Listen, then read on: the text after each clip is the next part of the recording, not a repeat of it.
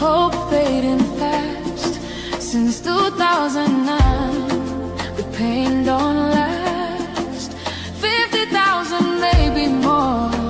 Heaven they count every single soul. Children without home tonight, mothers praying through the night, fathers lost no strength to fight. Who go stand for what is right? Stand for love, stand for life. Be the answer in this time. You can have to wipe their tears. You can calm their fears. Give a hand, don't turn away. Be the light in darkest day. Every little you provide keeps a soul alive.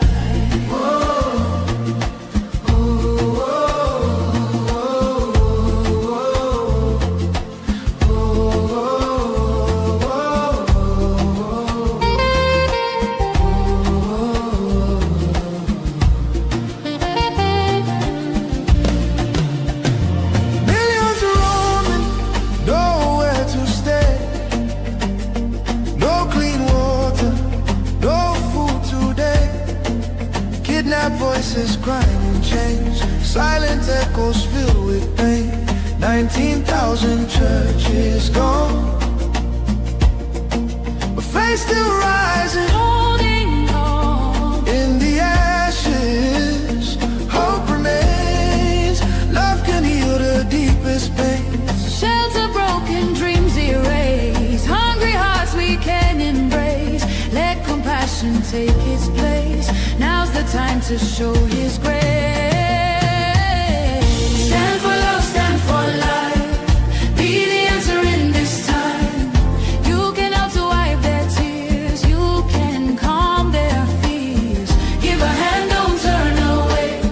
Be the light in darkest day.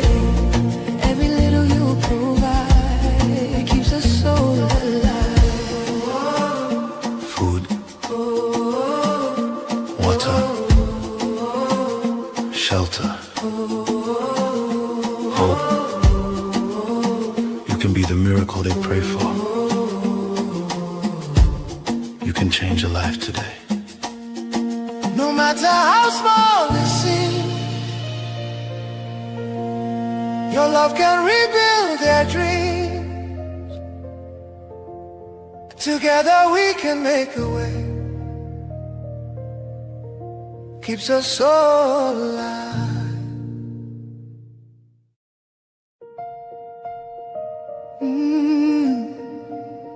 Can you hear the cry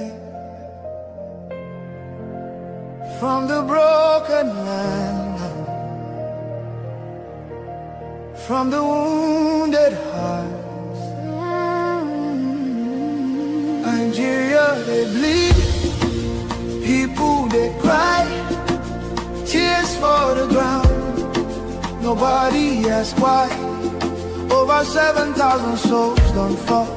Every single day we still they call. Churches burning, hope fading fast. Since 2009, the pain don't last. 50,000, maybe more. Heaven they count every single soul. Children without home tonight, mothers praying through the night, fathers lost no strength to fight. Who go stand for what is right? Stand for love, stand for life. Be the answer in this time. You can help to wipe their tears. You can calm their fears. Give a hand, don't turn away. Be the light in darkest day. Every little you provide keeps a soul alive.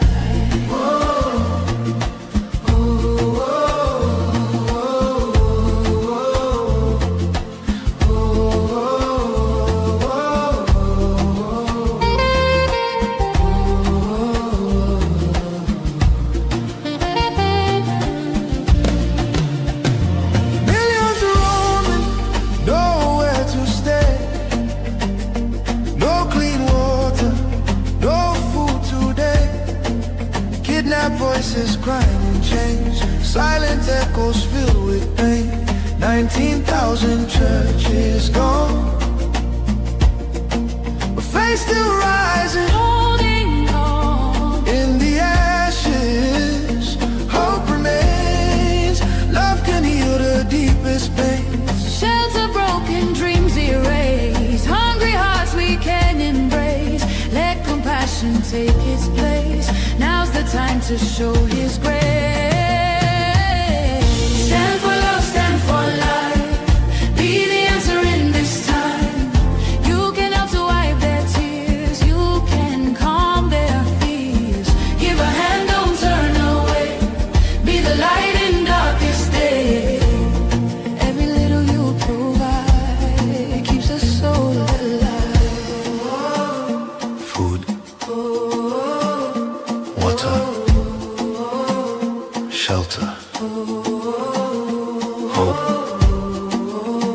You can be the miracle they pray for. You can change a life today. No matter how small it seems, your love can rebuild their dreams. Together we can make a way. Keeps us all alive.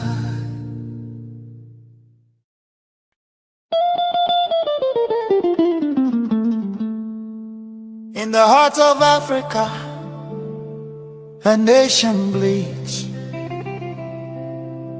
not from a single wound, but from 1,000 cuts, inflicted by a false union, never meant to endure. This is the story of Nigeria. A giant built on false foundations, now straining beneath the weight of its own contradictions. And at the center of that storm stands the unbroken spirit of Biafra, crying out for freedom from a nightmare that has consumed millions.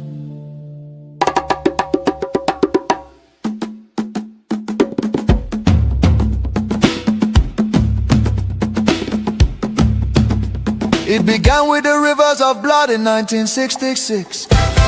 Thousands of Biafran men, women and children, professionals, traders, students and families who had built lives across the Federation, became targets in the northern city, fueled by ethnic hatred and religious hostility. Mobs descended upon innocent civilians.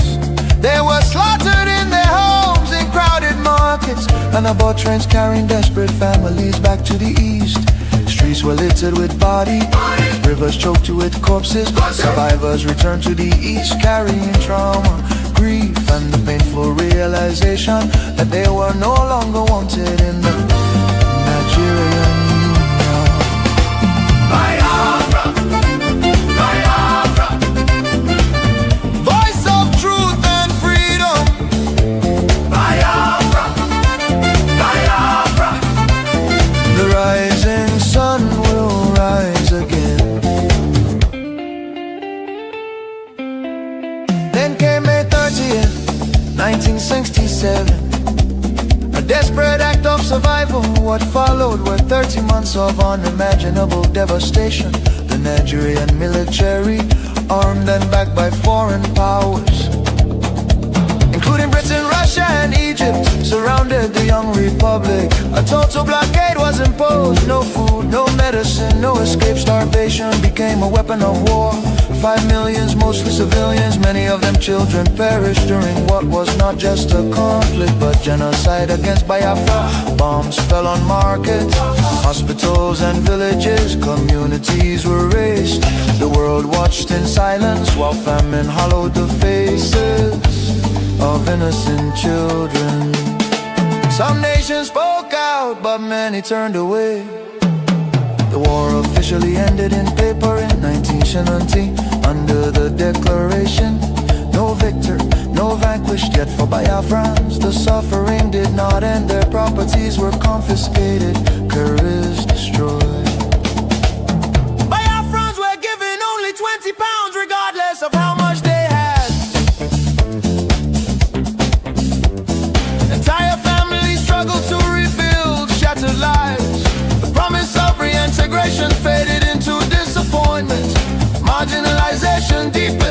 Nigerian government appointments, infrastructure and control of resources from Biafran land. Oil flowing from the Biafra land enriched the center, while much of the east remained neglected. Roads deteriorated, industries collapsed. Biafra, Biafra. Voice of truth and freedom.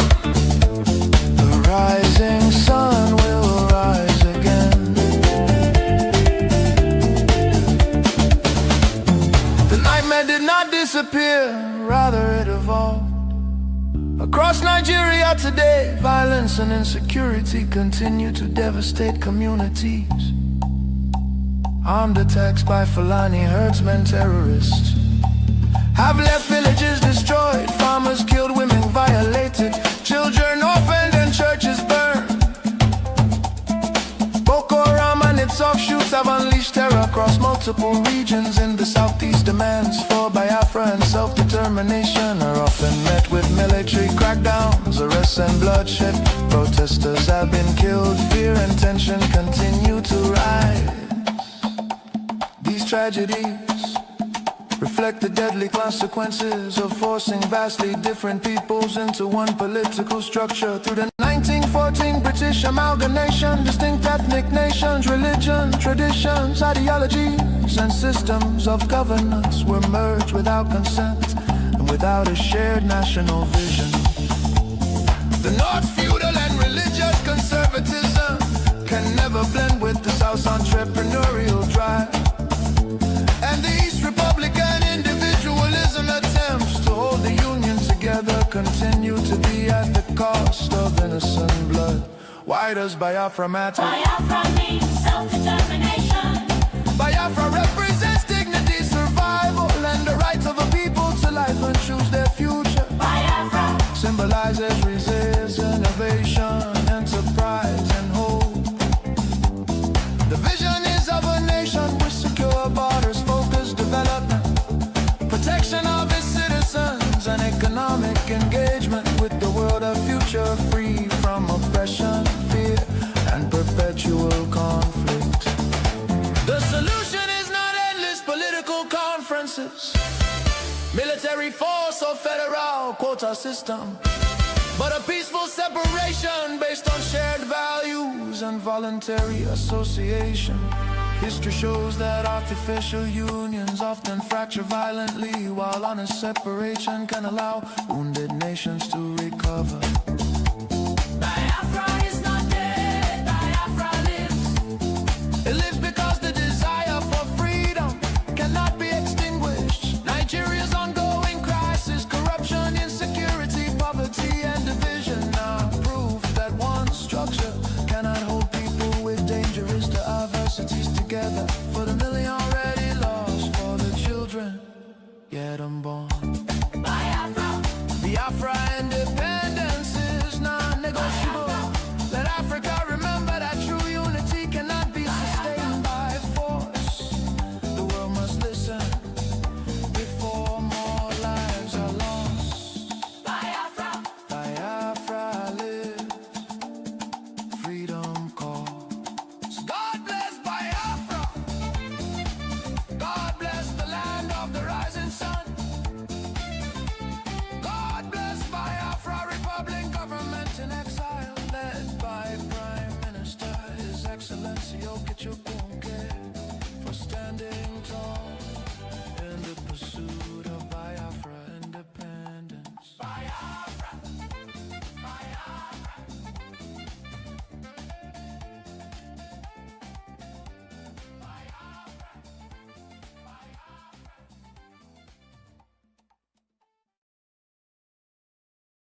Way here to the rehabilitation center for the Boko Haram. So that means these have not been rehabilitated yet, and this is like kind of a prison, because this is actually where they have their sentence, you can say, where they're trying to rehabilitate them. So this will be even more risky than before, but let's see if we get the allowance to get in. So this is not so easy to get into this rehabilitation center. So the people are very friendly, and the one is calling his boss, and another is calling his boss, and another was calling his boss, and now we're going to meet with our general of everything. Yeah, they are imprisoned inside here. I'm not sure if these are. They're probably not. If maybe they are. They could be Boko Haram, and then they are allowed to get outside because he just told me some few of them will get a pass or something to get outside to get some water here from the well, or maybe little by little try to go out in the town to rehabilitate. So it could be, but they are inside here, and there's like 100 plus Boko Haram members inside here. Oh, so this is one of the security guys from the rehabilitation center. So he's going with us to the general to get the approval, and he's telling us now that there was an explosion here the 24th of December at Christmas, where there was a mosque, which was there was a suicide bomber, but there was also some people collaborating with these guys, and inside the rehabilitation center, they think that there was a guy collaborating with these Boko Haram from outside. So he's now taken to court, right? They have took him to the general there.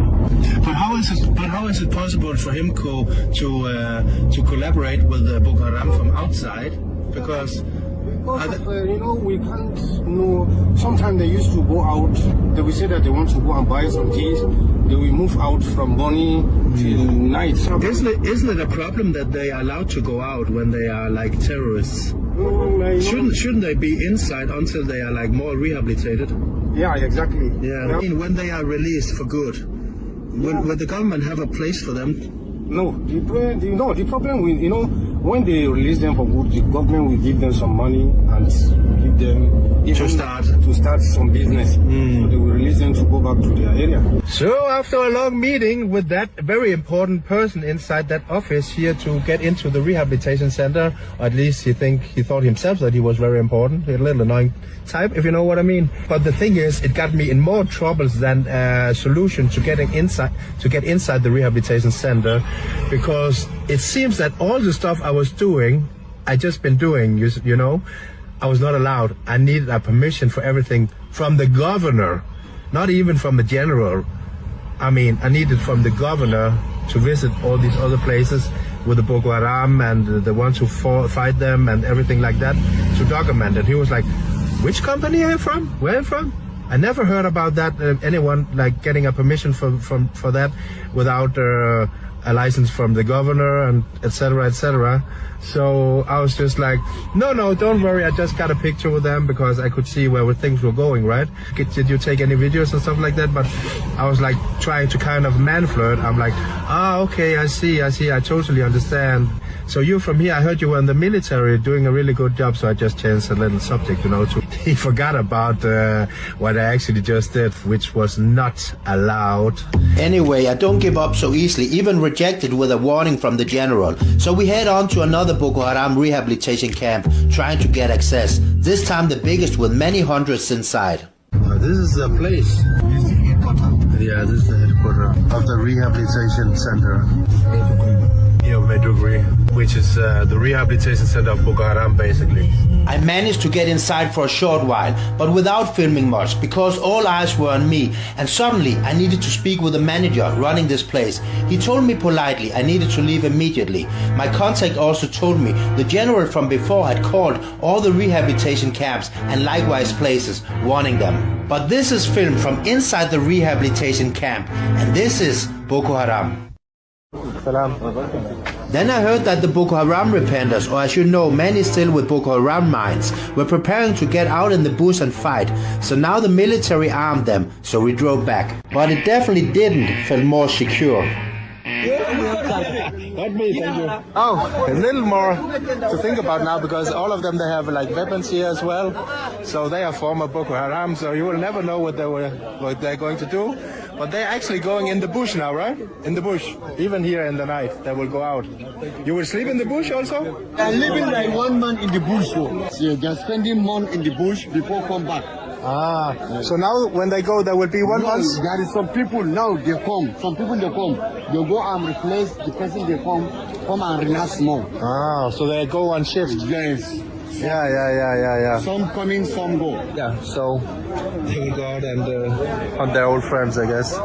But it's still very crazy to think about that these people they have killed a lot of people when they were like in Boko Haram, and then so just now being here with all these former Boko Haram is just crazy because as you probably know, they did a lot of evil stuff, all of them probably, but now they are trying to do the right thing, or I'm not sure if they are forced to it, and they can probably turn side every moment.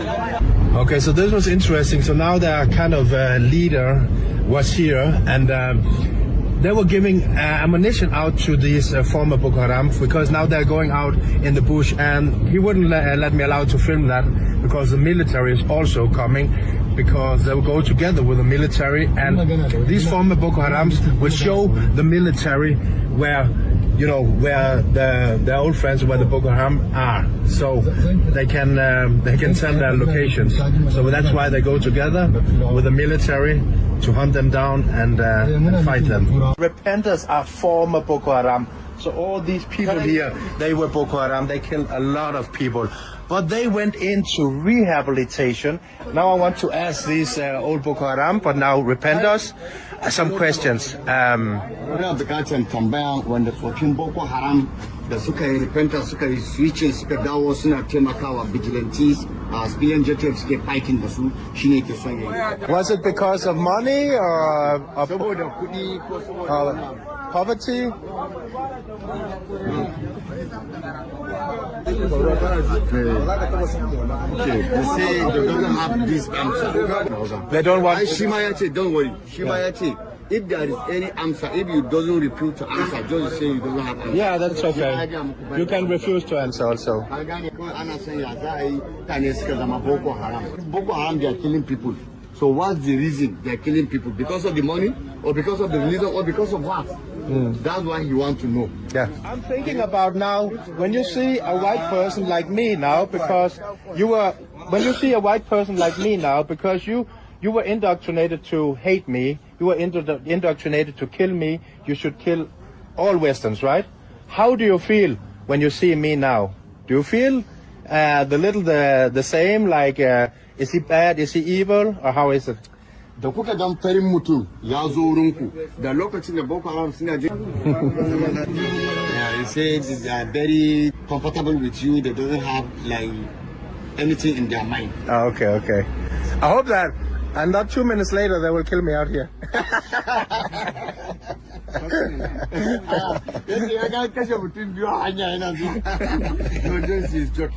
I'm joking. Just when I'm standing here, joking, thinking I'm okay, there comes this man from the side with something hidden inside his jacket, approaching me, but luckily getting stopped by one of the others. They took him away, and I was later told he had a knife in his jacket, which he tried to attack me with. This is where I realized that many of these people will never change. They are still Boko Haram terrorists inside, now just being paid by others for a moment. Many don't regret a single thing, and this guy would have been a hero of Boko Haram if he stabbed me and finished the white Western guy for good. And later my contact was told he had a knife under the jacket, but I guess he's just taken into the rehabilitation camp again, or probably just still walking around freely. Stop him, see why you are. And their mind are already fucked up. Yes. So you never know what they can. Yes, that's why you stop him. Yeah. That's why you stop him. Because maybe if he killed me, if he go back to Boko Haram one day, he would be a hero. Yes. That's why. Yes. This is actually very dangerous to be here for a white man, because their mind can just change like that and then stab you. Yes. I'm very happy that you saw the same as me. But back to this meeting with these former Boko Haram, or still Boko Haram, who knows? That they see, you know you, me, I don't know you, I know they tell you. You understand? Yeah. Because he say you are a news person, Yeah. and he can't tell you his story because just like that he doesn't know you. No, he doesn't know I where you understand. come from. He can. Yeah, no problem. When they are killing people out in the bush, I mean, why do they also kill other Muslims? Me yasa mutane suke kashe musulmai irin Boko Haram? Me yasa suke kashe musulmai a jinji tunda sun ce wancan musulmai? I am not a chicken wasu. So as a Boko Haram, how many people did you kill, you think? No, you're not answering. You're not answering. This man say he killed like 100 people. 100 people? So, you killed, I mean, normal people around Maiduguri and in the bush? Ajeji, Maiduguri, only in the bush. Only in the bush. What was your age when you started? 10 years. 10 years, starting with a gun.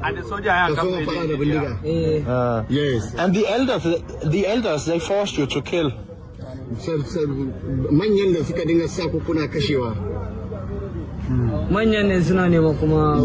the elders they give them instruction to kill. Wow. Yeah. So this guy, he killed more than 100 people. Yeah. And now he's hopefully on the right. You needed to burn villages. You even needed to kill children and women, like everyone, right? That's how it is. Yes. They say the big one, they are married. If they capture the ladies, they can't kill the ladies. Okay. They are married them. Let me narrate in the house. Yes, they are married.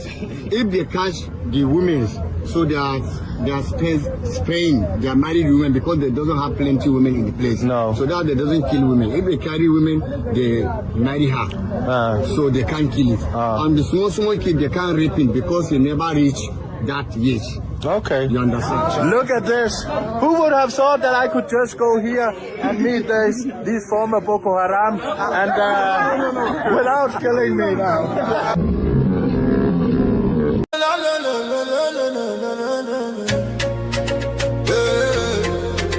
Turn them up. From Biafra land to the whole world. Now who they talk?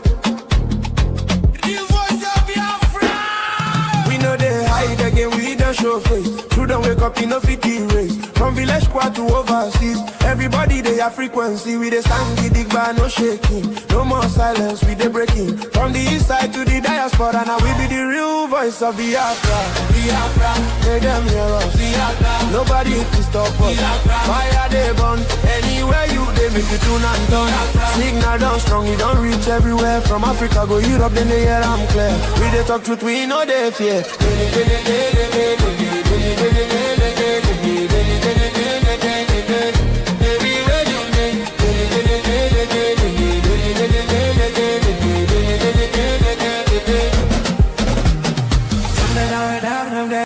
I am Barrister Dali of Solomon Manturi, the National President of Birom Youth Molder Association, presently in NTV community where women and youth came out en masse and staged a protest over the unwarranted arrests and detention of unarmed young people who were offering complementary security services to the existing federal security on ground by helping them with the intel and to also cover some loopholes where if there is any suspicious movement, they could call on the conventional security for needed response. But we learned from them, 4 of them that are here behind me, were giving such a service, and military personnel from nearby community, Mejanke, came into this community and arrested these young people and whisked them to Gashish FOB. That was on Saturday, a day before yesterday. And it was around 9 p.m. of Saturday. And surprisingly, even the community leadership came out and confronted, and inquired from the military personnel that, why have you arrested these young men that are keeping watch over this environment? Can I have these boys back? They said no, that they were arrested, one, for moving in the late hours, and secondly, for playing snooker, which there is no snooker in that place. It's an old stock that has already been destroyed. There is no possible for people to have been using that snooker.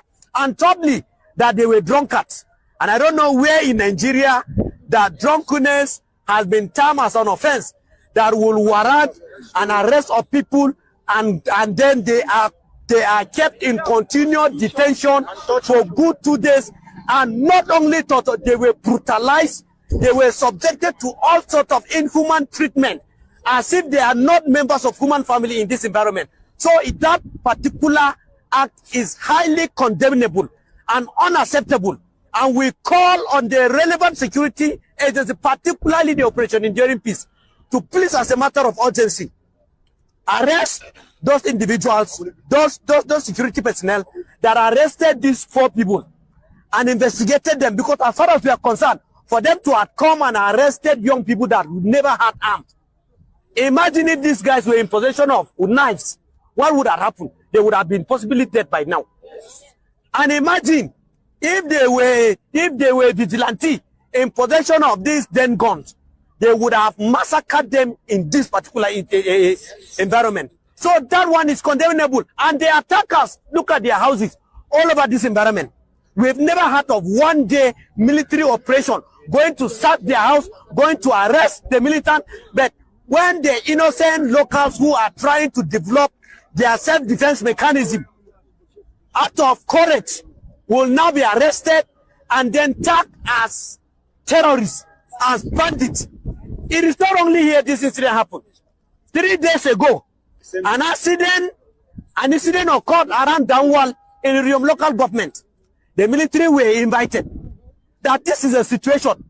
When they went there, the young people that gathered courage to evacuate one of the victims that was brutalized and injured fatally by the Fulanis and their terrorist cohort, when they were rushed to the hospital, on their return home, the same military went and arrested this young people, tagged them as Birom terrorists, circulated their photos, and today they are in detention at the STA facility in Jos. The question to ask is that, who then are the killers of Plateau people? Who are the ones giving encouragement to the armed people to come? Because if unarmed and few individuals that are trying to stage a defense set mechanism in their location against external intruders that come with sophisticated weapons and then are arrested and are not in any way, the communities are not giving security cover, how much more then of our security as people in this general area? It is very obvious by our firm position that those repentant Boko Haram that were conscripted into the Nigerian military are the ones deployed to Plateau and are the ones perpetrating this, and are now projecting the military as complicit. Otherwise, why should there be this kind of arrest? What happened? Tell us what happened immediately after the arrest of these civilian guards who were simply standing watch in front of their houses. Now, after the arrest of these young people, we want to believe for their pictures to have gone viral, which it was not Fulani that arrested them, it were personnel of Nigerian military. Now, they may have shared it with their cohorts, whom we believe are the terrorists. Now, after sharing those pictures, they now circulated everything and termed these people as terrorists. And then they have known that communities within this environment have already been crippled, have already been weakened. And therefore, the attackers came last night and attacked Hurum, a nearby village, and 4 people killed. 5 others are presently in the hospital as a result of fatal gunshot they sustained. Now, that is how helpless the situation has become. And we have managed this morning to address the people having agreed to open the road so that there will be movement. Therefore, we are calling that please, as a matter of urgency, there should be an overhaul in the military architecture so that our people here can breathe and breathe well. If the military family is not ready to fight terrorists, then they should better be taken back to the barracks and be replaced with Nigerian mobile policemen so that they can come and man the security, because people are losing confidence daily on the Nigerian military on daily basis. the attackers, the terrorists are killing them. The attackers are also killing us. Instead of us to join hands in synergy to fight against the terrorists, you are now weakening and crippling communities that have staked their self-defense so that the attackers will come and have their field day. Something happened in Shono. And the same last night, there was another attack in Shono, close to security point. And 2 people were killed. 2 princes were killed. The former traditional ruler of Shono was also a sustained injury, and a pastor. They are currently on admission. And then we have not seen the military coming to conduct and then carry out their kinetic and their agility in arresting situation, but they can only come into communities and arrest young people that are trying to defend their communities against external aggression. Which kind of lifestyle is this? Which kind of world are we into? If the heroes of those days will come to light and see what is happening to Nigerians, they will weep bitterly, because that is not the Nigerian they fought for it to be a united entity. Great people of Biafra. This is the voice of Biafra. The voice that cannot be silenced. The voice of truth, resilience, and freedom. Speaking to you in the spirit of courage and in the language of liberation. Nigeria government has lost control over insecurity. Fellow listeners, what was once whispered in fear, what was once denied in arrogance, has now become a reality too loud to ignore. A nation staggering under the weight of its own contradictions is rapidly losing control over insecurity. From the north to the south, from the east to the west, the land trembles, not from natural disaster, but from man-made chaos. Communities abandoned, villages raided under the cover of darkness, highways turned into corridors of fear. Citizens left to fend for themselves. In a country where the government once promised protection, the question now echoes across the land. Where is the government? Where are the security forces? Where is the accountability? In recent times, markets have become targets. Travelers have become victims. Families have become statistics. And yet, those in power continue to speak in rehearsed tone. Detached from the suffering of the people, observers say, this is no longer a matter of isolated incidents. This is systemic failure. A collapse of responsibility. A nation where innocent lives are wasted daily. As fear grips the population, a new reality emerges. The people have lost confidence. Trust has been eroded. Hope has faded. But here, on this frequency, we do not deal in fear. We deal in truth. And the truth is this. A government that cannot protect its people has failed its most sacred duty to the people. Listen. Remain vigilant. Remain aware. Remain strong. Nigeria has failed its citizens, and in awareness lies survival. This is a wake-up call. You are listening to the voice of Biafra, where truth lives and freedom speaks.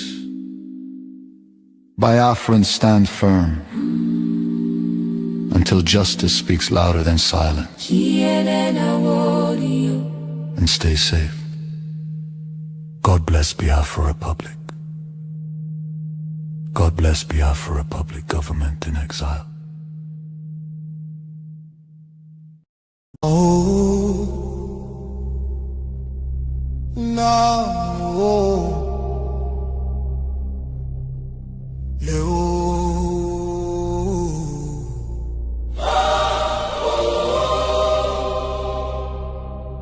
From every village, every city, from homeland to diaspora, hope is rising again.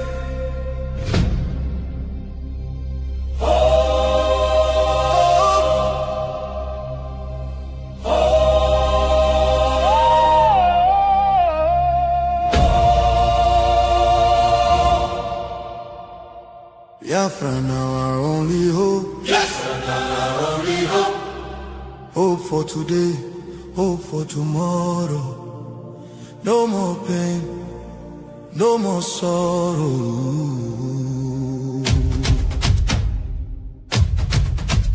Ha!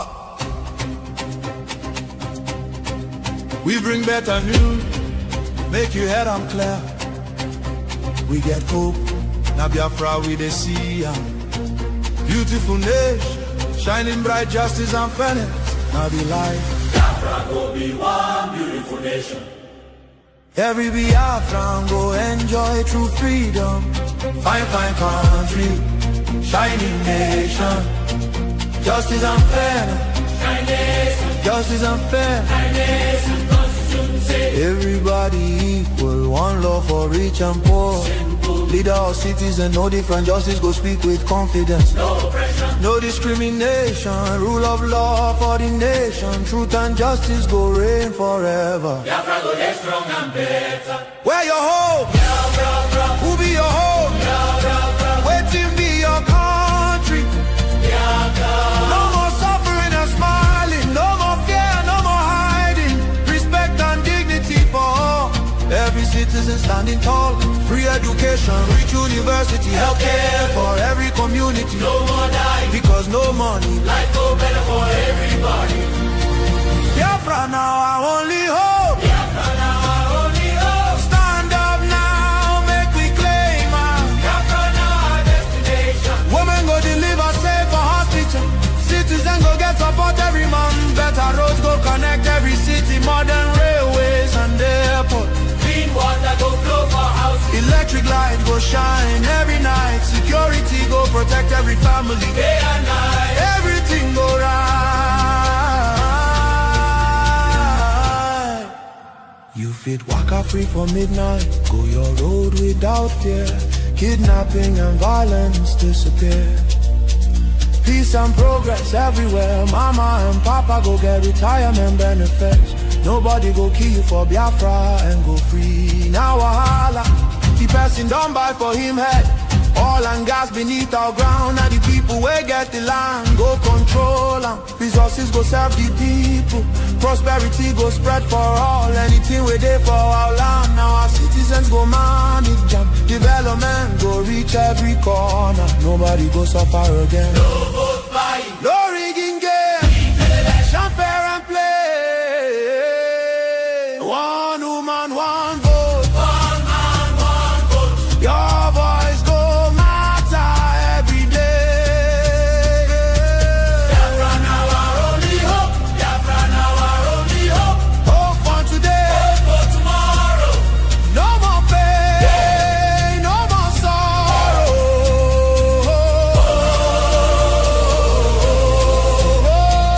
Biafra now our only hope. Biafra now our only hope.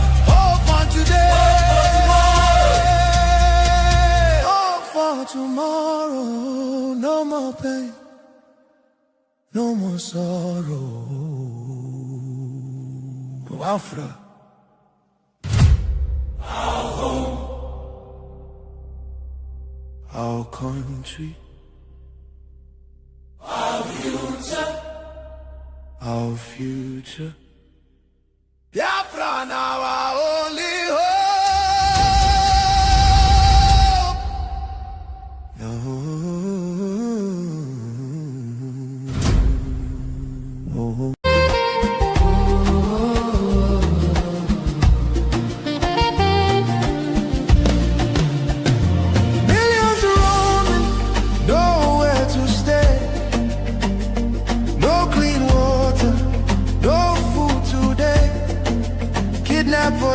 grinding chains, silent echoes filled with pain.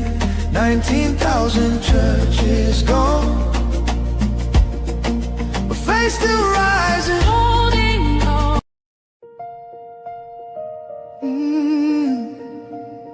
Can you hear the cry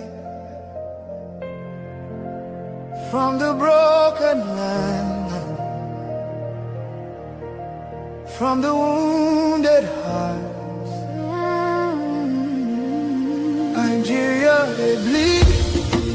People, Nigeria, they bleed. People, they cry. Tears for the ground. Nobody asks why. Over 7,000 souls don't fall. Every single day, we still their call. Churches burning, hope fading fast. Since 2009, the pain don't last. 50,000, maybe more. Heaven they count every single soul. Children without home tonight, mothers praying through the night, fathers lost no strength to fight. Who go stand for what is right? Stand for love, stand for life. Be the answer in this time. You can have to wipe their tears. You can calm their fears. Give a hand, don't turn away. Be the light in darkest day. Every little you provide keeps a soul alive.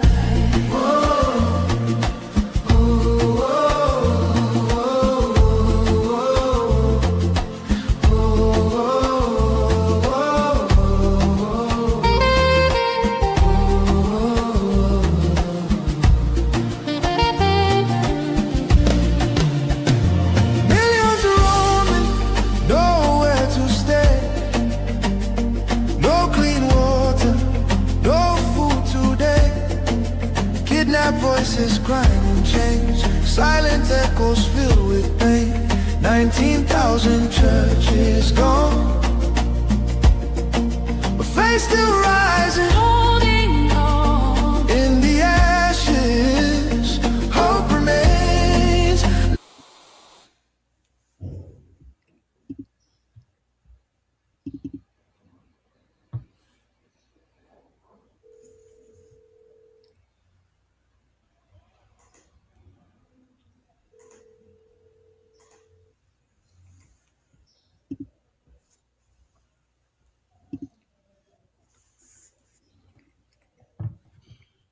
Greetings from here and welcome to VOB. Are we coming out loud? Yes, Mr. Information Minister. Okay, thank you, and welcome to Politics Insight on Voice of Biafra Television. And we are sorry for the break in transmission and the technical issues that has delayed us this far. And with us in the studio today, we have our honorable guest from America, and I would be the one to make the introduction. I will bring in the Prime Minister of the Biafra Republic Government in Exile, and he will take it over from here. Honorable Prime Minister, His Excellency Honorable Nkere, welcome to the show. The floor is yours, sir. Thank you from here, and greetings, lovers all over the world, Biafrans and friends from Biafrans. So we have our guests in the studio here, and we also have our lobby, Honorable Elias.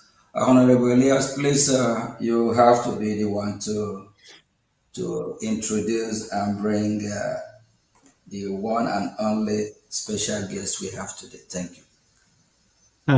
Thank you. So I'll just do a brief introduction of the ambassador, and then you and the ambassador will go straight into the interview.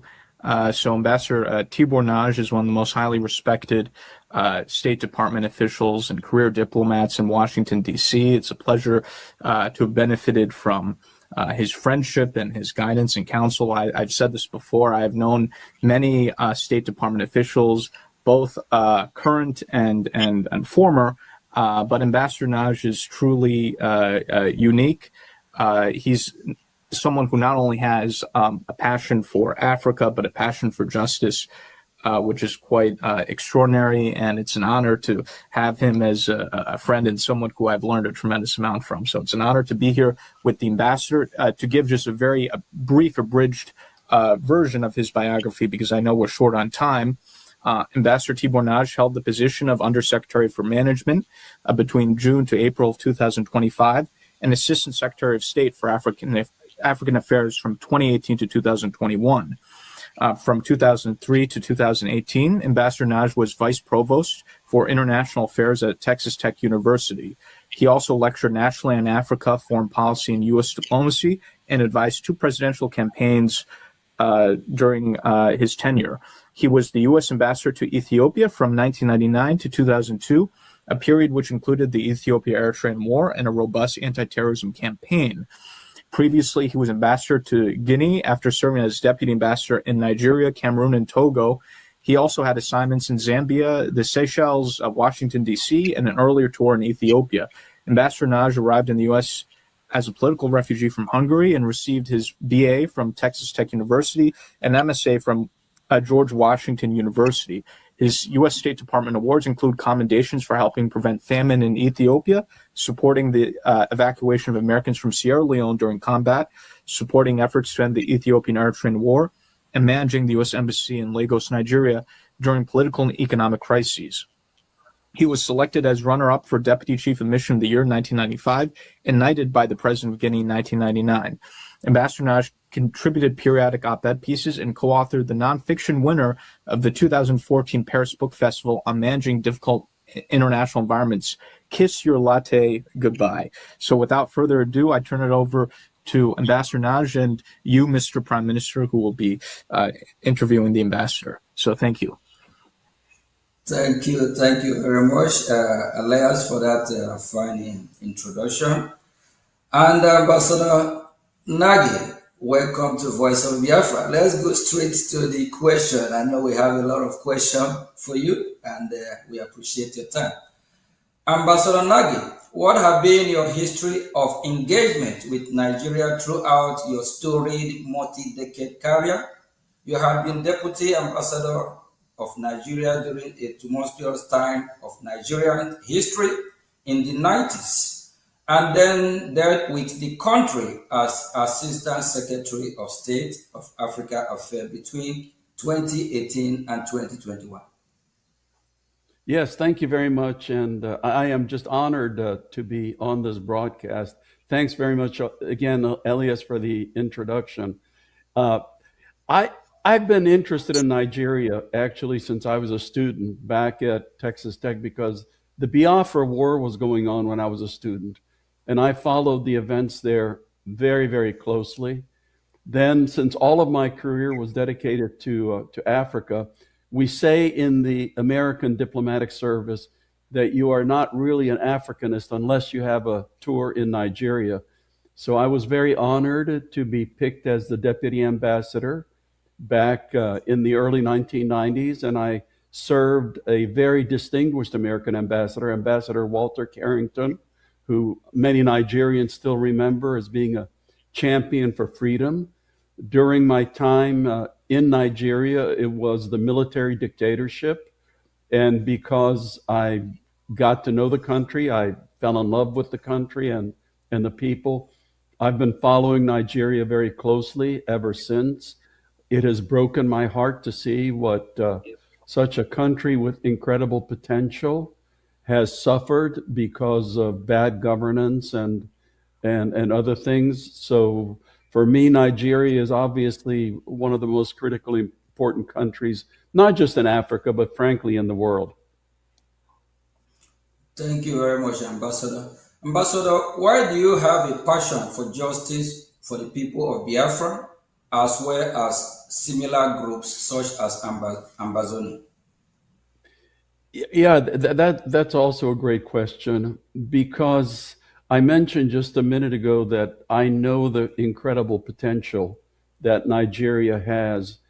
And I also know specific to Biafra that it is the part of Nigeria that contains so many resources. It is actually the part of Nigeria that makes the country rich. And also, as I said, I've been following events in Biafra since I was a student. I saw the incredible suffering that the people endured during the Biafran War.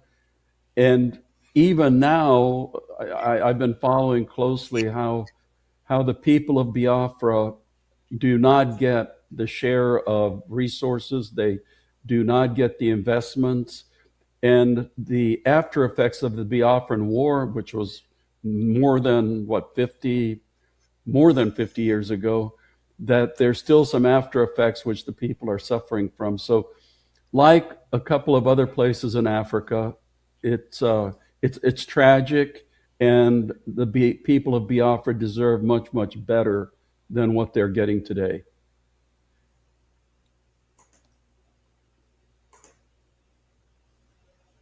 Thank you very much, Ambassador. The Biafra Republic government in exile has focused on promoting the U.S. recognition of Christian genocide in Nigeria and had aggressively engaged in lobbying campaign for such recognition in parallel with other advocates such as the Christian community and organization. These have been successful, with President Trump declaring Christian genocide in Nigeria. From our perspective, this allows for normalization on discussion of the concept of an independent Christian state in the form of Biafra. What are your thoughts about President Trump and the White House declaration about Christian genocide on Nigeria and steps taken to hold the Nigerian government accountable? Yeah, the whole issue of Christian suffering in Nigeria, as you know, has been quite controversial in the United States, has gone back and forth.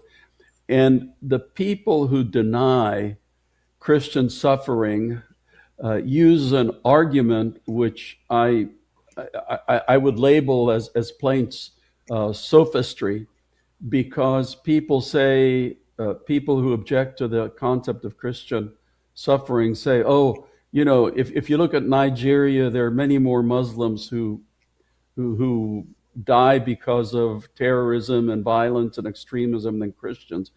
And what those people refuse to admit is that there are several consecutive crises going on in Nigeria at the same time, because you can look at what's going on in the Northeast, which is absolutely, it's a heavily Muslim area. So the violence that's going on in the Northeast is between terrorist organizations and the Muslim population. Central north part of Nigeria, it's kidnappings. Again, a heavily Muslim part of Nigeria. Northwest Nigeria is starting to be impacted by local groups and also by some of the terrorist organizations in the Sahel. Again, an Islamic area. But if you look at the area where the Christians are being targeted, which is central Nigeria and now in the southeast, the overwhelming number of victims are Christians, and the victimizers, the people that are perpetrating the violence, happen to be Muslim groups. You know, I'm specifically referring to herder-farmer violence in central Nigeria, where the herders, the Fulani, are overwhelmingly Muslim, and the farmers tend to be overwhelmingly Christian. So there is, in fact, a horrendous problem with Christian violence in Nigeria. And thankfully, the Trump administration is taken it very seriously, unlike the previous Biden administration. Thank you very much, Ambassador. What are your thoughts on the interconnection between the Nigerian Christian persecution issue ties in with the Biafra aspiration? Yeah, again, I understand, and from my studies, the region that is Biafra is overwhelmingly Christian. And leaders of Biafra, like yourselves, have been very loud in pointing out the egregious injustice that is happening to Nigeria's Christian population. And, you know, there are also political forces at work, which we can talk about later, which also is very much against the Christians. So as a very heavily Christian part of Nigeria, the Biafrans have been, you know, very notable in pointing out the injustice and the persecution. So God bless you for that. Thank you, Ambassador.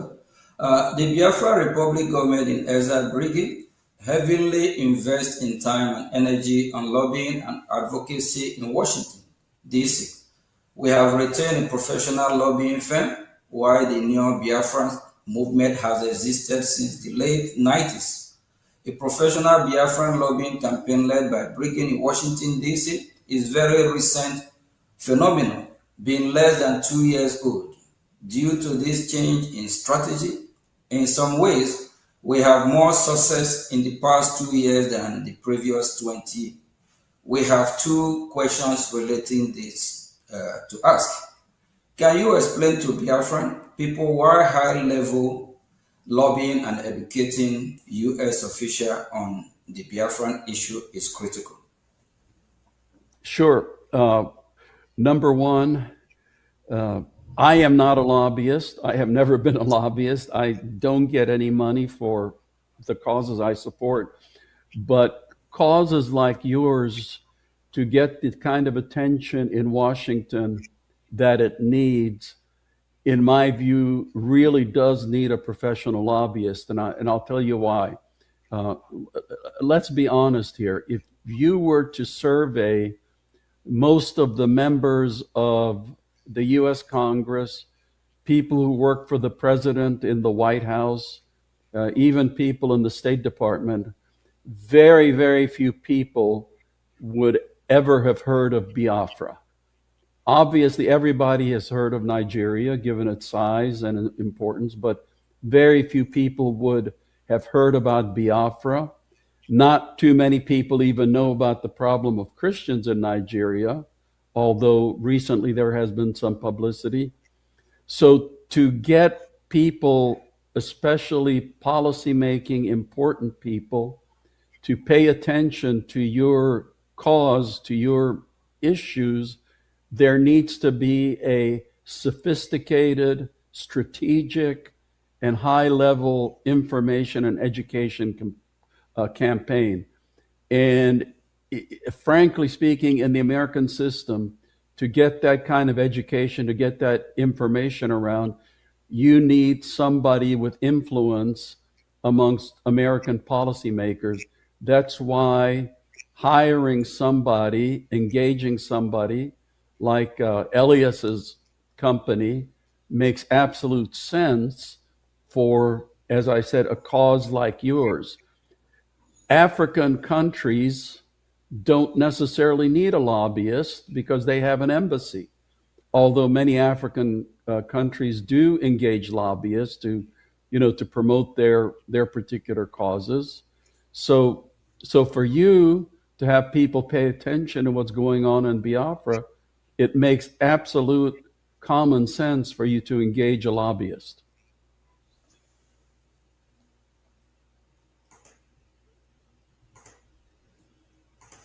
Thank you very much, Ambassador. In addition to the preliminary successes the Biafran lobby has had, where would you point to as lobbying successes, past or current, for groups similar to the Biafrans? Yeah, for groups such as yours, lobbying is really about the only way that they can get their cause into the attention of American policymakers. So I would point, in the past, liberation struggles, which were trying to get justice for their cause, the African National Congress, leading to the freedom in South Africa, the Sudan People's Liberation Movement. Now you have successful efforts, for example, Somaliland, like you, Somaliland has gotten a lot of attention recently. Your friends across the border in Anglophone Cameroon, Southern Cameroon, the Ambazonians, they're also trying to pursue their cause for justice. So again, these are the kind of causes that get the best efforts through engaging with the lobbyists in Washington. Thank you, Ambassador. So what you're saying is that what Biafra Republic government is doing is the right way to get the attention of the U.S. government, and the right way to also get our freedom, correct? Absolutely. And again, it means engaging the right person, because unfortunately, as with anything, there are some people who are very effective at doing this, and there are other people who are not so effective at doing this. So it's essential for you to engage somebody who knows the people in Congress, who knows the people in the White House, who knows who does what at the U.S. Department of State, to make sure that your cause is promoted the way that you want to promote it. Thank you very much, and special thank you to our lobby, Elias, for being our voice in Washington. Thank you, Elias. The Biafra Republic government in exile has trans-action approach in engaging the U.S. government, making beneficial offers in the area of defense, security, and natural resources in exchange for U.S. political support, similar to what Somaliland is doing. What are your thoughts on this approach? Okay, so, I am not now speaking for the U.S. government. That's very important to say. I am no longer working for the U.S. government. I've now retired 4 times, so currently I'm retired. But obviously, Biafra has incredible natural resources. Biafra has incredible human resources. So, if you're offering that kind of a transactional deal, then in my view, that would be looked at positively, from especially people in the Trump administration, because as you mentioned, President Trump has been a very transactional president. He's not looking for, long-term this or long-term that. He's looking for what is the interest of the United States of America. And as Secretary of State Marco Rubio himself says, whenever the United States engages overseas, it should meet one of 3 qualifications. Does it make America more secure? Does it make America stronger? Does it make America more prosperous? So what you are wanting to offer obviously would meet, I think, all 3 of those criteria. Yeah, thank you, Ambassador. But Ambassador, we believe that your voice matters. You might be retired, but you're still Ambassador. And we believe that U.S. government is still listening to you. Thank you very much. As a follow-up for the previous question, Biafra Republic government in exile, which is Brgie, I think you already answered that question. So let me just go on. And for years, the Nigerian government has used terrorism in the country as an excuse to ask for arms sale to Nigeria. Instead of using the weapon to fight Boko Haram, either the Nigerian government will use the weapon to engage in military action against Biafra, or provide those weapons to so-called reintegrate terrorists. Now, there is a shift towards direct U.S. counter-terrorism action in Nigeria, perhaps reflecting concern about the Nigerian military intention. So the question goes, what are your thoughts regarding arms sale to Nigeria? Should they block, or at least condition attached the U.S. arm cannot be used against Biafrans and the Christian population? Yes, so let's look at today's world. The truth is that any country or even movement with the funds is able to get weapons. You know, we've seen that around, whether it's good guys or bad guys. So the Nigerian military is going to get weapons.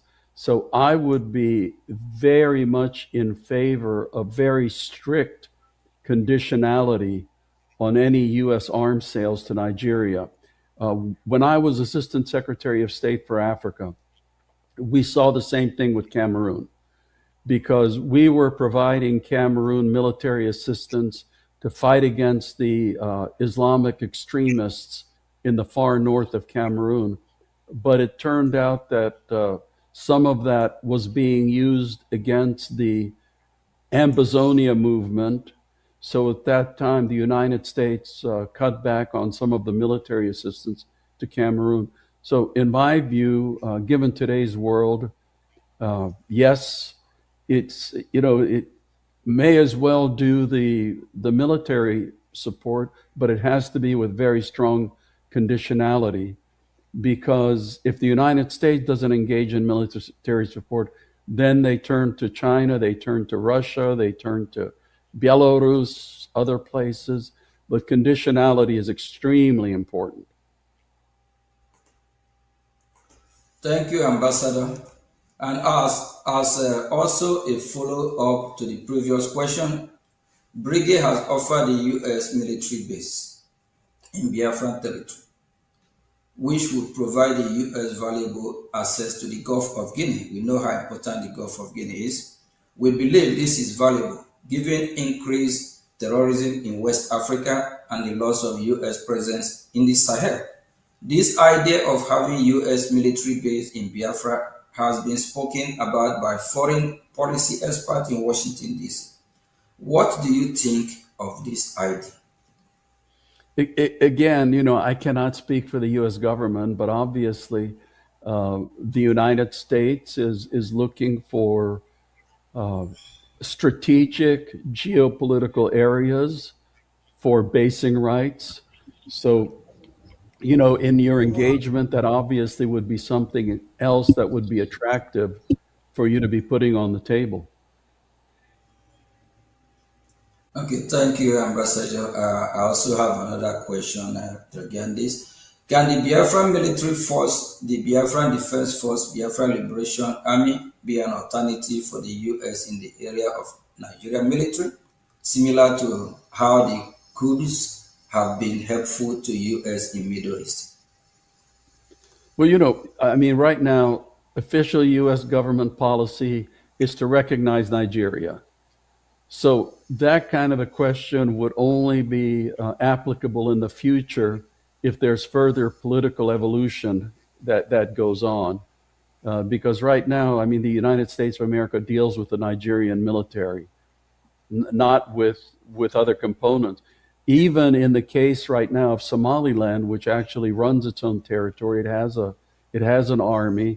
And I know that our own Pentagon would be very open to engaging with them, but their engagement is limited because the United States policy is still to view one Somalia instead of individually recognizing Somaliland. So, you know, your situation probably would be similar, so it would depend on future evolution.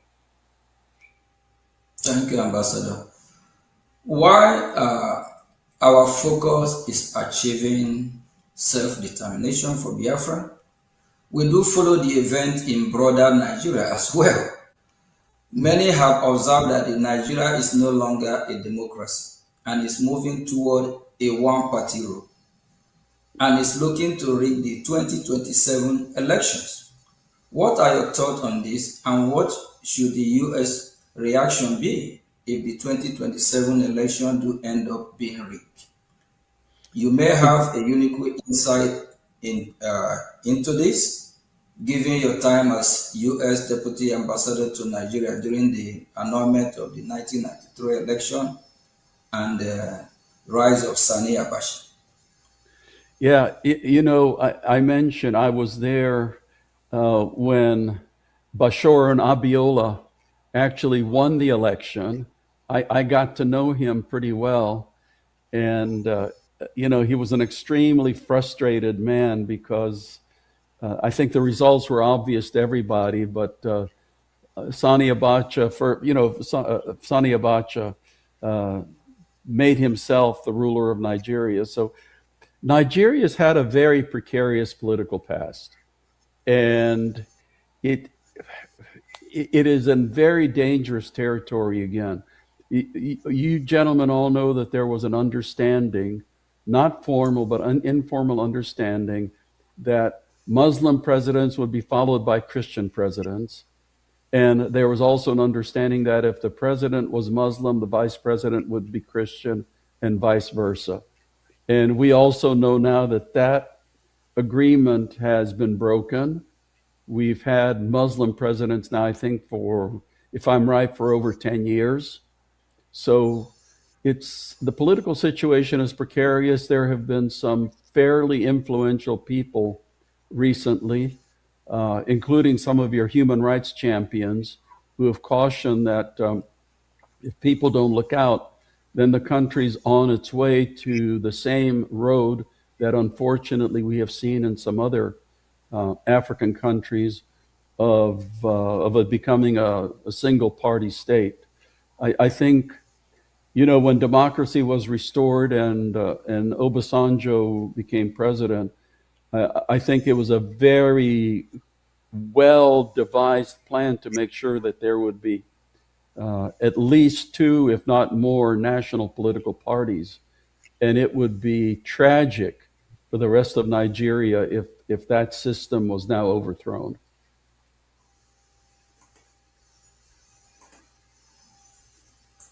Thank you, Ambassador. Would a turn of Nigeria to one-party rule also provide even greater reason and justification for Biafra aspirations? Well, that's obviously up to the people of Biafra and the people of Nigeria. That's not the kind of decision that anybody outside can make for you. But, that's definitely something that I'm sure that your leaders would put into the equation, because I understand that the whole thrust for what you're wanting to achieve is coming because the people feel marginalized. They feel like second-class citizens.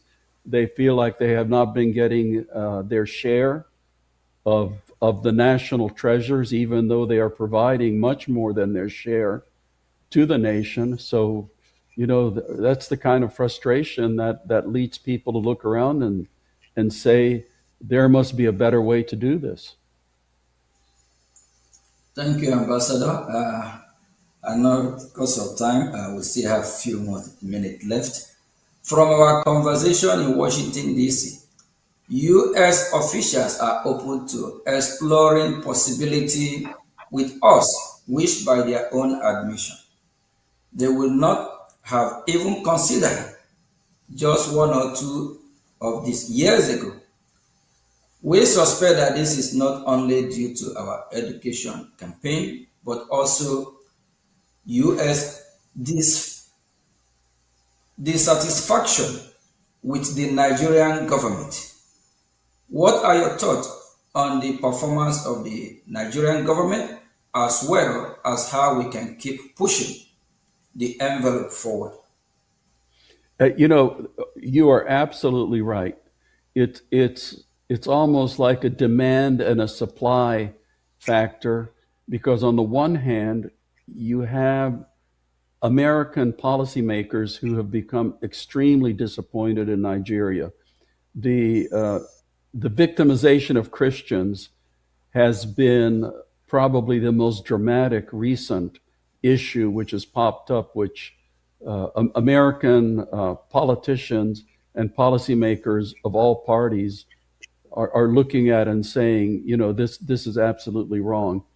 But as we all know, sitting here, that Nigeria is undergoing a series of extremely difficult and very serious crises. Most countries, any one of which would be existential, but somehow you know, you have to say the Nigerian people are extremely tough because they always get through these crises one after the other. But now they're going on at the same time. And with all of the crises going on, with all of the disappointment in Nigeria, all of a sudden you have your group, which is stepping forward, which is educating people and informing people about this solution that might be right in front of their eyes if they were to follow it or if they were to support it. So you have the interior factors and you have the exterior factors, and all I can say is that you are making your push at a very timely moment of history. Thank you very much, Ambassador. And, you know, we always are going to be grateful for somebody like you with your voice, and also our lobby here, Elias. You know, we have already, you know, pushed a lot in Washington, D.C. A lot have happened, a lot of education, meeting after meeting, just like throughout last week. Even we traveled far and wide all the way to even Florida. So it's just a lot. And the people of Nigeria, those that identify themselves as Nigeria, are crying. They are tired. They can't afford food to eat, no road, no electricity, nothing is working. Everything is just falling apart. The people themselves are tired. Thank you very much. And and can I just say one thing? You know, one thing I have noticed: Nigerians who leave Nigeria end up doing extremely well. When I was vice provost at Texas Tech, I was in charge of all the international programs, and we had quite a few Nigerian students. So among the international student groups, the top grades were received by the Chinese students, but the second group were the Nigerian students, and most of them were in engineering or business. And I've always said, when Nigerians do so well outside of Nigeria, why in the world cannot it be one of the greatest countries on earth? Nigerians should be able to do just as well inside Nigeria as they do outside of Nigeria. And unfortunately, what has been stopping them has been the government. Yeah, you're absolutely right on that. Just because of the foundation of Nigeria, you know, is built on faulty foundation. You know, the division is just too much. That brought me to a former president called Goodluck Jonathan. Goodluck Jonathan quote from former president before him, like Nnamdi Azikiwe, Tafawa Balewa, and other before him, that they said that Nigeria, that the British government is trying to make it work, but the people are not making it work because the people are different. You know, so they always like if the Yoruba today happen to be the president, from the southeast Biafrans, they're not gonna like it. If the North happen to be the president, both the southwest, southeast, they have problem.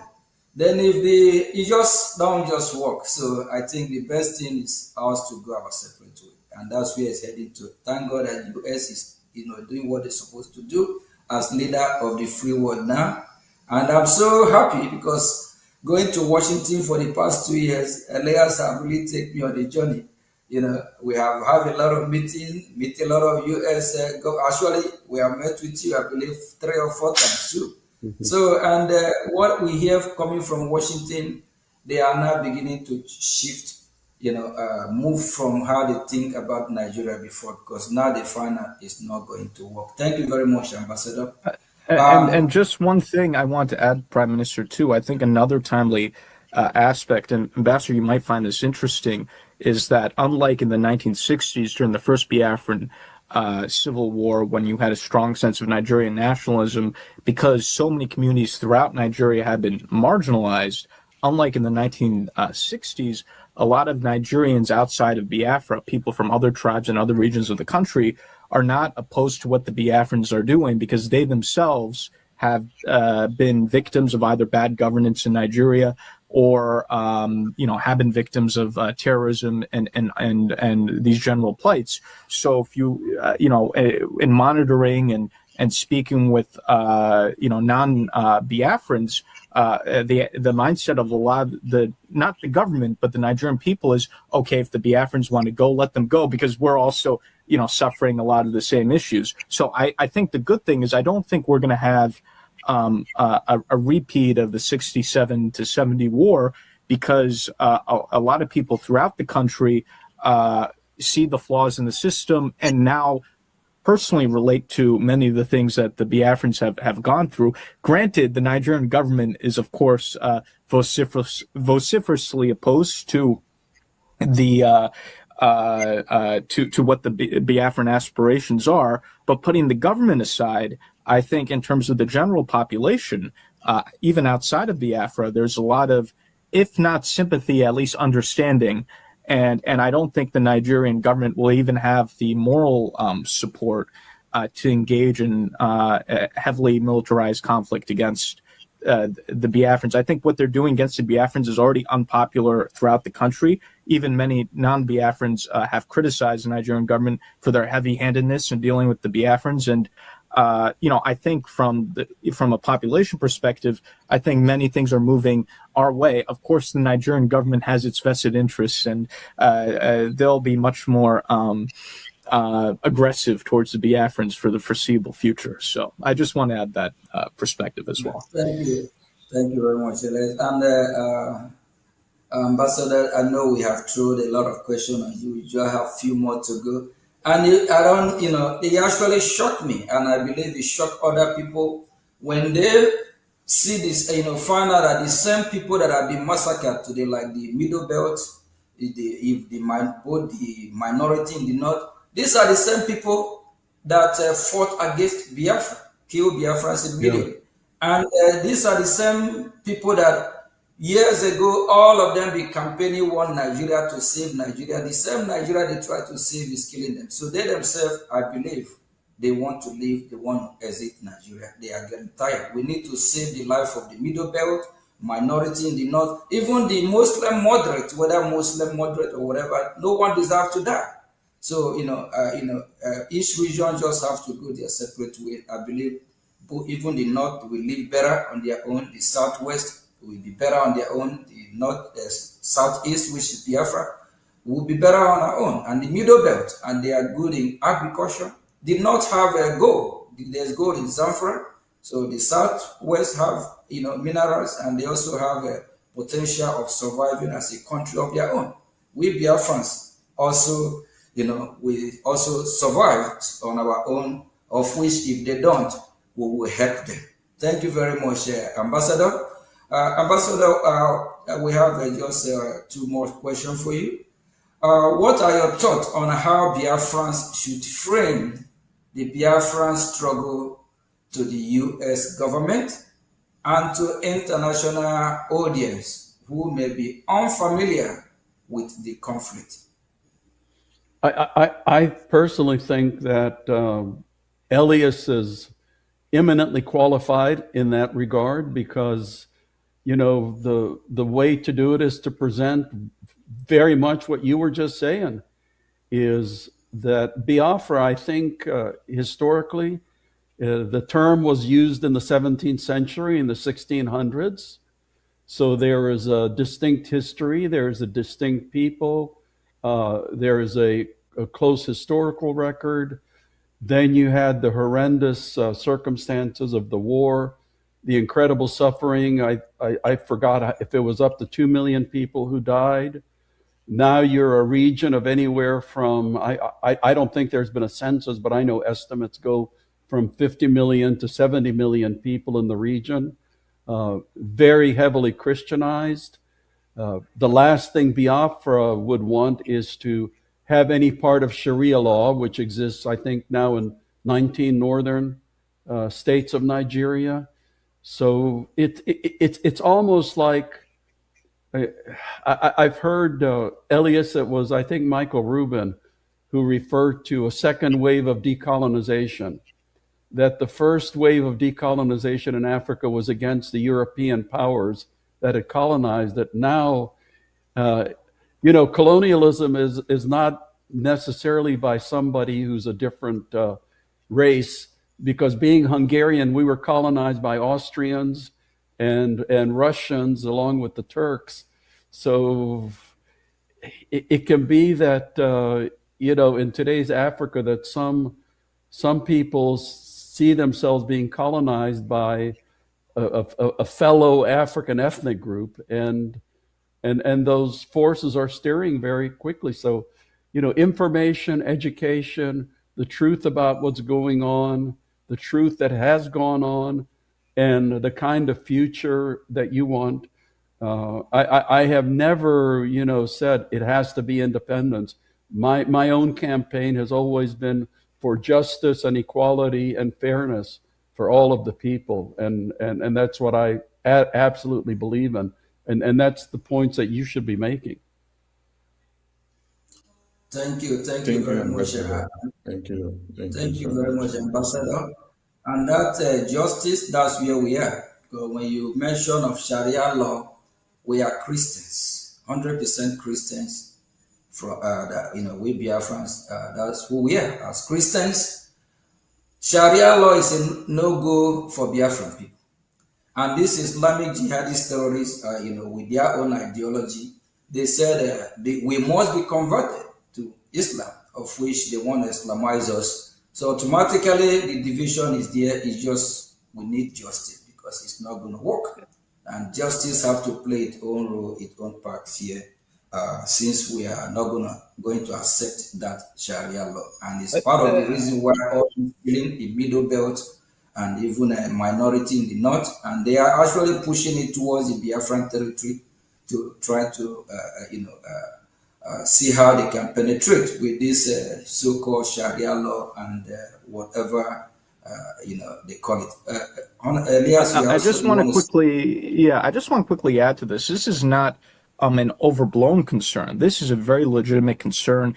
Senator Ted Cruz, for example, has introduced legislation addressing this issue of the spread of Sharia law in Nigeria. It's throughout the north, but what people are less aware of is that the radical Islamic politicians in Nigeria are trying to bring it into the Middle Belt and even into the South. So, for example, in some parts of the Southwest, what we call the Yoruba traditional territory, they're now discussing in some states the introduction of Sharia law, which is very, it's not native at all because, Ambassador, as you know, the Yorubas, they're a mixture of Christian and Muslim. They tend to be very moderate.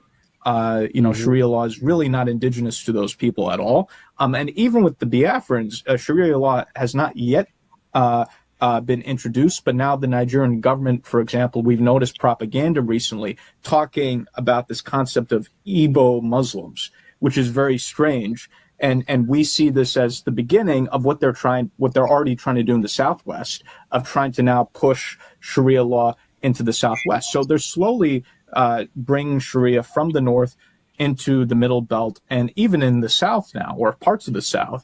And if they continue to do that, I do think there's going to be significant unrest in Nigeria, not just in Biafra, but throughout other parts of Nigeria, if they try to impose Sharia on Christian or moderate Muslim populations. Yeah. And I think this is something the U.S. government has to be engaged on. Yeah, because people should remember that the reason South Sudan split off from Sudan was the whole issue of Sharia law, because the South Sudanese were Christians or animists. Like me, they like drinking their beer. And when the extremists tried to implement Sharia law, that really added to the desire for separation and freedom. Thank you very much, Ambassador. Before I find a question, let me add something there. Let me add something, please. Ambassador, do you think with the Nigerian Constitution of 1999 having the Sharia law, since then down to this time, with the numbers of massacre of babies, women, and children that have gone so up to this very point, which also necessitated Senator Ted Cruz Accountability Act legislation invoked. We've seen like 5,191 in 2021. We've seen like 5,061 in 2022. We've seen 8,222 in 2023. We've seen 6,500 in 2024. 2025 has 7,500 Christians massacred. Looking at the future, or in the next 2-3 years, do you think Christians have a hope, or they will still be alive in Nigeria with the Sharia yeah, law in the absolutely. country? No, Christians absolutely have a hope because they have to stand up and against this kind of what I call religious intolerance. If you remember when Sharia law was introduced in the northern states, the deal was that it would not apply to Christians. So when Ramadan came along, Christians were supposed to be able to continue their meals. Christians were supposed to be able to continue buying traditional beer and things like that, but that's not how it turned out. Now, when there's Ramadan in the Sharia states, everybody has to participate, whether they're Christian or Muslim, because they have their religious police. So, that, like I said, they tried it in Sudan, and the South Sudanese said, no, we are out of here. Take your Sharia law. If you want it, that's good for you, but we are Christians, and we're not going to deal with it. Thank you very much, Ambassador. I think you just answered that question that Christians have to stand up and have their own Christian country. Yep. Christians in the Middle Belt need to stand up if they want to live, and they will be well better off having their own territory and worship their God. Then those that want to worship Sharia, they can go and have their Sharia. Thank you very much, Ambassador. Finally, what message would you like to send to the Biafran people and supporters around the world regarding international advocacy and the path forward? My message is that the people of Biafra have the same rights to justice and equality and dignity as anybody else, and it's for them to decide how they want it and to struggle for it. Thank you very much. Thank you, Ambassador. Thank you for being part of this program today. And I know that Biafrans and the lovers of freedom around the world will be very happy to see you on VOB, Voice of Biafra. And Minister of Information, what do you need, what do you have to say to our wonderful ambassador here, being in our show? I want to say a very big thank you to our wonderful ambassador, who has been the friend of the Biafran people, the friend of the Christians, and the friend of everyone that do not carry machete to cut off heads of babies, women, and children in their communities.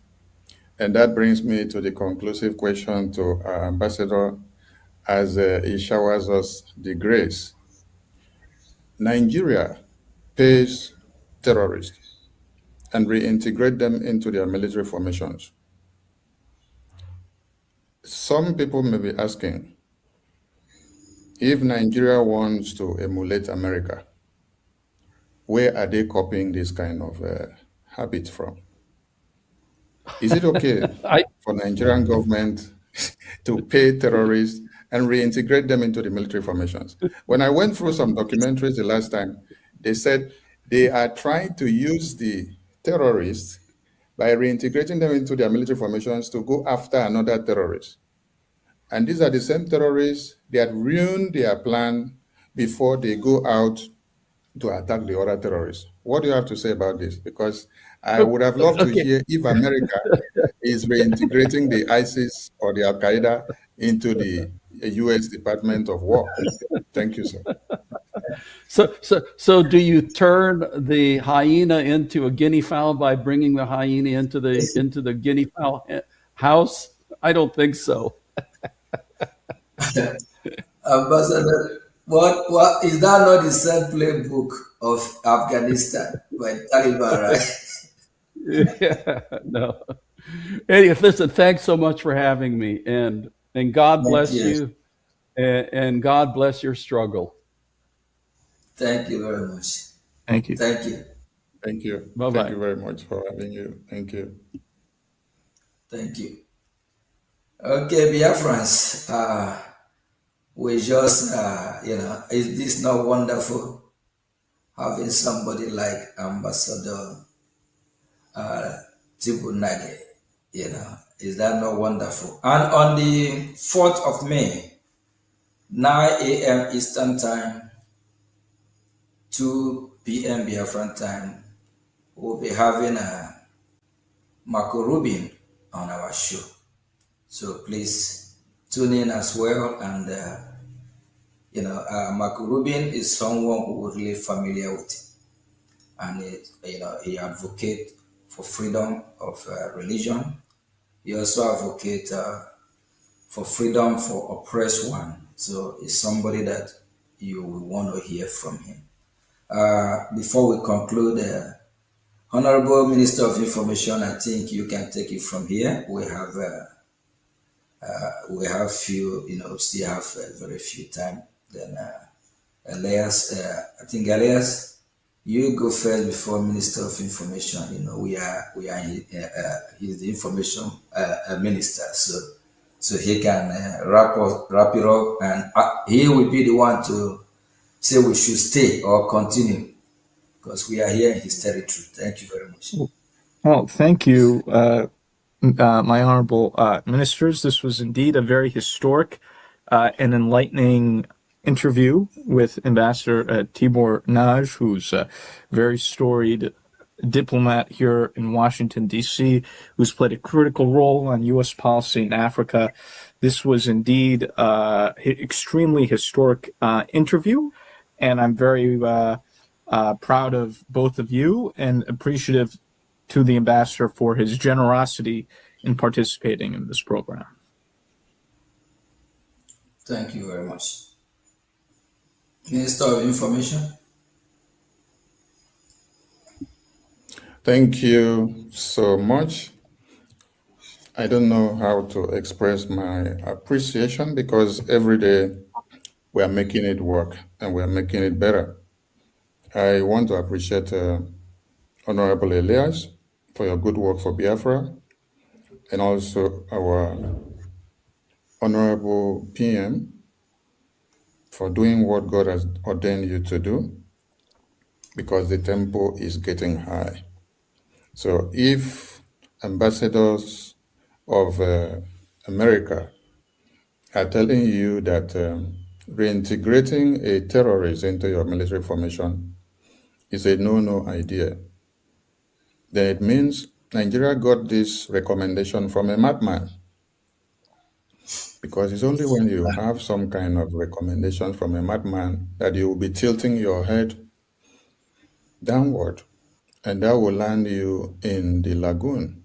And Nigeria has landed in the lagoon because that is what we are seeing today. Their military formations are overrun on a daily basis.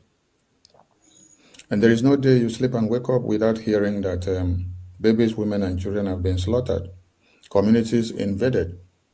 And the worst has happened that field marshals, generals, and commanders of the Nigerian military formations are taken down daily by the notorious Boko Haram terrorists. The list goes on and on. But like we said, Biafrans have hope, because we have created the space for that, and Biafra Republic government in exile has done it. So I appreciate all Biafrans. Please key in to our next upcoming Politics Insight. It was good having our lobbies in the show, and having our PM, and having Ambassador Tibor Nagy. Thank you all from here. It is Voice of Biafra Television. Bye for now. Thank you very much. Thank you.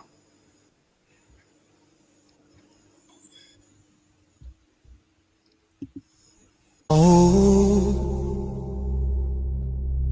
no.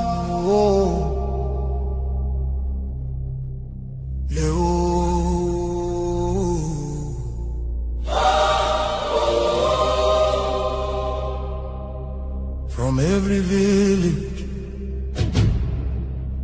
every city, from homeland to diaspora, hope is rising again. Oh!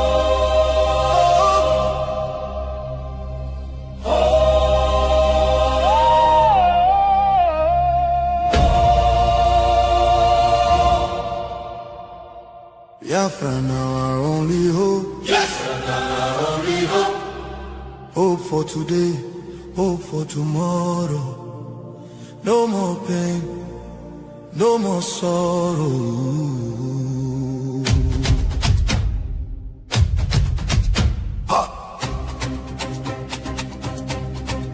We bring better news, make your head on clear. We get hope, now Biafra we dey see ya. Beautiful nation, shining bright justice and fairness. Now the light, Biafra go be one beautiful nation. Every Biafran go enjoy true freedom. Fine, fine country, shining nation. Justice and fairness, justice and fairness. Everybody equal, one love for rich and poor. Leader or citizen, no different, justice go speak with confidence. No pressure, no discrimination, rule of law for the nation. Truth and justice go reign forever. Biafra go get strong and better. Where your hope? Biafra. Who be your hope? Biafra. Waiting be your country. Biafra. No more suffering and smiling, no more fear, no more hiding. Respect and dignity for all. Every citizen standing tall.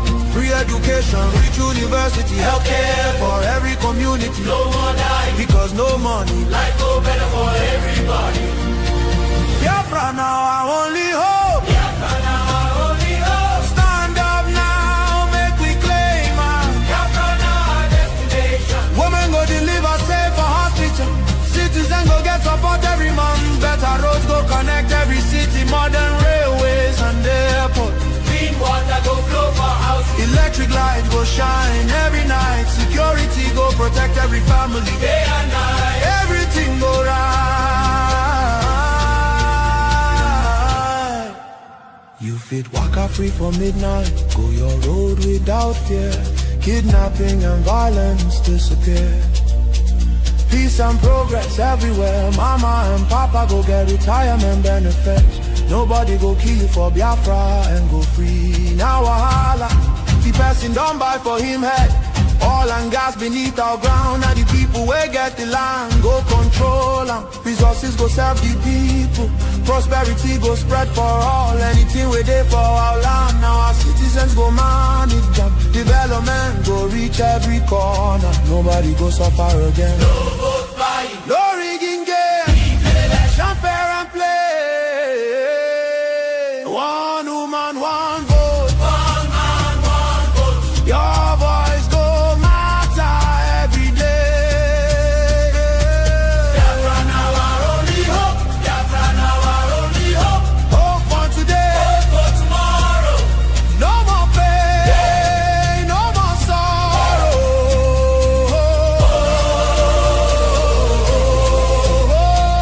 Biafra now our only hope. Biafra now our only hope. Hope for today.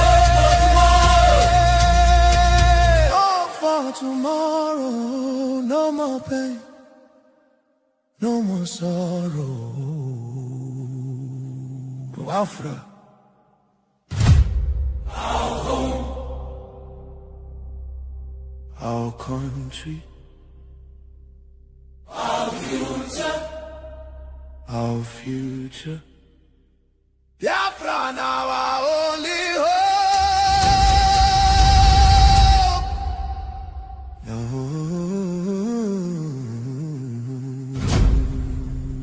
Love can heal the deepest pain. Shelter broken dreams erase. Hunger.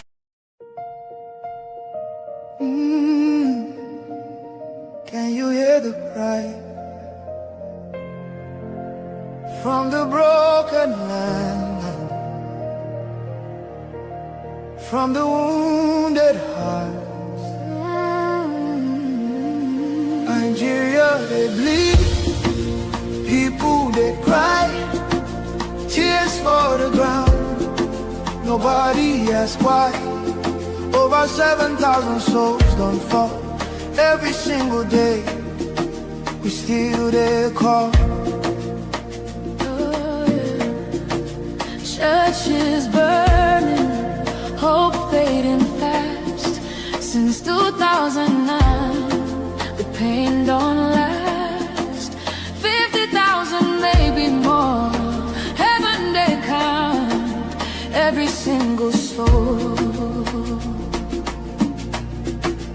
Children without home tonight, mothers praying through the night, fathers lost no strength to fight. Who go stand for what is right?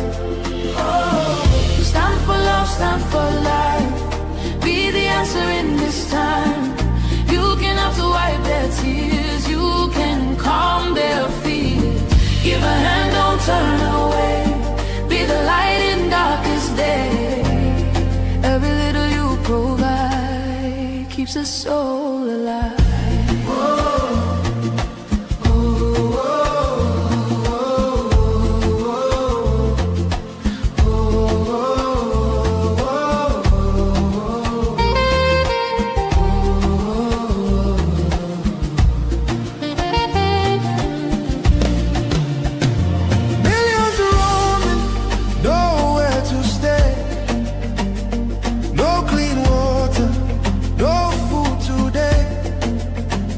Voices crying in chains, silent echoes filled with pain. 19,000 churches gone, but faith still rising, holding on. In the ashes, hope remains. Love can heal the deepest pains. Shelter broken dreams erase. Hungry hearts we can embrace. Let compassion take its place. Now's the time to show his grace. Stand for love, stand for life. Be the answer in this time. You can help to wipe their tears. You can calm their fears. Give a hand, don't turn away. Be the light in darkest day. Every little you provide keeps a soul alive. Food, water, shelter, hope. You can be the miracle they pray for. You can change a life today. No matter how small it seems, your love can rebuild their dreams. Together we can make a way. Keeps us so alive.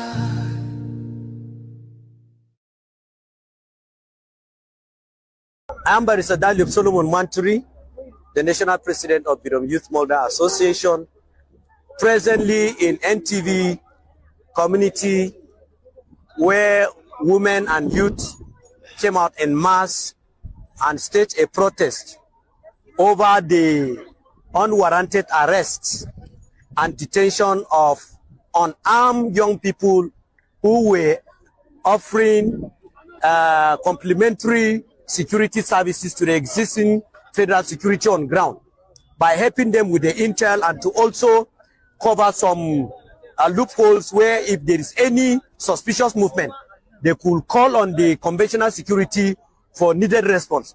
But we learned from them, 4 of them that are here behind me, were giving such a service, and military personnel from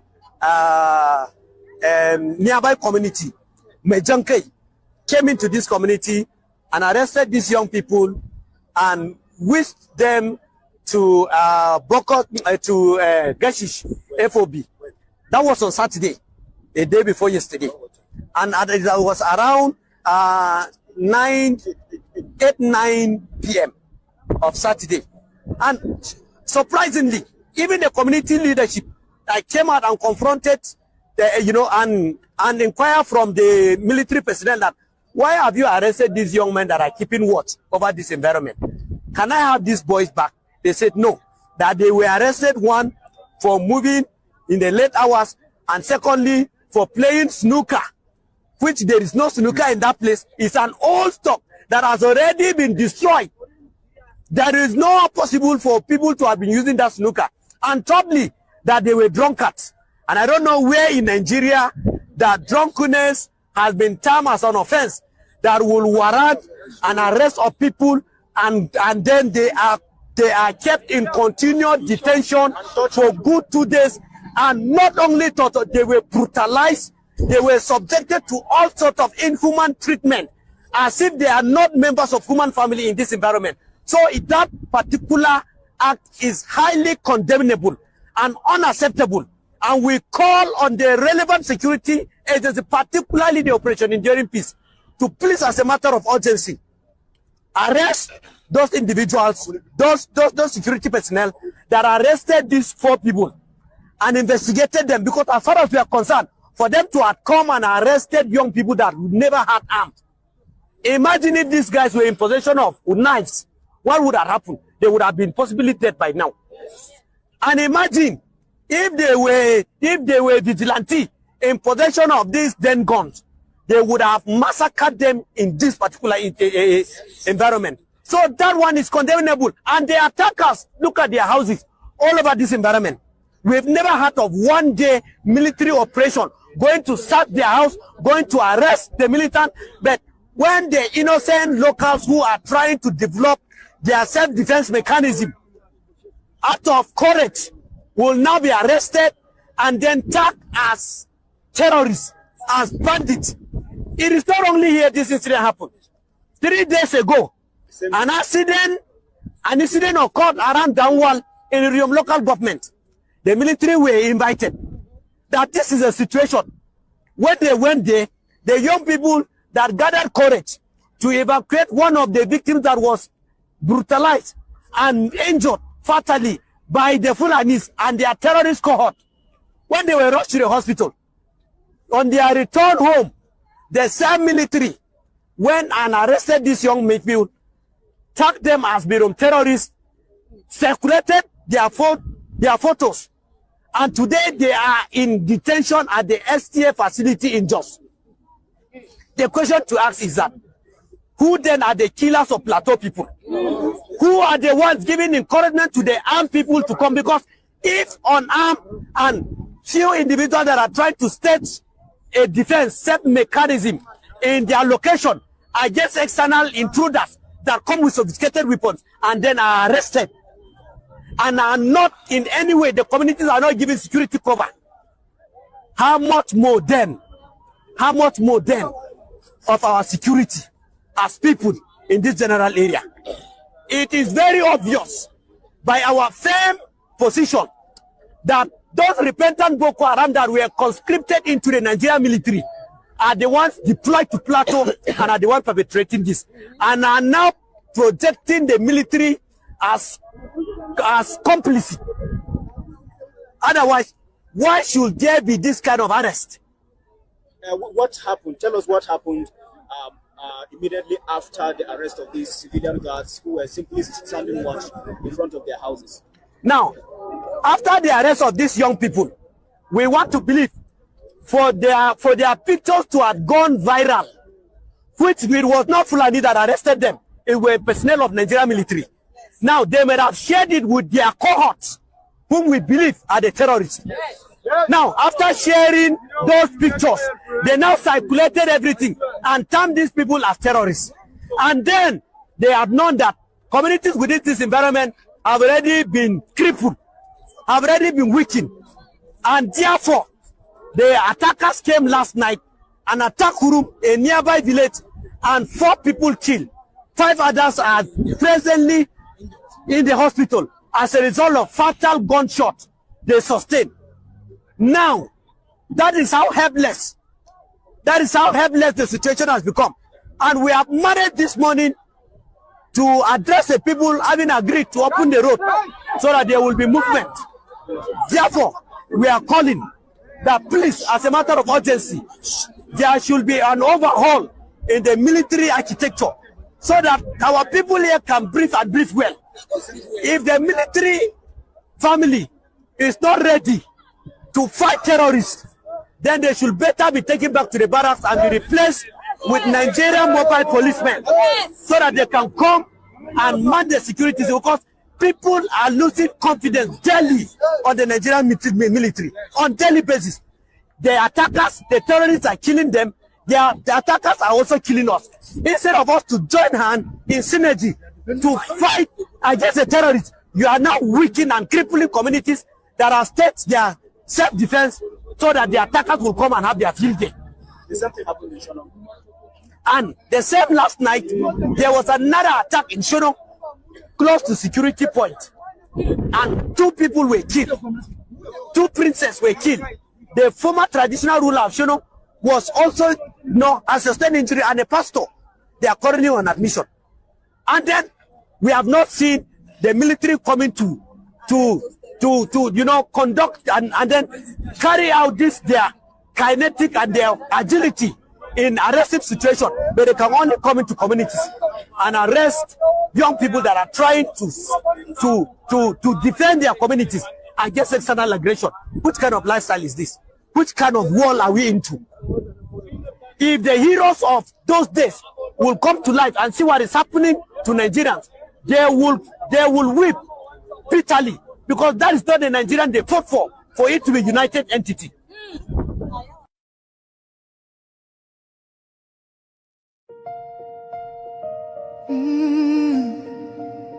Can you hear the cry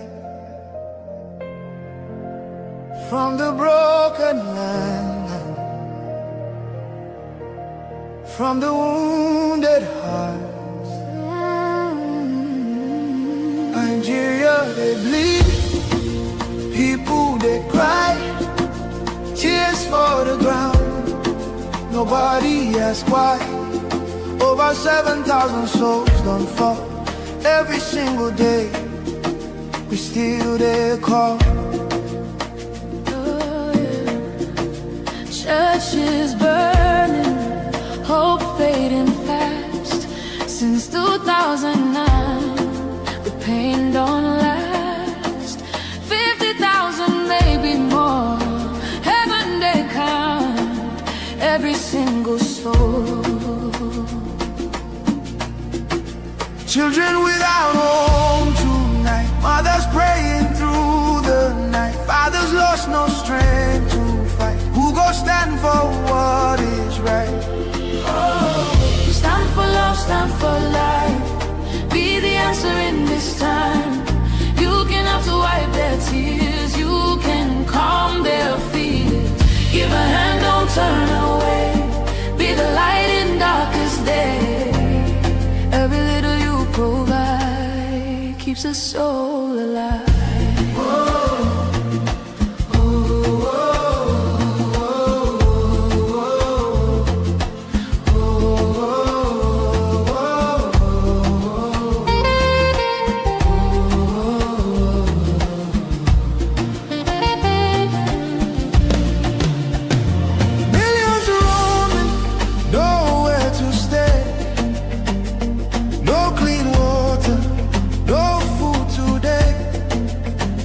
Voices crying in chains, silent echoes filled with pain.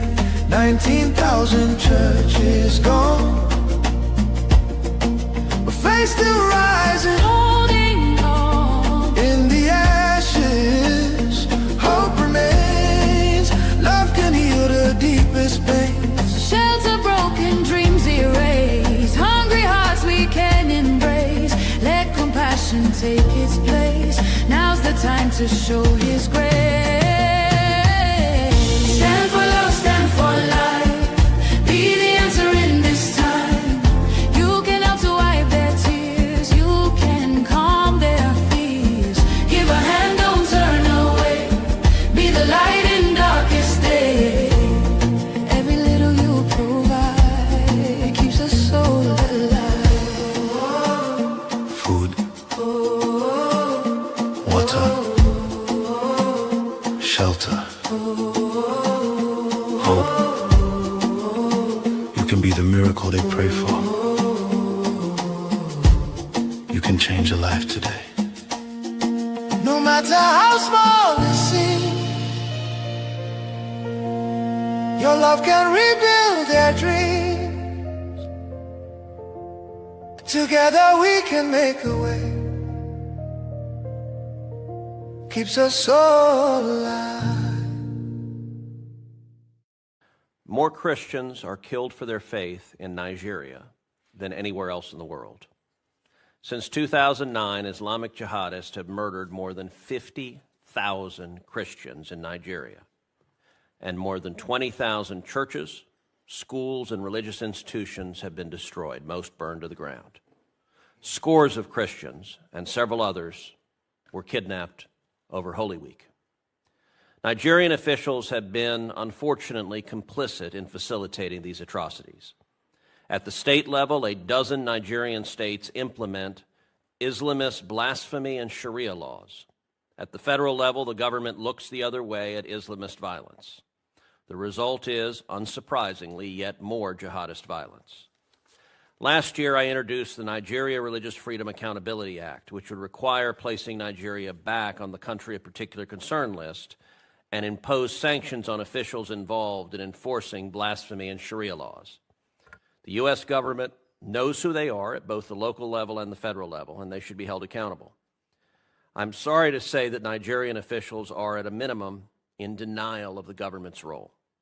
In October, several officials, including the Deputy Speaker of the Nigerian House and the Chairman of the House Committee on Foreign Affairs, and a range of anonymous officials linked to the President, directly attacked me for saying that, quote, officials in Nigeria are ignoring or even facilitating the mass murder of Christians by Islamic jihadists. Last year, I met with a delegation of top Nigerian defense and security officials. They said they were committed to ending the violence. I told them I would judge their commitment by the results. Those results have yet to materialize. President Trump has established that the United States will use all tools of statecraft to counter the violence. He ordered that Nigeria be added to the CPC list, and in December he ordered the Department of War to target ISIS terrorists in response to their massacre of Christians. I'll note that the Nigerian government said at the time that it welcomed and indeed requested the actions. I find their statements to be somewhere between hypocritical and infuriating. In December, the president said that jihadists have been targeting Christians in Nigeria, quote, at levels not seen for many years and even centuries. What does the situation look like now, several months later, and what can and should the United States do to stop the mass murder of Christians?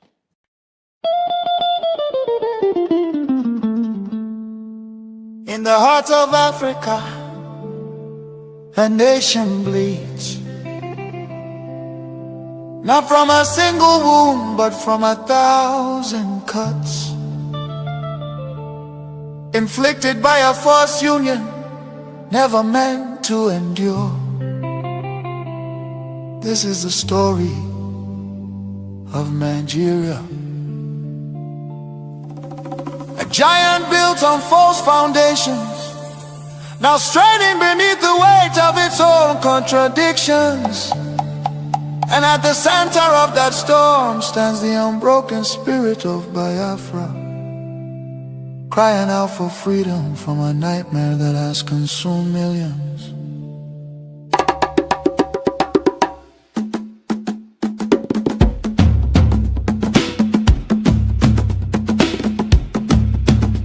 It began with the rivers of blood in 1966. Thousands of Biafran men, women and children, professionals, traders, students and families who had built lives across the Federation became targets in the northern city, fueled by ethnic hatred and religious hostility. Mobs descended upon innocent civilians. They were slaughtered in their homes, in crowded markets, and aboard trains carrying desperate families back to the east. Streets were littered with bodies, rivers choked with corpses. Survivors returned to the east carrying trauma, grief, and the painful realization that they were no longer wanted in the Nigerian Union. Biafra, Biafra, voice of truth and freedom. Biafra, Biafra, the rising sun will rise again. Then came May 30th, 1967, a desperate act of survival. What followed were 30 months of unimaginable devastation. The Nigerian military, armed and backed by foreign powers, including including Britain, Russia and Egypt, surrounded the young republic. A total blockade was imposed. No food, no medicine, no escape. Starvation became a weapon of war. 5 million, mostly civilians, many of them children, perished during what was not just a conflict but genocide against Biafra. Bombs fell on markets, hospitals and villages. Communities were razed. The world watched in silence while famine hollowed the faces of innocent children. Some nations spoke out, but many turned away.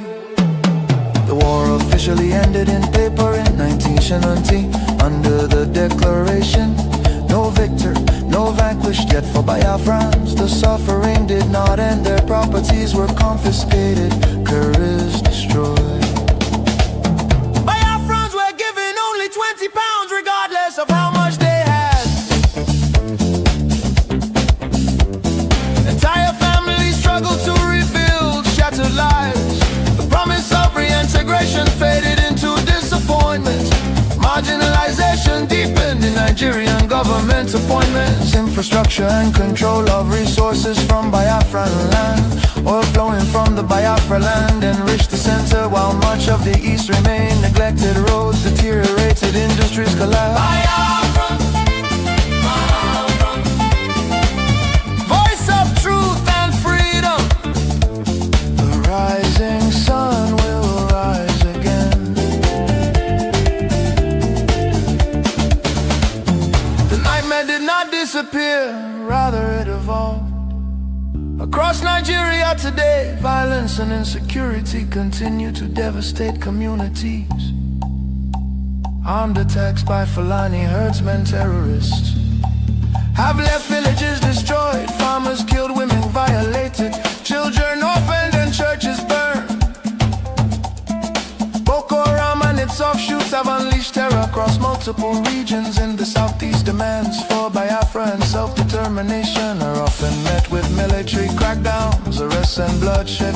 Protesters have been killed, fear and tension continue to rise.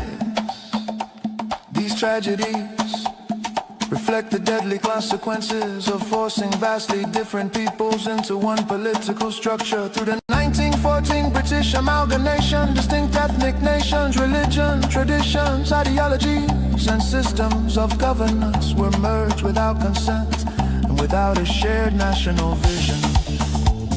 The North's feudal and religious conservatism can never blend with the South's entrepreneurial drive. And the East Republican individualism attempts to hold the Union together continue to be at the cost of innocent blood. Why does Biafra matter? Biafra means self-determination.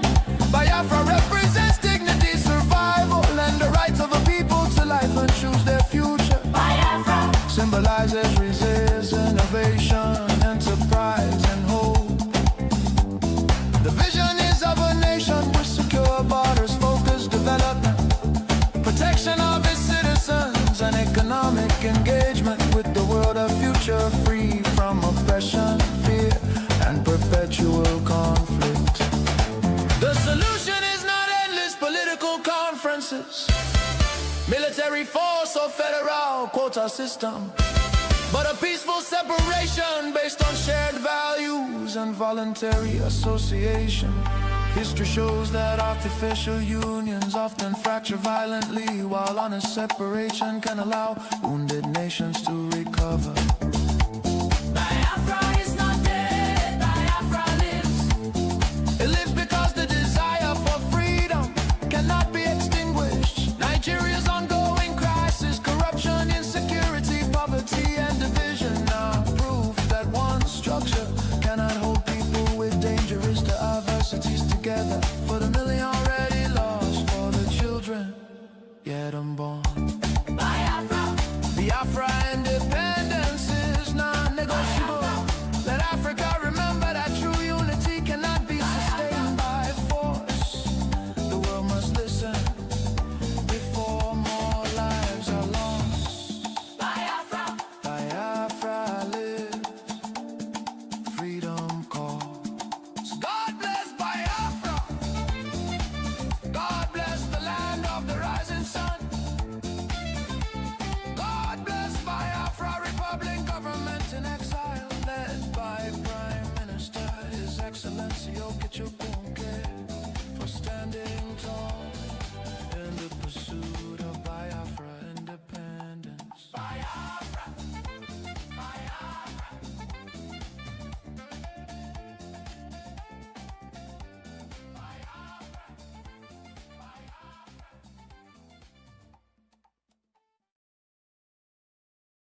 justice go reign forever. Biafra go dey strong and better. Where your hope? Biafra. Who be your hope? Biafra. Waiting be your country. Biafra. No more suffering and smiling. No more fear, no more hiding. Respect and dignity for all. Every citizen standing tall. Free education, rich university, healthcare for every community. No more dying, because no money. Life go better for everybody. Biafra now our only hope. Biafra now our only hope. Stand up now, make we claim our Biafra now our destination. Women go deliver safe for hospital. Citizen go get support every month. Better roads go connect every city. Modern railways and airport. Clean water go flow for houses. Electric light go shine every night. Security go protect every family. Day and night. Everything go right. You fit waka free for midnight. Go your road without fear. Kidnapping and violence disappear. Peace and progress everywhere. Mama and papa go get retirement benefits.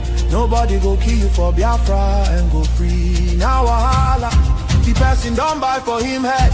Oil and gas beneath our ground. Now the people where get the land go control them. Resources go serve the people.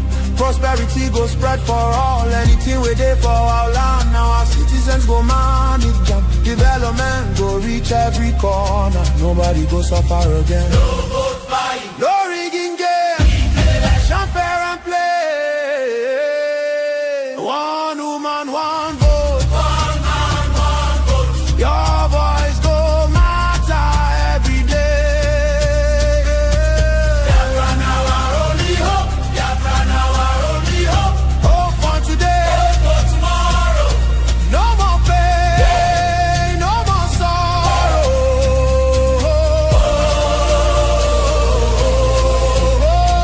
Biafra now our only hope. Biafra now our only hope. Hope for today. Hope for tomorrow. No more pain, no more sorrow. Biafra. Our home. Our country. Our future. Our future. Biafra now our only hope. No.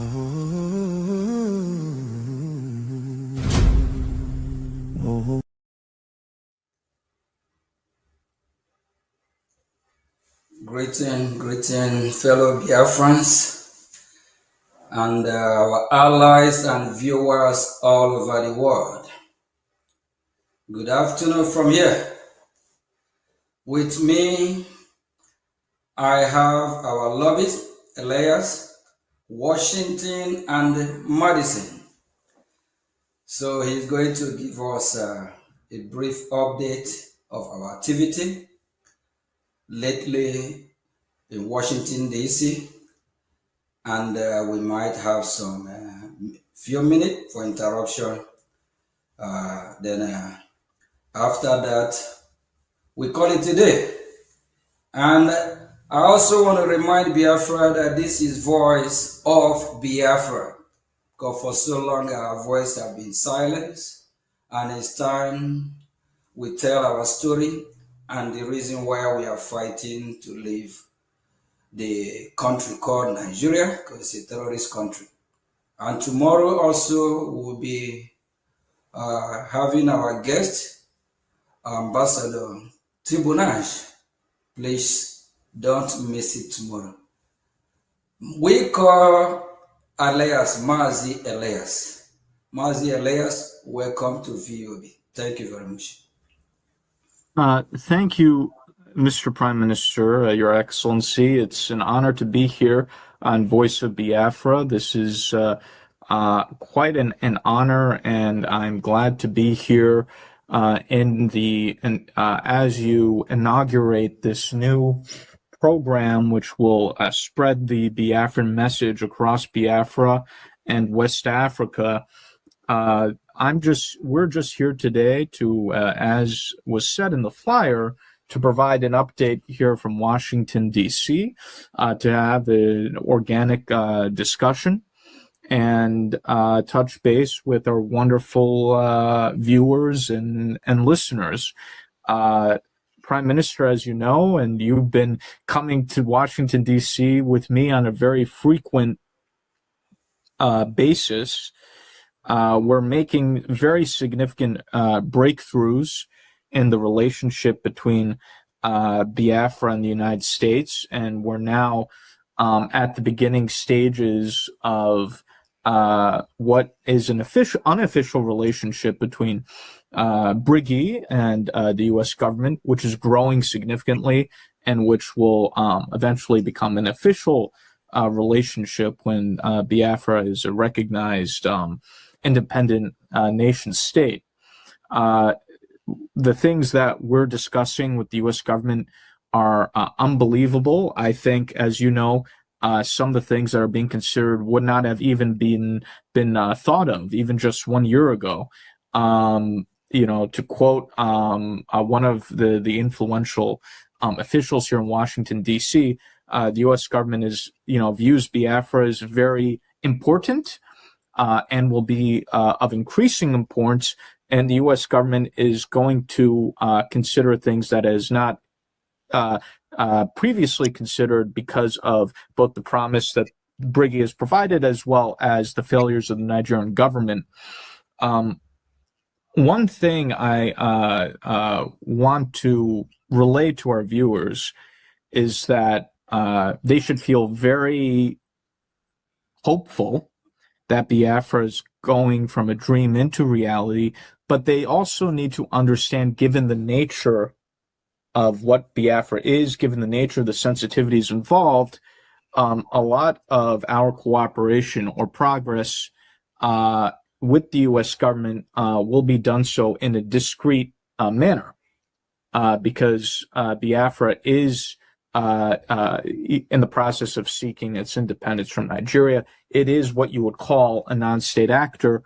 The U.S. government tends to be a little bit more discreet in terms of disclosure of its activities with non-state actors versus its official relations with foreign governments.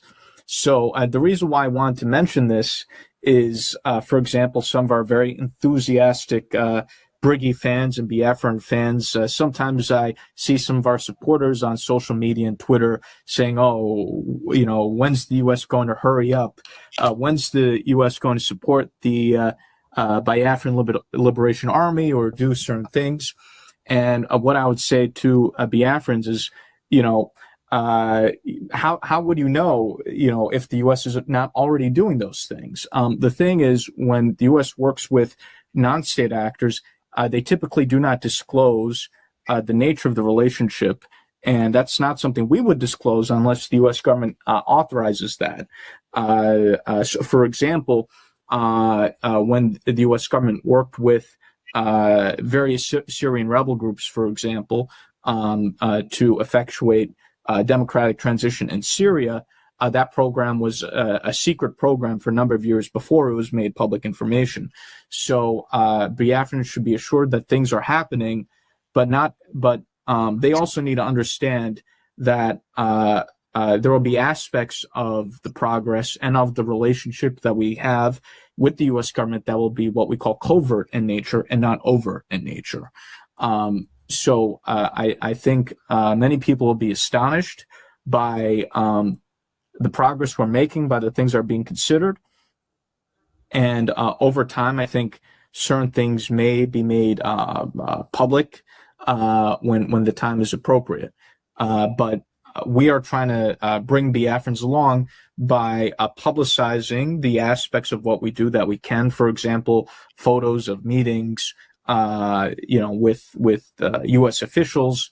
And we saw the Prime Minister had that very nice photo of him posted by a very senior Trump administration official, Leo Terrell. And he had a very there was a nice photo of the two of them that the Honorable Mr. Terrell posted. So we will be publishing our meetings, but the discussions that we have, the sensitive programs that are being considered are not things we'll be discussing publicly, not at least until our counterparts in the U.S. government think it's appropriate to publicize certain activities.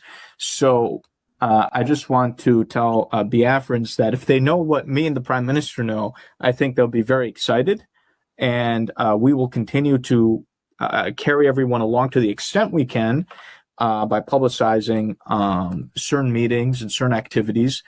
And I think that's what's distinguished the Biafra Public Government Exile, is that when we have meetings that we can publish, we publish those meetings. And so the Biafrans have a sense of the activities that we're doing. And there's a fine line between discretion and transparency, because, we want to show that the Biafra government wants to show that it's doing the work. At the same time, the Biafra government wants to protect confidentiality. And so it has to thread that needle in the middle of both demonstrating accomplishments while at the same time protecting sensitive discussions. And I think the Biafra government is doing a good job of balancing that. So I want to say that this is a great honor to be here. I think the progress we're making, to be honest, is even much faster than I had anticipated. And my message to Biafrans too is you have to stay focused, you have to be serious, and focus on the goal and not get sidetracked with drama or nonsense. So thank you very much, and I'll turn it over to you, distinguished Prime Minister. Thank you. Thank you very much, Honorable Elias. It's like every other day, we do have the opportunity to meet, because just like for the past few weeks, it's a lot of meeting, yes. And we actually have to travel outside the metropolitan area, which is Washington D.C. area. We travel far away from Washington D.C. So all for Biafra. We just want to encourage Biafrans to be hopeful that our freedom, is here. And you touch light on something I really want to ask you, that if somebody have even whisper on your ear 2 years ago that what we have achieved and where we've been today, that we're going to achieve this milestone, what will you say? Oh, people have admitted to me privately they're shocked about what we're doing. 2 years ago, what we're doing, the accomplishments we have, what the U.S. government's considering. People, if you asked someone 2 years ago, they would have told you, oh, you're completely crazy. So it's amazing what we've achieved. The environment is completely different than 2 years ago, even from a year ago. So things are very quickly shifting in our favor. And as you know, Prime Minister, certain individuals who didn't even consider Biafra now seriously considering Biafra, people who thought that, oh, this is completely unrealistic, all of a sudden they want to come on board. So it's been a very big shift, even within the past 6 months, I would say. Even it's like on a monthly basis, it's now shifting in our favor. Yeah, just like Ambassador, that will be at the VOB tomorrow. 2 years ago, if you have asked him to come to Voice of Biafra, the name Biafra, they were like, what? Because Washington, D.C., have not really know much about what is happening in Nigeria and how bad Nigeria situation is. So the Biafra Republic government in exile, we actually do a lot of work, lecturing, talking. Like our last meeting, if you recall, we spent almost 2 hours, right? Elias, correct? Yes. Yes. So, talking, and now Washington ear is wide open. They want to listen. And the good thing about it is that most members of Congress, they are willing to be part of this. They want to be involved because it's disturbing seeing what is happening from Nigeria, how they are killing, hanging people, beheading people, burning people alive. It's disturbing. Even our last meeting, I recall asking this member, they want me to show him some horrible. So I'm glad that Washington DC, now start talking about Biafra. And the last hearing of which Senator Ted Cruz just a few days ago, he was there, and Dr. Walid was there. Even Mike Anoy, you see them, like somewhere like Mike Anoy, just few months ago, even few weeks ago, when you talk about Biafra separated from Nigeria, he will tell you, no. So we can hear him say that, it's time to divide Nigeria. It's an option now. It's no two ways about it. And we also hear from former President Trump advisor, Dr. Wale, also talk about Biafra. So Biafra must be free, and we are glad that people in Washington, congressmen and women, are now reasoning with the Biafran people, because this truth is out there. It's no longer hidden.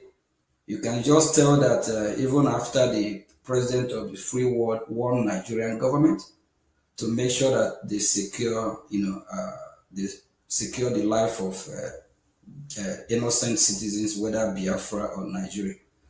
What is still end up massacre after massacre, killing after killing. So Washington don't want to turn a blind eye anymore. And we believe that after Iran, we believe after Iran, Nigeria will be next, because Nigeria is actually part 2 of Iran. They work together. Iran also sponsor a terrorist in Nigeria. Even in northern part of Nigeria, you agree with me. We know based on our information, Hezbollah is supposed to be in Lebanon, correct? But Hezbollah is in the north of Nigeria. They even have their cell, or you call it prison there. So, and Biafra people are so glad that they have you on board, and we have done a lot. And like my speech a few days ago, I said I have heard a lot have echoed in this ear about why Washington have not been talking about Biafra before now. And we're glad that we are correcting all the mistake with good leadership and steady leadership. And very soon, Biafra will be free. So glad that we have you in our VOB. And as you knew, hardly, I don't know, when is the last time you heard CNN or BBC talk about the genocide happening in Nigeria or in Biafra land? Please, when is the last time you recall?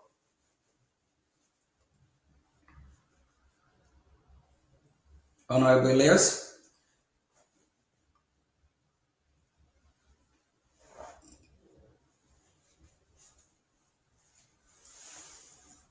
Honorable Elias, can you hear me? I think we lost we lost him. Nigeria, all the Govt media in Nigeria have not been talking about Christians nor the Nigerian Christians. It's so sad. BBC as well, they are not reporting it. But we are glad that with this platform we have, we'll make sure that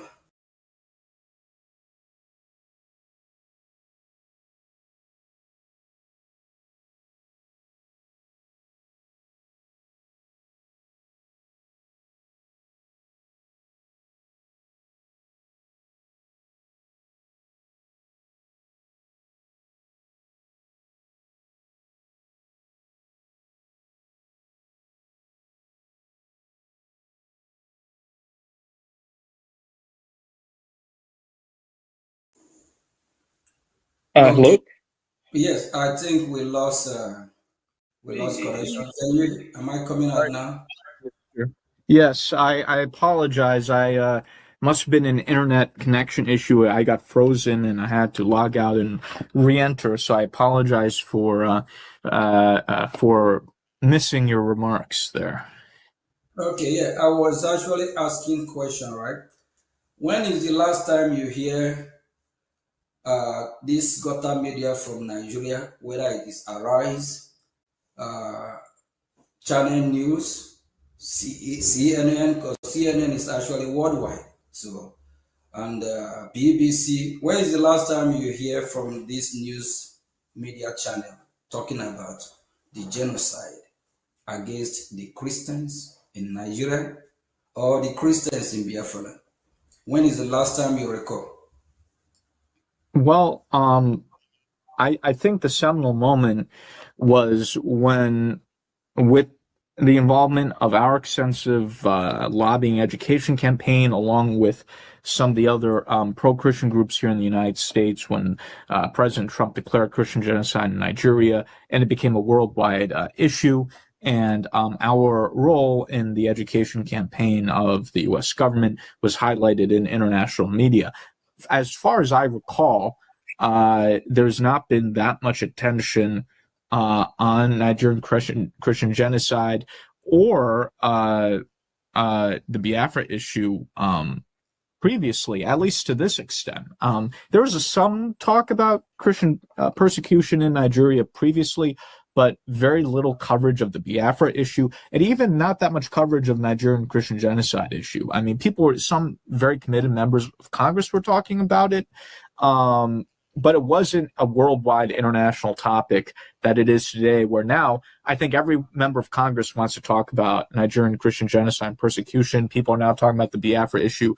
So there's never been this type of awareness previously. There's never been this type of discussion previously, at least not that I'm aware of, but certainly not in recent. Yeah, actually, my question is about the media. Like, Arise is in Nigeria, Channel News in Nigeria, Nigeria, BBC, they're in Nigeria. What my question is that, when do you recall, when is the last time you heard this news media channel like Arise, CNN, BBC, and Channel News talking about the genocide against the Christian Biafra or the Christian Nigeria?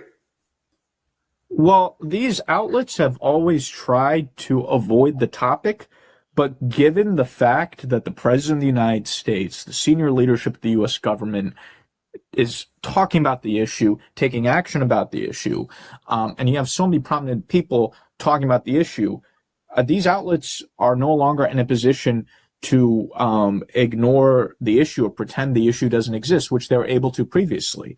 But, if the President of the United States, the leader of the free world, is talking about an issue, you can't simply ignore, pretend the issue doesn't exist. So because of the president's action, because of the international media attention, even your Nigerian news outlets like Arise News and the other media, they're now forced to talk about the issue. Granted, they put their own spin on the issue, but they're forced to discuss it now. Even with Brgie, for example, Arise News and the other Nigerian media channels did entire segments on the lobbying war, for example, between us and the government of Nigeria. So because the issues gained so much prominence, even what we call the Nigerian gutter media is even forced to discuss these issues now because there's no being able to avoid these issues. So it's just, I think it's a different scenario now, and even the Nigerian media is forced to pay attention. And for the first time, they're discussing Brgie and the lobbying war between us and the government of Nigeria. So I think when we have, that's why what we're doing is so important, because if you don't have U.S. government attention, it's just very easy for Nigerian media and the Nigerian government to pretend the issue doesn't exist or to ignore the issue.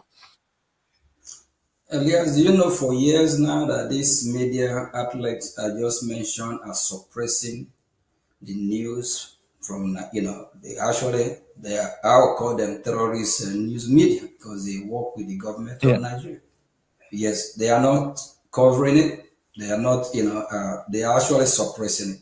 It's so shameful. You remember what happened during this wonderful, great President Trump inauguration with Arise, right? Yeah, I remember that. I wanted to bring up that example.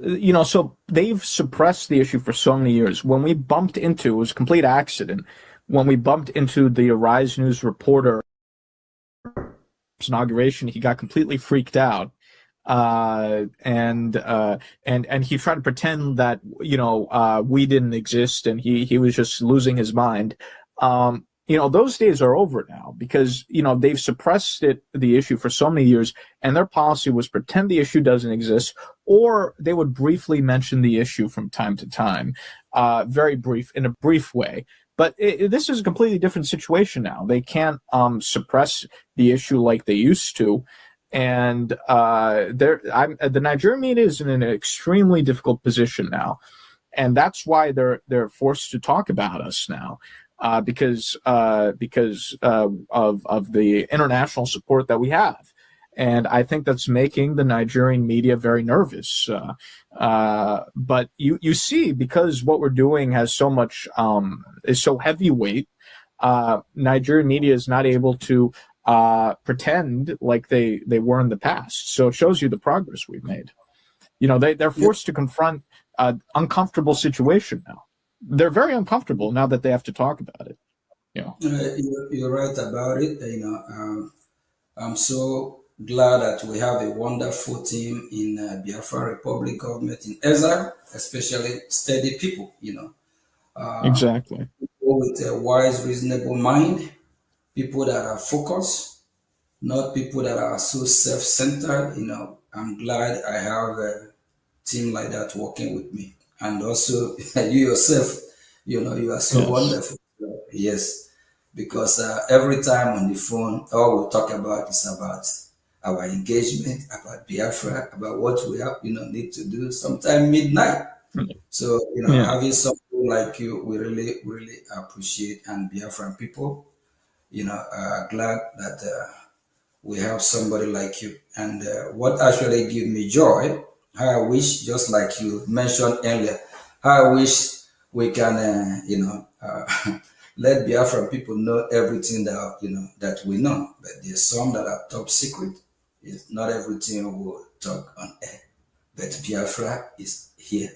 And for enemy of Biafrans, what do you think? What message you think we need to send to them? Because we have a lot of saboteurs, a lot of Biafran enemy, even our Voice of Biafra.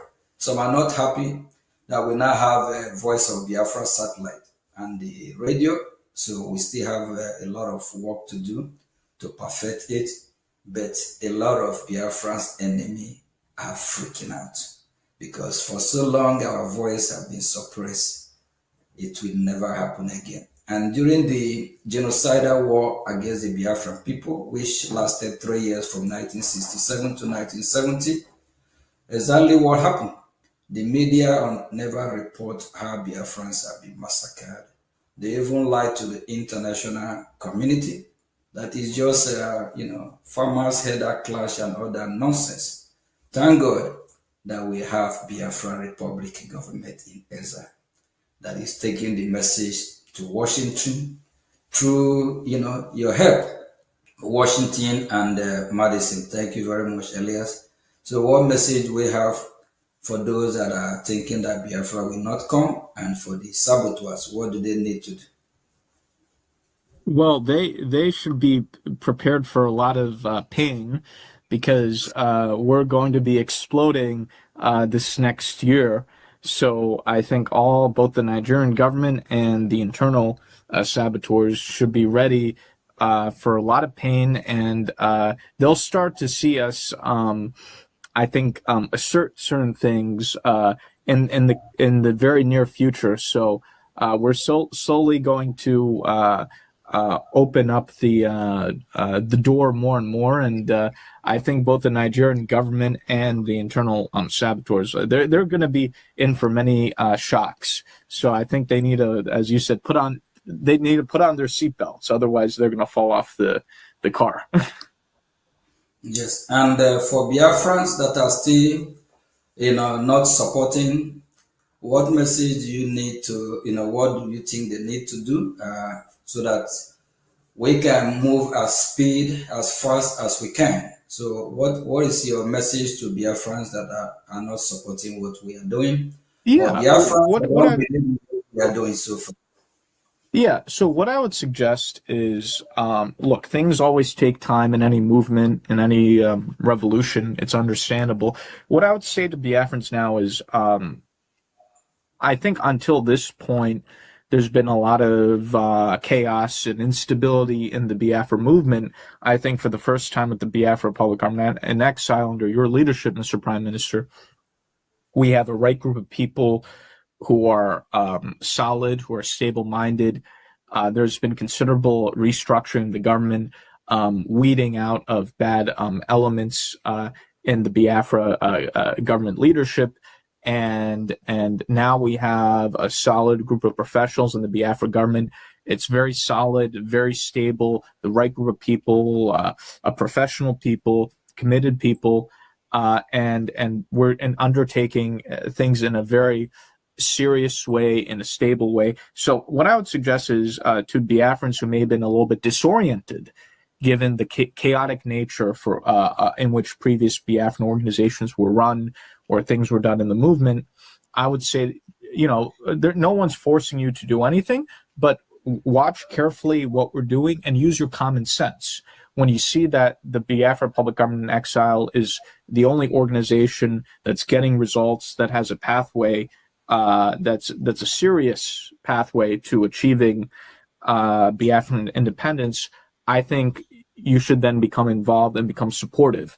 It's understandable that some Biafrans, given some of the amateurishness and mismanagement of previous Biafran leaders, are maybe somewhat reluctant to get involved. They're watching what's happening. But I think now that the Biafra Public Government in Exile under your leadership, Prime Minister, has shown incredible stability, incredible effectiveness, no drama, no chaos, which has always plagued previous Biafran leaders and organizations. I think it should encourage Biafrans to feel comfortable enough now to jump on board the winning train. So I think this is a turning point. For the first time, we have a Biafra organization with the right people, that's very stable and that doesn't have any crazy drama or nonsense. And I think that's very important. I think for whatever the reasons, there was a lot of chaos and drama previously, but that's no longer the case. So I think because we're in the situation we are in now, that should encourage Biafrans to feel comfortable to now get involved with supporting the Biafra Public Government in Exile. And there are many ways to get involved. Not everyone has to get involved in a public manner. You can people can support behind the scenes. So I think now Biafrans who should take a new look carefully at what Brgie is doing, and I think Biafrans who have common sense and who are thoughtful can look at what Brgie is doing and make a judgment for themselves. And I think based off of that judgment, they should be inclined to be supportive and to get involved, because I think Brgie is doing all the right things.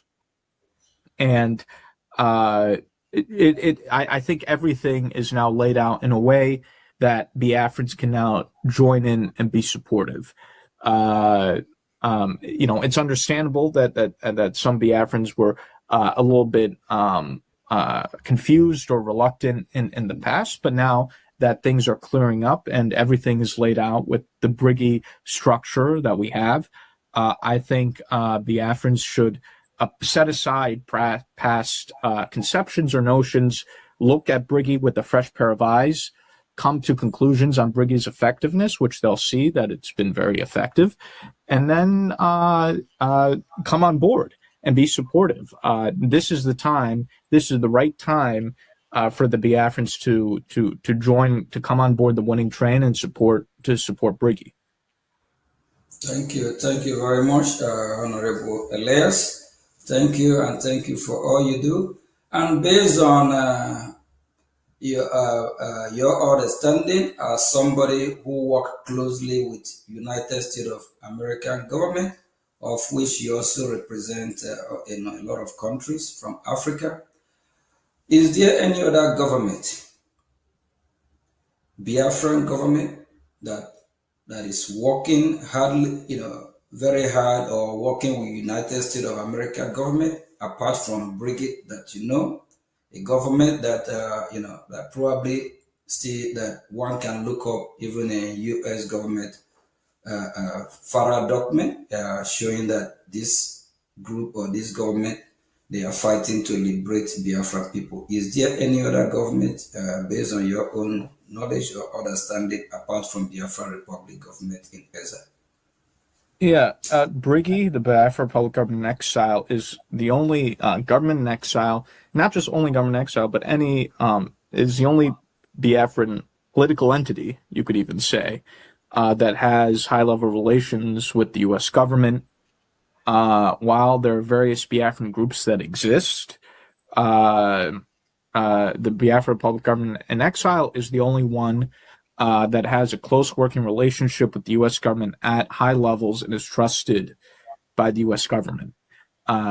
Therefore, I think it's critical that any other Biafra group or Igbo organization be in touch with the Biafra Public Government in Exile if they're interested in engaging with the U.S. government. They should do so through the Biafra Public Government in Exile. So Brgie is the key organization with relations with the U.S. government, and as such, Brgie will play a critical role in the future of Biafra, and Brgie cannot be in any way circumvented from decision-making on Biafra, because any attempt to go around Brgie in some way means you're trying to also cut out the U.S. government. So Brgie is the only organization that has that's viewed in a serious way by the U.S. government. Thank you very much, Honorable Elias. And Biafran people, you have heard it from, we call him Mazi Elias. So we Biafrans have given Honorable Elias a title as well, Mazi Elias. And he worked closely with U.S. government. So he knows more than a lot of us, and is somebody who represents not just Biafran people. He also represents other countries from Africa. So this is his field, this is his profession. So he have given the Biafran people, a well-meaningful advice. If you're a Biafran and you love freedom for your people, you love freedom for Biafra, come on board, support Biafra Republic government in exile. This government is government of the people, by the people, and the government officials, they are servants of the people. These are men and women that volunteer their time, their effort, their energy to serve the people of Biafra. Please, you are welcome on board. Any group that you are affiliated with, you are welcome to join Biafra Republic government in exile, the government that is working closely with United States of America. And I, as the Prime Minister of Biafra Republic government in exile, I am a living witness. I have had series of meetings with U.S. government officials. So I heard what echo in my ear, and I also heard what we need to do, and their advice, and what is expected of us. We need to unite. We need to focus. We need to organize. We also need to know that United States of America have our back. The question is that, how ready are we? Are we ready for our freedom? And I also want to remind Biafrans what happened in Iran. Why Iranian citizens are protesting on the street, even not minding that the Iranian terrorist regime is killing the citizens of Iran. Iranians are so determined to go out the street, protest, make a loud noise, and it get to the ear of the president of the United States of America, the president of the free world, and he told the Iranian people they should keep protesting, that freedom, their freedom is in their hand, meaning that help is on the way. If the Iranian people have stopped protesting, sending a strong signal to the world about what is happening, if they have stopped to alert the world that they are ready to be free, do you think what is happening in Iran today will be happening? And do you know that very, very soon the people of Iran will be free? So my fellow citizens of Biafra, we need to make some noise. We need to show how serious we are. And we need to stop this emotional blackmail that the Nigerian terrorist state have used on us. We are so glued with our past. Let's focus on the present.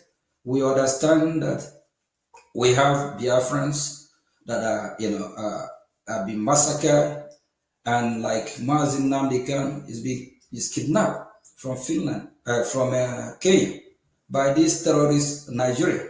And we also understand that Mazi Simon Ekpa likewise is arrested, all because of fighting for the people of Biafra.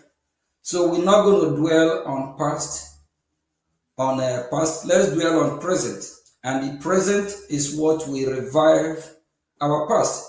We that are fighting are the ones that will free all the political prisoners, because that's what they are. They are political prisoners because they are locked up because of agitating or fighting for Biafra freedom.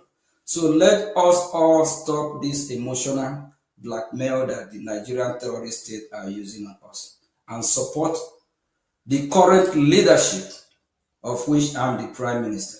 So Biafra Republic government in exile will do everything humanly possible to release all political prisoners. It's a task. We represent the entire Biafra, so we don't represent some group of Biafra and avoid other group of Biafra. So all Biafrans are citizens of Biafra, so we'll do everything humanly possible to free all political prisoners. So your support, we hasten it. Your support, we speed it up.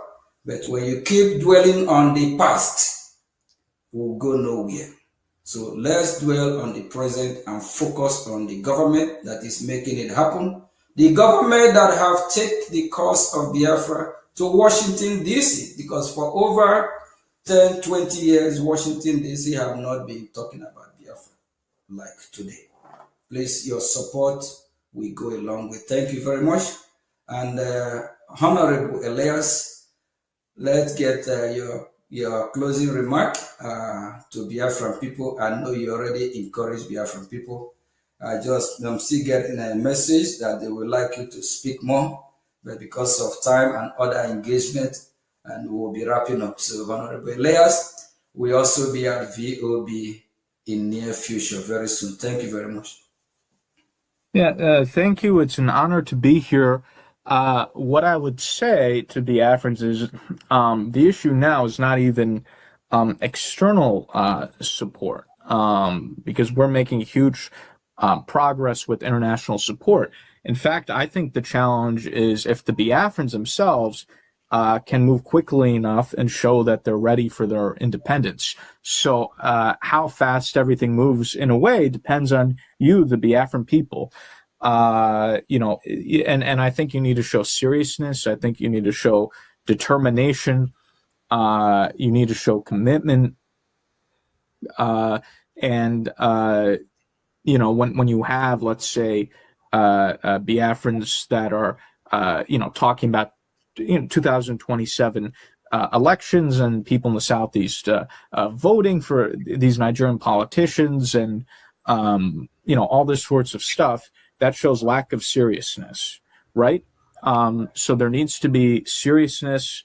there needs to be commitment. There needs to be an understanding that we're dealing with international diplomacy at this point, and not noise making, and not all this emotionality. So I think the Biafrans have to show greater seriousness and determination. And part of this will, yes, depend on external support, but part of it will also depend on the Biafrans themselves. If you show the necessary level of maturity that's needed for what we're trying to embark on. So thank you, and it's an honor to be with you today. Thank you very much, Honorable Elias, and I'm still going to be seeing you in a few days. We have other engagement in Washington, because it's all we do. So it's all about Biafra, freedom of Biafra, freedom of Christians, whether in Nigeria, Middle Belt, Biafra, is our job, and we have to free them. So the voiceless, we have to make sure that we send the message to the international community to come to, to our aid. And while we Biafrans also need to focus, it's time that we change the dimension. It's time that we all align with Biafra Republic government in exile, the leadership of which I'm the Prime Minister. So Washington, D.C., U.S. lawmakers in Washington, D.C., they are pleased to have somebody like me, and they are pleased to know that I'm steady, and I'm somebody with common sense. I'm not somebody that they cannot count on or rely on. That's what matters. So last week we traveled out of town for a very important gathering, of which we also have some very meaningful meeting. Just a few days ago in Washington, I came across some of the members that we met at the occasion. They remember who I am, and they always say good luck, in what we are doing. So they wish us well, because they know we are fighting a just cause. Please, if you're a Biafra, support the current leadership. Ask yourself question. If this leadership of Brgie is delivering, the answer is yes. Of which Honorable Elias pointed out earlier. He also talked about how the Nigerian newspaper have talked about our impact in Washington, D.C. Actually, there's a time they are attacking us, right? They said, yes, but now Nigeria as country of particular concern is we are the one behind it. Yes, we play a very vital role.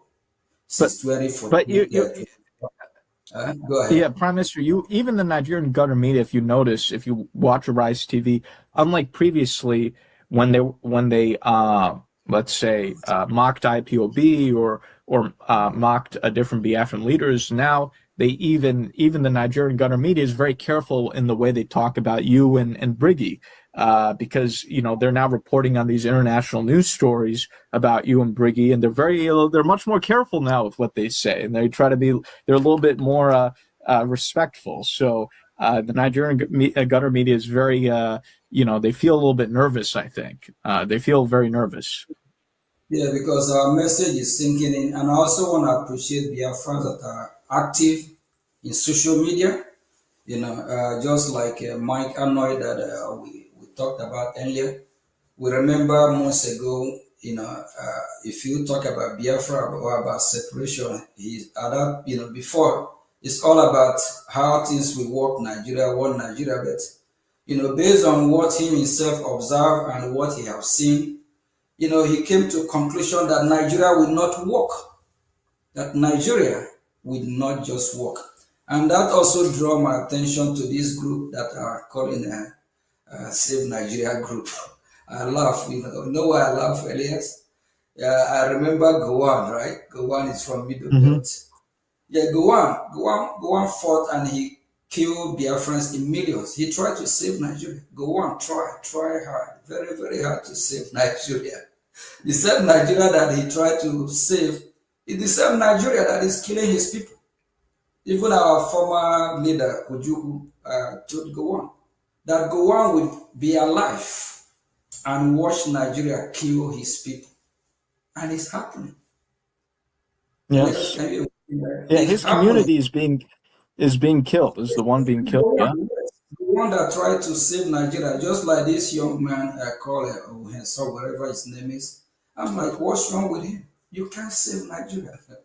You can't. A former president named Obasanjo said Nigeria insecurity can never stop. Obasanjo said Nigeria insecurity can never stop. That means what is happening, it just can't stop. And I thank God that Washington DC is beginning to realize, like one of the speaker at the hearing just a few days ago, he compared Nigeria to like Yugoslavia, right? Yes. Yes. So Nigerian people, they need to go and get their own separate country. So like if the Fulani people, if they believe Nigeria is their country, they can go coexist with the North, like the Hausa. We call them Hausa Fulani. So we encourage the middle belt. Nigeria can't be saved. Don't deceive yourself. And the funny thing is that the more they try to save Nigeria, the more Nigeria killed. It happened in Lekki Toll Gate. While Nigerians are waving Nigerian flag, protesting against police brutality, Tinubu, the same terrorist president, do you know that Tinubu ordered the military to open fire and kill a lot of these people protesting for freedom? Not to even, these people at Lekki Toll Gate, not that they are protesting to exit Nigeria. They are just protesting for better Nigeria then. They are just protesting against the police, a police force called SARS, because these SARS are actually terrorists. The way the SARS turned to terrorists that are kidnapping people for ransom, because if they arrest you, they will tell you how much you need to pay before they release you. So they're committing a lot of crime. Tinubu ordered military to kill this innocent Nigeria protesting. Nigeria can't just be saved, so this Save Nigeria group need to stop wasting their time, because whenever they keep posting of their meeting from Washington DC to save Nigeria, that go on, their brother, uncle tried to save. It never worked. And the same Nigeria that they try to save is killing them. So it's high time Biafran people wake up, since they know that Nigeria can never work. Please support Biafra Republic government in Peza. Biafra is here. We need to be more organized. We need to be more serious than ever before.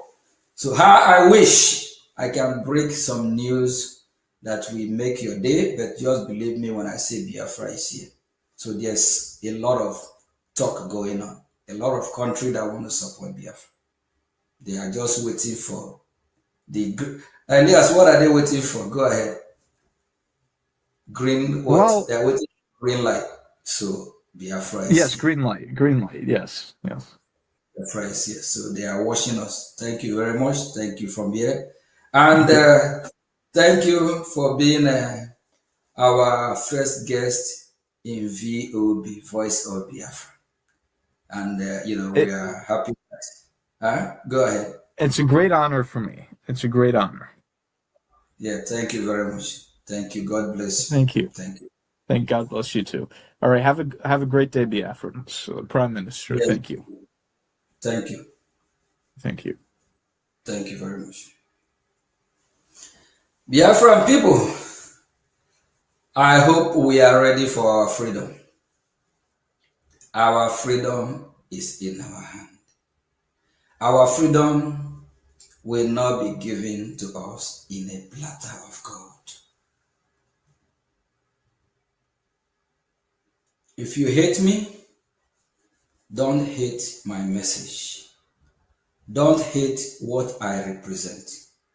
Don't hate what Mazi Ogechukwu Nkere is fighting for.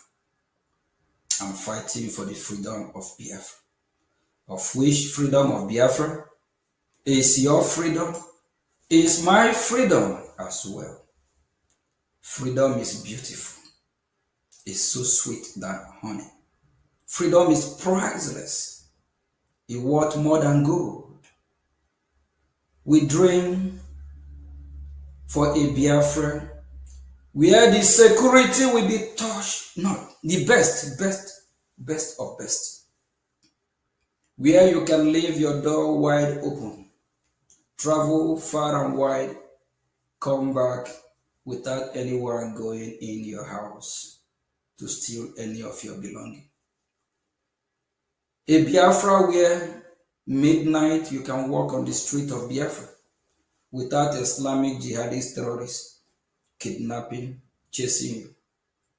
A Biafra where you have a steady electricity. A Biafra where you have good education system. A Biafra with hope. A Biafra where everyone from different countries of the world we want to live. A Biafra where people want to travel, like the way people travel to Dubai, America, Hong Kong, Singapore. A Biafra that will bring positive vibe to the global community. A Biafra that will be love. A Biafra of live and let live.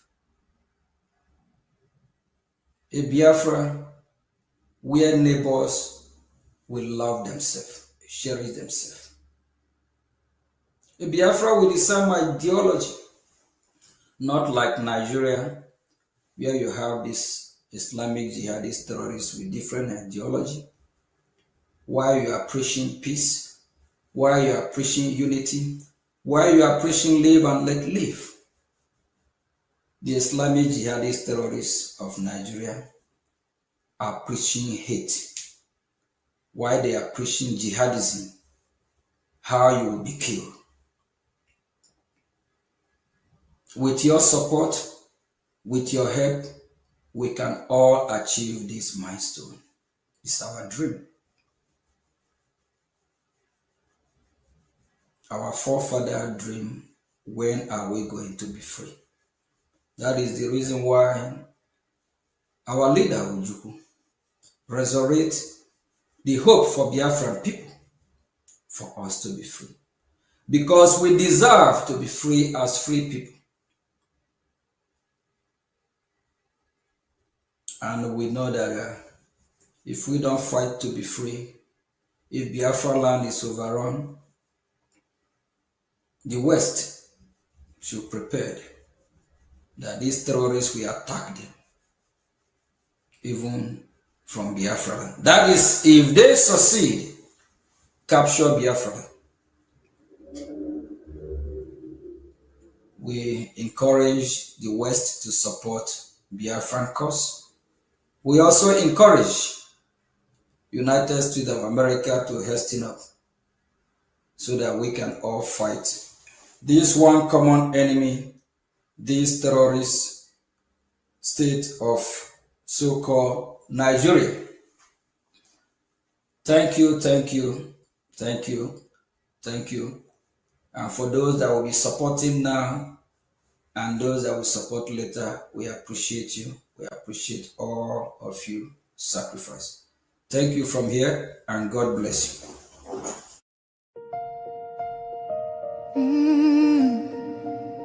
Can you hear the cry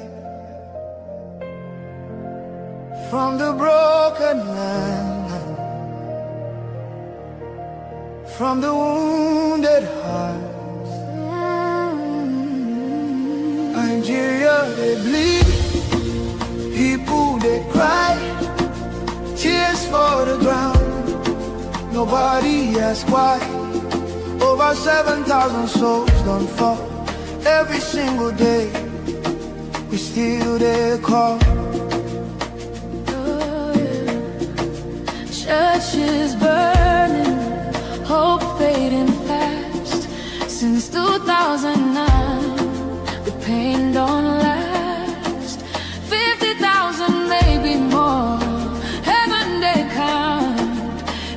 single soul. Children without home tonight, mothers praying through the night, fathers lost no strength to fight. Who go stand for what is right? Stand for love, stand for life. Be the answer in this time. You can have to wipe their tears. You can calm their fears. Give a hand, don't turn away. Be the light in darkest day. Every little you provide keeps a soul alive.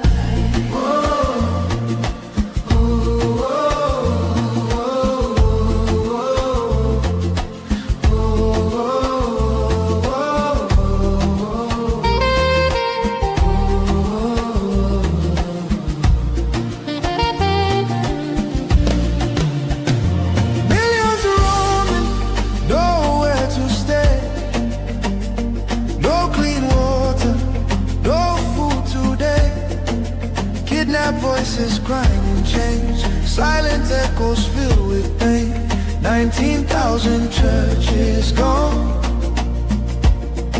but faith still rising, holding on. In the ashes, hope remains.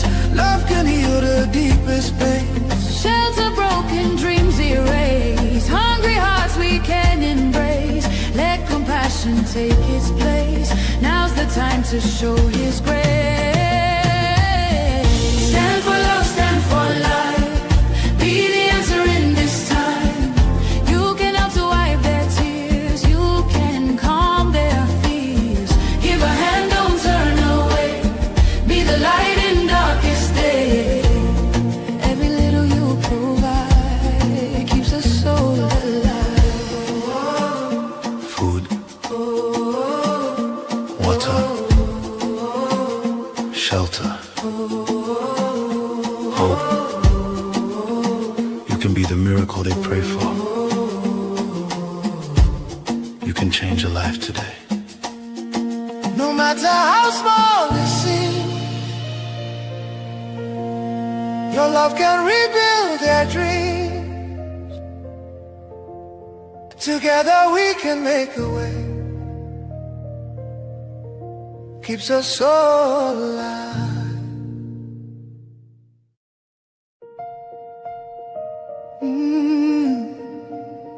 Can you hear the cry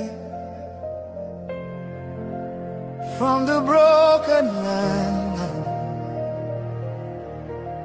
from the wounded hearts? Nigeria, they bleed, people they cry, tears for the ground. Nobody asks why. Over 7,000 souls don't fall. Every single day we still there call. Churches burning, hope fading fast. Since 2009, the pain don't last. 50,000, maybe more. Heaven they count every single soul. Children without home tonight, mothers praying through the night, fathers lost no strength to fight. Who go stand for what is right? Stand for love, stand for life. Be the answer in this time. You can have to wipe their tears. You can calm their fears. Give a hand, don't turn away. Be the light in darkest day. Every little you provide keeps a soul alive.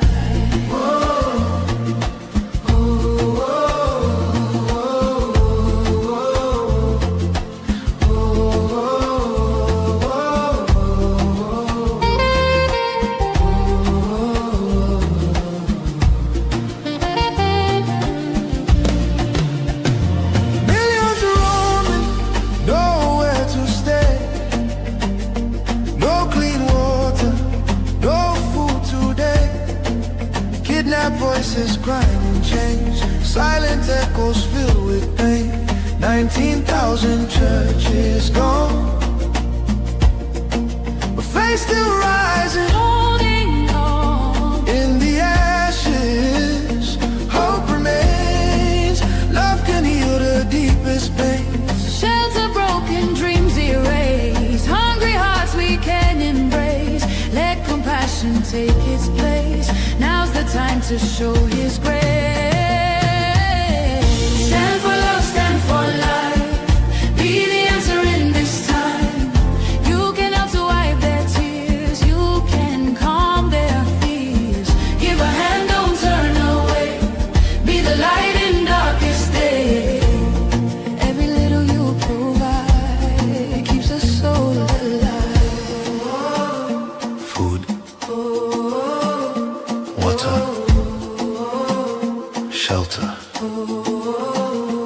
hope. You can be the miracle they pray for. You can change a life today. No matter how small it seems, your love can rebuild their dreams. Together we can make a way. Keeps us all alive. La, la, la, la, la, la, la, la, la, la. Yeah. Turn 'em up. From Biafra land to the whole world. Now who they talk? The voice of Biafra. We know they hide again, we don't show face. True don't wake up in no 50 race. From village squad to overseas, everybody they have frequency. We they stand the big bar, no shaking. No more silence, we they breaking. From the east side to the diaspora, now we be the real voice of Biafra. Biafra, make them hear us. Biafra, nobody can stop us. Biafra, fire they burn. Anywhere you they make you tune and done. Signal down strong, we don't reach everywhere. From Africa go Europe, then they hear I'm clear. We they talk truth, we know they fear.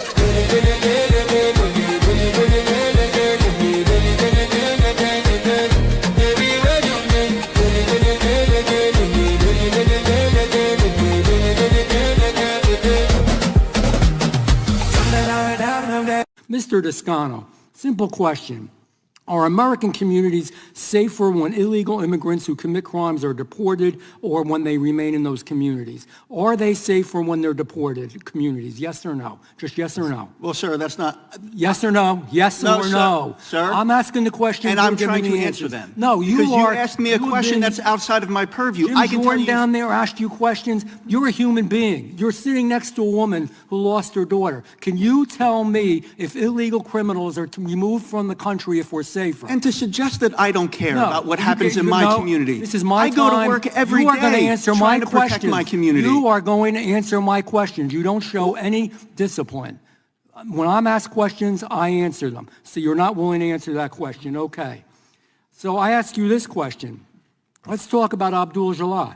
Yes or no, would Stephanie Minter be alive today if he had been deported? And you know why he wasn't deported? Because then, quite frankly, the administration was not as aggressive, and if a country didn't want to accept these awful people that came from the country, we didn't know where to send them, and we held them and we detained them. Now we're finding places to send them so that this doesn't go on. That's the answer. That's why that happened. It's not a mystery. It's not something weird or unusual. They didn't know where the heck to put it. Now we just do it and we get it done. But nevertheless, would we be safer if he wasn't in the country then? Would we be safer, yes or no? Sir, yes or no, or to be safer if the man wasn't in the country? Damn it, answer my question. Sir, I'm trying. You keep changing the question. No, it's yes or no. There's a bad guy that murders people. Certainly, are we safer that he's not in the country? If somebody is... Nope, you can't answer the question. I'm sorry. I'll ask you this.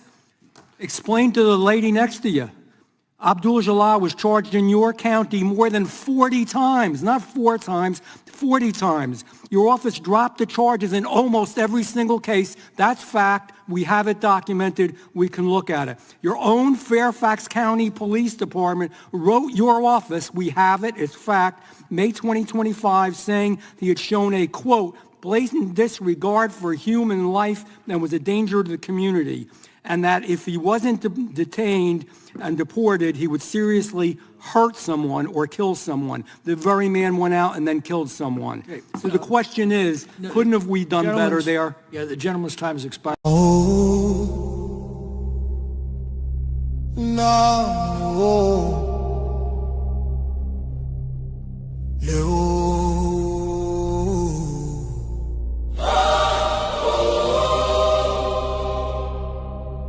From every village,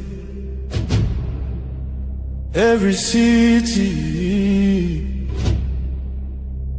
from homeland to diaspora, hope is rising again.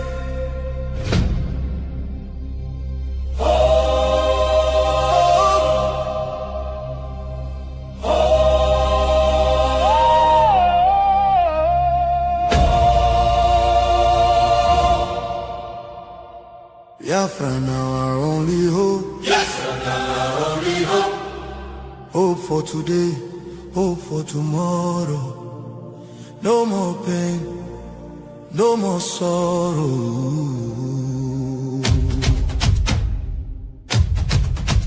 Ha!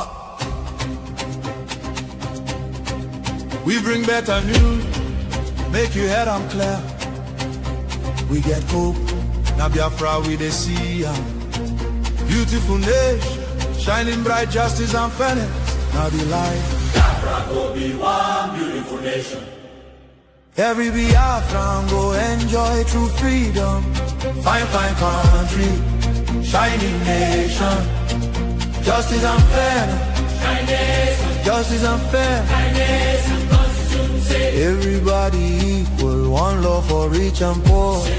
Leader or citizen, no different, justice go speak with confidence. No oppression, no discrimination, rule of law for the nation. Truth and justice go reign forever. Biafra go get strong and better. Where your home? Biafra. Who be your home? Biafra. Waiting be your country. Biafra. No more suffering and smiling, no more fear, no more hiding. Respect and dignity for all. Every citizen standing tall. Free education, rich university, healthcare for every community. No more dying, because no money. Life go better for everybody. Biafra now our only hope. Biafra now our only hope. Stand up now, make we claim our Biafra now our destination. Women go deliver safe for hospital. Citizen go get support every month. Better roads go connect every city. Modern railways and airport. Clean water go flow for house. Electric light go shine every night. Security go protect every family. Day and night. Everything go right. You fit waka free for midnight. Go your road without fear. Kidnapping and violence disappear. Peace and progress everywhere. Mama and papa go get retirement benefits. Nobody go kill you for Biafra and go free. Now wahala, the person don't buy for him head. Oil and gas beneath our ground. Now the people will get the land, go control them. Resources go serve the people. Prosperity go spread for all. Anything we do for our land. Now our citizens go manage them. Development go reach every corner. Nobody go suffer again. No vote buying, no rigging game. Election fair and play. One woman, one vote. One man, one vote. Your voice go matter every day. Biafra now our only hope. Biafra now our only hope. Hope for today. Hope for tomorrow. No more pain, no more sorrow.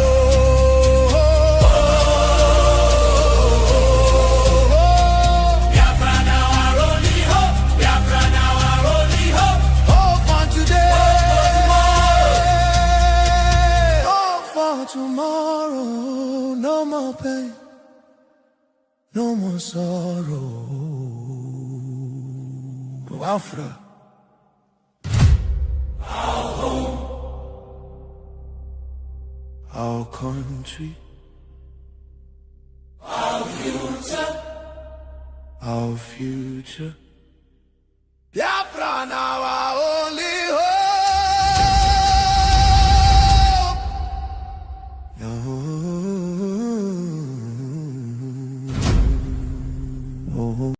This is systemic failure, a collapse of responsibility, a nation where innocent lives are wasted daily, as fear grips the population. A new reality emerges. The people have lost confidence. Trust has been eroded. Hope has faded. But here, on this frequency, we do not deal in fear. We deal in truth. And the truth is this: a government that cannot protect its people has failed its most sacred duty to the people. Listen. Remain vigilant. Remain aware. Remain strong. Nigeria has failed its citizens, and in awareness lies survival. This is a wake-up call. You are listening to the voice of Biafra, where truth lives and freedom speaks. Biafrans stand firm until justice speaks louder than silence. And stay safe. God bless Biafra Republic. God bless Biafra Republic, government in exile.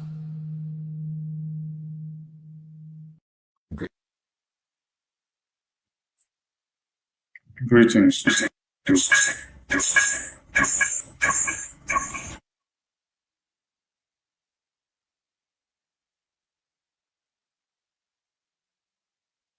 Take a commercial break, and when we return, we continue.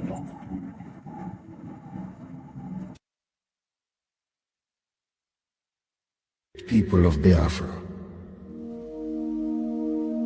This is the voice of Biafra,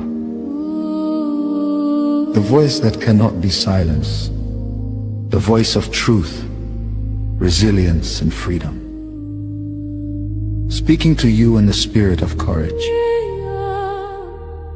and in the language of liberation. Nigeria government has lost control over insecurity. Fellow listeners, what was once whispered in fear, what was once denied in arrogance, has now become a reality too loud to ignore. A nation staggering under the weight of its own contradictions is rapidly losing control over insecurity. From the north to the south, from the east to the west, the land trembles, not from natural disaster, but from man-made chaos. Communities abandoned, villages raided under the cover of darkness, highways turned into corridors of fear. Citizens left to fend for themselves. In a country where the government once promised protection, the question now echoes across the land. Where is the government? Where are the security forces? Where is the accountability? In recent times, markets have become targets. Travelers have become victims. Families have become statistics. And yet, those in power continue to speak in rehearsed tone. Detached from the suffering of the people, observers say, this is no longer a matter of isolated incidents. This is systemic failure, a collapse of responsibility, a nation where innocent lives are wasted daily, as fear grips the population. A new reality emerges. The people have lost confidence. Trust has been eroded. Hope has faded. But here, on this frequency, we do not deal in fear. We deal in truth. And the truth is this: a government that cannot protect its people has failed its most sacred duty to the people. Listen. Remain vigilant. Remain aware. Remain strong. Nigeria has failed its citizens, and in awareness lies survival. This is a wake-up call. You are listening to the voice of Biafra, where truth lives and freedom speaks. Biafrans stand firm until justice speaks louder than silence. And stay safe. God bless Biafra Republic. God bless Biafra Republic government in exile.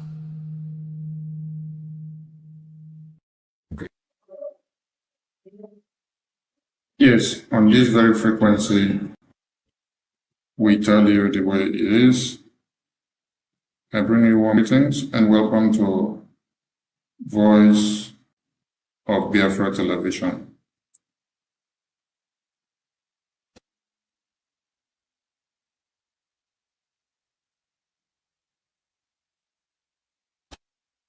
The situation of Nigeria has gone beyond what you can understand or what has been happening before now.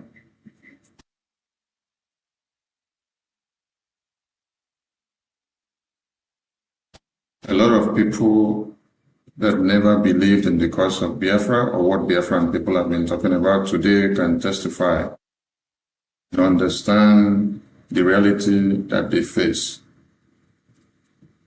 The voice of Biafra is where the voice of the voiceless can be heard, and is where the hope of mankind is embedded.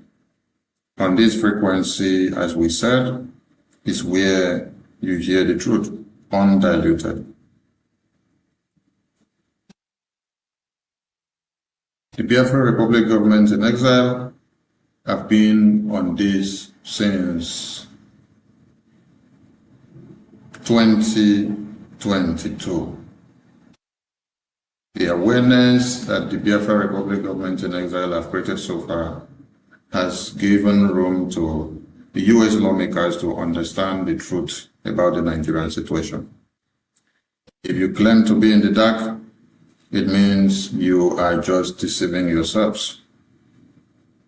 The photo on the screen here explains and shows to you, photo on the screen, on my very left, explains to you what you should know, which many have claimed they weren't aware. But if the US lawmakers are aware of Biafra today and they speak bold of Biafra, it means we have done a great job. There are two things you need to understand in the cause or in the work of Biafra Republic government in exile, heavily led by the Prime Minister, His Excellency Honorable Nkere, with his entire cabinet. When Biafra Republic government in exile storms the US Congress on the 18th of September 2025, it galvanized a platform and a roadmap to the freedom of the Christians. It also put on the table the plight of the Christians that are slaughtered and massacred on a daily basis. It also put on the table the kidnapping case of Martin and Nkere on the table of the US government. It also put on the table the imprisonment of Martin Simon Ebba in Finland by the Finland government in collaboration with Nigerian government and the European government. The plight of the Biafran people and the independence cause of Biafra. It also put on the table deals and opportunities and what America will get from the Biafran people and what the Biafran people will also stand to gain. It also put on the table the prospect of the Biafra of tomorrow that we look up to see and what we envisage. It is important that the American government or the international or political diplomats that makes decisions and policies in the world understand what Biafra is putting up and what they expect to get and what will in turn benefit any country or sector that we are reaching out to. So the U.S. congressional briefing or the congressional testimony that was submitted by the Biafra Republic government in exile in June 2025 and the congressional briefing that was held on the 18th of September 2025 was a milestone. It was the first in history that has ever happened. Never in the history of mankind has this happened before. It was a turning point. It was a confluence, unit, and a point where everything came to connect. After this, Nigeria got into the situation that you find them today. And we are not surprised because many and bodies and governments have benefited so much from the Nigerian situation without paying any keen attention or not minding what happened. They don't bother because they only go in there to get what they want and then give Nigeria what Nigeria wants. There are many NGOs and government bodies and groups and persons and individuals that have enriched themselves so much from the genocide that has happened in Nigeria for years. There are people that have had companies there and they ran the show for 20 to 30 years, 15 years, 18 years, but they never for once cared to bring the Christian genocide to come and speak up. Why didn't they come to speak up? Here comes a very big question, and we will also give you the answer vividly. Do you know why they never spoke up? Because they were benefiting something. They benefited something for the past 15 years or the past 20 years. So they will not in any way come or explain or drag Nigeria out or do anything that will push Nigeria forward to ask them the pertinent question, or to drag them to the international community and to tell them to ask them the questions of why are you killing the Christians in your country or in your communities. This wouldn't happen because if they were running an NGO or they were benefiting from the oil and gas, just like the United Kingdom benefited from the oil and gas in Biafra land in the 60s to 70s, which they were able to slaughter Biafrans, supervise the genocide without any remorse, because their concern was not how many babies, women, and children are dying, but rather what they will get in return is what matters the most. So these private investors, public and governmental investors that have been in Nigeria for the past 60 years, for the past 50 years, for the past 20, for the past 10, for the past 18, for the past 25, they saw the blood of Biafrans, they saw the blood of Nigerians speak. They saw how the Christian genocide has happened. The commercial we just played depicted how many numbers of people have been slaughtered in Nigeria so far. And then you should be asking yourself, why didn't they speak about this? Let's watch this commercial as we return. People of Biafra. This is the voice of Biafra. The voice that cannot be silenced. The voice. There you saw that first commercial on the screen. The first commercial on the screen talked about how many people were massacred. And the figure goes as 18,000 churches burned since 2009, 50,000 killed since 2009, 5 million displaced since 2009, 7,000 killed in 2025. All alarmed by Christian persecution in Nigeria.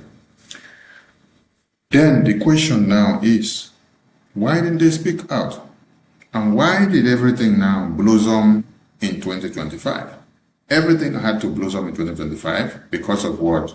The Biafra Republic government in exile. If you are watching this program from wherever you are, from Voice of Biafra television in all over Africa, on Facebook, on Twitter, X, or on YouTube, or on Instagram, do well to inform other people that you're watching from Voice of Biafra television, the only television that showcases the plight of the Biafran people and the Christians in Nigeria. Our hope is not just for the Biafran people, but our hope is for all Christians and anyone that believes and live and let live. Anyone who is not ready to cut off heads of babies, women, and children in the contraption called Nigeria. Biafran people are predominantly Christians. So when we say the Christians in Nigeria, these are the Christians that are contract in Nigeria, and they are Biafrans. We've been victims of this genocide. We've been victims of all these massacre that you see here. And the list does not end here. Its list goes on and on and on and on and on and on. People care less about what is happening, but until the Biafran Republic government in exile had to bring up everything that you see here that is happening, that is when the entire world had to start doing what? Taking it very serious. So you needed people to have spoken. You needed people to have taken the bold step. You needed people to have called on the international community. You've seen many international bodies and investors that have been in Nigeria for years, but they never spoke anything.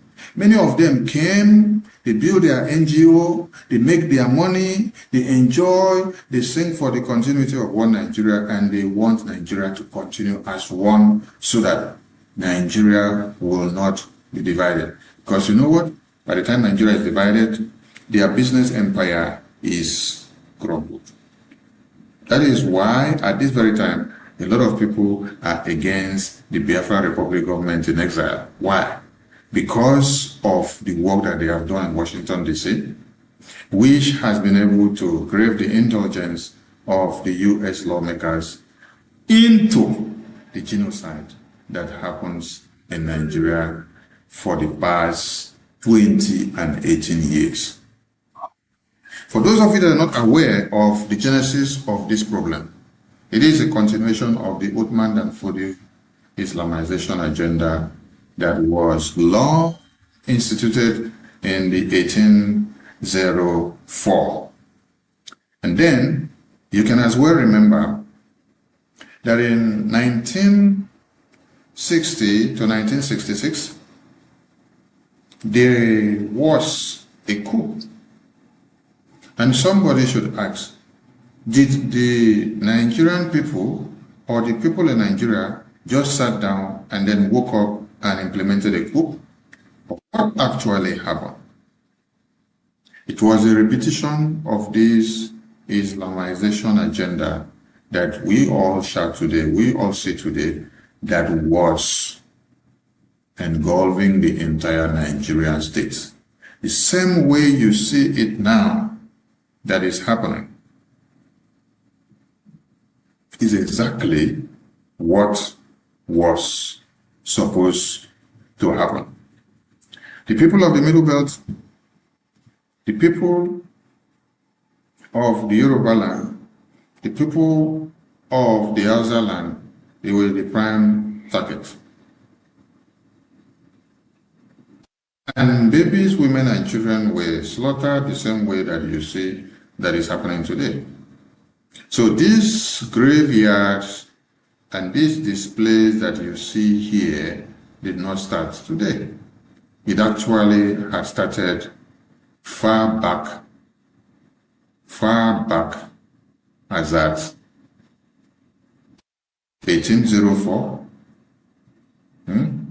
I actually also had started again in 1960s to 66, which necessitated the January 1566 coup. When you hear of the January 1566 coup, this is how it came about. And this is what happened that brought about the coup. The coup was staged to be able to stop the genocide, to be able to stop the Islamization agenda, and to curtail the situation that you see today, which has come to repeat itself again.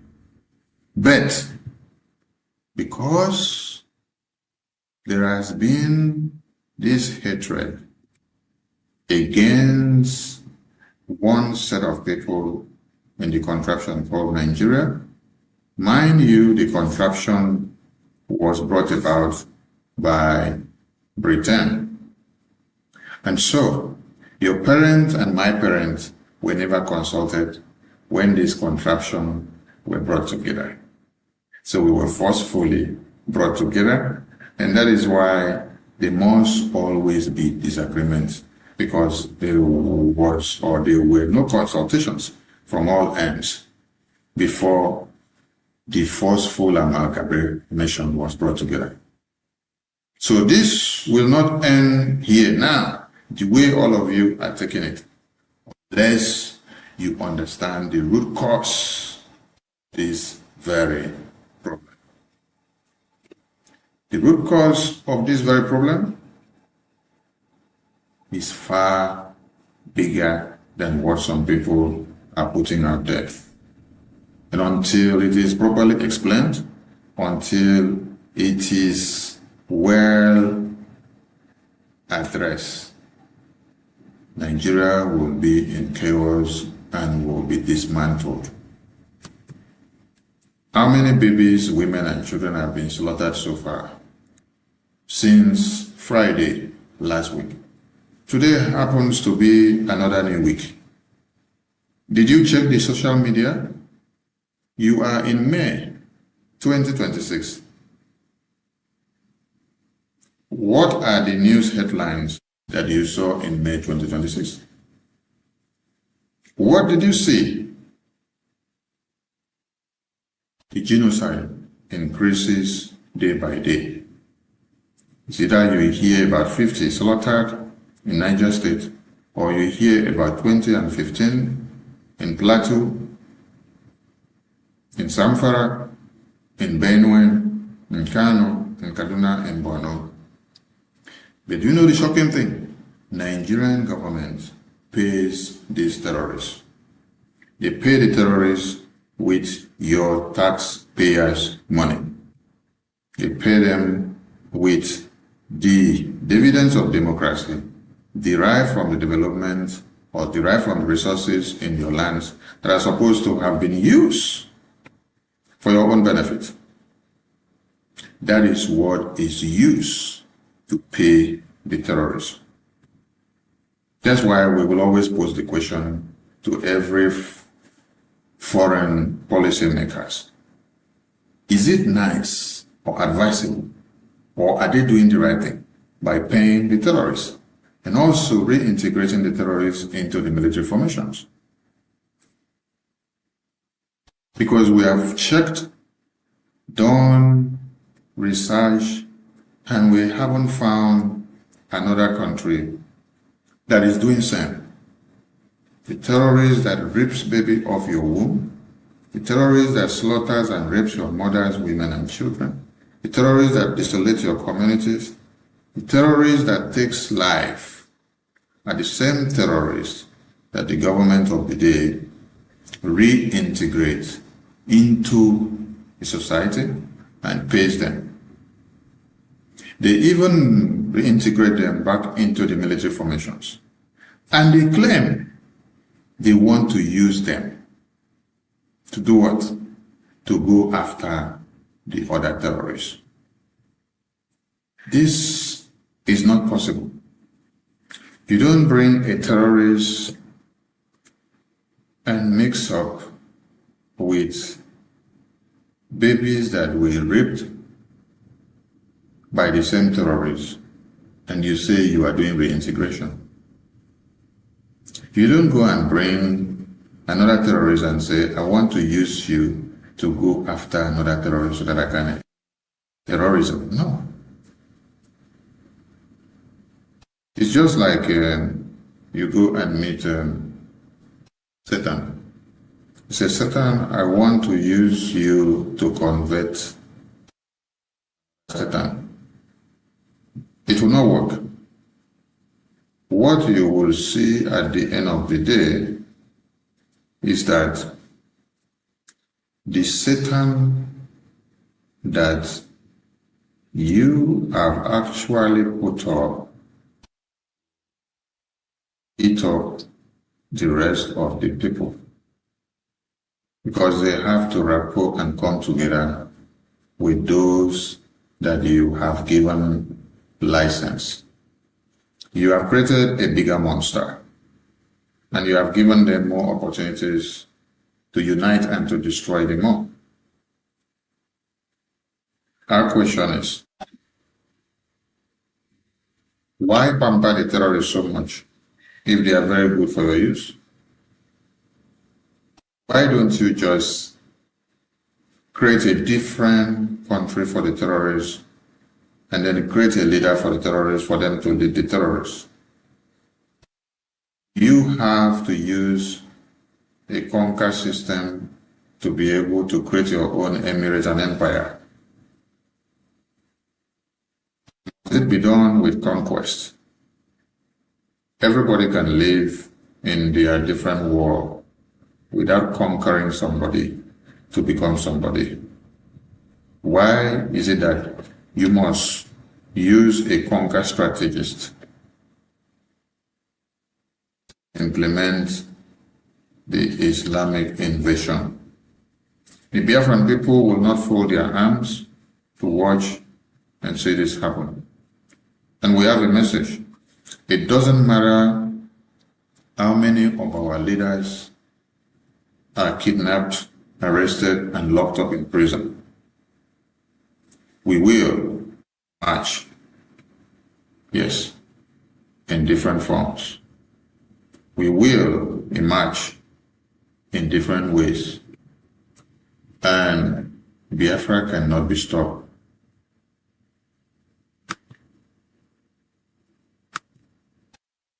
Biafra cannot be stopped.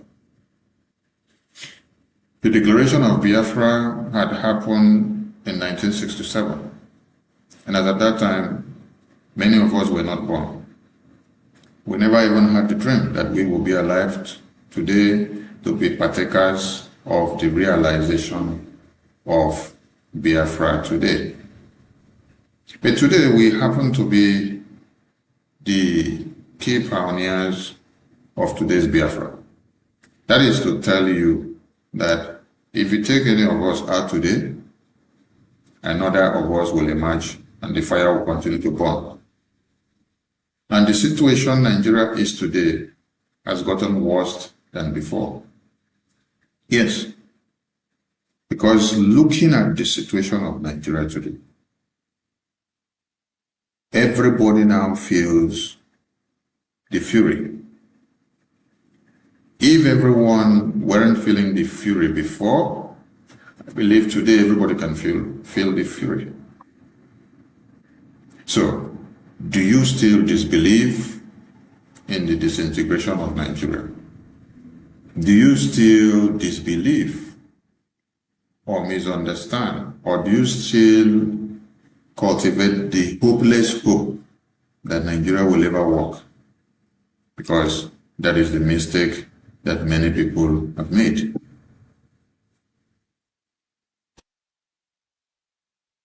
If it were to be a place that will save lives, why will it consume these numbers of life? without anybody saying something about it or caring about how many people are caught up on a daily basis. Does this number flows out of America? Does this number flows out of UK? Does this number flows out of Italia? Does this number flows out of Spain? Does this number flows out of Portugal? Does this number flows out of Germany? Does this number flows out of Netherlands? Does this number flows out of Poland? Does this number flows out of Belgium? Does this number flows out of all the regions of the earth?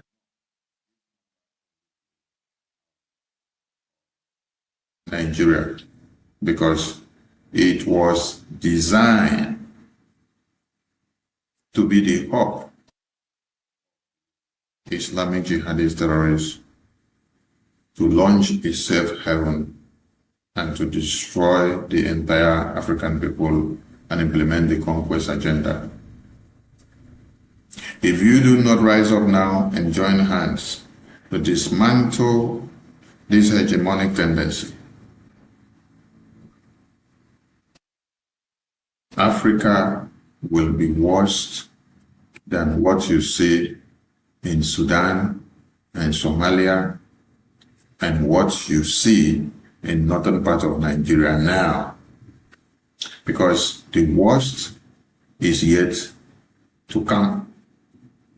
The worst is yet to come, and it will be too bad that nobody will be able to escape.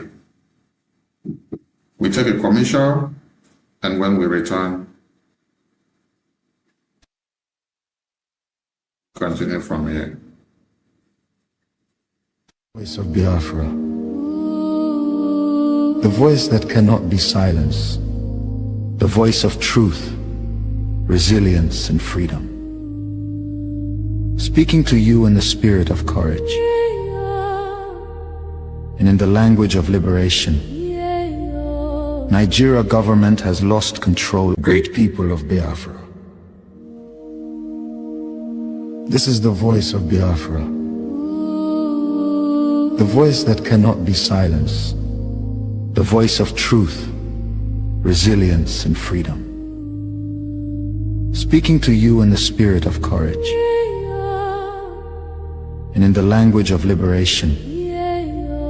Nigeria government has lost control over insecurity. Fellow listeners, what was once whispered in fear, what was once denied in arrogance, has now become a reality too loud to ignore. A nation staggering under the weight of its own contradictions is rapidly losing control over insecurity. From the north to the south, from the east to the west, the land trembles, not from natural disaster, but from man-made chaos. Communities abandoned, villages raided under the cover of darkness, highways turned into corridors of fear. Citizens left to fend for themselves. In a country where the government once promised protection, the question now echoes across the land. Where is the government? Where are the security forces? Where is the accountability? In recent times, markets have become targets. Travelers have become victims. Families have become statistics. And yet, those in power continue to speak in rehearsed tone. Detached from the suffering of the people, observers say, this is no longer a matter of isolated incidents. This is systemic failure. A collapse of responsibility. A nation where innocent lives are wasted daily. As fear grips the population, a new reality emerges. The people have lost confidence. Trust has been eroded. Hope has faded. But here, on this frequency, we do not deal in fear. We deal in truth. And the truth is this: a government that cannot protect its people has failed its most sacred duty to the people. Listen. Remain vigilant. Remain aware. Remain strong. Nigeria has failed its citizens, and in awareness lies survival. This is a wake-up call. You are listening to the voice of Biafra, where truth lives and freedom speaks.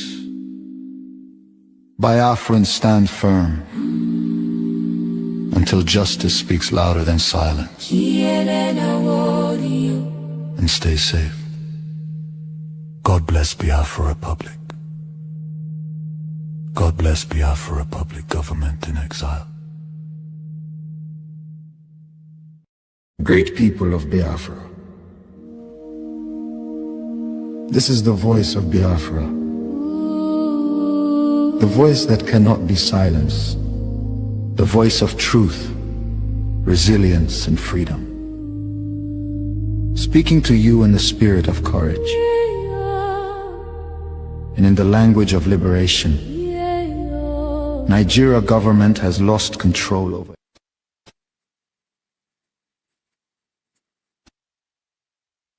You're welcome back to the show. It is Voice of Biafra Television, live, coming to you from the VOB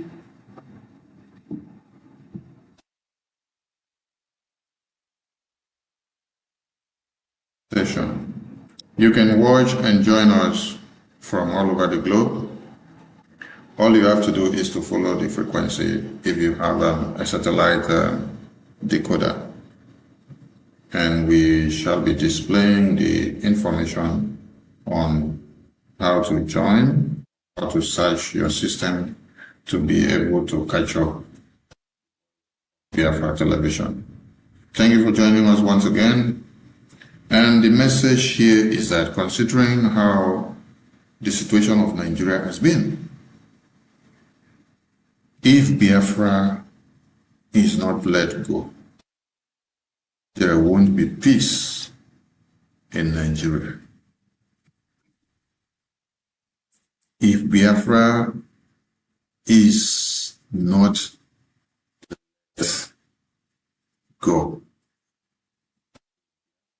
not allowed to have their freedom, it happens to be the roadmap to the freedom of every mankind in Nigeria and in Africa. Biafra is not allowed the pathway in Nigeria. There will be no peace in Nigeria, because the Biafran people has the antidote to neutralize the terrorists in Nigeria. The only people that have remained provoked, confronted the Nigerian government in all their dealings and ways and manners that they are using to destroy the lives of people, has been the Biafran people. Only Biafran people have been able to confront them and to bring them down.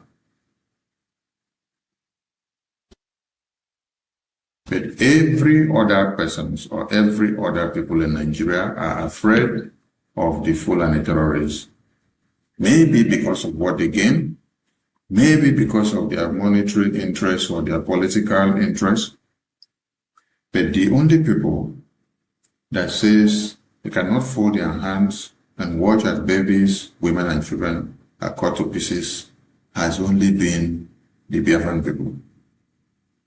They have paid this price before, and they are still paying this price now, as we speak.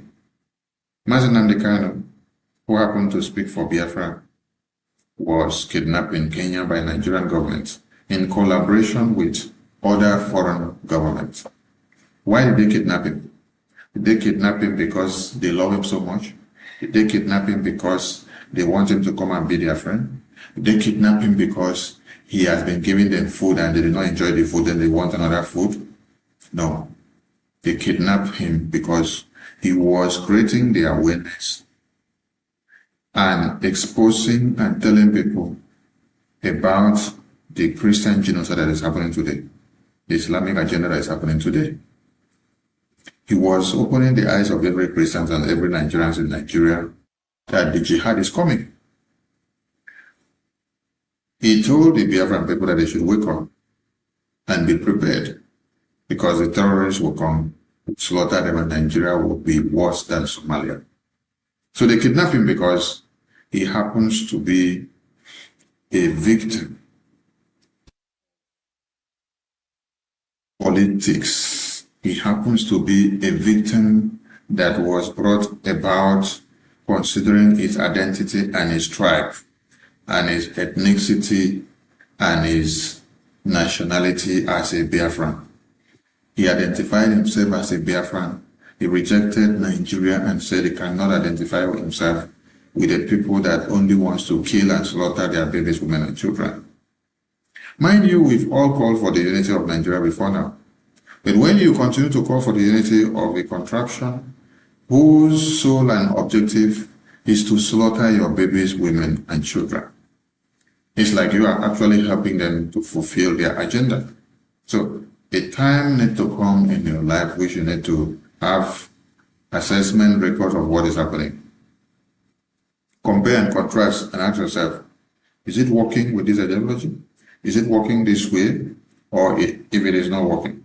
I've tried this thing to go this way, it is not working. So Nigeria formula hasn't been working for anybody, and it will never work because Nigeria has been designed to be a contraption that will only serve the interests of the jihadist terrorists. So why is he in detention today? Because he outrightly told people that this genocide was coming and that everybody should stand up and be ready.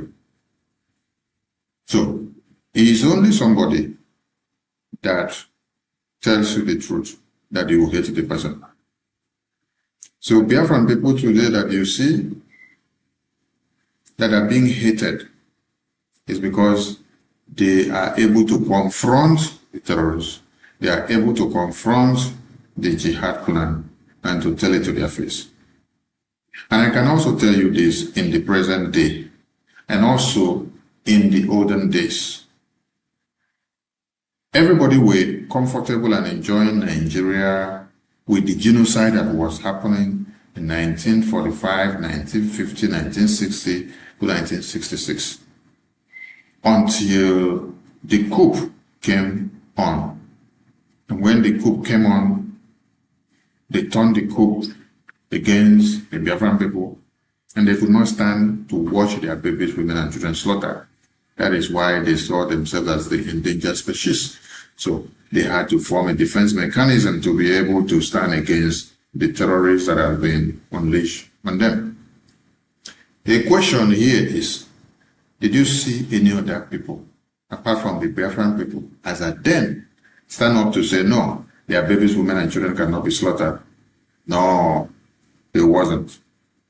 It has only been the Biafran people that said they can't watch their babies, women, and children slaughtered.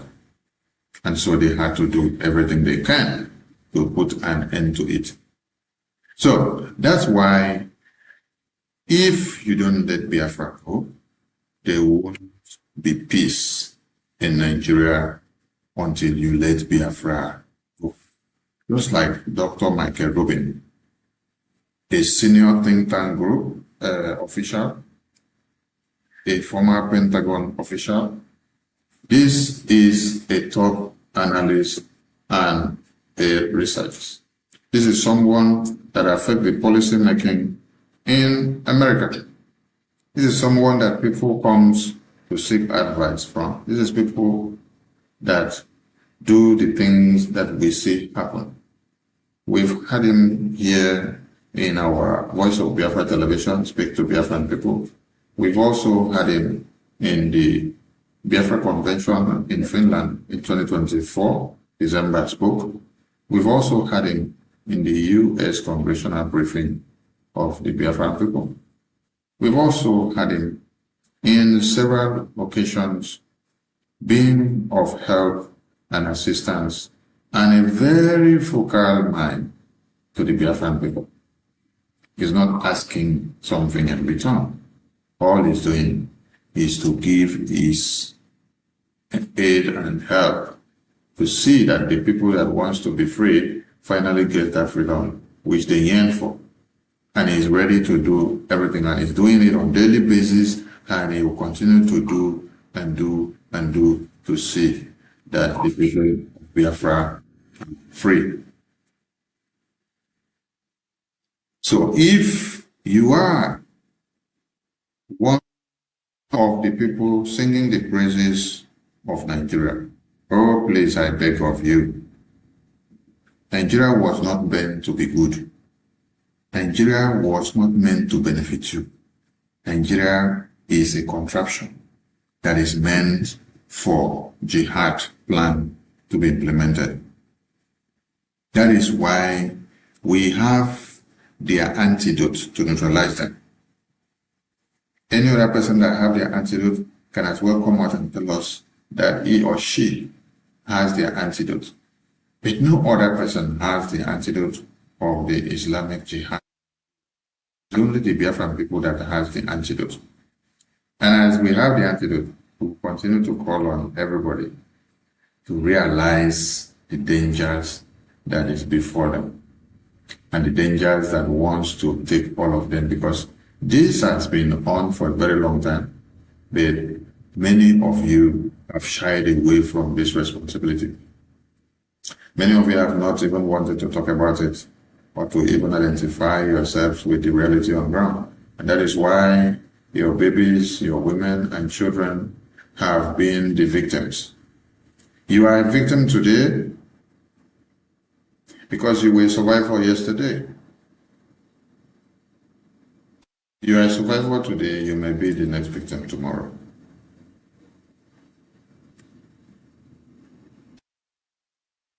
The work of the Biafra Republic Government in Exile lobbies and the Prime Minister in Washington, D.C.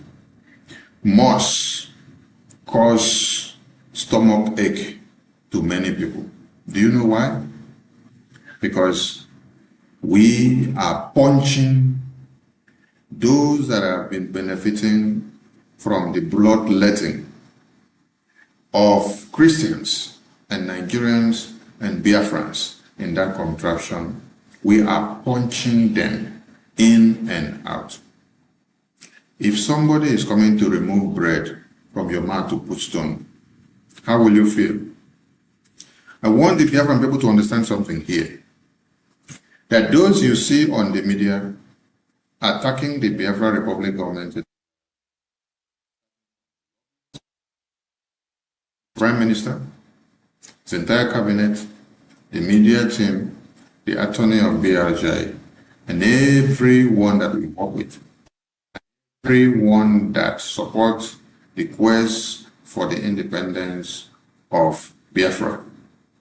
Anyone that you see that is attacking our processes, attacking our template, just know that the person was benefiting from the genocide of Nigeria for the past 20, 15, 10, 20, 40, 50 years. So, saying that we are about to remove the business that has been keeping him or her on, not minding the dead and the blood of the people slaughtered, saying that we are bringing this to an end, they wouldn't be happy.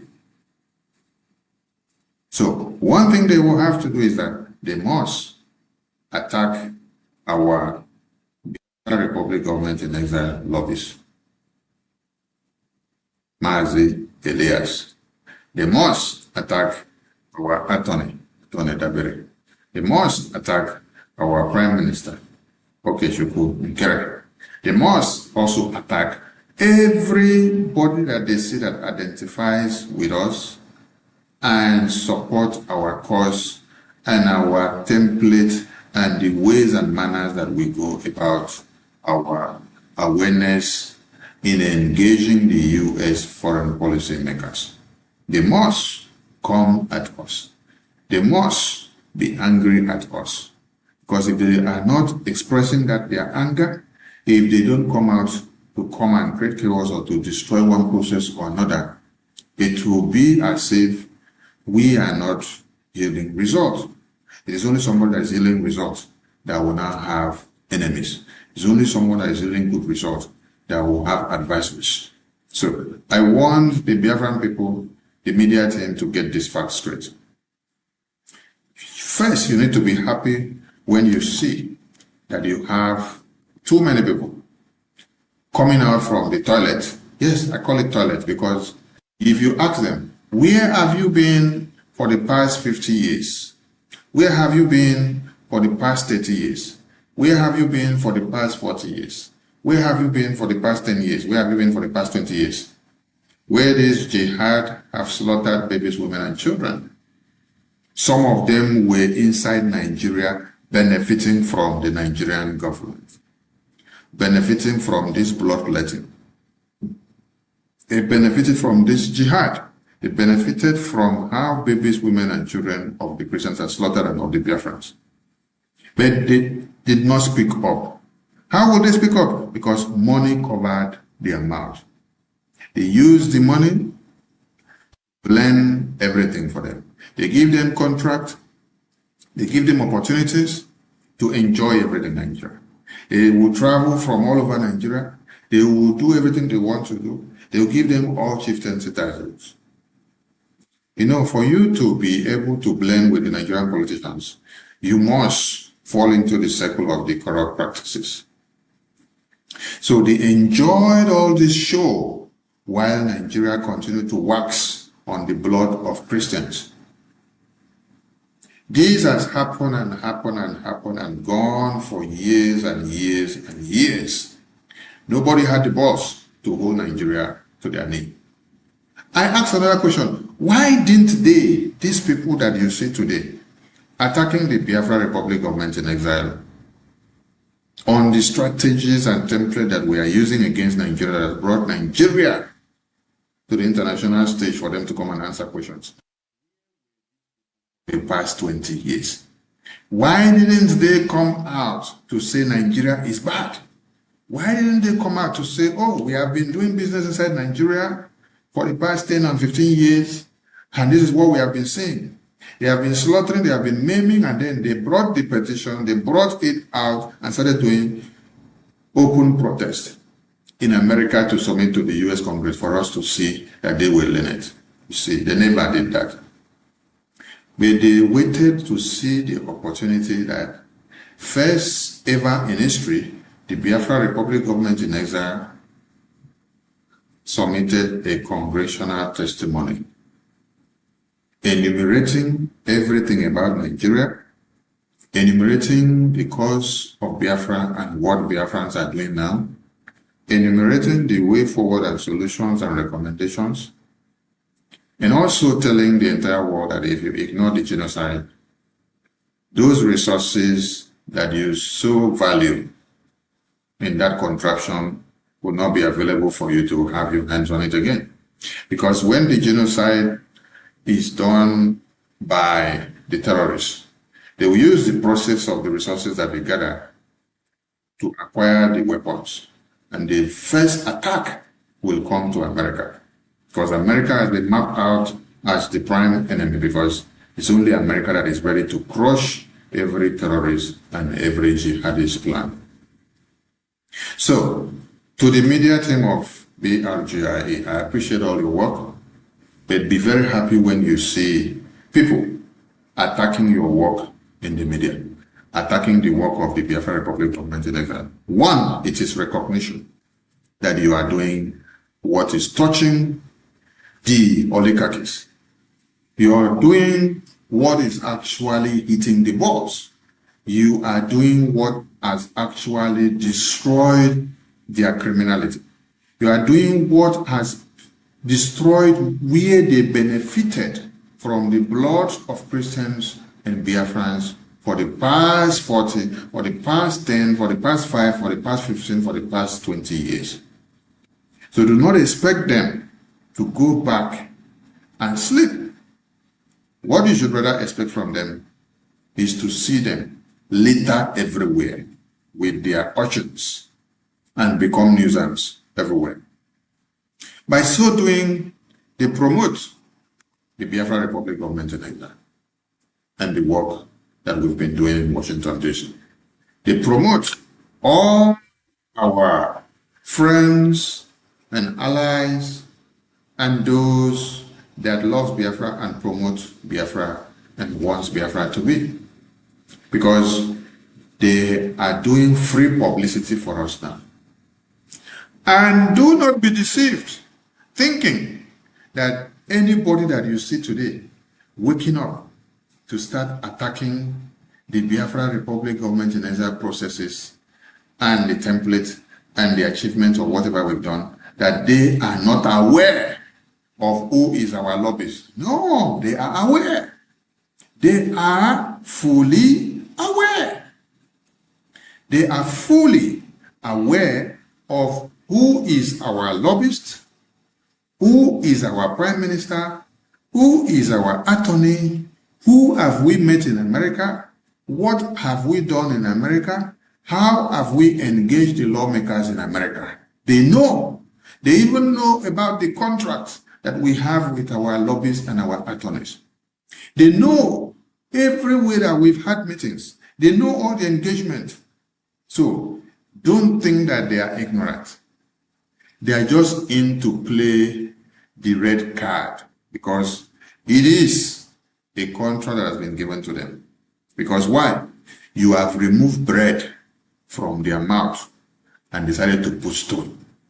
The bread you removed from their mouth and decided to put stone is what they have been benefiting from the Nigerian contraption for the past 10, 20, 15 years on the bloods of the babies, women, and children that have been slaughtered, not minding that these are people's children. So they have been enjoying all these things. So don't let any of them deceive you by telling you, oh, they are not aware of what the Biafra Republic government in Israel have been doing. No, it's a lie. They know everything. They know everything. And very soon, they will use their hands to be posting it. That is how God will expose them. And when you check, you will ask yourself, so, you knew that Biafra Republic government in Israel has a lobbyist. You knew that Biafra Republic government in Israel has an attorney. You know that they have a contract with their lobbyists and their attorney. You know that they had a congressional briefing. You know that they have been having meetings with all these U.S. lawmakers. Yes, they are fully aware that they will come out to discredit your work in the media, to cause dissociation, to cause chaos, and to downplay your effort, to bring in conflict amongst you, so that it will seem as if you have not been doing anything. And yet they are aware. They make research and they know everything. They see your discussions and your meetings that you post and communications that is coming out and everything you do. So that is why I want you all to understand and remember that they are doing all this because our lobbyists and our attorney successfully, with our PM, in their education and the work that they have been doing, succeeded in activating U.S. foreign policy apparatus against Nigeria. They activated credibility damage against Nigeria. They also activated against Nigerian government and their military formations and even the economy. They brought about political and diplomatic isolation to Nigerian government and all their allies.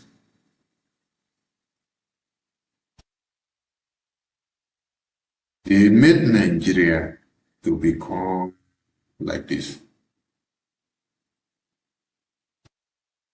So, why wouldn't those that were benefiting from the death and the blood of Biafrans and Nigerians not come attacking the Biafra Republic government in exile officials and even our lobbyists and attorney and even the US officials that are also speaking in favor of Biafra? It's because we have caused them pain. And if it is by causing them this pain that will bring about the freedom of the Biafran people, so be it. They will see more pain. Because the babies, the women and children that have seen pains and penury in their lives for the past 100 years, for the past 5 years, for the past 10 years, nobody cared about them. Nobody bothered anything about them. Nobody thought they could come to their rescue. They've been battered, they've been massacred, and their lives has been like this for years.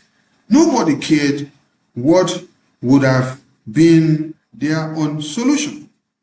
So, the reverse is the case, and now that people have actually taken the bull by the horn, why are they complaining? The yellow and the brown and white envelopes that were being shared would not be going round again. Yes, the people that we call them, book them in the big hotels and give them preferential flights and give them everything they need so that they will continue to suck you dry. Such preferences will not be coming anymore. So there must be chaos.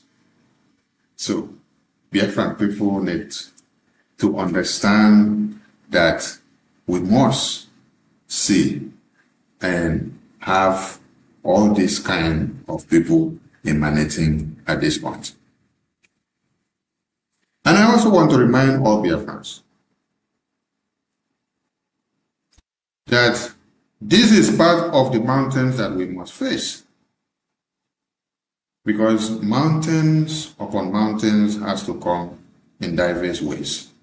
And this is part of it. And facing this one and overcoming it means we are winning. If you all gathered in the US congressional briefing on the 18th of September, a place where people have not gathered before, an event where people have not held before, event where people have not seen before in their lives, you happen to be the first to have done so. First in history, and you expect that those that you have set this trap for or brought them down will not come after you, or you must be joking. You must understand that freedom fighting does not come easy. We take a short commercial and we'll be back. Security. Fellow listeners, what was once whispered in fear, what was once denied in arrogance, has now become a reality too loud to ignore. A nation staggering under the weight of its own contradictions is rapidly losing control over insecurity. From the north to the south, from the east to the west, the land trembles, not from natural disaster, but from man-made chaos. Communities abandoned, villages raided under the cover of darkness, highways turned into corridors of fear. Citizens left to fend for themselves. In a country where the government once promised protection, the question now echoes across the land. Where is the government? Where are the security forces? Where is the accountability? In recent times, markets have become targets. Travelers have become victims. Families have become statistics. And yet, those in power continue to speak in rehearsed tone. Detached from the suffering of the people, observers say, this is no longer a matter of isolated incidents. This is systemic failure. A collapse of responsibility. A nation where innocent lives are wasted daily. As fear grips the population, a new reality emerges. The people have lost confidence. Trust has been eroded. Hope has faded. But here, on this frequency, we do not deal in fear. We deal in truth. And the truth is this: a government that cannot protect its people has failed its most sacred duty to the people. Listen. Remain vigilant. Remain aware. Remain strong. Nigeria has failed its citizens, and in awareness lies survival. This is a wake-up call. You are listening to the voice of Biafra, where truth lives and freedom speaks. Biafrans stand firm until justice speaks louder than silence. And stay safe. God bless Biafra Republic. God bless Biafra Republic, government in exile. Great people of Biafra. The Voice of Biafra Television, VOB, reaching you from all over the globe. And like we have said, and we continue to say, Biafra is here, and all you've got to do is to key into what we are doing. There is never a freedom fighting or war that is fought without money. And that is why I am coming to the reasons why we must support our freedom with a gemma more and more than we have ever done. Yes, because money speaks in Washington, D.C., and shit does the work. So they say, for us to have had the heavy hands of meeting these U.S. foreign policy makers, educating them and telling them about Biafra, telling them about the Christian genocide, having a series of engagement with them, we needed a channel to have gone through. And that channel of communication happens to have been lobbyists and attorneys. This happens to be the connecting rod. This happens to be the intermediaries to make or see the U.S. foreign policy makers.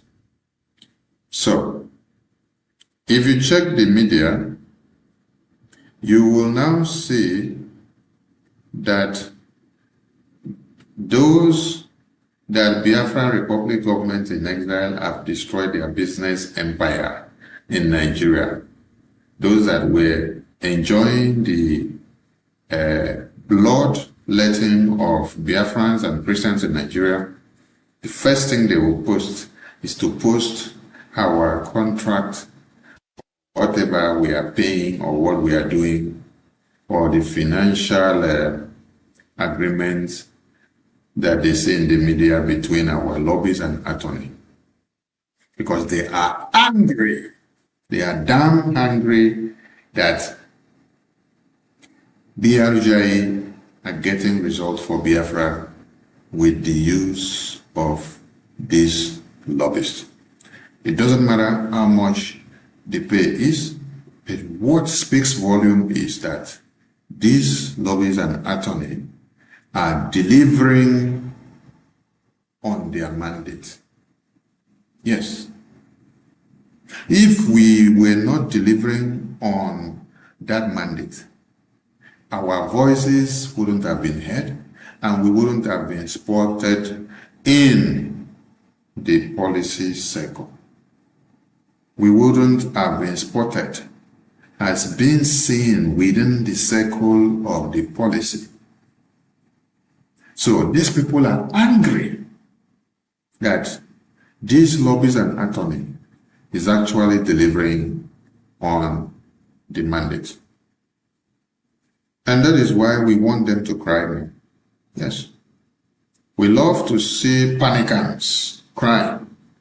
We love to see them cry harder and cry bigger because it gives us joy.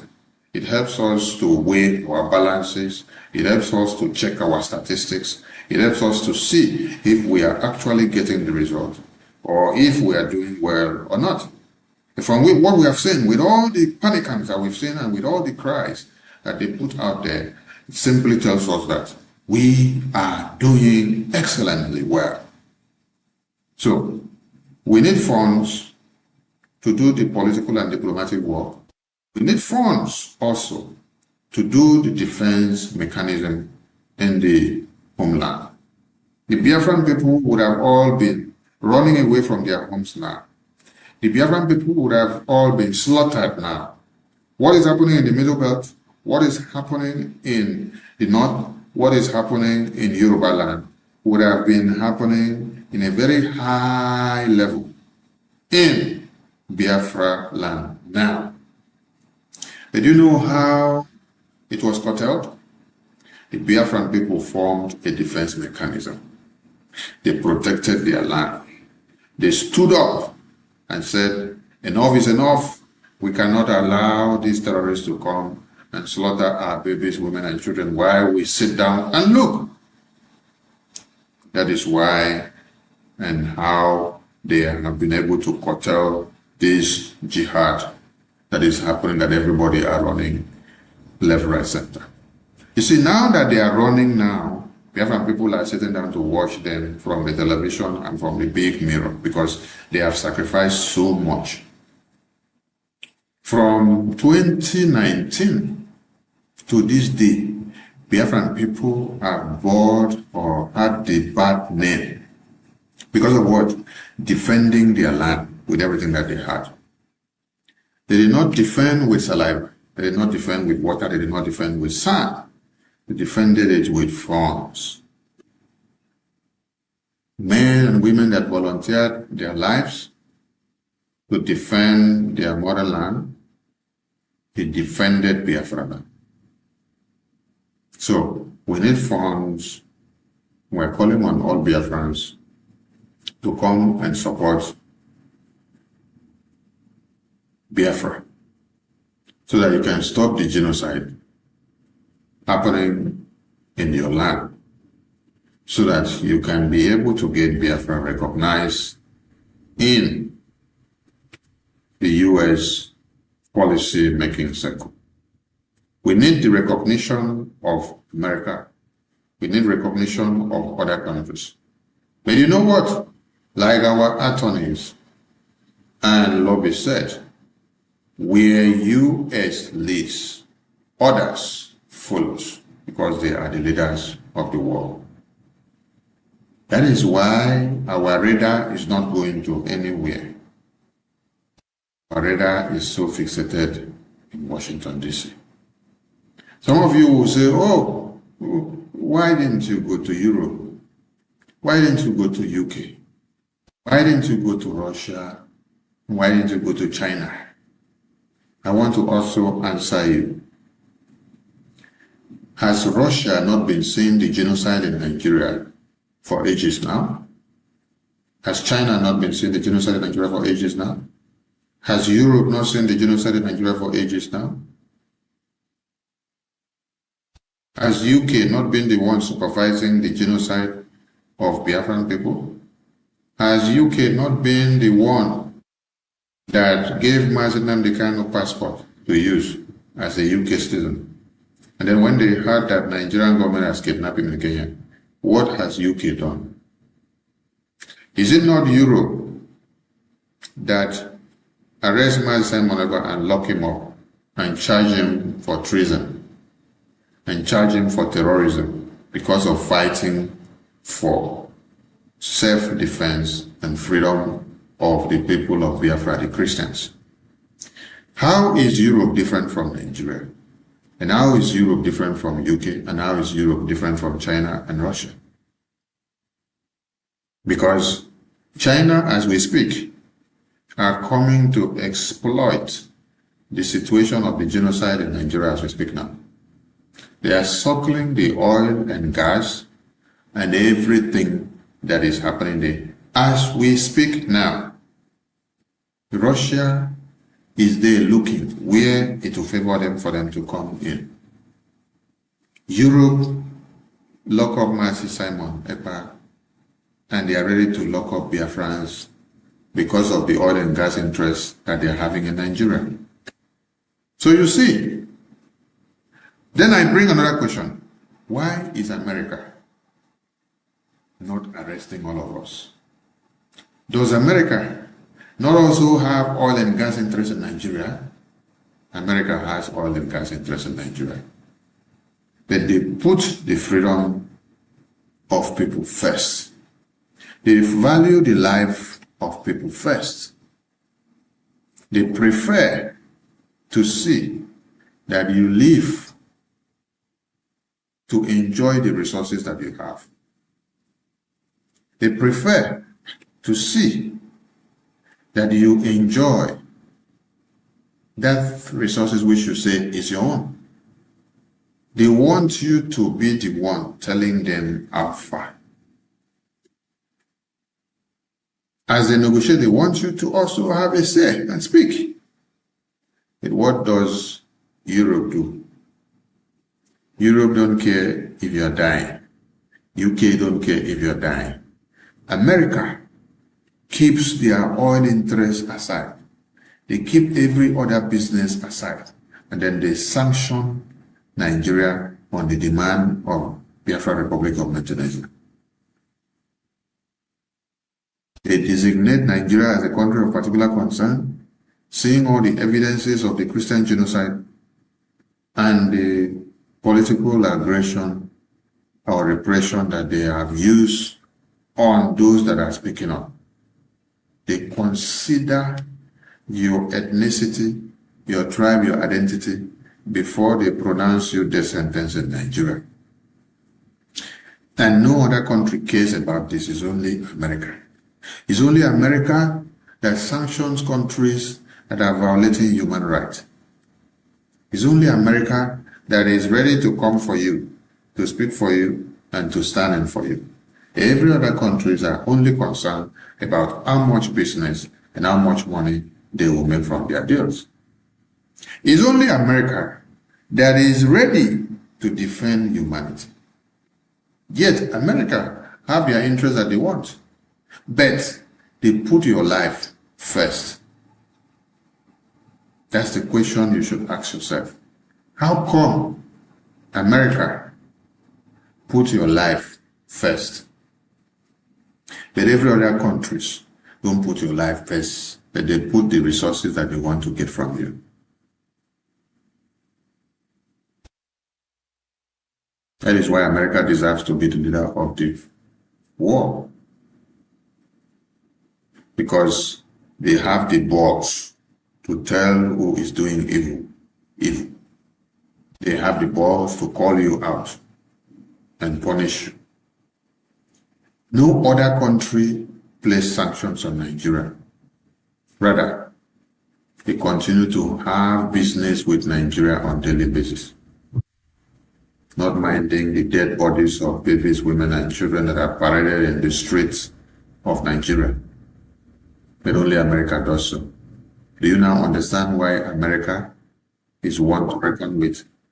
And if you need somebody to speak for you, you have to go and look for American government.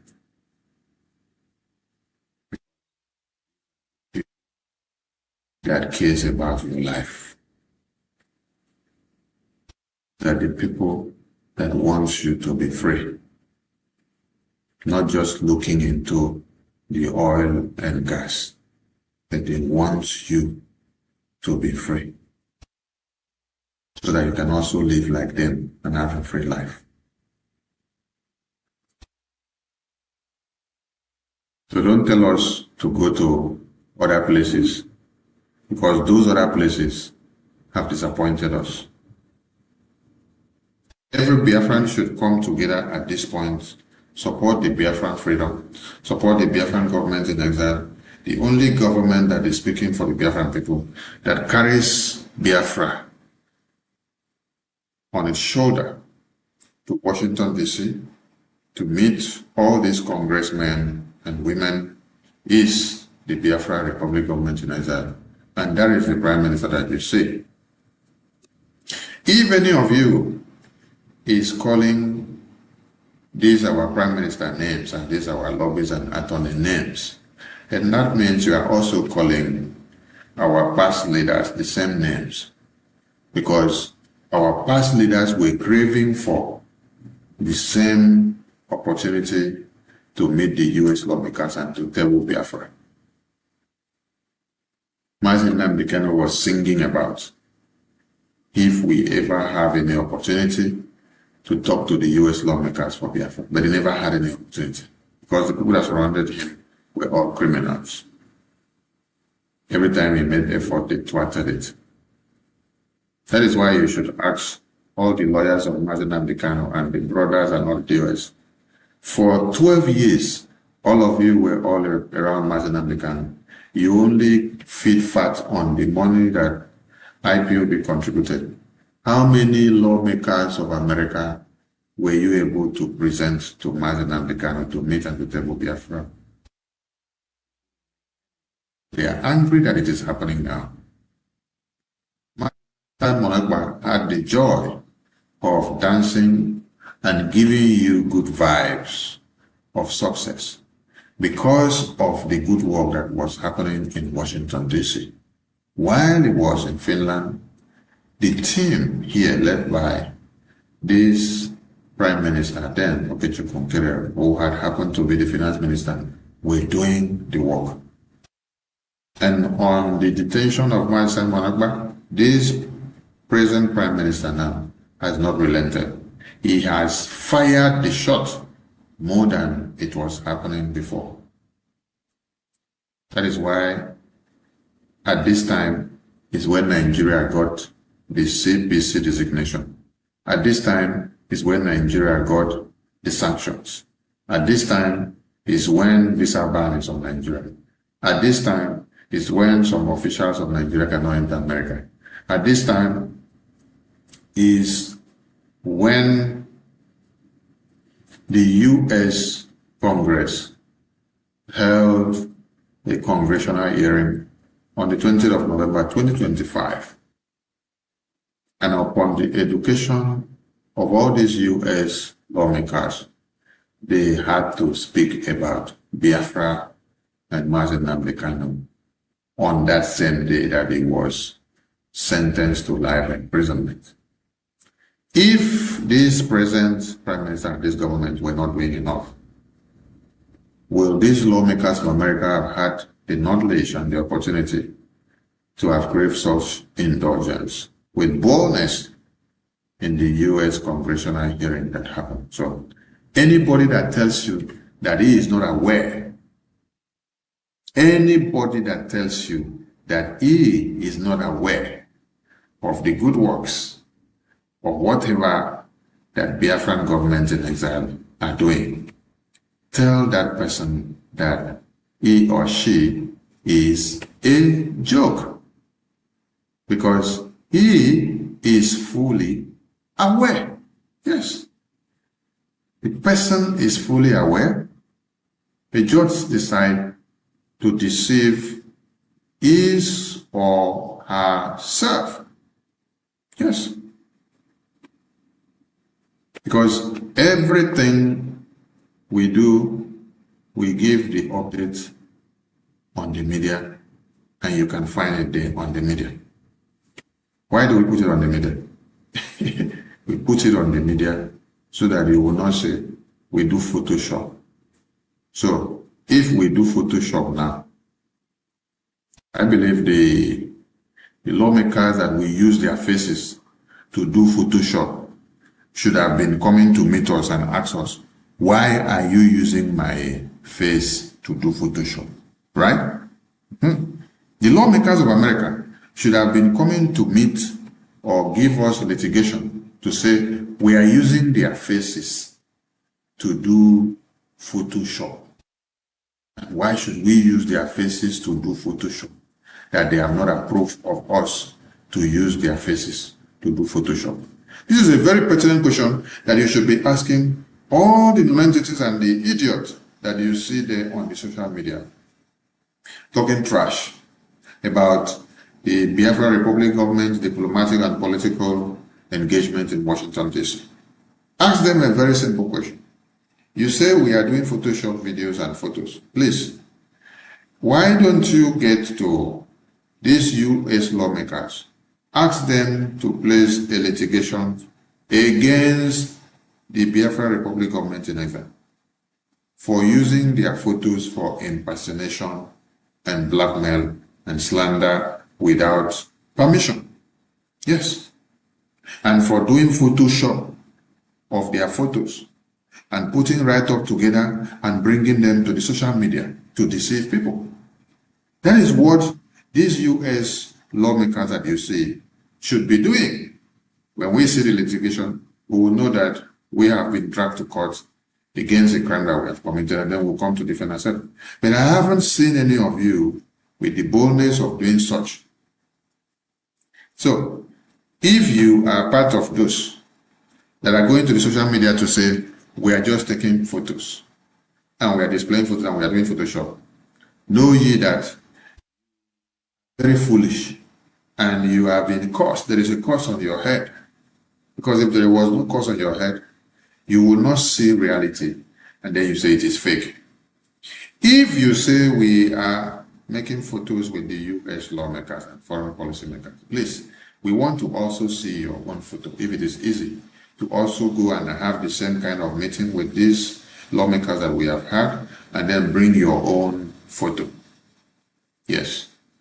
Go to the U.S. Congress, meet this Speaker of America, meet this Chairman Smith, meet this Prime Max, meet this Ambassador Thibault Nash, meet this Senator Ted Cruz, meet this Congressman James, meet all the lawmakers that we've had meetings with here. I can't mention all their names. You can see all their faces there. And there are more than this. We are only capturing the cross-section of them for you to see. Please go and meet all these lawmakers, and then also bring your own video or photo of evidence. Come and post it in the social media. Yes. Since it is what you claim that is about posting photo and video that it is fake, we also want to see your own real and fake photos and videos.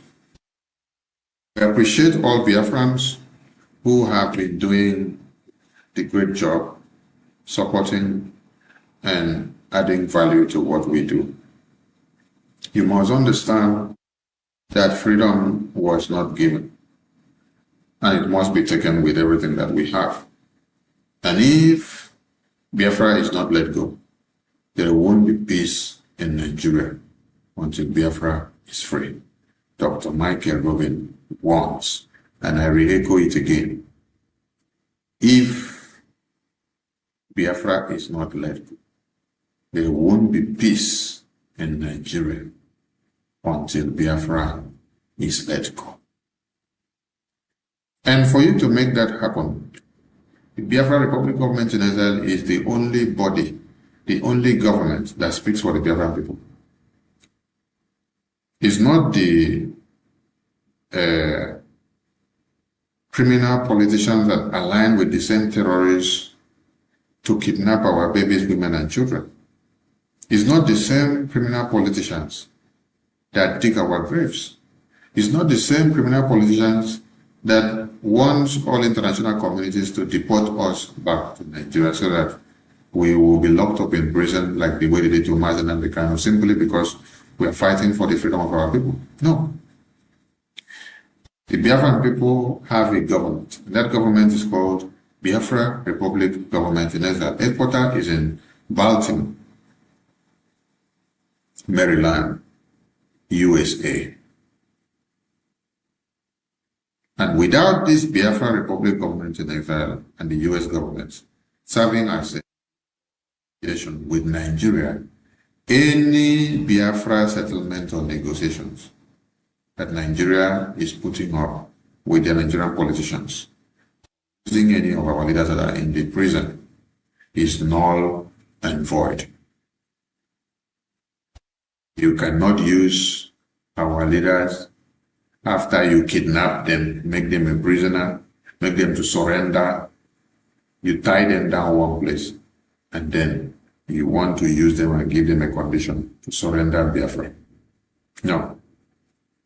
He's a prisoner, and none of our Biafrans that are prisoners in Nigeria or anywhere in the world can be used to now speak for Biafrans that are walking freely here.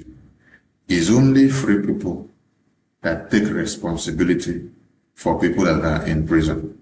It is not people that are in prison that take responsibility for those that are not in prison. No. That is why, as you see these photos on the screen of this diplomatic engagement, it is those that are walking free that can have the opportunity to engage these U.S. lawmakers in Washington, D.C. Those that are not free, that are in prison, that are chained down, they cannot be able to engage these U.S. lawmakers.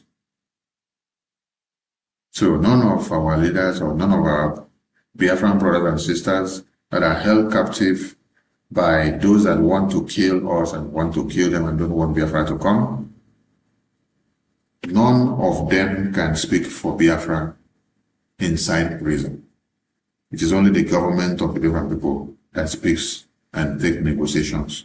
And we want US to be the mediator.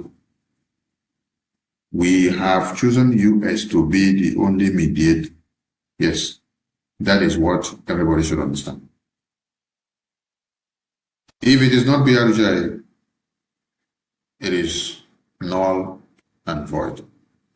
Because Biafra have been deceived, battered, and destroyed for so many years.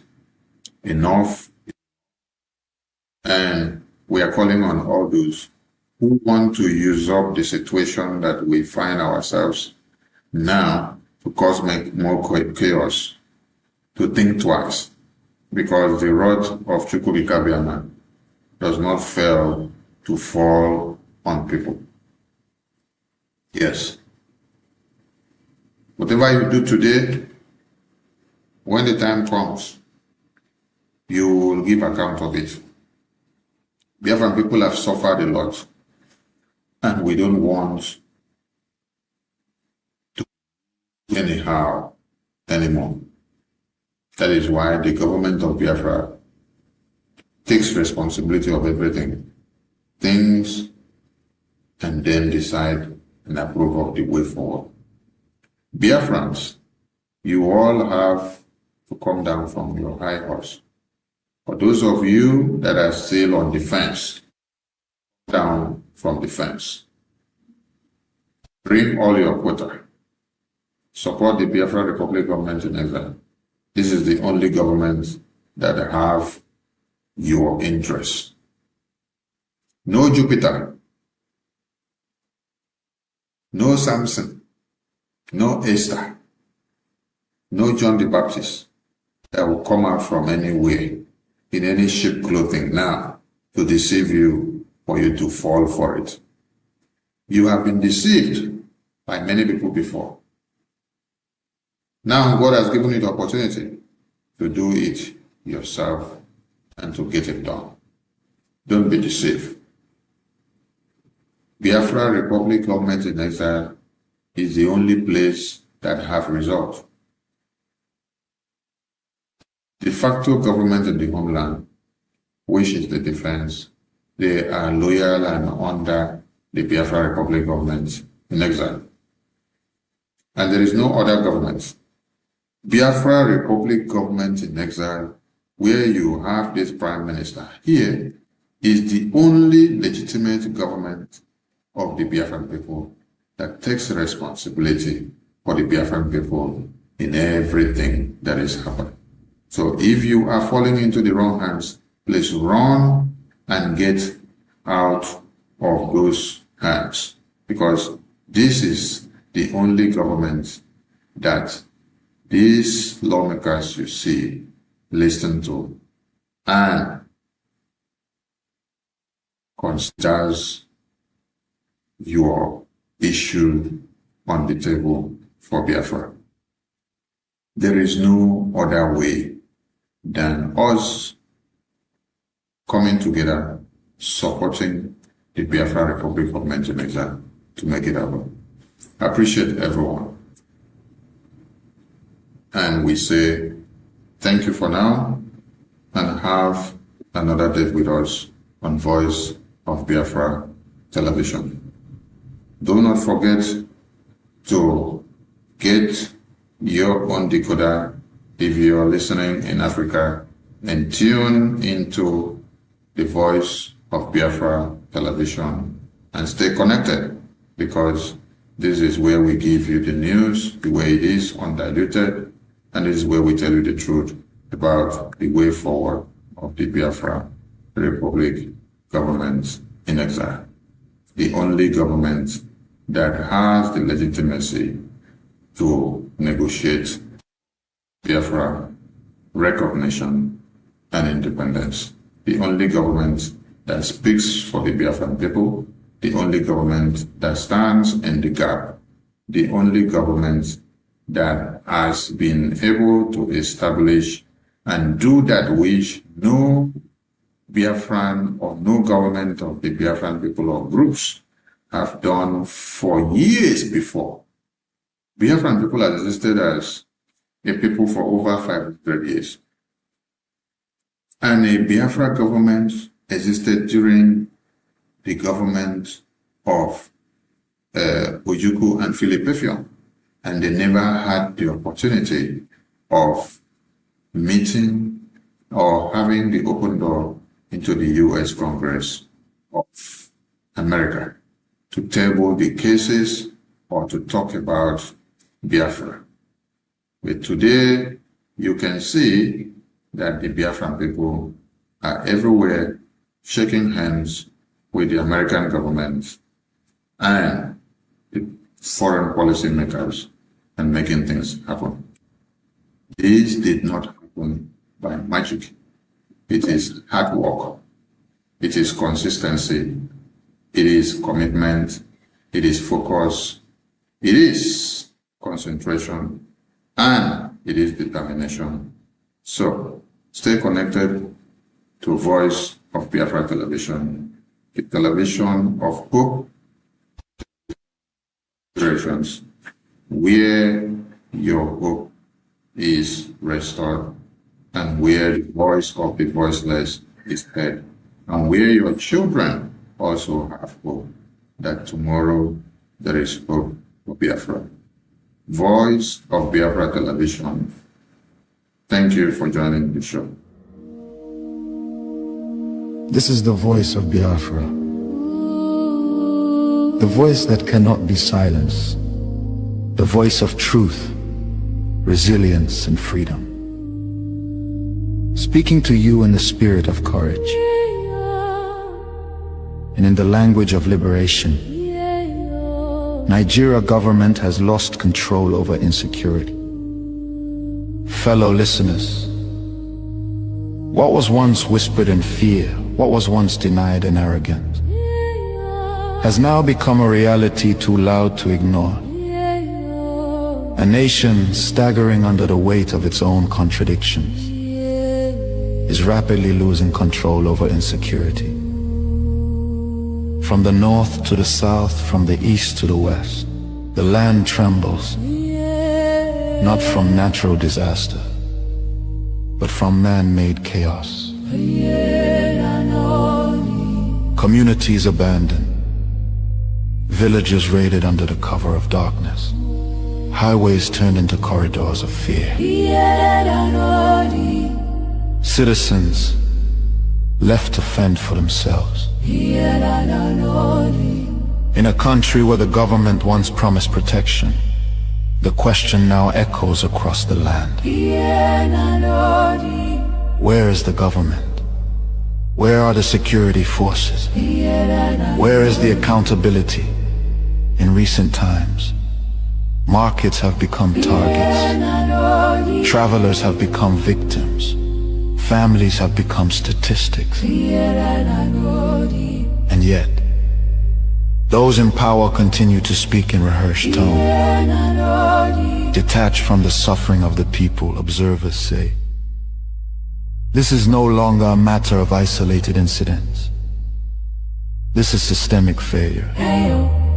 A collapse of responsibility. A nation where innocent lives are wasted daily.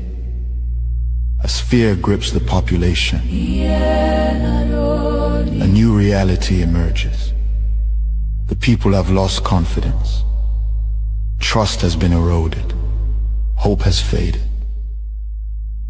But here, on this frequency, we do not deal in fear. We deal in truth. And the truth is this: a government that cannot protect its people has failed its most sacred duty to the people. Listen. Remain vigilant.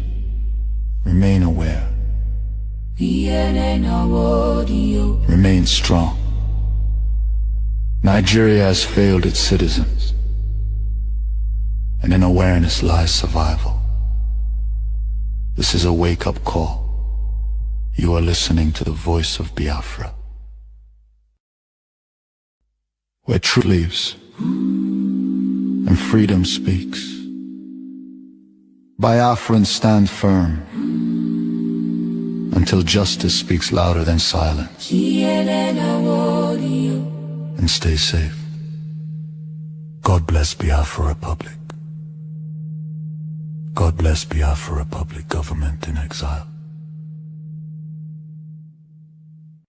Great people.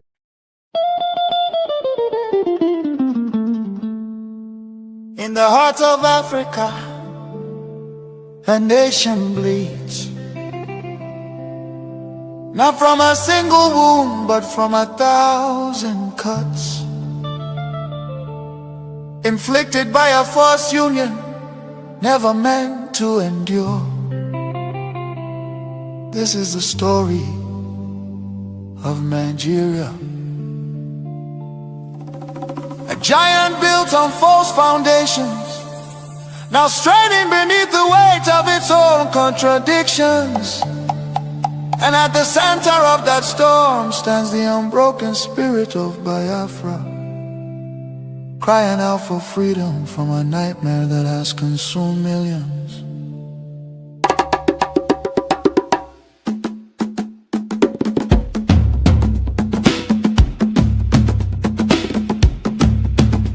It began with the rivers of blood in 1966.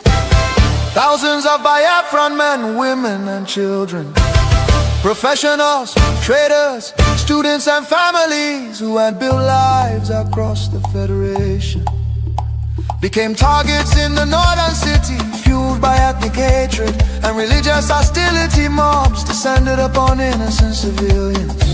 They were slaughtered in their homes, in crowded markets, and aboard trains carrying desperate families back to the east. Streets were littered with bodies, rivers choked with corpses. Survivors returned to the east carrying trauma, grief and the painful realization that they were no longer wanted in the Nigerian Union. Biafra, Biafra, voice of truth and freedom. Biafra, Biafra, the rising sun will rise again. Then came May 30th, 1967. A desperate act of survival. What followed were 30 months of unimaginable devastation. The Nigerian military, armed and backed by foreign powers, including Britain, Russia and Egypt, surrounded the young republic. A total blockade was imposed. No food, no medicine, no escape. Starvation became a weapon of war. 5 million, mostly civilians, many of them children, perished during what was not just a conflict but genocide against Biafra. Bombs fell on markets, hospitals and villages. Communities were razed. The world watched in silence while famine hollowed the faces of innocent children. Some nations spoke out, but many turned away. The war officially ended in paper in 1970 under the declaration. No victor, no vanquished, yet for Biafrans the suffering did not end. Their properties were confiscated, careers destroyed. Biafrans were given only £20 regardless of how much they had. Entire families struggled to rebuild shattered lives. The promise of reintegration faded into disappointment. Marginalization deepened in Nigerian government appointments. Infrastructure and control of resources from Biafran land. Oil flowing from the Biafra land enriched the center while much of the east remained neglected. Roads deteriorated, industries collapsed. Biafra, Biafra, voice of truth and freedom. The rising sun will rise again. The nightmare did not disappear, rather it evolved. Across Nigeria today, violence and insecurity continue to devastate communities. Armed attacks by Fulani herdsmen, terrorists, have left villages destroyed, farmers killed, women violated, children orphaned and churches burned. Boko Haram and its offshoots have unleashed terror across multiple regions in the southeast. Demands for Biafra and self-determination are often met with military crackdowns, arrests and bloodshed. Protesters have been killed, fear and tension continue to rise. These tragedies reflect the deadly consequences of forcing vastly different peoples into one political structure. Through the 1914 British amalgamation, distinct ethnic nations, religion, traditions, ideologies and systems of governance were merged without consent and without a shared national vision. The North's feudal and religious conservatism can never blend with the South's entrepreneurial drive. And the East Republican individualism attempts to hold the Union together continue to be at the cost of innocent blood. Why does Biafra matter? Biafra means self-determination. Biafra represents dignity, survival, and the right of a people to life and choose their future. Biafra symbolizes resistance, innovation, enterprise, and hope. The vision is of a nation with secure borders, focused development, protection of its citizens, and economic engagement with the world of future, free from oppression, fear, and perpetual conflict. The solution is not endless political conferences, military force or federal quota system, but a peaceful separation based on shared values and voluntary association. History shows that artificial unions often fracture violently, while honest separation can allow wounded nations to recover. Biafra is not dead, Biafra lives. It lives because the desire for freedom cannot be extinguished. Nigeria's ongoing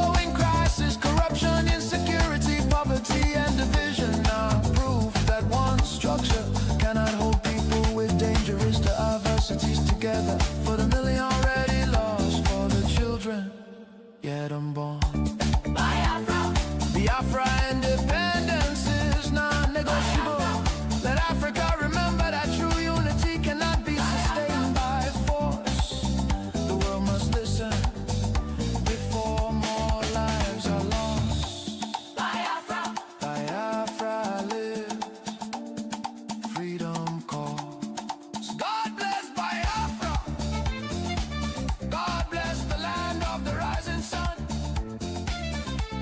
God bless Biafra Republic, government in exile, led by Prime Minister His Excellency Nkere, for standing tall in the pursuit of Biafra independence. Biafra, Biafra.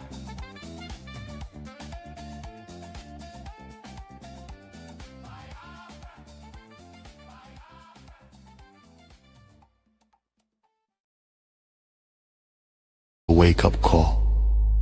You are listening to the voice of Biafra, where truth lives and freedom speaks. Biafrans stand firm until justice speaks louder than silence. And stay safe. God bless Biafra Republic. God bless Biafra Republic, government in exile. Great people of Biafra, this is the voice of Biafra, the voice that cannot be silenced, the voice of truth, resilience, and freedom. Speaking to you in the spirit of courage and in the language of liberation. Nigeria government has lost control over insecurity.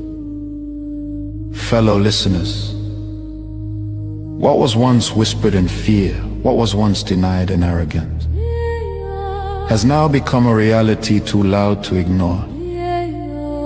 A nation staggering under the weight of its own contradictions is rapidly losing control over insecurity.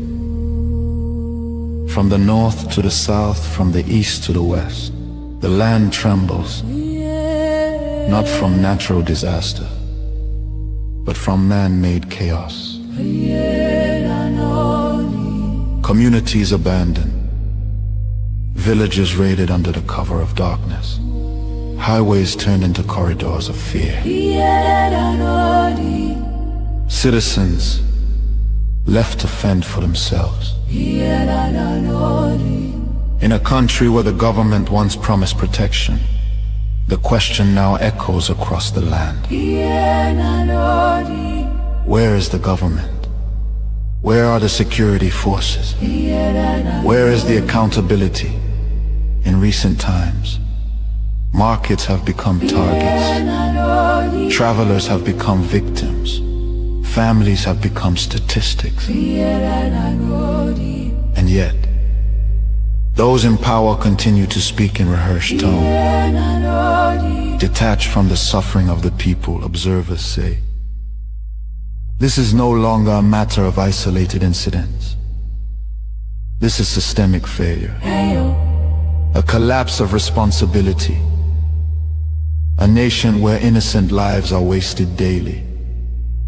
As fear grips the population, a new reality emerges. The people have lost confidence. Trust has been eroded. Hope has faded. But here, on this frequency, we do not deal in fear. We deal in truth. And the truth is this. A government that cannot protect its people has failed its most sacred duty to the people. Listen. Remain vigilant. Remain aware. Remain strong.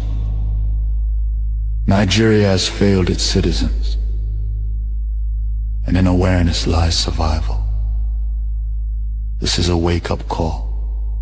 You are listening to the voice of Biafra, where truth lives and freedom speaks. Biafrans stand firm until justice speaks louder than silence. And stay safe. God bless Biafra Republic. God bless Biafra Republic, government in exile.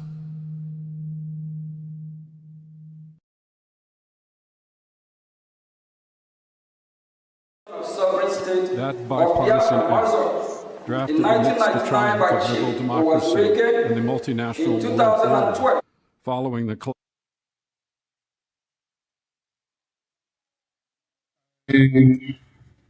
bring you warm greetings, and you're welcome to Voice of Biafra Television from wherever you're watching from. We salute all of you, and as you join us, please call on other people and let them know that Voice of Biafra Television is live, and we are on air from all platforms. Greetings to the Biafran people. Greetings to everyone listening to us.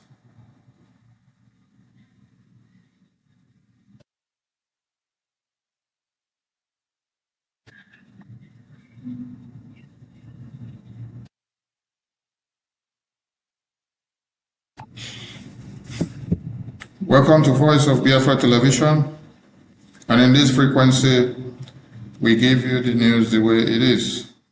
It doesn't matter how many of those that are trying to show themselves against the Christians that are being slaughtered on a daily basis. People of Biafra.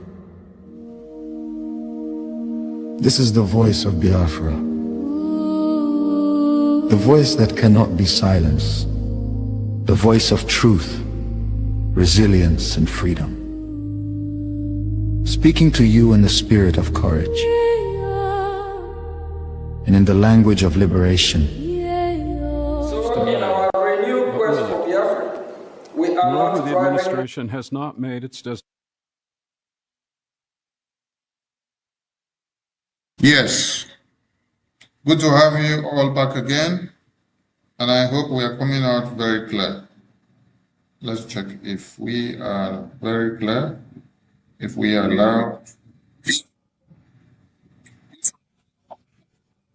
All right, we are live and direct on all platforms. We are on Facebook, we are on Twitter, we are on YouTube, and we are also on the Voice of Biafra Television, coming out live the entire region of Africa.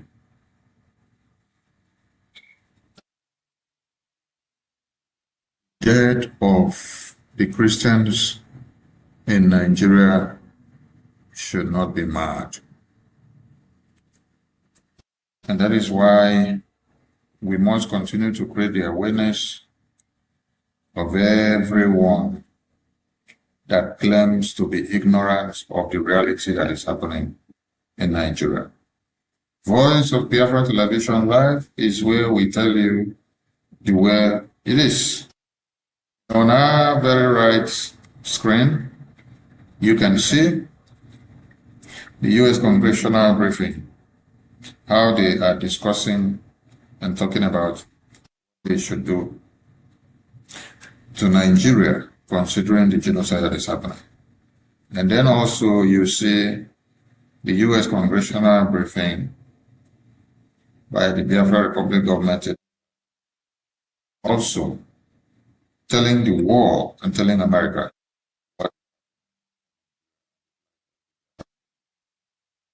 Greetings once again, and you're all welcome. Today's segment may not be very long, but we appreciate everyone that will be listening to this message and will be sharing it far and wide.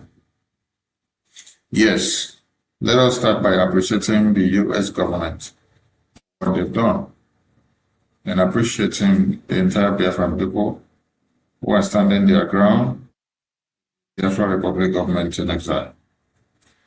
The Biafra Republic Government in Exile has come to stay, and it is the only voice of the Biafran people that speaks from Washington, D.C. The voice of the hopeless, the voice of the battered, the voice of the hungry, the voice of the motherless, the voice of the fatherless, and the voice of assurance and hope to every Christian in Nigeria, letting them know their cases are considered and not forgotten. Appreciate those that are piloting the affairs of Biafra at this time, His Excellency Honorable Nkere and the entire cabinet of Brgie. If you do not know this man standing here, where you see the American flag behind him, then you are living in denial, because this is the man that is shaking Nigeria from Washington, D.C. He's done it not once, not two, not three, not four. And he continues to. Nigeria is in quagmire. Nigeria is receiving the pain of the good works that he's doing in Washington, D.C. It is through his political and diplomatic campaign that Biafra has been brought up in the U.S. Congress for the very first time in history. It is through his political and diplomatic engagement with the U.S. lawmakers that has made the American lawmakers now have the boldness to speak of Biafra and to drag out Nigerian government is really in reality. Because they have been telling all of you long before now that the situation in Nigeria is about climate change, that it is about the economy, that it is about the changes in geographical areas. They've told you that it is because the inflation that is happening in other parts of the world is what is driving the insecurity in Nigeria. No, this has been a fat lie. The Biafra Republic government in exile have been able to bring these issues up and to let the entire world know and understand that Nigerian government have been lying. The big question is, why will Nigerian government be lying? Yes. Why will Nigerian government just decide to lie for what they are not supposed to? Are they lying because they just love lying and they enjoy the lying? Or they just want to keep the entire world in the dark? Yes, they want to keep the entire world in the dark because they see it very important that if they do so, nobody will take anything serious that comes out from you that lives in that contraption called Nigeria. But it is incumbent on you to wake up and to tell the entire world that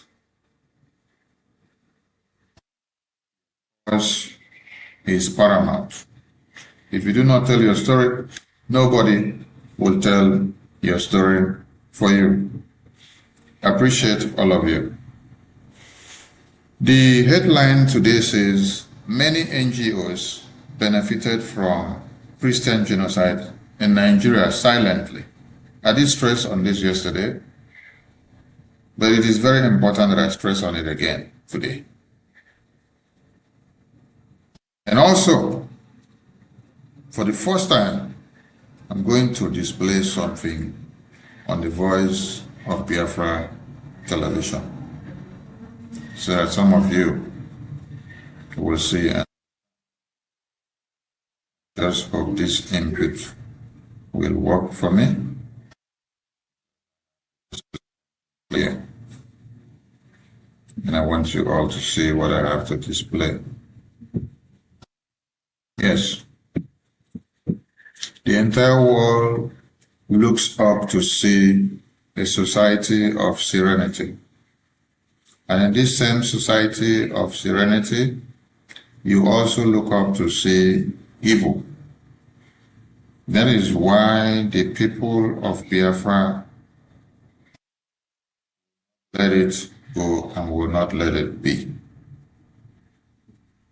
Those that say we should not be alive, they themselves will not also. Yes. It is only the Biafra Republic government in exile that speaks for the Biafran people. Yesterday, I stressed this issue, and that is the only government of Biafran people. That is why today, from the back end video you can see here, you see the U.S. congressional hearing, and then you see the Biafra congressional briefing that happened on the 18th of September. So as to connect the dots. Yes. Biafra Republic government in exile was created for a reason. And for that very reason, we are here to uphold that very reason, which the Biafra Republic government in exile was brought about. We are not going to allow anybody to destroy that very reason that the Biafra Republic government in exile was brought about. You may not have seen all our leaders that started the Biafra Republic government in exile till today here with us, but I tell you, that mandate and that vision which we all had and brought up to this very day is what this very Prime Minister and the Biafran people and the entire. So if there is any monkey that is raising their heads from anywhere and thinking that they can be able to destroy that very cause, I tell you, you have made a very big mistake and you are playing with fire. Tonight,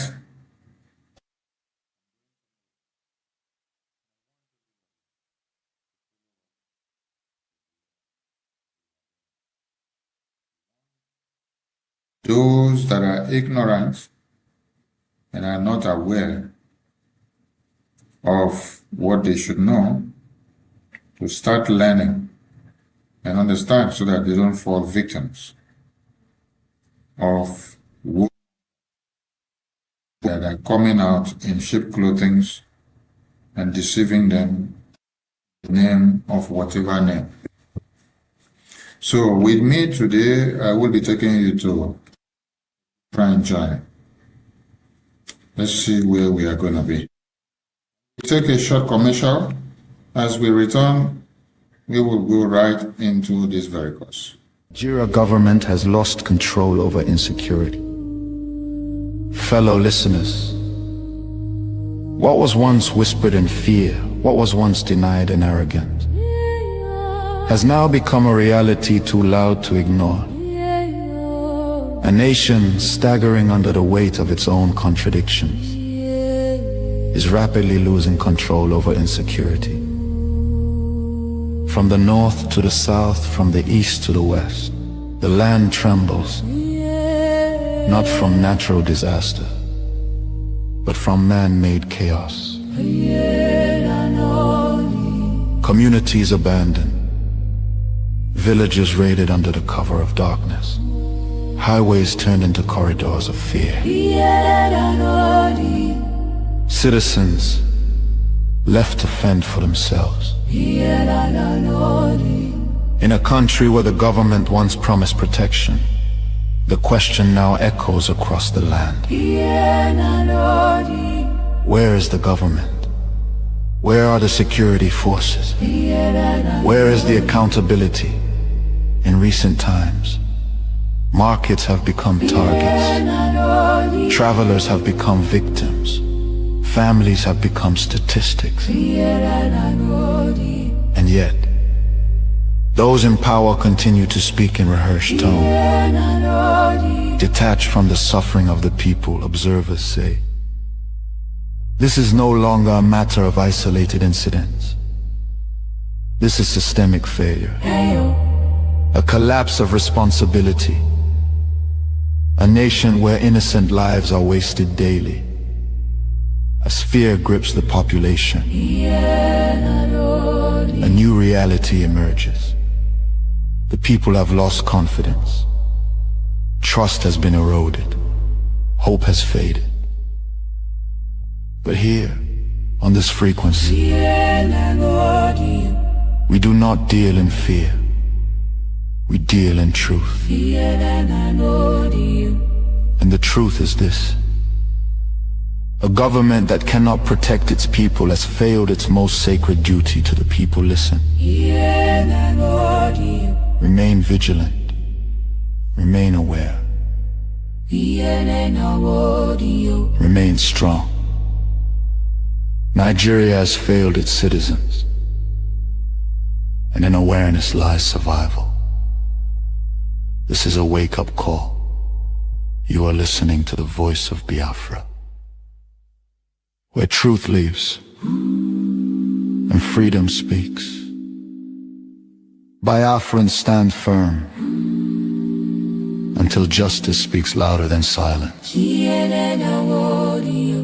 And stay safe. God bless Biafra Republic. God bless Biafra Republic government in exile.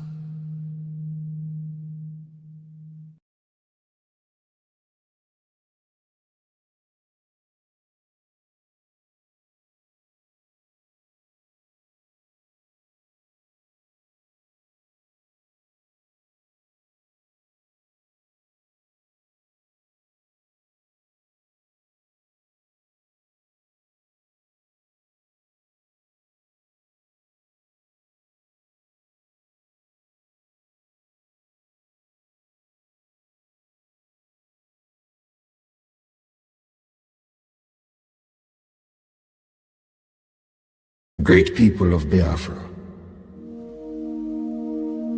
This is the voice of Biafra. The voice that cannot be silenced.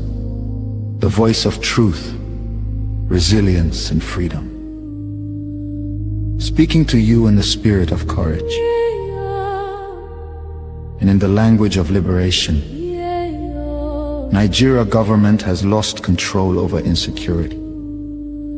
Fellow listeners, what was once whispered in fear, what was once denied in arrogance, has now become a reality too loud to ignore. A nation staggering under the weight of its own contradictions is rapidly losing control over insecurity. From the north to the south, from the east to the west, the land trembles. Not from natural disaster, but from man-made chaos.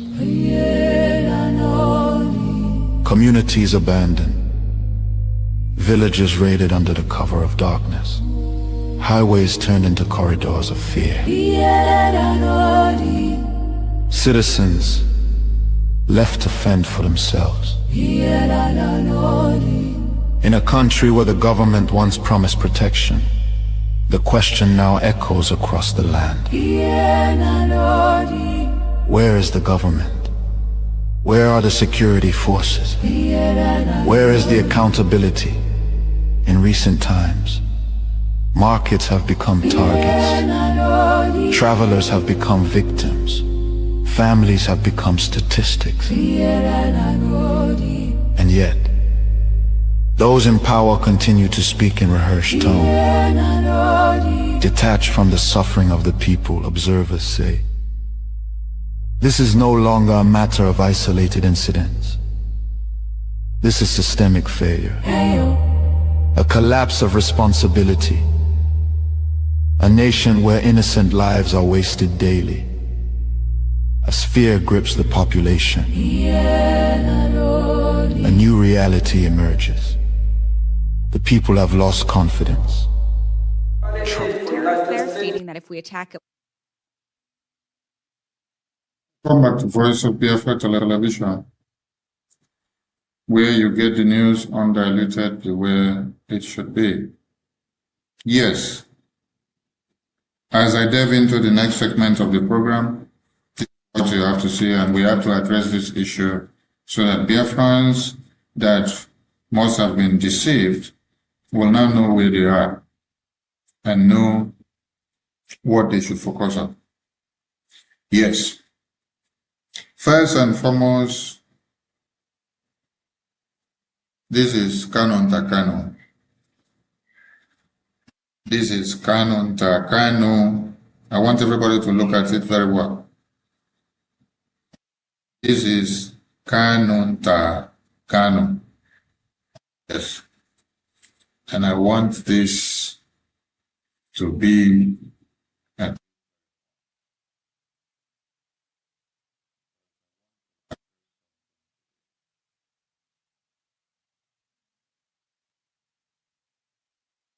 then this is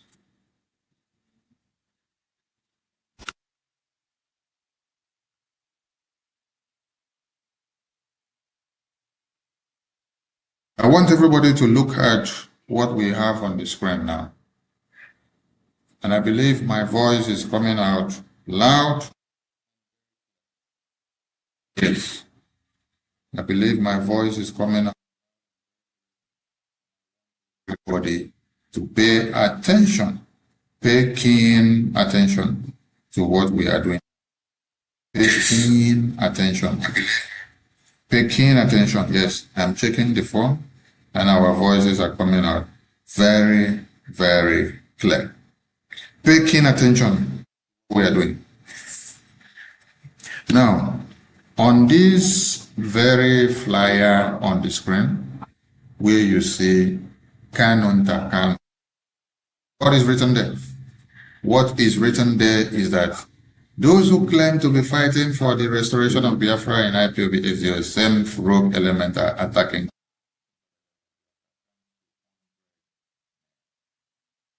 Yes.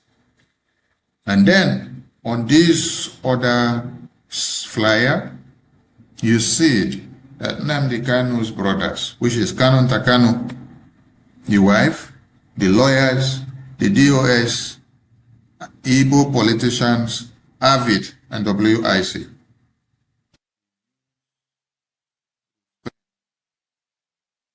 Write letter to EU president to imprison Mazi Simon Ekpa and deport all Biafrans supporting Biafra Republic government in exile for the release of Mazi Nnamdi Kanu and Biafra recognitions. So we ask the question, who did worst? Now, if you haven't seen this letter that we have on the screen before, yes, we are going to zoom this letter so that you can read and see it all for yourself. Now, we want everybody to take their time and read this letter. Starting from the letterhead, we want you to check the letterhead very well. Check the letterhead of this letter very well. What do you see there? What you see here on this letterhead is Law Office of Bruce Fenn, right? Okay. 300 New Jersey Avenue, NW Suite 900, Washington, D.C. 20001. Phone number, you see it there. Email, you see it there. Website, you see it there.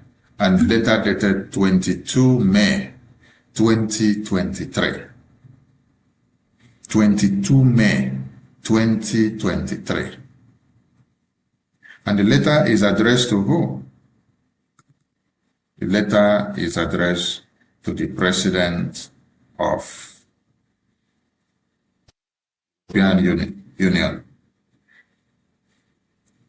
And the name there is what? Ursula de Leyen, President, European Commission. And they put the address there, Brussels, Belgium. They say, Dear President. Now, let us go into the context of the letter. We want you all to read the context of the letter alongside with us.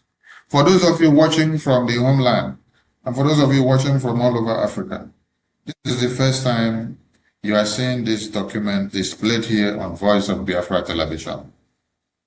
Yes, it is important that we declare this and we bring it to the Voice of Biafra television for you all to see, because many of you haven't seen this.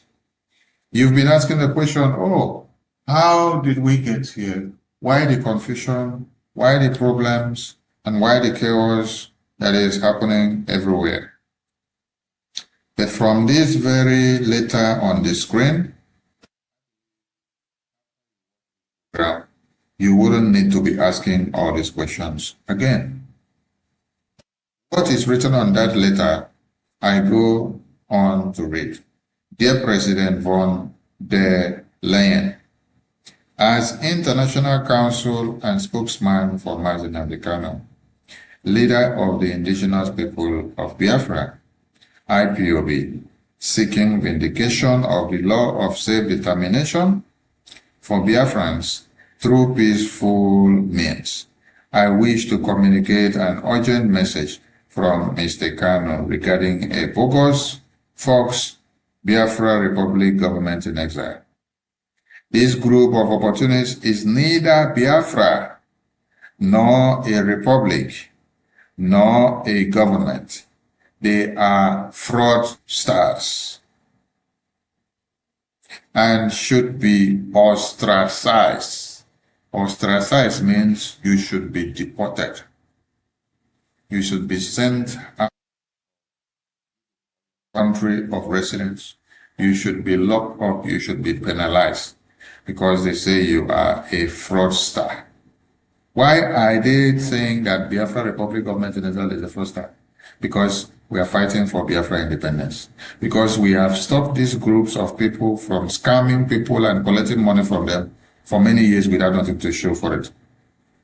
Since 2012, they've been shouting along and raising flag and doing protests all over the world. But they were unable to arrange only one diplomatic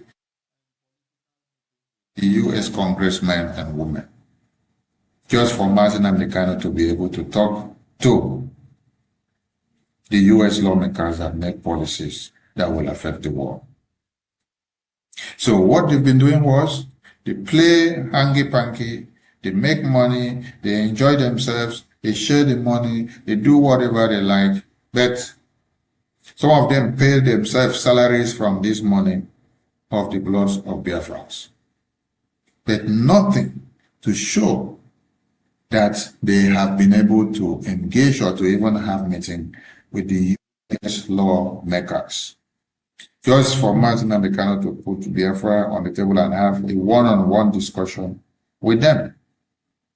Since 2012, down to this very day, they've not been able to record such success. So on saying that Biafra Republic government in exile with able hands came in 2022 and were able to establish headquarter office in Baltimore, and were able to establish Biafra Republic government in exile license offices all over the world. They saw it that Biafra Republic government in exile have actually gotten to the right point of what they were unable to do for years. Their anger became that, why should Biafra Republic government in exile representatives be this fast, give all this in just 2 years, when they have been in the circle for over 12 years, and they were unable to achieve anything compared or near or similar to what Biafra Republic government in exile have achieved in just 2 years. So they had to look for a way of making sure they lock up all Biafrans that are working to the restoration of Biafra under the Biafra Republic government in exile. It shocked you to understand that Biafra Republic government in exile submitted a congressional testimony to the US government, telling them about the plight of the Biafran people, telling them about the Christian genocide in Nigeria, telling them about the kidnapping of Mazi Nnamdi Kanu and all Biafrans that have been kidnapped, telling them about the imprisonment of Mazi Simon Ekpa in Finland that Finland government did in collaboration with the European Union, which is working in line with this letter that these Mazi Nnamdi Kanu brothers, Kanu Ntakanu, Bruce Fenn, the lawyers, the attorneys, and the entire family of him and the DOS, Walibo Congress, AVID, and all groups that are all over this world who are the enemies of Biafra restoration. They came together, they wrote this letter, they sent it to the European Commission. And they stood as a testimony.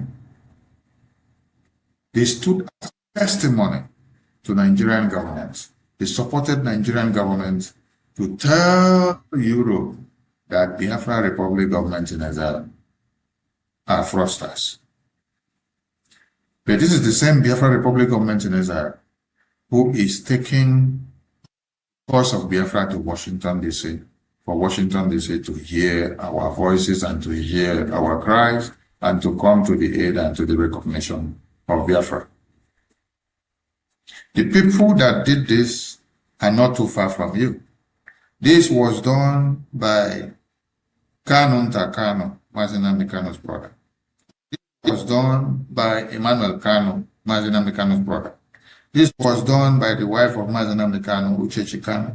This was done by DOS.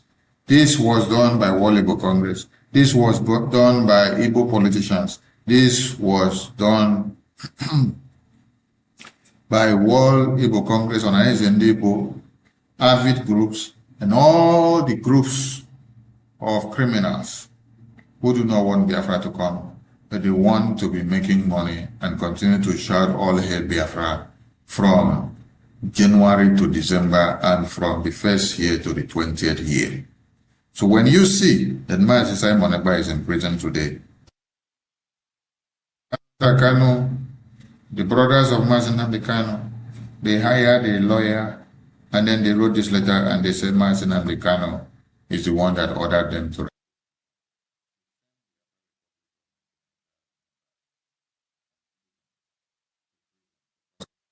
of his own release. Yes, and because of fighting for the restoration of Biafra and the recognition of Biafra. We are reading this letter to you today for you to understand why. They staged a protest in Finland. They gathered in Finland in 2023. And then they submitted this letter in the same 2023. Yes, this letter you see here was submitted in 2023. You can see the date today, May 22, 2023.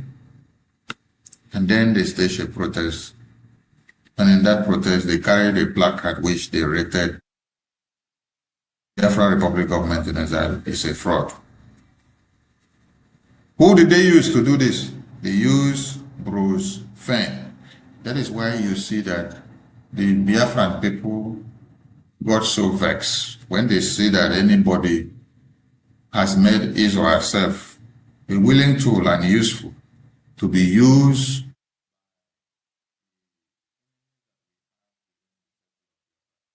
to capitalize on the destruction of the recognition and restoration and the state at which the Biafra Republic government in exile have gone in diplomacy and policy making in America.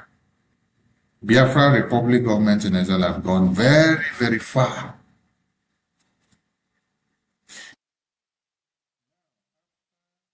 Kanu Ntakanu wrote this letter with his brothers and the DOS members and World Igbo Congress and Ohanese and Igbo politicians. They now come back to front what? They now come back to now front 100 men. Their 100 men plan is to come and tell you that they succeeded in doing what? In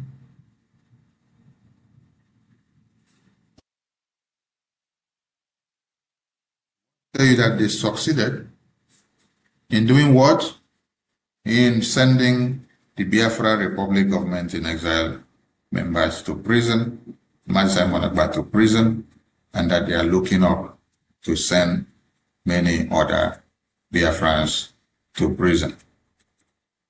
That is what you see from here. And what they are doing now is to front the 100 men madness. Now, I ask you, Biafra Republic government in exile have held a congressional briefing in the US Congress. The Prime Minister of the Biafra Republic government in exile goes on and on educating the US lawmakers on a daily basis about the plight of Biafran people. Very congressional briefing that you see on the screen behind where the US lawmakers talking. It was on the 20th of November, 2025. And in that very briefing, what did they do? The lawmakers that the Prime Minister of Biafra Republic government in Israel have educated so much about Biafra took up Biafra in that very congressional hearing. And they had to hear about Biafra spoken for the first time in the US Congress, where they were having a public hearing, where nobody had expected that such will come up. Nobody expected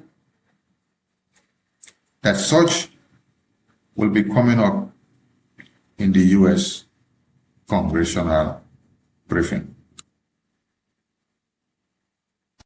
So it shocked everyone to have seen that Biafra was spoken of in the US Congress on 20th of November.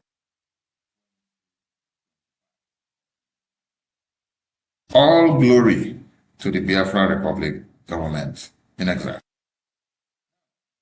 When you now see Kanu Ntakanu, after they have written this order letter and sent to the European Union, telling them that the Biafra Republic government in exile ostracized and that they should be ostracized, sent out of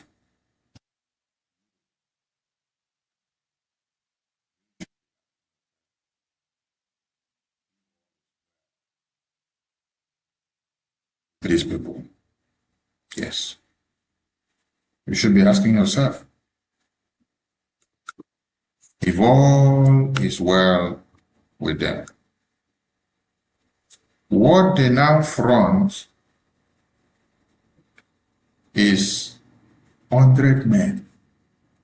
And with this nonsense 100 men, the same way that you have them attacked Mazen verse later, is the same way that they have carried his name and his face and put on this Bible.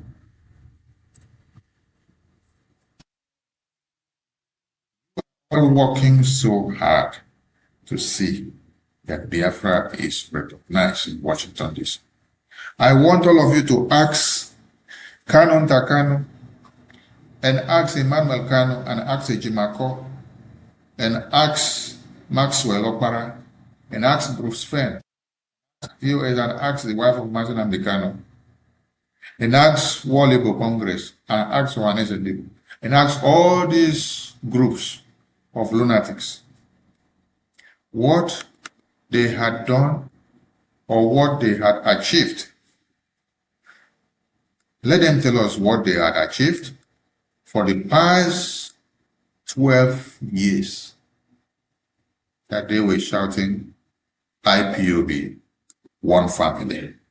They were just doing protests and going about with flag, shouting IPOB, one family, carrying the biggest of flag and making noise everywhere.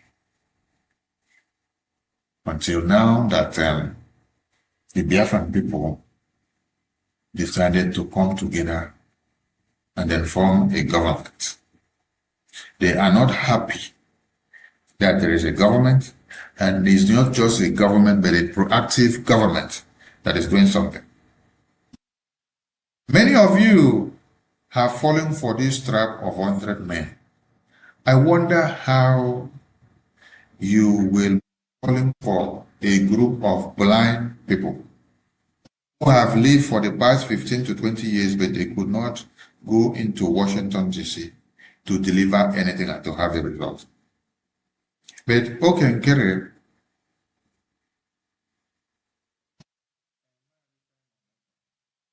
and the Biafran government in exile started going to Washington.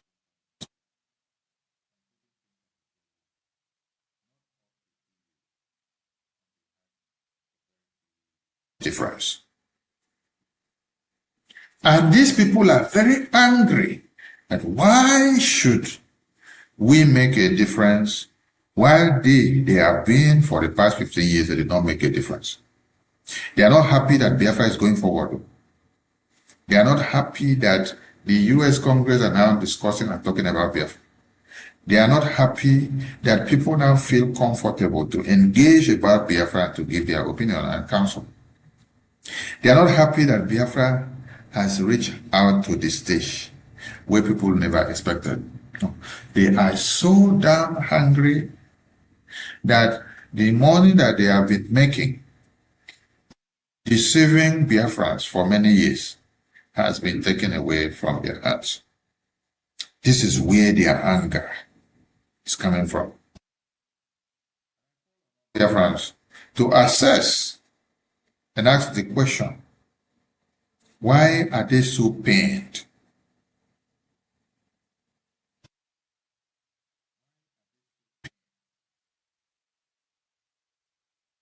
So pained, and who will help them out?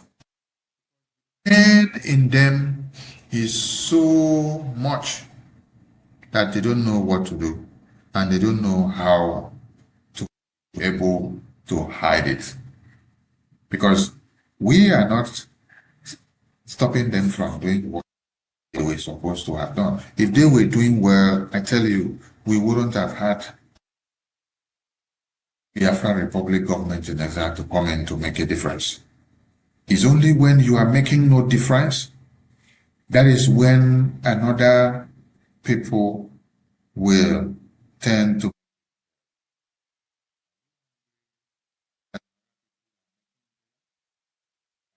angry because you made no difference? Are you angry because you have been a failure and you continue to be a failure? Oh, come on. The Biafra Republic government in exile did not stop anybody from doing what they are supposed to do.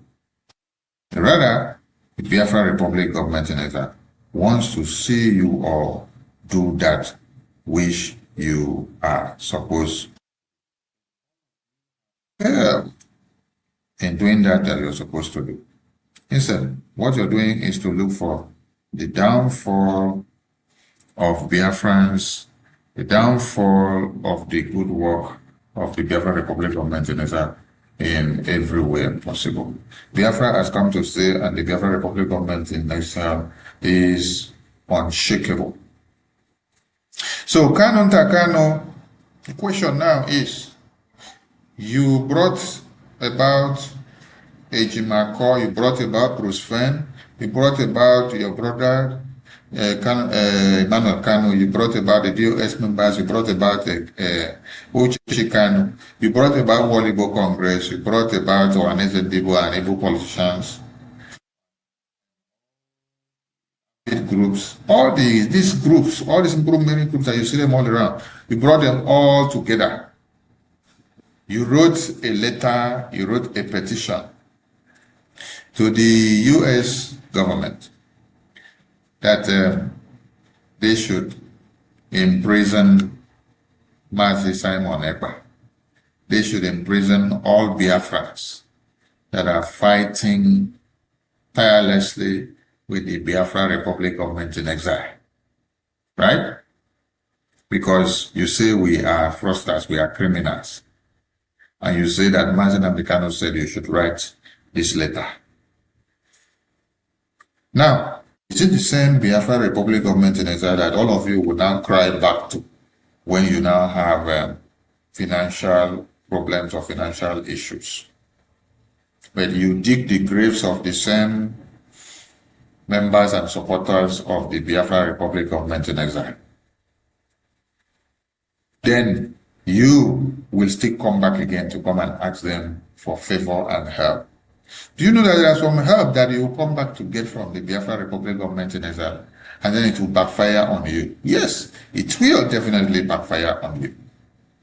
Because if you are part and parcel of the people that write letter and send to the European Commission, telling them that they should kill all Biafrans who are fighting under the Biafra Republic government in exile, to the release of Mazi Nnamdi Kanu, and to the release of Biafrans that are in prison, and to the recognition and restoration of Biafra.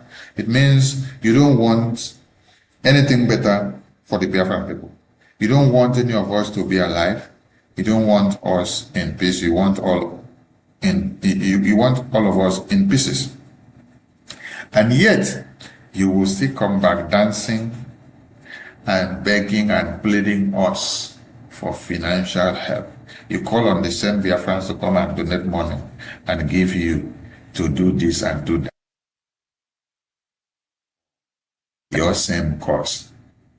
These are the reasons why some of you are suffering, honestly, yes. Because you may think that you are doing us the evil, but it backfires on you. Anything you do now backfires back on you. Because you don't know the law of karma. You don't understand what you're cooking up against yourself, bringing up against yourself. Biafrans, you must understand that there is nothing like 100 men. The 100 men nonsense that you see on this screen by Kanonta is the criminality network that they are creating. What they are portraying with this 100 men criminality is that Mazi Nnamdi Kanu want to lead you from inside prison. That is why I'm taking time to bring this to the screen today. Ordinarily, I wouldn't have time for this madness of these people. But it is pertinent and important that we don't ignore some things, especially on the Voice of Biafra television. We need to bring it to the screen. We need to shred it to pieces. We need to educate people so that when they see it out there, they will know where to stand and what to do, so that they won't be misled. Yes, you need to understand and have the facts straight. There is nothing like 100 men. There is nothing like Sokoto declaration from the prison. Your leaders inside prison cannot declare Biafra for you. Your leaders inside prison are prisoners. They are chained in their hands, and they are being commanded by those that keep them in prison. Whatever they tell them is the script that they have to play to. They tell them that they have to come and tell you or to bow your head, they will come and do so. If they tell them that they have to tell you or to start denying Biafra, they will come and tell you so. If they tell them that they have to come and tell you that you should never talk about Biafra again and stop even doing sit at home, they will come and tell you so, because there is a gun pointed on their head. These are all the scripts of the Nigerian government. It is a script that needs to be played in the hands of the oppressor. When you are in the hands of the oppressor that wants to silence you and wants to make you irrelevant and wants to make you useless and want to kill your voice, they will use every apparatus to kill your voice so that people will not hear your voice and they will not listen to what you are saying, or they will not keep to what they are supposed to. This is the case of Biafrans that are in chains. If they are thinking, if Nigerian terrorist government are thinking that they can be using Biafran prisoners that are in their chains to galvanize their brain and send out message and destroy the mindset and the focus and determination of the Biafran people, I tell you, they have failed very, very woefully. So, to Kanunta, everybody should go back and tell Kanunta that he has failed on arrival. After you all wrote letter and sent Mazi Simon Ekpa to prison, you wrote letter and testified alongside and in favor of Nigeria. And you say that all Biafrans should go to prison because they are fighting for the release of Mazi Nnamdi Kanu, and they are fighting for the recognition of Biafra, and they are taking Biafra to Washington, D.C. So all Biafrans should be deported from their homes. They should be sent out from wherever they are. I tell you all that you have failed. Men madness goes nowhere. It's only fools and blind people that will follow your 100-man scam.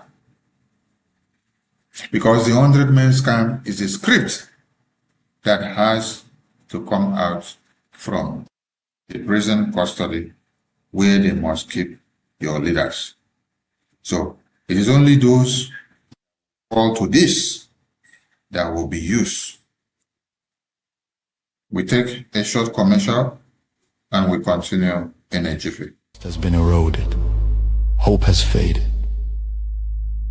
But here, we do not deal in fear. We deal in truth. And the truth is this: a government that cannot protect its people has failed its most sacred duty to the people. Listen. Remain vigilant. Remain aware. Great people of Biafra.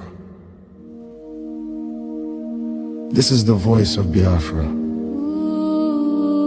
The voice that cannot be silenced.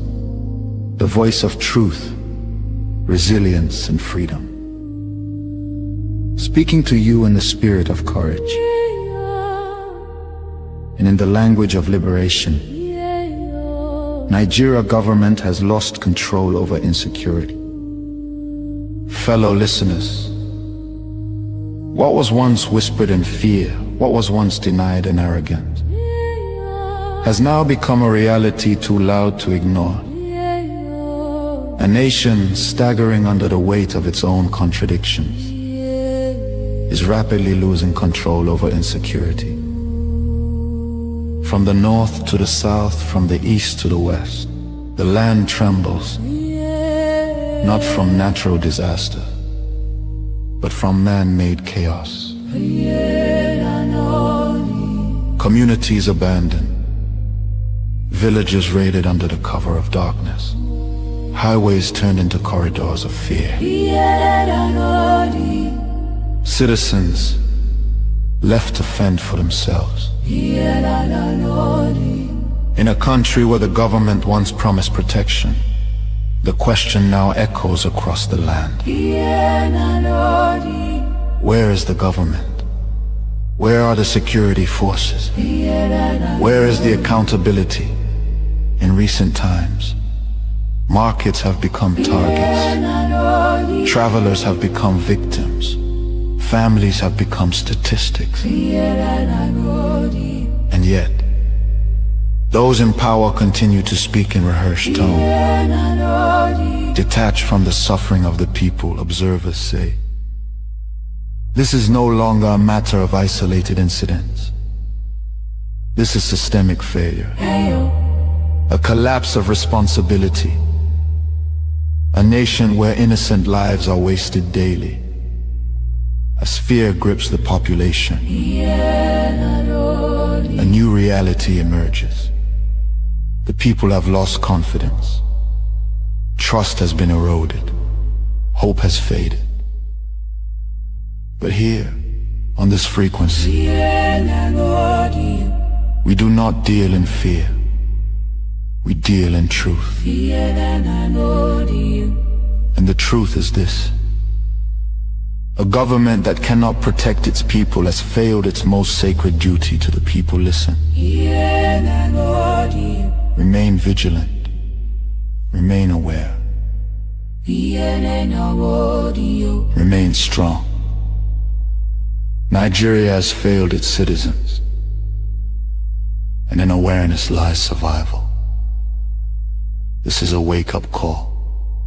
You are listening to the voice of Biafra, where truth lives and freedom speaks. Biafrans stand firm until justice speaks louder than silence. And stay safe. God bless Biafra Republic. God bless Biafra Republic government in exile. Colleague who was on the trip as well, and appreciated her and her time with that. Welcome back to Voice of Biafra Television, where we give you the news undiluted the way it is. Yes, this is what we've been talking about. Taken time to address this today, so that those that are falling victims of this scam will not continue. You follow somebody, acts of result. Before you follow somebody, acts of antecedents.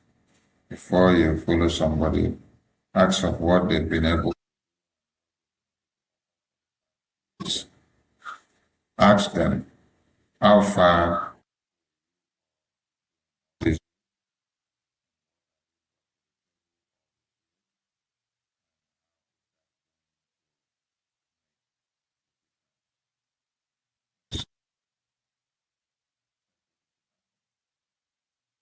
they are able to tell you about what they are going to achieve and what they have achieved before now. When you look at their report card and you see that they have done anything to pick off and to follow, then you can be able to. But for these people here that are campaigning and pushing these 100 men, they are the same people that sent Master Simon about to prison. They are the same people that came together with World Igbo Congress and Igbo politicians. They testified in the court of Finland against Biafra Republic government in exile. Clapping for them, and you're joining them. You are actually clapping for the imprisonment of Master Simon. You're clapping for the imprisonment of all Biafra Republic government in exile members.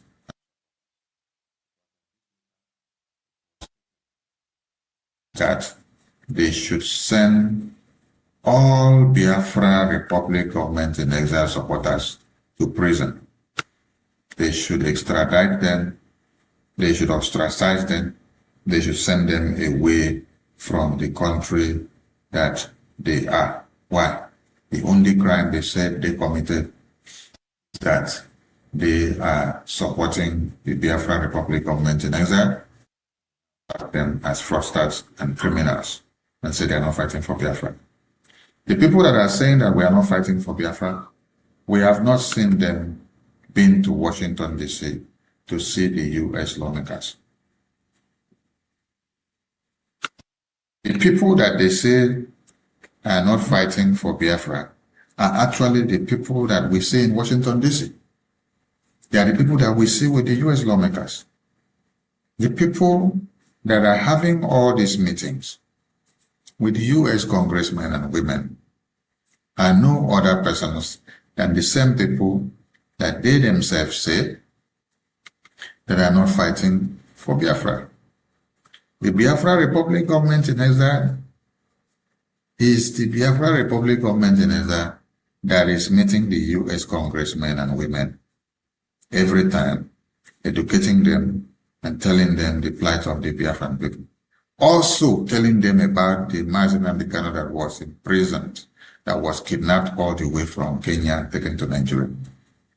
And these people that we talk about, they cannot take Mazen and the Kano case or Biafra case to Washington, D.C.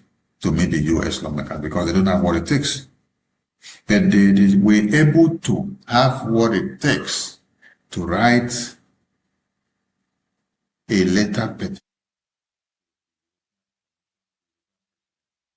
Should imprison all Biafrans who are aligning or identifying themselves or supporting the Biafra Republic government in exile. So when you are thinking and asking,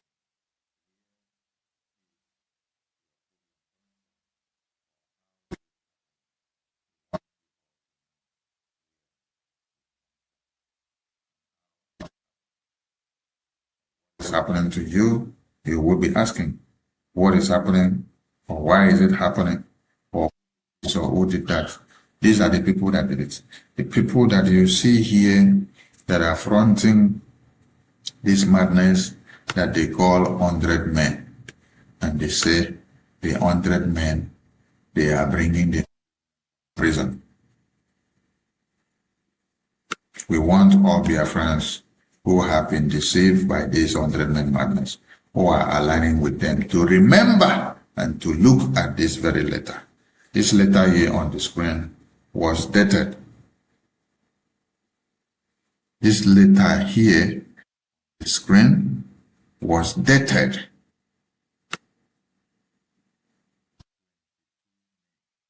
2023. If you calculate the years to today being May 20, you will now see how many years this letter was drafted and sent to the European president.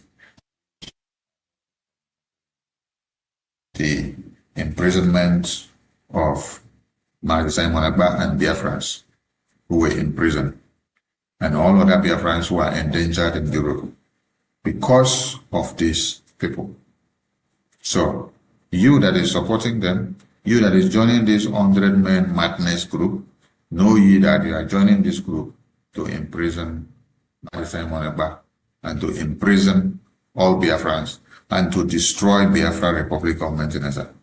Because the key word here is that everybody that is supporting Biafra Republic of Maintenance, that they are fraudsters. Look at it here. They say you are all fraudsters and that you should be ostracized, you should be deported from your country where you are resident and you are working in Europe. This is what the lawyers of Mazen Nnamdi Kanu did. This is what Kanu, all his group of lawyers. This is what Ejima called it with all his group of lawyers. This is what World Igbo Congress did. This is what AFID did. This is what the ambassador group did. All the groups, the DOS, all the groups that are saying that they are the real people identifying with Biafra and they are the ones actually fighting for Biafra for the past 12 years, who says they don't agree with Biafra Republic government and they hate to see Biafra Republic government. This is what they all brought up together against the people of Biafra. So when you are joining them today, I want you to remember that you are joining them to destroy yourself, and you are joining them to destroy Biafra Republic government in exile. So wake up now. We've seen some other posts where they put another photo and another flyer and they say Sokoto Declaration. Maybe in my next program, I will bring the Sokoto Declaration flyer and put it on the screen. I want your eyes to be open, and I want you all to understand the evil that the brothers of Mazen Kanu, the wife, the DOS, the lawyers of Mazen Kanu, the World Igbo Congress, the Ohanes Igbo, the Igbo politicians, and all the groups of DOS, none of them are ganging up together what they are doing and how they are doing to destroy the Biafra that all of you are hearing for. Many Biafrans have died, and many Biafrans are in detention, and many Biafrans have been imprisoned for Biafra. And so I ask why a reasonable fellow would then decide to start Biafrans. That's the question I ask. Why will somebody start playing with the life of Biafrans when you have seen and known that Biafrans have suffered so much? And Biafrans have died in thousands and in numbers because of their love and affection and emotion for Biafra. And then all you could do is to look for a way of destroying the Biafran people the more. All you could do is to look for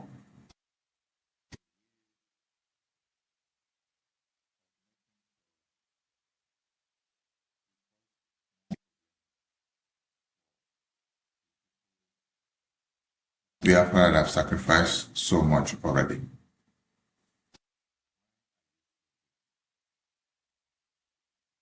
Why are you being so wicked?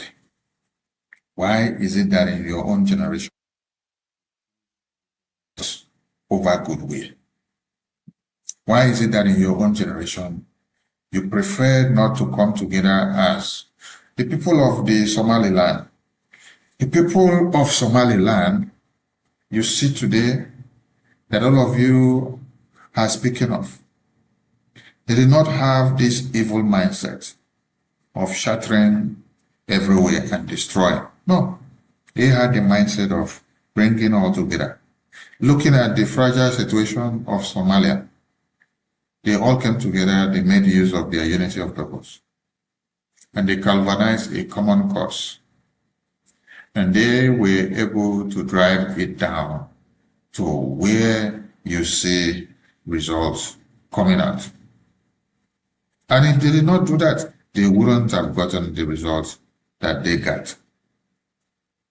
So they worked so hard, they kept their differences aside, they kept their pride and their ego, they kept their ethnocentrism aside, they all came together and made it work.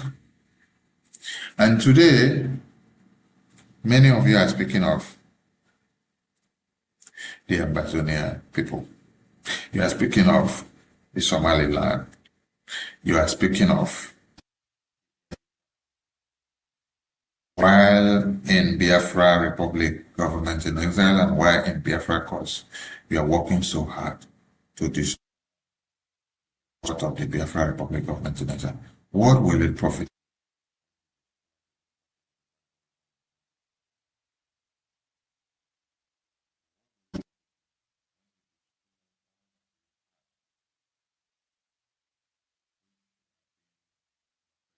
Of all.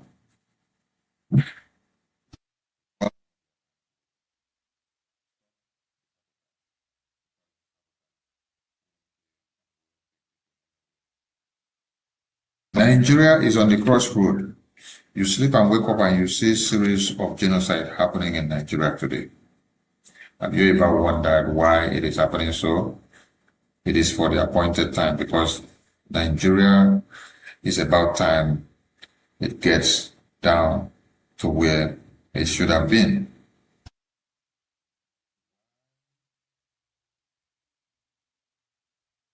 They're not talking about the genocide that is happening. Accepted on the politics of who becomes the next president of Nigeria. The next president of Nigeria is the only case or the only thing that they talk about now. But while you are shouting the next president of Nigeria, how many people are dying? A lot of people are dying while president of Nigeria. Will the next president of Nigeria stop the Boko Haram and the Islamic Jihad? Shouting the next president of Nigeria does not stop who is to be slaughtered next. The people that have been mapped out for slaughter have been mapped out. Stopped because the terrorists already have their plan. Many of you are now hell-bent on only posting the videos and photos of the people that are massacred and slaughtered after they have been massacred and slaughtered. The videos of the massacred and slaughtered. Is that all you got? Oh, you have nothing else. Oh, I see. All you got is what is to be massacred and slaughtered, and you get nothing to offer. You need to wake up, because when they finish in the next community, your own community will be next. Peter Obi is an agent of Nigeria.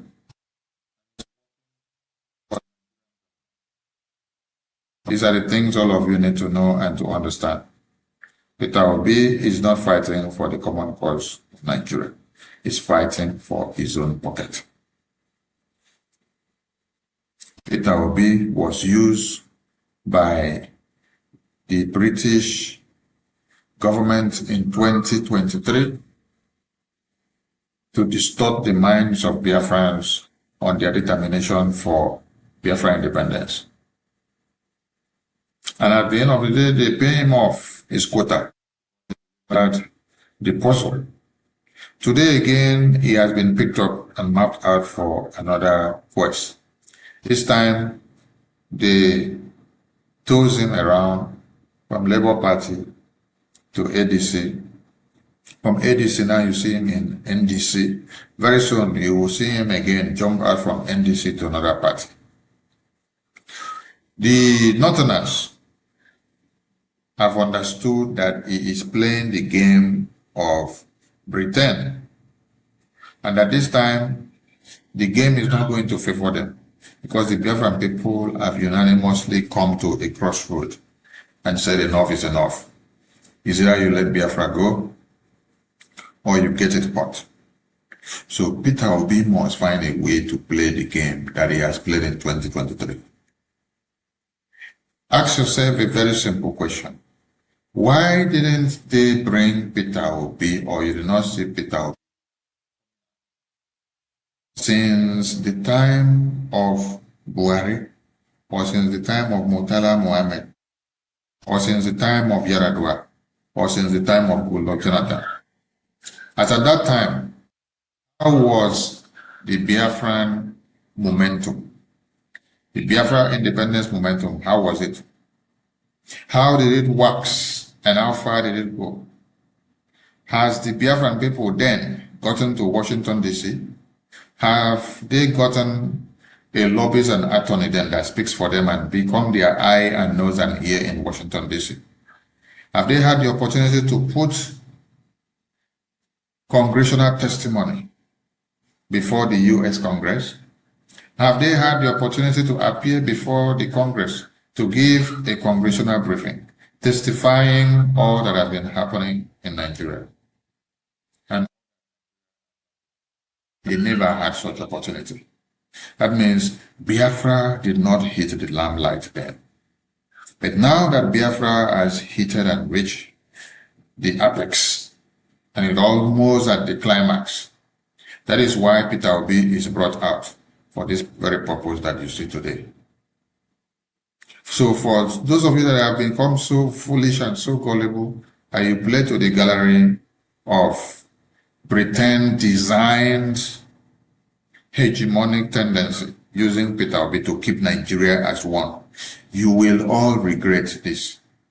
Because when the next set of Boko Haram terrorists invade your community, slaughter and maim and destroy, Peter Obi will be there to help you. This is Voice of Biafra Television, where we tell you the news the way it is, without mincing words. It's good to have you on the show today. We look forward to seeing you again sometime, someday. And may the God of Biafra bless you as you continue to do the bidding of the Biafran people.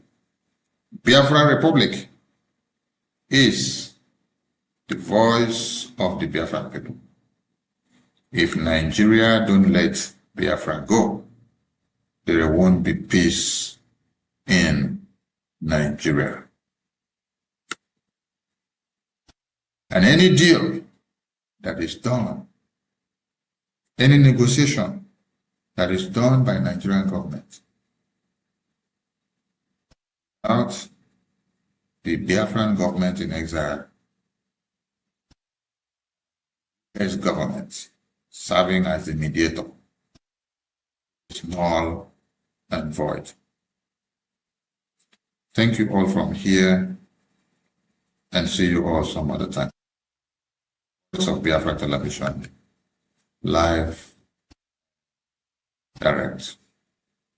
God bless you. Great people of Biafra. This is the voice of Biafra. The voice that cannot be silenced. The voice of truth, resilience, and freedom. Speaking to you in the spirit of courage and in the language of liberation. Nigeria government has lost control over insecurity. Fellow listeners, what was once whispered in fear, what was once denied and arrogant, has now become a reality too loud to ignore. A nation staggering under the weight of its own contradictions is rapidly losing control over insecurity. From the north to the south, from the east to the west, the land trembles, not from natural disaster, but from man-made chaos. Communities abandoned, villages raided under the cover of darkness, highways turned into corridors of fear. Citizens left to fend for themselves. In a country where the government once promised protection, the question now echoes across the land. Where is the government? Where are the security forces? Where is the accountability? In recent times, markets have become targets. Travelers have become victims. Families have become statistics. And yet, those in power continue to speak in rehearsed tone. Detached from the suffering of the people, observers say, this is no longer a matter of isolated incidents. This is systemic failure. A collapse of responsibility.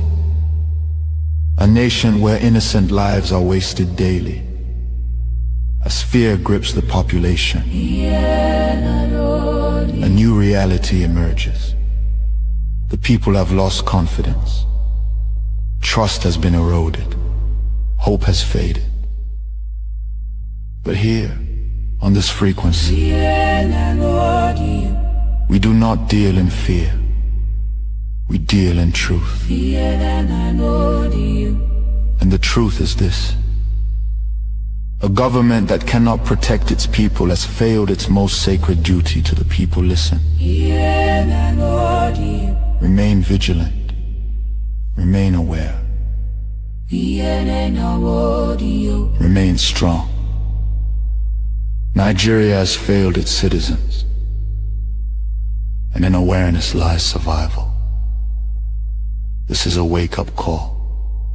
You are listening to the voice of Biafra, where truth lives and freedom speaks.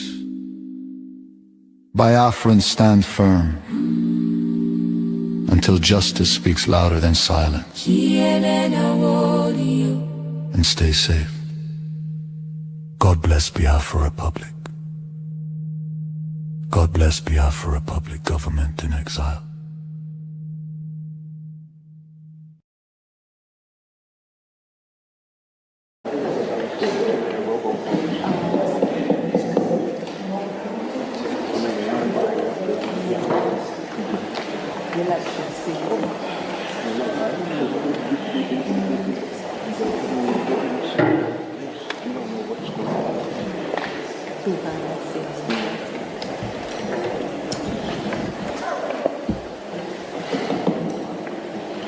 Biafrans, am I coming out? Yes. All right. The hour is here, and we all know the reason why we are here today. We are here for our freedom because it's our right. And today is our first congressional briefing. And we have our special guest here. We Biafrans are familiar with who he is. He's someone who advocates for freedom, human rights, and also religious rights. We have our special guest, Marco Ruby. And Ruby is Senior Fellow, American Enterprise Institute. Thank you, Marco.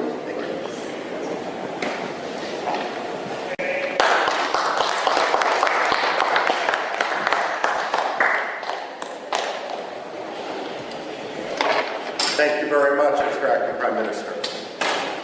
I don't need, first of all, it's good to see Biafra represented so well in Washington, D.C. Unlike in Nigeria, and unlike in Finland, we're not going to arrest dissidents.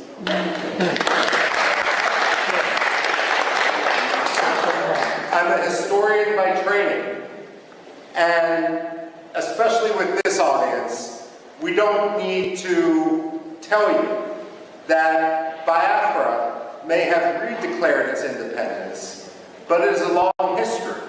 And if we count the maps that European merchants, geographers, and other travelers made dating back to the 17th century, then Biafra is actually older than the United States of America.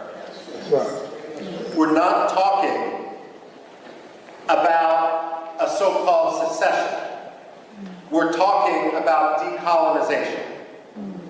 And when we look at Africa today, we must recognize that the problem of colonialism is no longer based in London and in Paris. It's based in places like Abuja and Lagos. The fact of the matter is, and for that matter, Yaoundé as well, the fact of the matter is that we are witnessing a second wave of decolonization in Africa right now. Biafra, Amazonia, Somaliland are at the front line of a struggle for freedom. Religious freedom, as well as simply personal, economic freedom, political freedom. The fact of the matter is, though, when we talk about that front line of colonialism, Biafra, Amazonia, Somaliland, we're also talking about a response to genocide. The fact of the matter is, when we look at the modern history of Biafra and we see some of the key figures represented on this podium, and it's so appropriate that we're sitting here in a room dedicated to Veterans Affairs, to honor the veterans of the Biafra struggle. the fact of the matter is that they did not start the struggle for Biafran rights. Nigeria did. Nigeria has agency. They have decision-making. No one forced Nigeria to undertake the pogroms of 1966. That was a decision that was made in Lagos. And what we have seen, the struggle for freedom in Biafra, is a natural response to the repression, which is now more than 60 years old inside Nigeria, and especially with regard to Biafra. Now, we can talk about genocide, and unfortunately, what has occurred in Biafra from in the late 1960s and so forth isn't the only case of genocide that the 20th century has seen. But what makes the history and the recognition of the Biafran genocide so important is this. When the Jews suffered the Holocaust, Germany afterwards acknowledged the Holocaust. The ideology that led to Nazism became stigmatized. Yes, there are still Nazis today, but it is an ideology which is outside the realm of acceptable belief. The problem with genocide denial isn't simply a denial of fact, a denial of history. But when you don't acknowledge the genocide, then what you're actually doing is throwing a life raft to the ideology upon which that genocide occurred. So when you have someone like the late Muhammadu Buhari, whose hands were covered in blood from the events of the Biafra genocide, rise to the presidency of Nigeria without anyone acknowledging his role, that simply perpetrates and legitimizes that genocide. Now, when it comes to genocide denial, I also have this to say.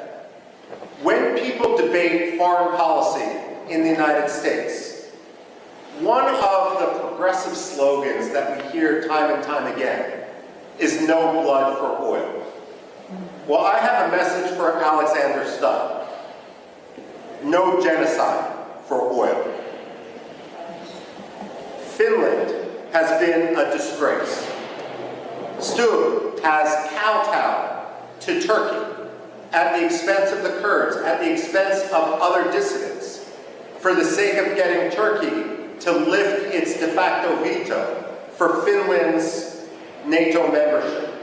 Now he's kowtowing to the Nigerian government by arresting Simon Ekpa for the sole reason of advocating against genocide and of providing, frankly, at this point, the only reasonable way forward given the actions of the Nigerian state.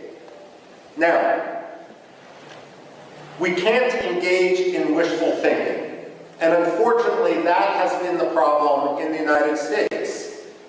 I would argue that Europe is more engaged in a cynicism, where they simply want Nigeria's oil, and let's be frank, it's not Nigeria's oil. It's Biafra's oil, the Delta region and so forth. The fact of the matter is they feel it's easier to have a relationship with a dictator, and they're going to look the other way. Never let the Europeans pretend that they stand as a representative of human rights when they act in such a cynical, racist, and way that is so contrary to life, liberty, justice, freedom, political rights. The fact of the matter is the Europeans need to be called out each and every day for that. Finland especially. Now, I would go so far as saying Finland doesn't deserve the plaudits that so many people, Amnesty International, Human Rights Watch, tend to ascribe to Scandinavian powers. I would today argue that through its actions behind the scenes, by laundering the Nigerian government, by allowing, by cynically using this mantle which it had developed over decades as a protector of human rights, that Finland has become one of the most cynical promoters of human rights abuses, on par with Russia, with China, and with others. The only difference is Russia and China are much more open about what they're doing. Finland thinks they can have it both ways. Now, when it comes to the United States, however, the United States isn't blameless. We have two problems here. The first is the problem of the American perception of history. Whether you're Republican, whether you're Democrat, I don't care. And the fact of the matter is Biafra, like Cyprus, like India, should be a bipartisan cause. There's nothing partisan about freedom and liberty. And I say that as someone who personally is a Republican, but I was a Congressional Black Caucus Foundation fellow working for the late Congressman Bill Brgie, who was a Democrat. So I say this not just as wishful thinking, but someone who truly believes in the importance of principle and its triumph over cynical partisanship. But let's face it, both the Republicans and the Democrats have a problem, and American society in general, and that's our general ignorance of history.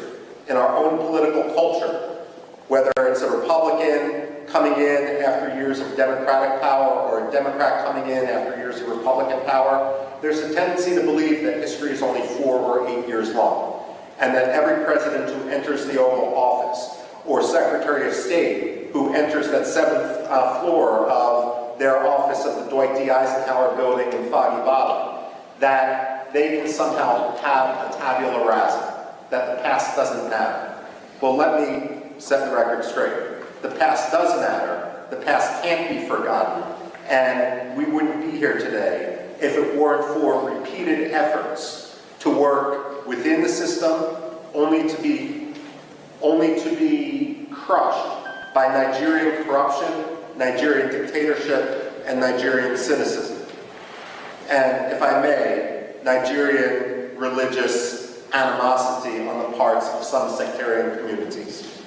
Now, one problem, of course, is then that U.S. historical ignorance, and this is where it's so important for the Biafrans to really rally, to meet with Democrats, to meet with Republicans, not to meet and spend all those times meeting with those who agree with you, but actually concentrating their efforts on those who disagree.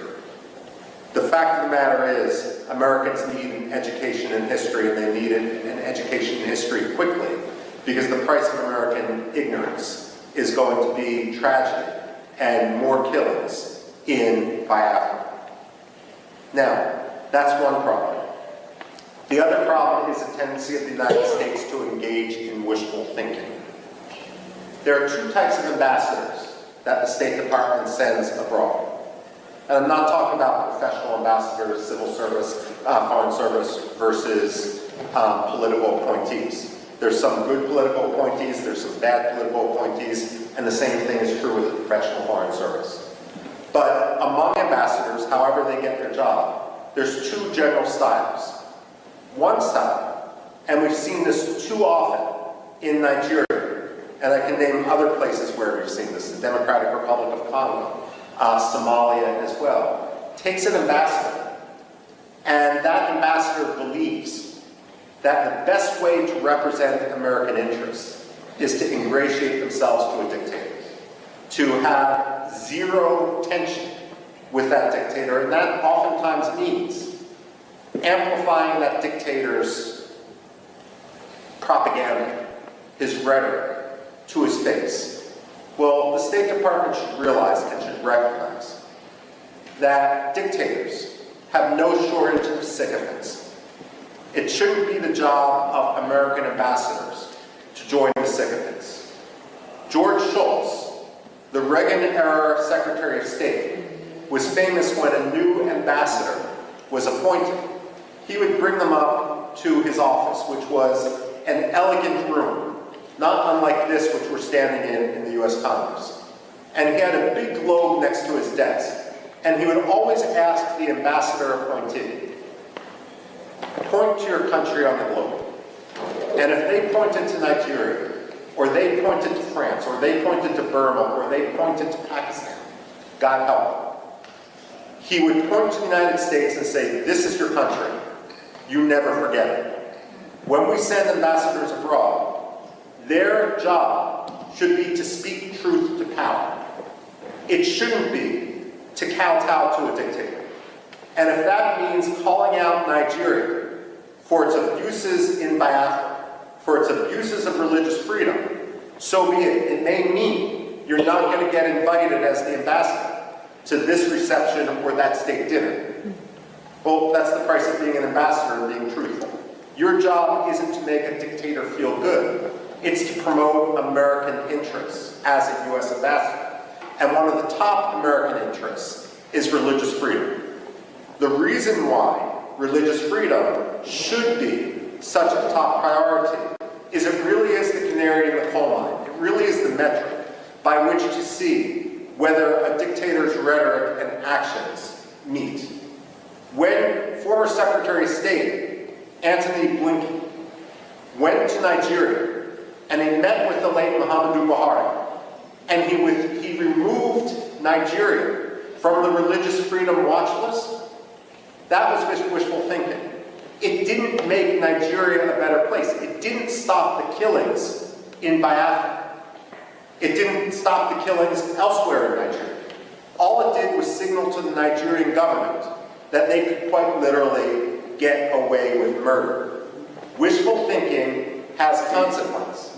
The United States also needs not to believe its own spin and not to try to force, cynically use the Biafran issue to advance its other causes. So, for example, I don't know how many times I've talked to people who are partial to the Nigerian government in the United States and will accept the Nigerian lies. And they will say that what we see happening in the Southeast has nothing to do with religious hatred, with religious intolerance on the part of the Nigerian government. It's all about climate change. Let me tell you this, and I've actually said this to the State Department. Climate change does not charter buses in order to ship Fulani militiamen into Biafra to kill Christians. That's not China. That's not climate change. That's ethnic cleansing. That's religious hatred. That's sectarian cleansing. American wishful thinking isn't polite. It doesn't make diplomacy easier. It simply gets people killed. And this is also why it's so important for the Biafran people to rise up and not only work to establish their freedom in Biafra, to reestablish their country. It's also important for them to educate Americans. Now, as many of you know, my background and what I did when I worked at the Pentagon actually focused much more on Middle East history. That's what my PhD is in, and so forth. And having worked for more than 2 decades on issues that have some parallels, let me say this, and this may be controversial to say, Nigeria can't always be the enemy. And the reason I say this is, while Biafra must be free, there can be no compromise on it. At the same time, an independent Biafra is only going to thrive when Nigeria, its neighbor, is at peace with itself and with its neighbors. The fact of the matter is, the Biafrans are an engine of democracy. They were always historically the intellectual capital, the economic capital of Nigeria when they were under Nigerian occupation. But at the same time, they have a role not only to win freedom for Biafrans, but that freedom is only going to be confirmed when Nigerians also win their freedom, when corruption no longer governs Nigeria, and when the Nigerian military and Nigerian politicians don't cynically use religion in order to advance their own Swiss bank accounts.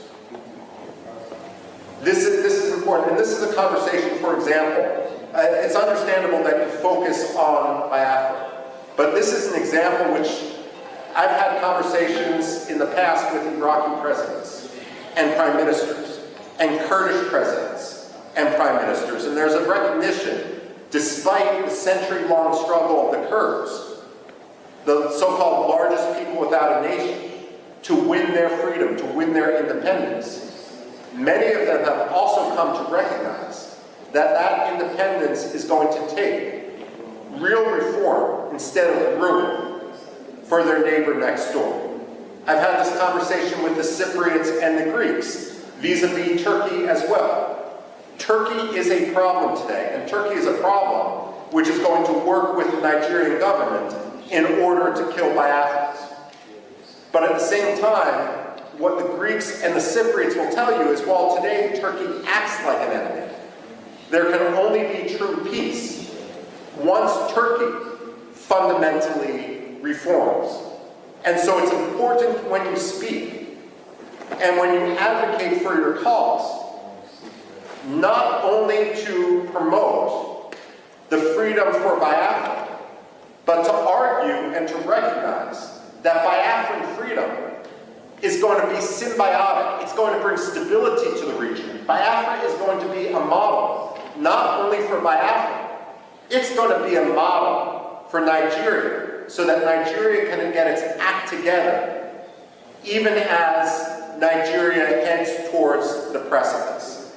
No one wants to, let me put it this way, many of you are familiar with the American satirical newspaper, The Onion. I remember a headline in that satirical newspaper after Russia invaded Georgia in 2008. It was a fake announcement by Condoleezza Rice, the Secretary of State, who was arguing that the U.S. position is that no American allies should border Russia because it was just too difficult. The fact of the matter is, she was warning allies not to border Russia as if they have a choice. The fact of the matter is, it's in no one's interest. It's always going to be a problem for occupied Biafra and for independent Biafra to border a failed state, to border an irredentist state, to border an aggressive military dictatorship. Independent Biafra is going to need to recognize that as Nigeria fails, and let's face it, today it's a failing state. It's a building, it's a 10-story building that's ridden with termites. The fact of the matter is that every military leader inside Nigeria is going to try to distract their own Nigerian public by trying to whip up a frenzy against Biafra. So on one hand, you need to be prepared for that. And you recognize this because this is your history. But on the other hand, if there can be fundamental reform in Nigeria, then ultimately you will thrive and be the most prosperous country in Africa. Now, the other point I need to make, and this is not for the people here, but some of the people abroad, is that when you talk to Americans, especially non-Biafran Americans like myself, like congressmen and so forth, I am honored here to be with the acting Prime Minister. I hope someday to be with the non-acting Prime Minister, Simon Ekpa, as well, if he's ever sprung from his Finnish dungeon. But the fact of the matter is, as an American, as someone who obviously has no Nigerian heritage, it's not my job or my concern to decide who the leader of Biafra is. You ask any American like me, any white American, who cares about human rights, who cares about Biafran liberty, what I would say is, when Biafra becomes independent, all these disputes will fall by the wayside because you have monitored democratic elections. But if anyone starts to attack other Biafrans in the presence of European politicians, American politicians, United Nations diplomats, they are essentially creating treason against Biafra. Because what you're doing is giving evidence to your enemies that Biafra isn't serious. Now, let me give you one example. When I came to Washington and began working in foreign policy in 1999, one of the first people I met was a gentleman named Barham Saleh. He was the Washington representative of the Patriotic Union of Kurdistan. Now, the Kurds, I've referenced before, they're split between 4 different countries, so Biafra's a little bit luckier than this. At the same time, the Kurds in Iraq, in northern Iraq, are divided between 2 major political parties. One was Jalal Talabani's Patriotic Union of Kurdistan. The other was Masoud Barzani's Kurdistan Democratic Party. And between 1994 and 1997, these 2 Kurdish parties fought a civil war to suggest that anger among the Kurds wasn't high would be an understatement. They hated each other's guts. 2,000 people remain missing to this day from that civil war in northern Iraq between the Kurdish parties. And again today, that region is essentially divided. Barham Saleh had a rule as the representative of one of the 2 Kurdish parties in Washington, D.C. His rule was, I will talk Kurdish politics to other Kurds, but I will never talk Kurdish politics when someone else is in the room. Because the only message that Washington needs to hear is Kurdistan must be free. The only message that Washington must hear today is that Biafra must be free. Decisions with regard to the leadership of Biafra are going to be made by Biafrans themselves. But the most important issue for everyone, whether they are legitimate or frankly whether they are illegitimate, is that Biafra must be free. Don't tweet against your political adversaries. Take the high road. Don't talk about your rivals to congressional staffers. And if your rivals talk about you, you may feel that it does you a disadvantage. Let me assure you, it does not. If the acting prime minister, if the acting cabinet are the ones who are speaking softly and achieving things, creating a new currency, creating the structures of state, ultimately every serious congressman, like Chris Smith, like Mark, one of the most important staffers on Capitol Hill, they are going to recognize you for what you are. Because only amateurs talk about their rivals. Those who are legitimate, those who are serious, those who are here today are the people who advance their cause. And make no mistake, momentum is on your side. So I speak here today, and I'm concluding my remarks right now, by thanking you for your activism, by welcoming you to the halls of Congress, where you are free to talk to anyone, and you don't need to risk arrest, because again, your words we're not in Finland. We don't have to talk about the Helsinki standard. The fact of the matter is, I hope to be here when the United Nations General Assembly recognizes Biafra as the 55th or 56th African state. And I have absolutely no doubt that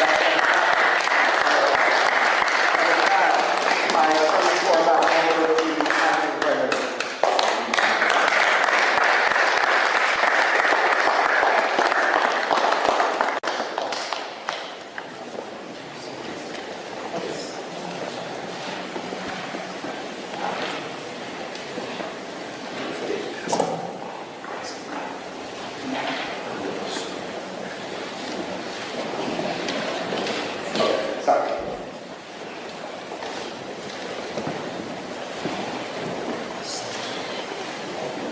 Please, can we give a hand of applause?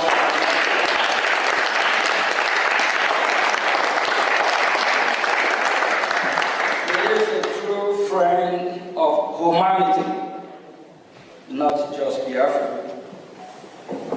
He fights for me, he fights for you, he fights for the global community. And he is a kind of one we need, so that we can have a safer world and a better world, a world that will be great again.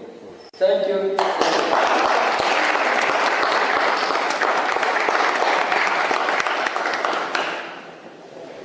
My name is Nkere,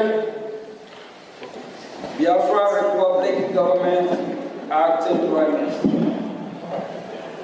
I'm here acting on behalf of His Excellency Mazi Simon Edward. As we are fighting for our freedom, we are making history and we tell our story to the world. And this is the first Biafra congressional briefing.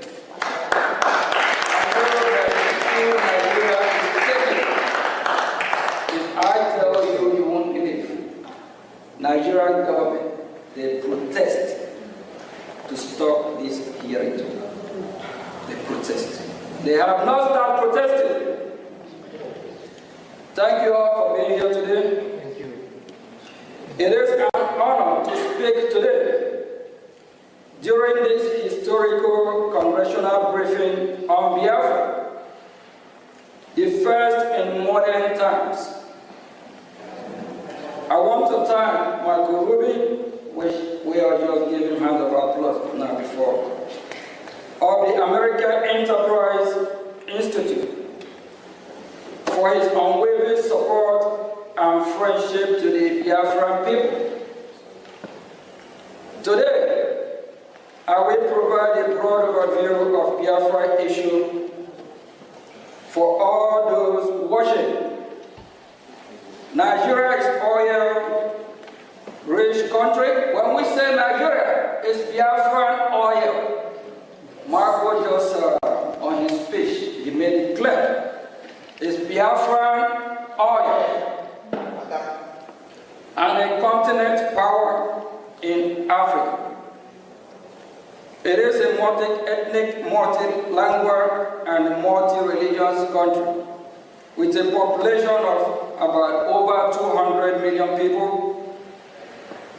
There are three major ethnic groups: the Igbo, the Yoruba, and the Hausa Fulani, and 250 other smaller ethnic groups.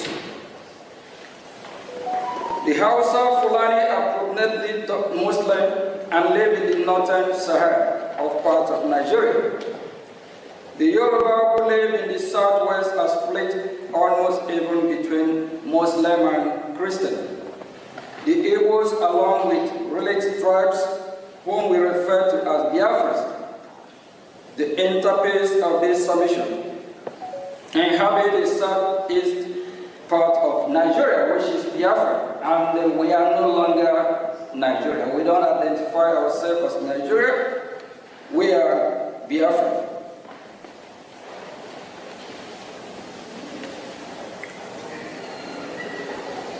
Part of Nigeria, which is combined population of over the Biafrans population and over 70 religions, Biafrans are predominantly Christians and traditional worshippers, with constituencies also practicing Judaism. Their land is blessed with human and mineral resources, including vast hydrocarbon.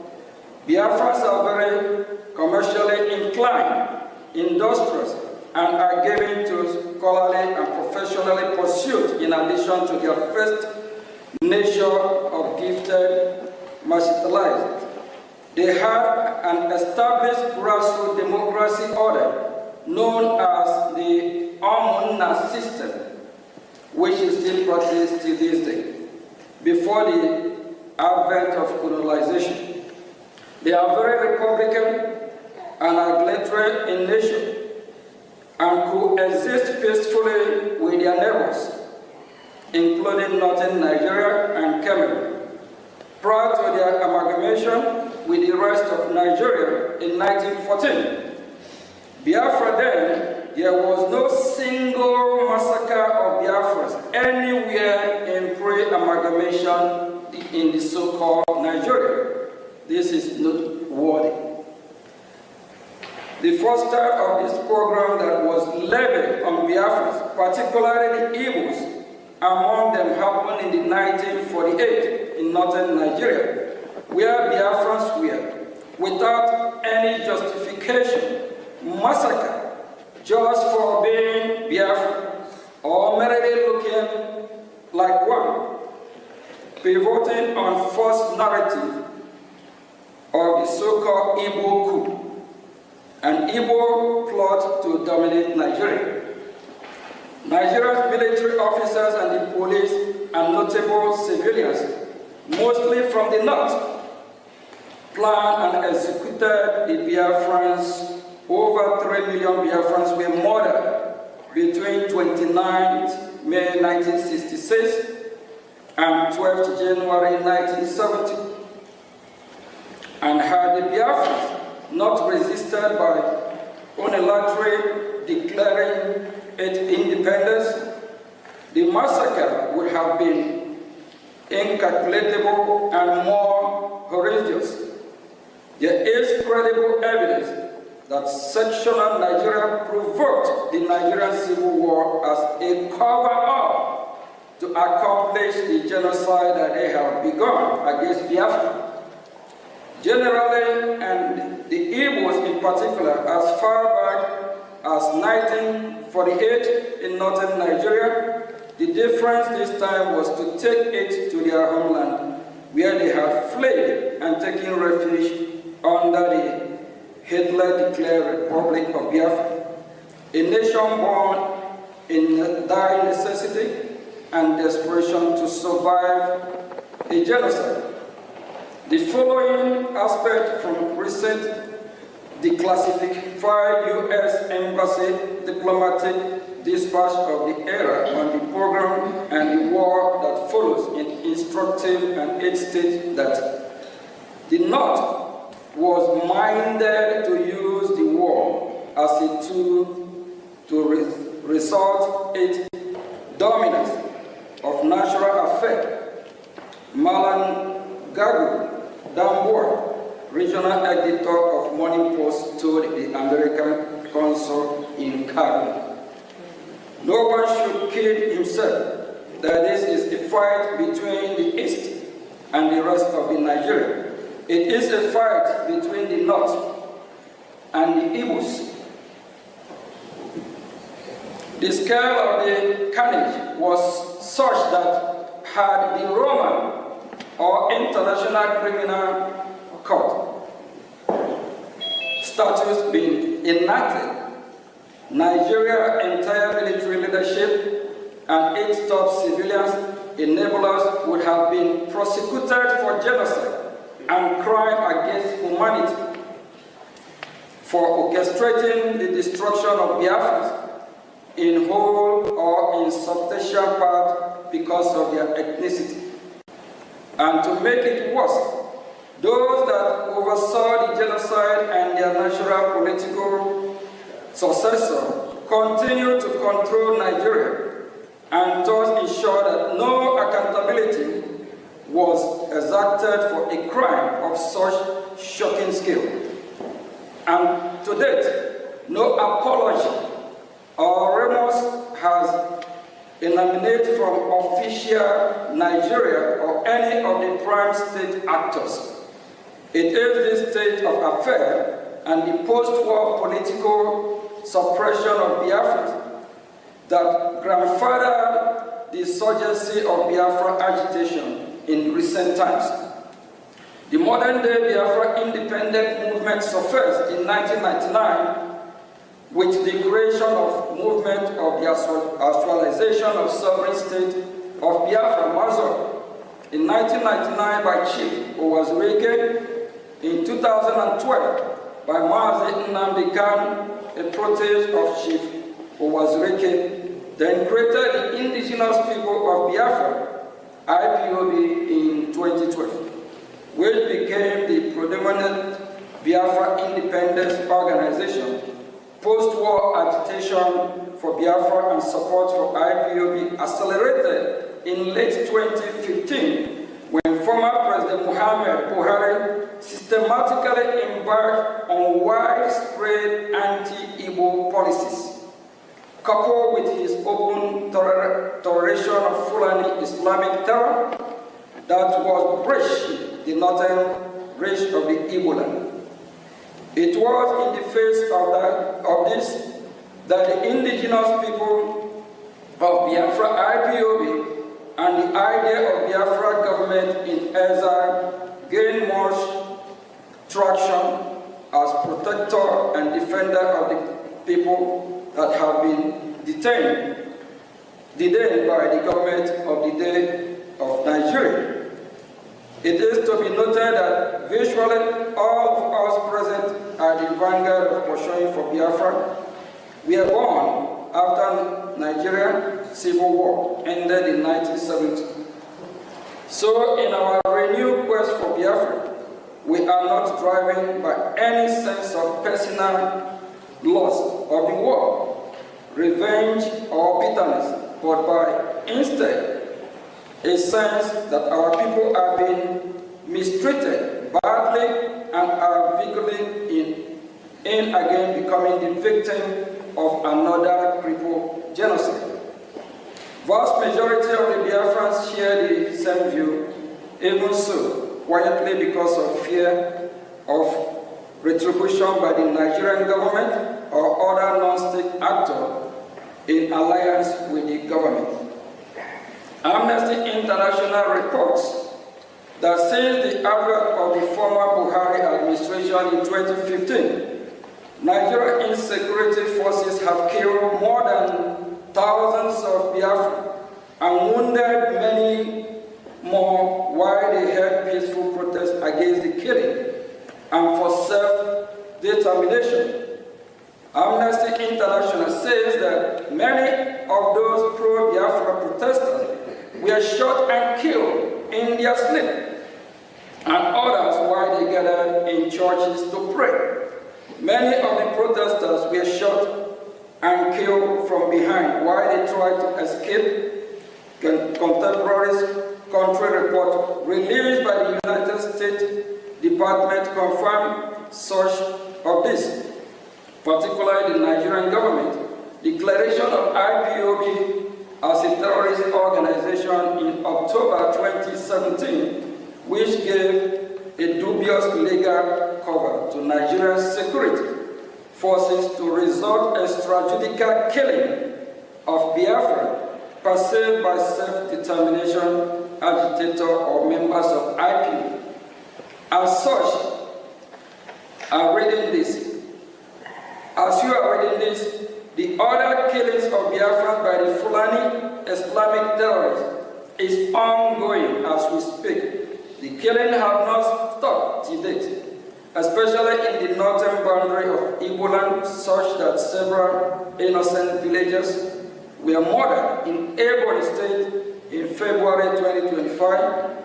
Igbo communities to bury their brothers, sisters, fathers, mothers, sons, and daughters almost every month.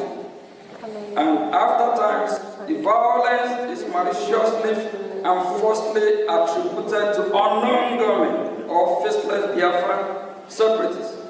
In the face of all this, and in the perception that rogue elements of the security forces are complicit, the Biafran government in exile emerged as beacon of hope for Biafrans that have become distrustful of the government.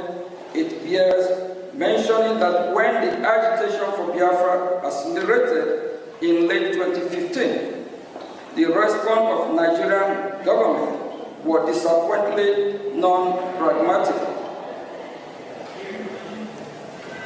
Instead of acknowledging the burgeoning popularity of the agitation and take bona fide measures to contain it through constructive engagement or dialogue, the government went wide with deadly and extrajudicial law enforcement action that backfired by fueling the agitation to levels not seen since the end of the Civil War in 1970.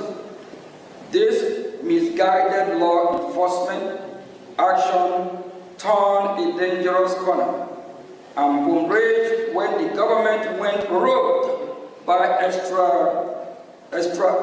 extraordinary rendition of our leader, Mazi Nnamdi Kanu, the Biafran leader from Kenya, in late June 2021. No doubt this is an avoidable overreaction that has composed Nigeria's legal system, triggered the international legal order against Nigeria, and bettered the government-driven insecurity that have brought Southeast Nigeria, which is Biafra, to this day. In between, Fulani Islamic terrorists have capitalized on the situation to dissuade Southeast Nigeria to no end. After Mazi Nnamdi Kanu illegal kidnapping, one of Mazi Nnamdi Kanu protege, Finland-based Biafran activist, His Excellency Mazi Simon Ekpa, took charge of the Biafra independence movement and created the Biafra Republic government in exile, Brgie, of which he is the Prime Minister. As the next illustration of the Biafra independent movement, the Brgie has galvanized the support of the Biafran population and has engaged in high-level dialogue in Washington, D.C. with U.S. government officials. Furthermore, Brgie organized a self-referendum in which more than 950 million Biafrans voted in favor of independence. Brgie held an independence convention in Lahti, Finland, which started November 29 to December 2, 2024, in which Brgie declared the independence of Biafra on December 2, 2024. December 2, 2024, Biafra was redeclared. The government of Nigeria, according to Mr. Ekpa, has orchestrated 5 assassination attempts against his life. After allegedly failing to assassinate Mr. Ekpa, the government of Nigeria successfully pressured the government of Finland to arrest Mr. Ekpa in November 2024 on political motivated charges. The government of Finland then issued an indictment against Mr. Ekpa, as well as subsequent conviction, which demonstrates the political nature of the persecution at the instigation of government of Nigeria.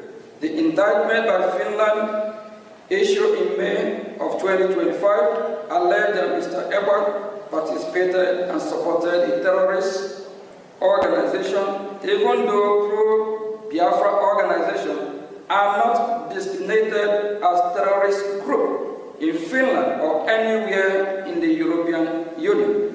In fact, the only country in the world where pro-Biafra organization,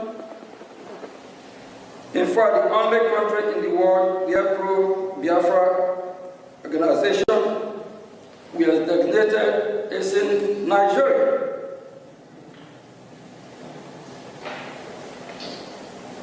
For the government of Finland to accept that the Finnish citizen holding political position regarding internal policy matters within Nigeria is somehow a criminal offense in Finland is a nonsensical and absurd, and demonstrate that Finland is engaging in a politically motivated prosecution.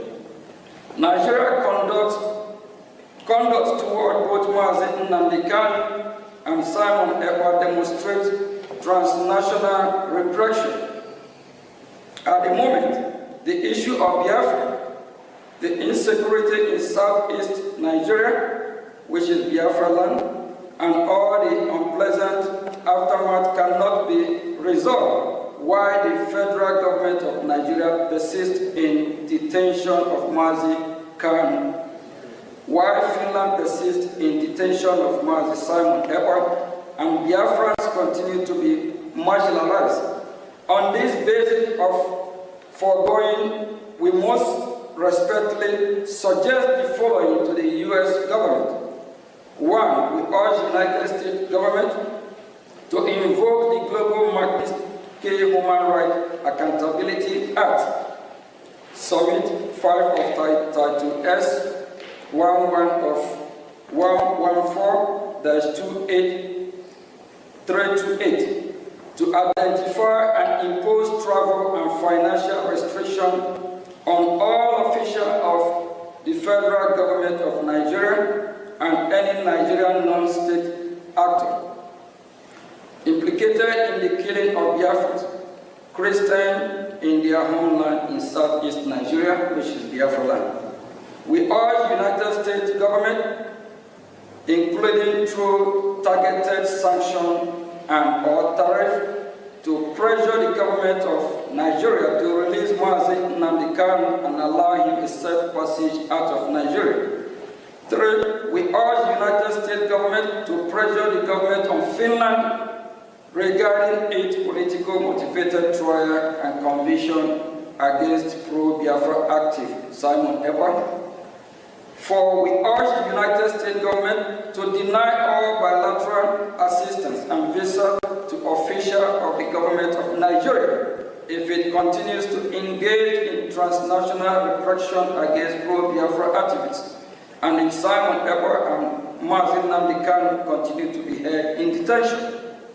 Consequently, Biafra through Brgie are ready to engage with the international community, include the United States of America government, especially in seeking to establish a newly independent Biafran state. The Brigade is willing to engage in deal-making with U.S. government and come to economic defense and security agreement with the United States. Biafrans represented by Brgie are willing to negotiate with the U.S. in reciprocity and in anticipation for specific demand, interest and expectation of the U.S. recent event in Sub-Saharan Africa have created a compelling need for United States of America to get involved in the Gulf of Guinea. There is no better opportunity than that presented by the Biafra. For example, Biafra can be an ideal place for U.S. military base, as well as seaport. Biafra can also be host to African installations. Biafra can be a close ally of the United States and purveyor of Western interests in the region, as well as a bulwark against Islamic terrorists and extremists. This is important now more than ever, given the loss of key U.S. military bases in Sahel countries, as well as the Nigerian government ever closer relations with United States adversaries, a United States designated Islamic terrorist organization. In addition, Nigeria's persecution of Christians continues to worsen and further adds to the case of independence independent homeland for Nigeria. Christian population, just as U.S. recognized of Somalia, present great benefit to U.S. strategic interest in East Africa. Similarly, Biafra can present opportunities along similar lines for the U.S. in West Africa. We hope today's historical briefing will provide a precedent for further diplomatic engagement. And before I say thank you, we believe that we have sent our message, and we are damn serious for our freedom. We'll continue fighting. Our freedom is our right. No one else can do it better for us than us. And we are sending message to the world, especially the United States of America. We appreciate the opportunity and the privilege they have given us to voice out so that they can do what is right. We believe they are listening. We believe very soon we'll be having more diplomatic engagement with the United States of America, the leader of the free world. Thank you.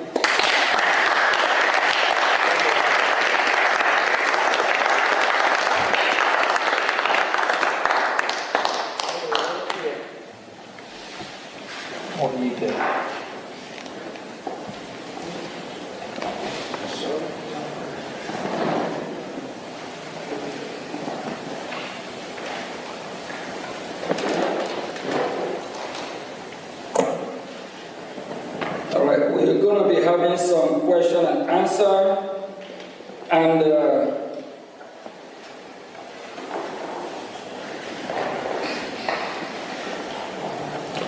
we have some witnesses that will be asking questions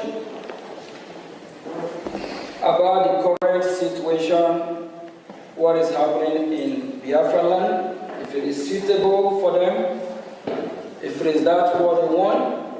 Do they deserve to live better than what is happening here today?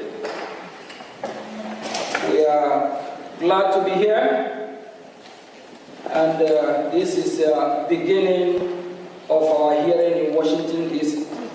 We believe that U.S. government, they are watching, they are listening, they are following, even if the members of the Congress, the ones that are not here, they are watching, so they know what we are doing and what is going on. I will call on Mazia Bobi. Yeah.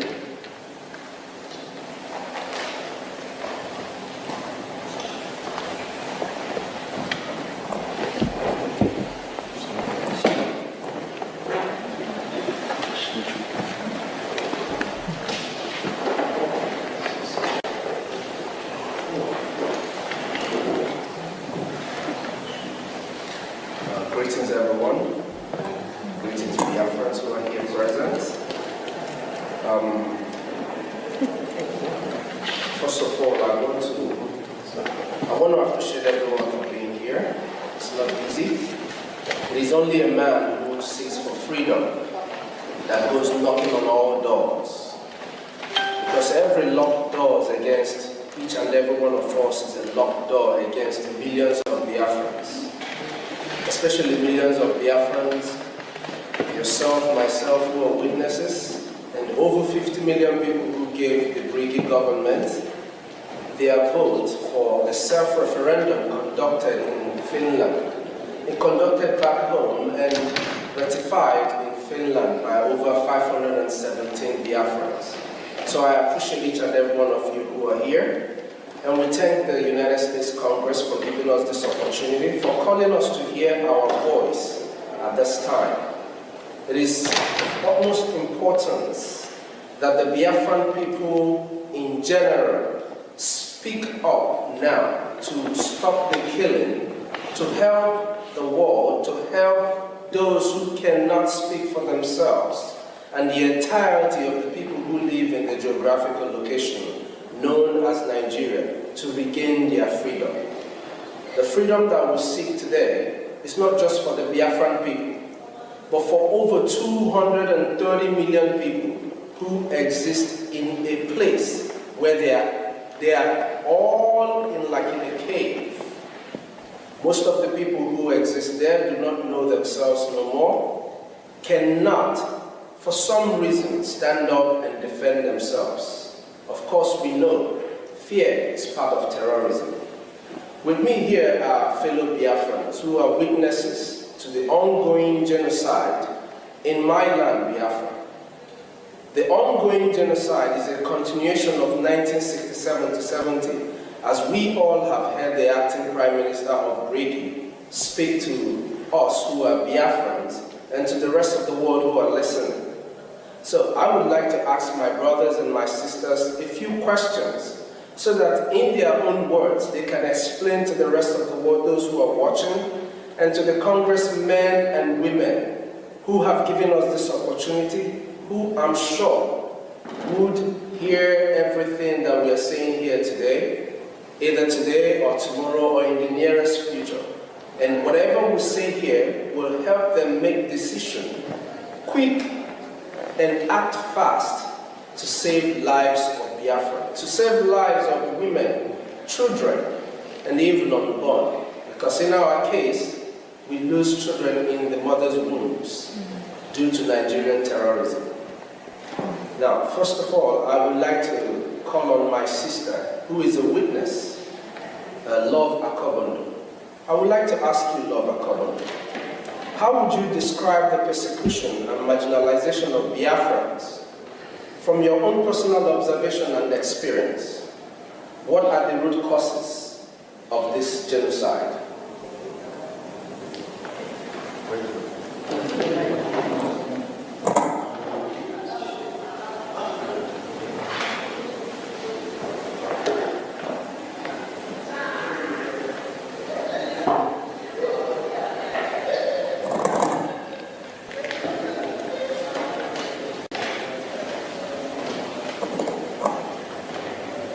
Hello, Biafrans. Good afternoon. Thank you for the Brgie government. Thank you, the acting Prime Minister and the staff. And I also thank the Congress, American Congress, for giving us this opportunity.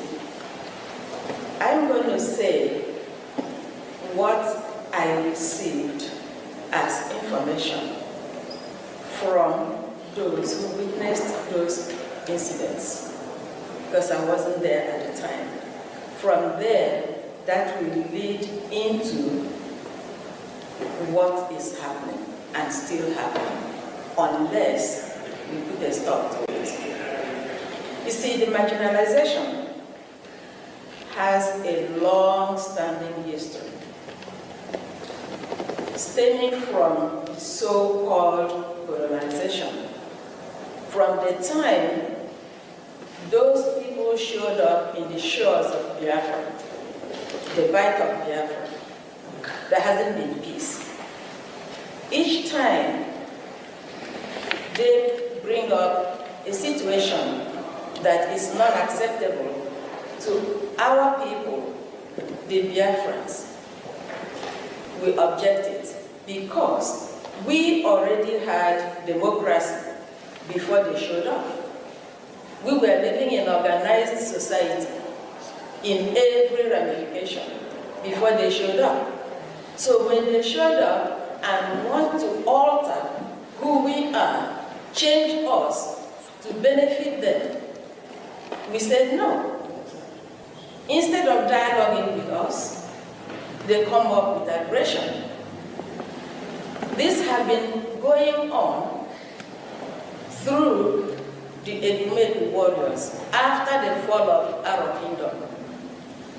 Our people regrouped, defending themselves, defending their land, defending their culture, defending who they are as a people. They were met with killing, because that's the only thing to understand. They don't understand dialogue. From there, it moved to the time of taxation that was totally unacceptable, and our great-grandmothers came up to protest, simple protest. They did not kill anybody, they did not destroy anything. They were just protesting because one of of the useless people, it is not today we begin to have a flavors in our society. A man called, and I'm going to call him by name, and I wish his generation will get to hear it, so they can be ashamed of their grandfather. Chief Okuk from Oloko was the warrant chief who delivered that message of taxation. And after they had finished taxing our fathers, they came up with our mothers. And our mothers said no. What did they do? They turned out, killed some of them. To glorify their action, they termed it Aba Women Riot, which is a false thing. From there, when they discovered coal in Enugu, again, to their interest, poor working condition, our fathers protested for a better wages, a better working condition. What did they get? Bullets. They massacred the men. That was the coal mining massacre. It did not stop there. Each step of the way is aggression, no discussion. The good thing is, we are not the people you can just walk over. It's not going to happen. It's not yesterday, it's not today, it's not going to be all the tomorrows to come, because we are Biafrans, madam. No two ways about to take it or drop it. We're going to fight to the last man standing. Now, it did not stop there. It continues the same marginalization, the same wickedness in all form and shape. Fast forward to the so-called flag independence. What did we get? The 1966 pogrom. I have a sister-in-law who lost her father to 1966 pogrom. Move forward, 1967, the so-called genocidal war, which the world refused to acknowledge. The thing sweeping it under the carpet is going to make a difference. It's going to escalate, and it's escalating. We have no apologies to anybody. Biafra must be free. Okay?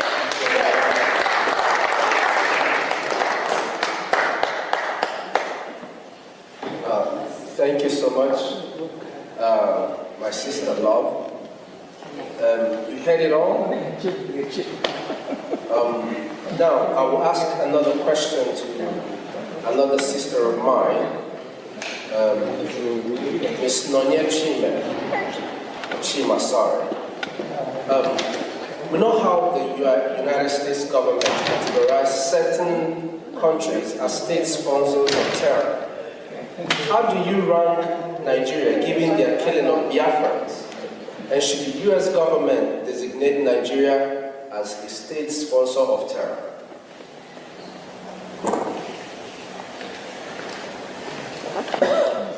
Thank you very much for that question. First of all, I just wanted to thank Honorables Jim Moran and Elias Terasulis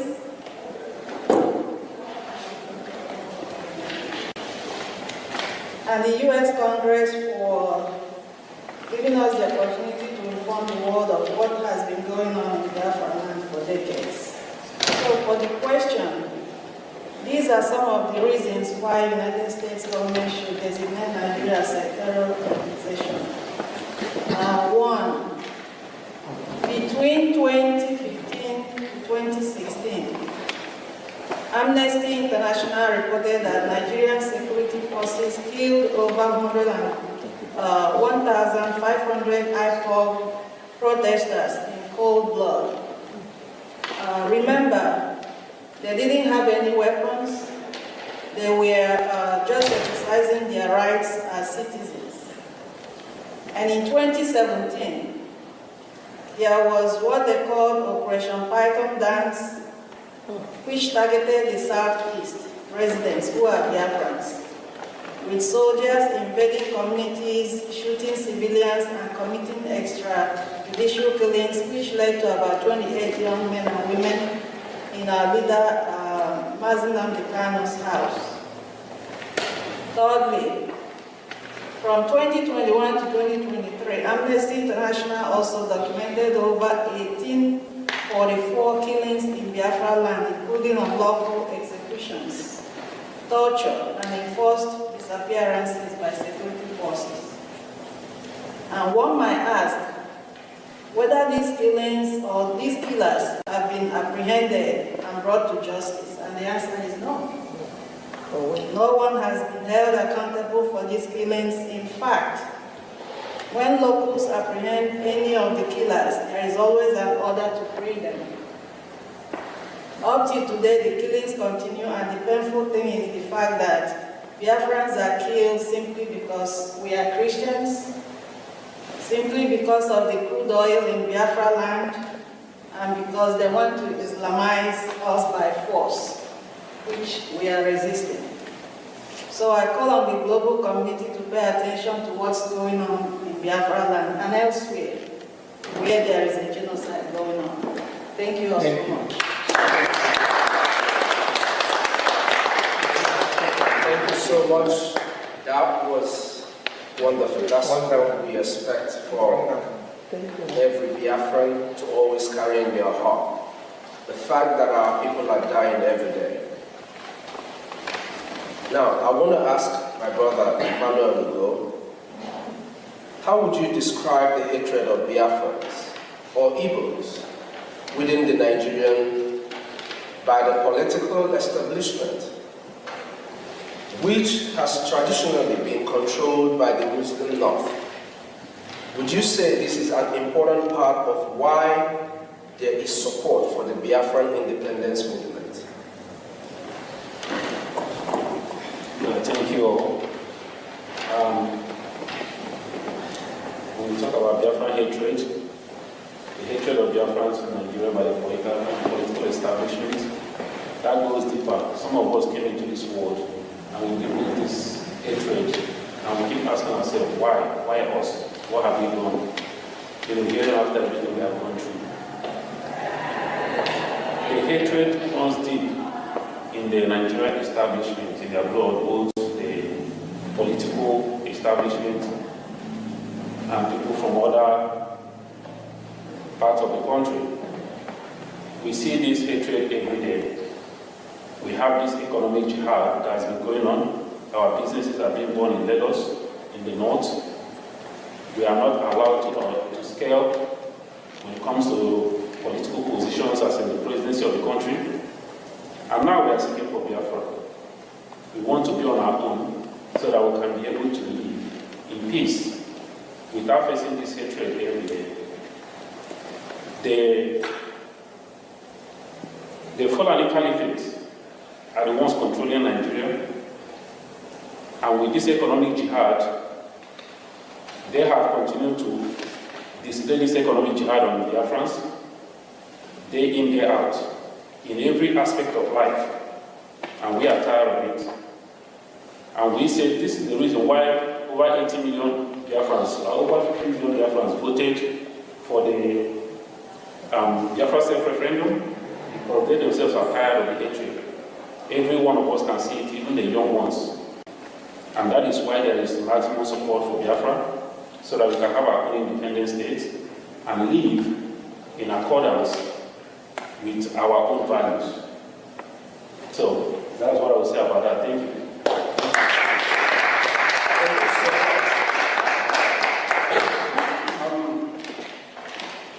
My brother Chima John, for those amongst you who lived during the first Biafran Civil War, it's called a civil war, but we know it's a genocidal war against the Biafran people, 1967 to 1970. Please, describe your experience. I know you might not know, but I know you have people who have told you stories. I see you're very much younger than 1967. So describe your experience and how you would compare the Biafran independence movement in the 1960s compared to now. And what do you wish the United States government to do regarding the issues of Biafra? No, thank you very much. Thank you very much. And I want to thank the U.S. Congress for the opportunity that we have today to be at the tour for this August hearing regarding Biafra. Some of us were not born in the war, but we have heard, we have read about all the atrocities that happened against Biafrans and against the Igbos during the war. We saw that Biafra land was completely destroyed by the Nigerian state in collusion with its Western allies and the Soviets. They destroyed schools, they destroyed the infrastructure. And while we're going on, every part of Nigeria was designated as educational industrial village. And these are places where there were no bombs, where there was no destruction. But in Biafra land, in Igbo land in particular, Igbos were never designated as educational industrial village. And we know what happened during the Civil War. One of the things that happened was the total blockade on Biafra land, and which led to the death of over 3 million people and the starvation of over 1 million children. I'm sure that the world saw some of those pictures, gory pictures of Kwashiorkor children because of the starvation. And that led to people like Bruce Merrick, an American student from Columbia, to set himself ablaze in front of the United Nations Bureau. People like Steve Jobs, the founder of Apple, saw what happened in Biafra and swore not to step his foot inside the church. And he said, how can the world open their eyes and saw these humans or so-called fellow Christians and never did anything because of oil and hatred and theft, to put it literally. We saw all that. The Nigerian state, as part of the plot to put Biafrans down, and the Igbos in particular, they made sure that after the war, that every Igbo person or Biafran received only 20 pounds to start life in the beginning. And the Igbos and the Biafrans were the richest in that country at that time. It was designed, according to one of Nigeria's recent presidents, it was designed to make Biafrans poor for over 200 years and become subservient to other ethnic groups. At the end of the day, today, Biafrans are not only successful, but they have reason to say that the only thing that will make us safe to actualize our economic and political potential and destiny is the creation of an independent state of Biafra, or the restoration of it, so that we can live in peace with our neighbors, so that we can be allies of the West and to our global community, so that we can harness our potential, our intellectual resources, our natural resources. We can harness it to the benefit of not only our own people, but to the world at large. That is what Biafrans seek. And we want the United States, as the leaders of the free world, to stand up and begin to do what is right by the Biafran people. Begin to do what is right. Because that's something that they're looking for. That's something that they take, that Nigeria gives them. Those oil and gas comes from Biafra land. We can negotiate. We can reach a deal with any country, America in particular, so that we can have our independence a place we can feel safe, and to live in freedom. Thank you very much.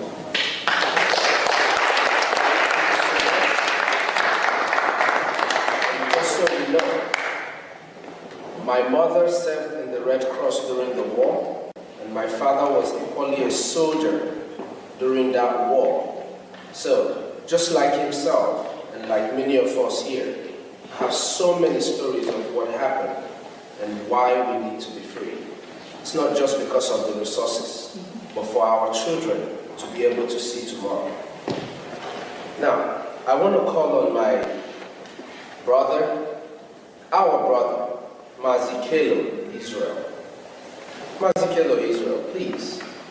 As we are in the Capitol Hill building, speaking to the United States Congress and to everyone who cares to listen to the Biafran people, I would like to ask, what would you recommend, or what would be your recommendation to the United States government to hold Nigeria accountable and to assist Biafra?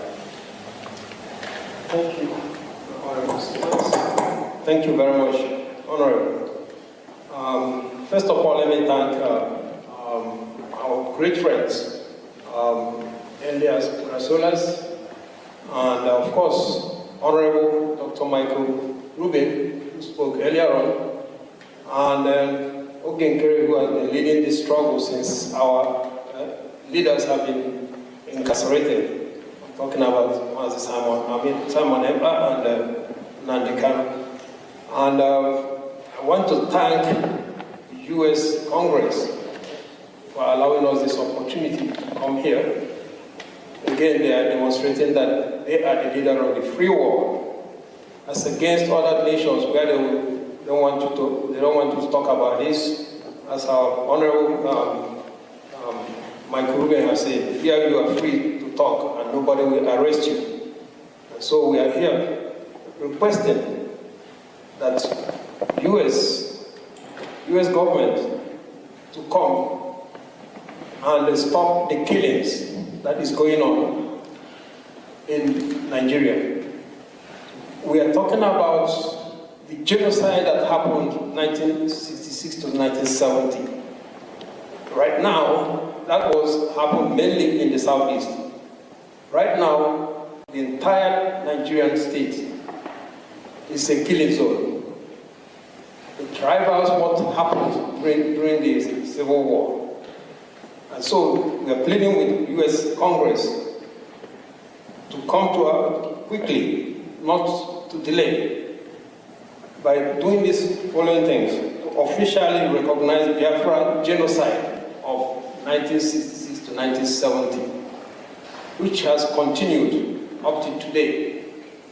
As our Honorable Minister said, Michael Rubin said, because those who committed the genocide have not been charged, instead they seem to have been congratulated by lifting them to be the presidents of that place.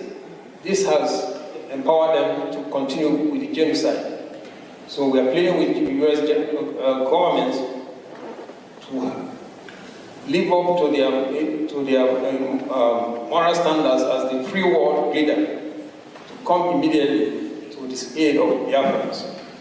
We are also pleading with the U.S.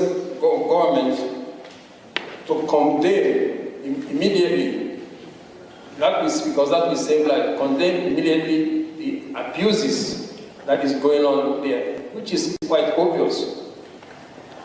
It's not hidden. You have terrorists that are being recognized, giving a peace deal, while those that are speaking the truth to save the country from the killings that is going on are being incarcerated, like Nnamdi Kanu and Simon Ebba. Just yesterday, they agreed on a plea deal with terrorists, a peace deal, and they are walking free. We are asking the U.S. government to invoke the Global Magnitsky Act, identify all those criminals.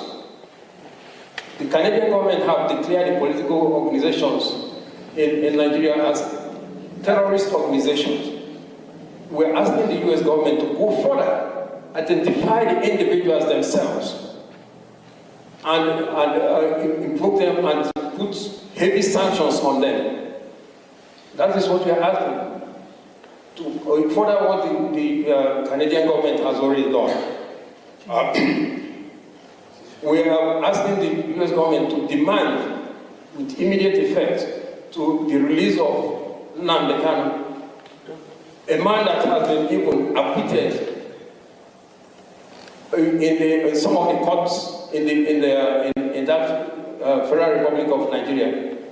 Several courts have discharged him and acquitted him, and in fact requested that the government compensate him. Outside UN have already also requested that he be released immediately. Kenyan government has come out openly to say that he was extraordinarily rendition. He was kidnapped from Kenya. That he should be released, and on no basis should he be tried for anything because of the illegality that they practice on him and abuses.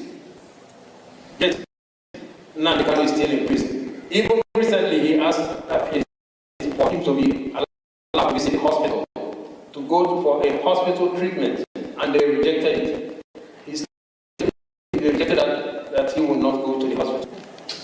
So we are asking the US Congress to act immediately. We need urgent help.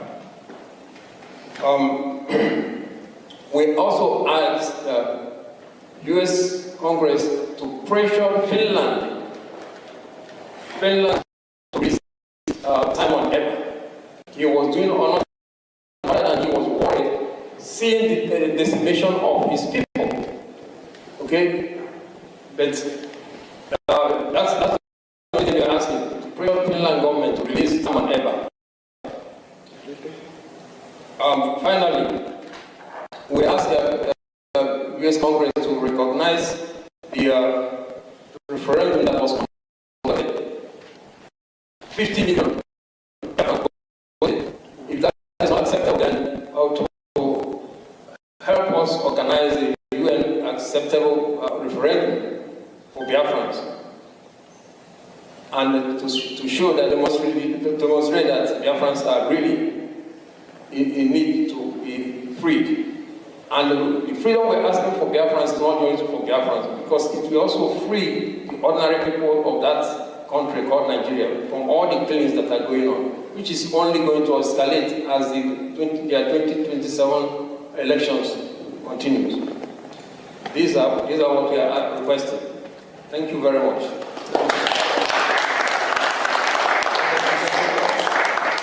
Just to add one single thing to what he said, something that is very dear to me. I really wish that the United States Congress and the United States government would help us pressure Nigeria. I would like for the genocide that took the life of over 5 million of my people to be recognized. If today we speak about the Holocaust, there is no reason why we shouldn't speak about the death of over 5 million Biafrans. Thank you very much.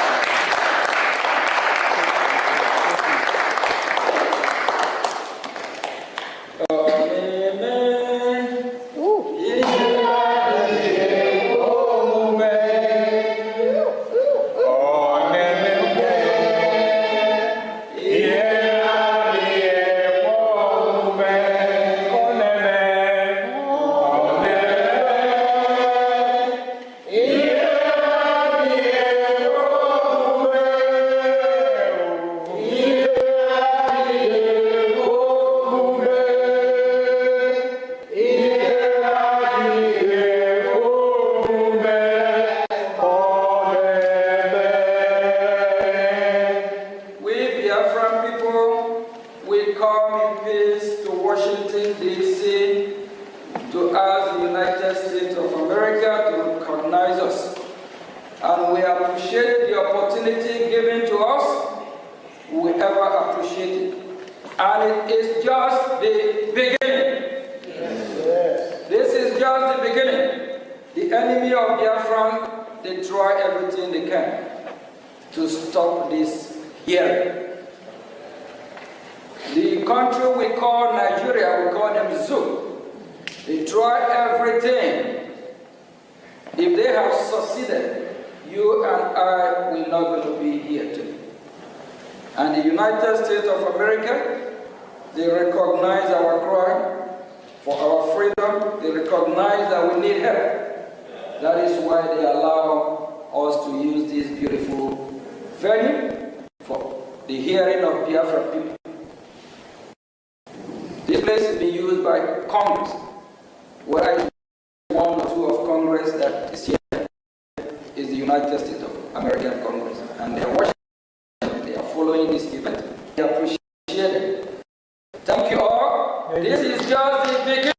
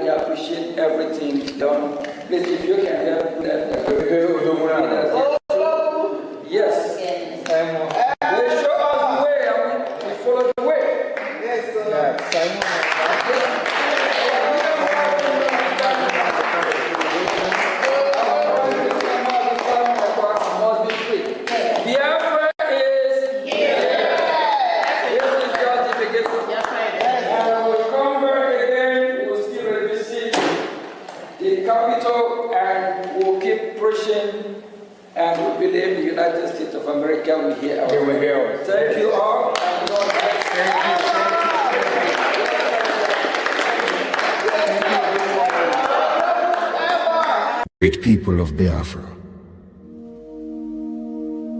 This is the voice of Biafra, the voice that cannot be silenced, the voice of truth, resilience, and freedom. Speaking to you in the spirit of courage and in the language of liberation. Nigeria government has lost control over insecurity. Fellow listeners, what was once whispered in fear, what was once denied in arrogance, has now become a reality too loud to ignore. A nation staggering under the weight of its own contradictions is rapidly losing control over insecurity.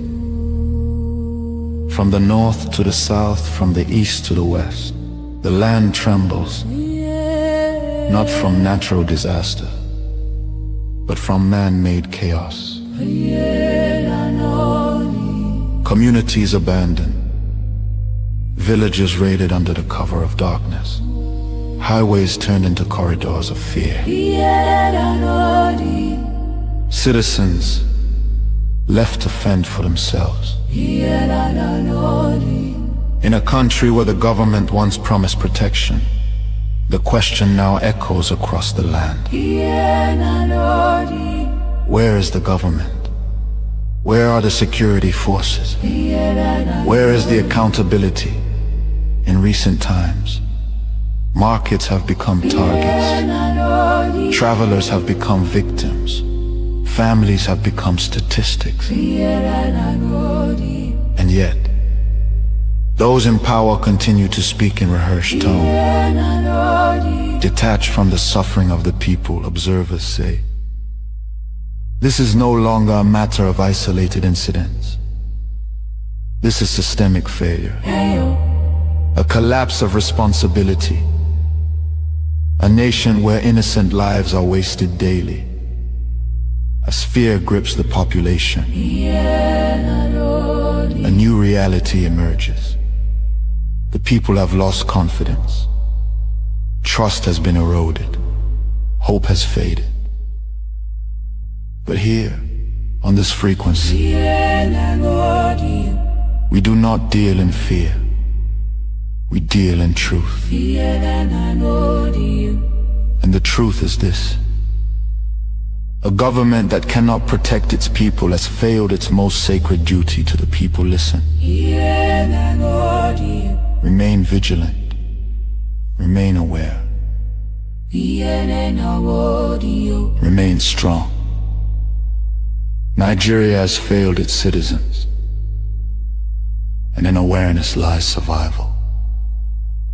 This is a wake-up call.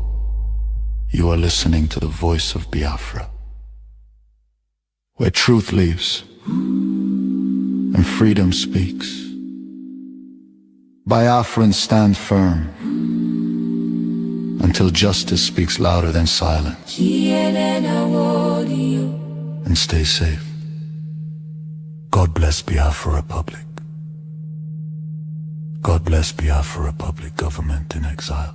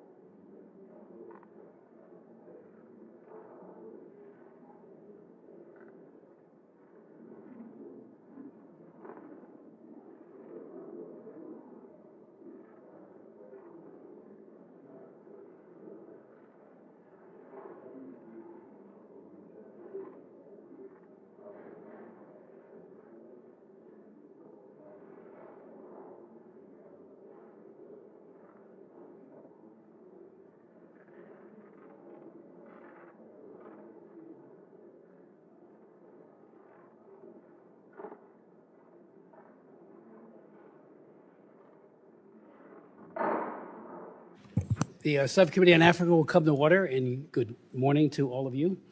I do ask unanimous consent that the Representative James from Michigan, Representative Stutzman from Indiana, and Representative Moore from West Virginia be allowed to sit on the dais and participate in today's hearing. Without objection, so ordered. I yield myself such time as I may consume, and I welcome my ranking member. Thank you. Good to see you too. Good to see you too. I want to welcome all of you to this very critical hearing on the systematic and accelerating violence against predominantly Christian communities in Nigeria.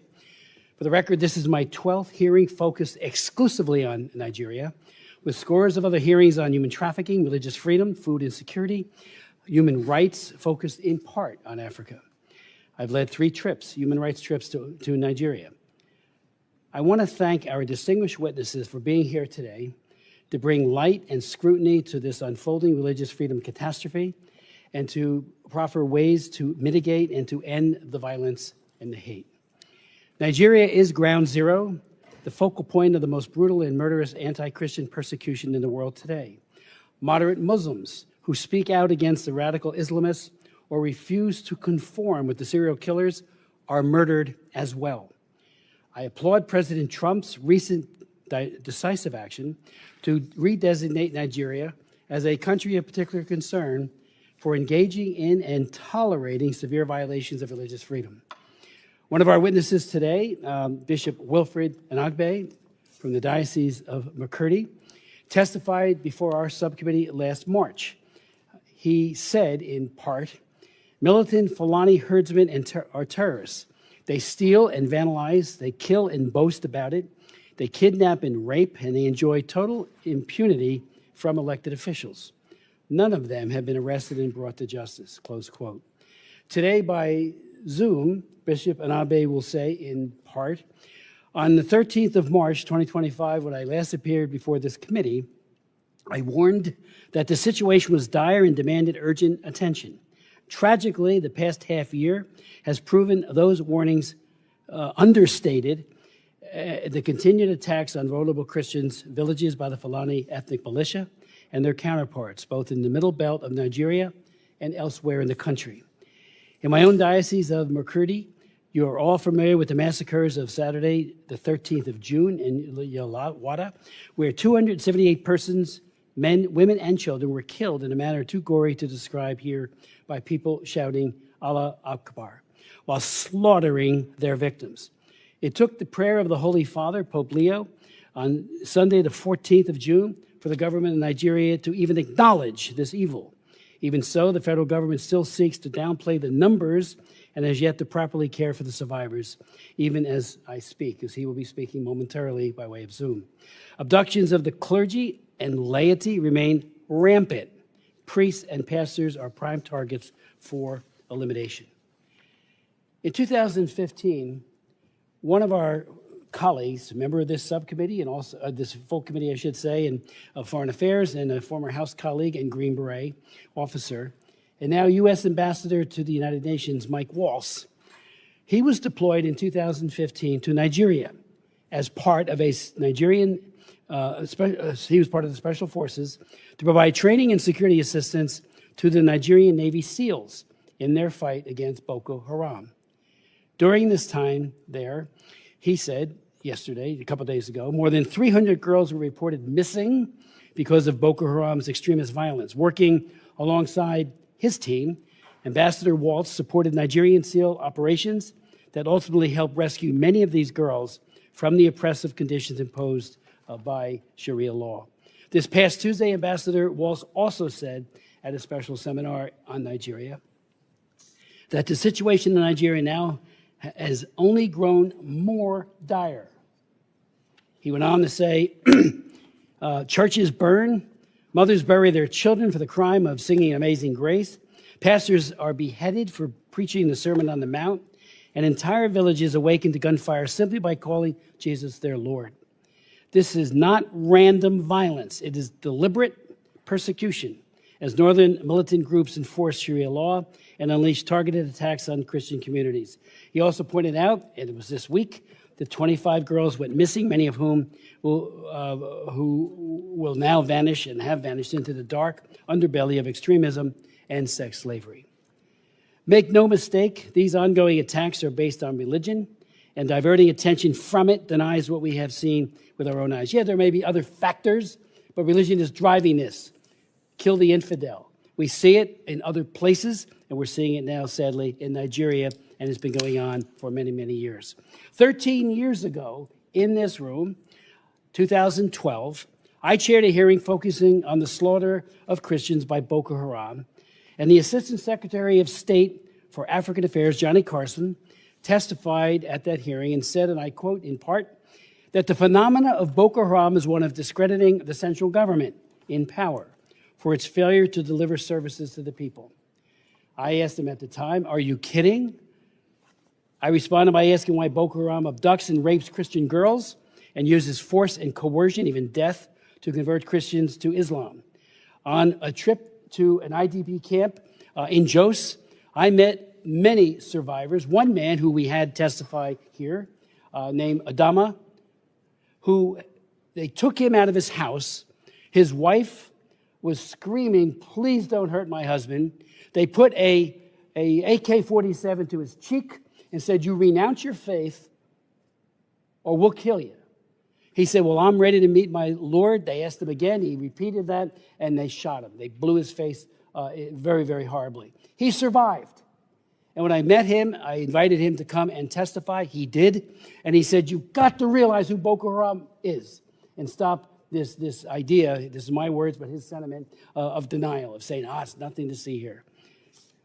So I asked Johnny Carson further, why won't they designate Boko Haram, at least, if not a CPC country, as a foreign terrorist organization? And he said they don't believe it. They're not a foreign terrorist organization. I worked on that for 3 years, additional hearings. On the day I was marking up my bill, and it was called the Boko Haram Terrorist Designation Act of 2013, to put Congress on record demanding an FDO designation, that day the administration declared Boko Haram a foreign terrorist organization. I was very happy with it, but we could have done that 3 years earlier, maybe had found out what their sources of weapons and funding and everything else might have been, thereby, again, mitigating some of the harm. For too long, the world has looked away, a culture of denial, as radical Fulani militants, Boko Haram and ISIS West Africa, have waged a relentless campaign of terror, murder, and displacement across Nigeria, including the states of Plateau, Benue, and Kaduna. According to Open Doors, and I just want to say something about Open Doors. I've worked with Open Doors for 40 years. I knew the founder, Brother Andrew, an absolutely honest and committed man, and that organization to this day continues to speak truth to power all over the world, including in Nigeria.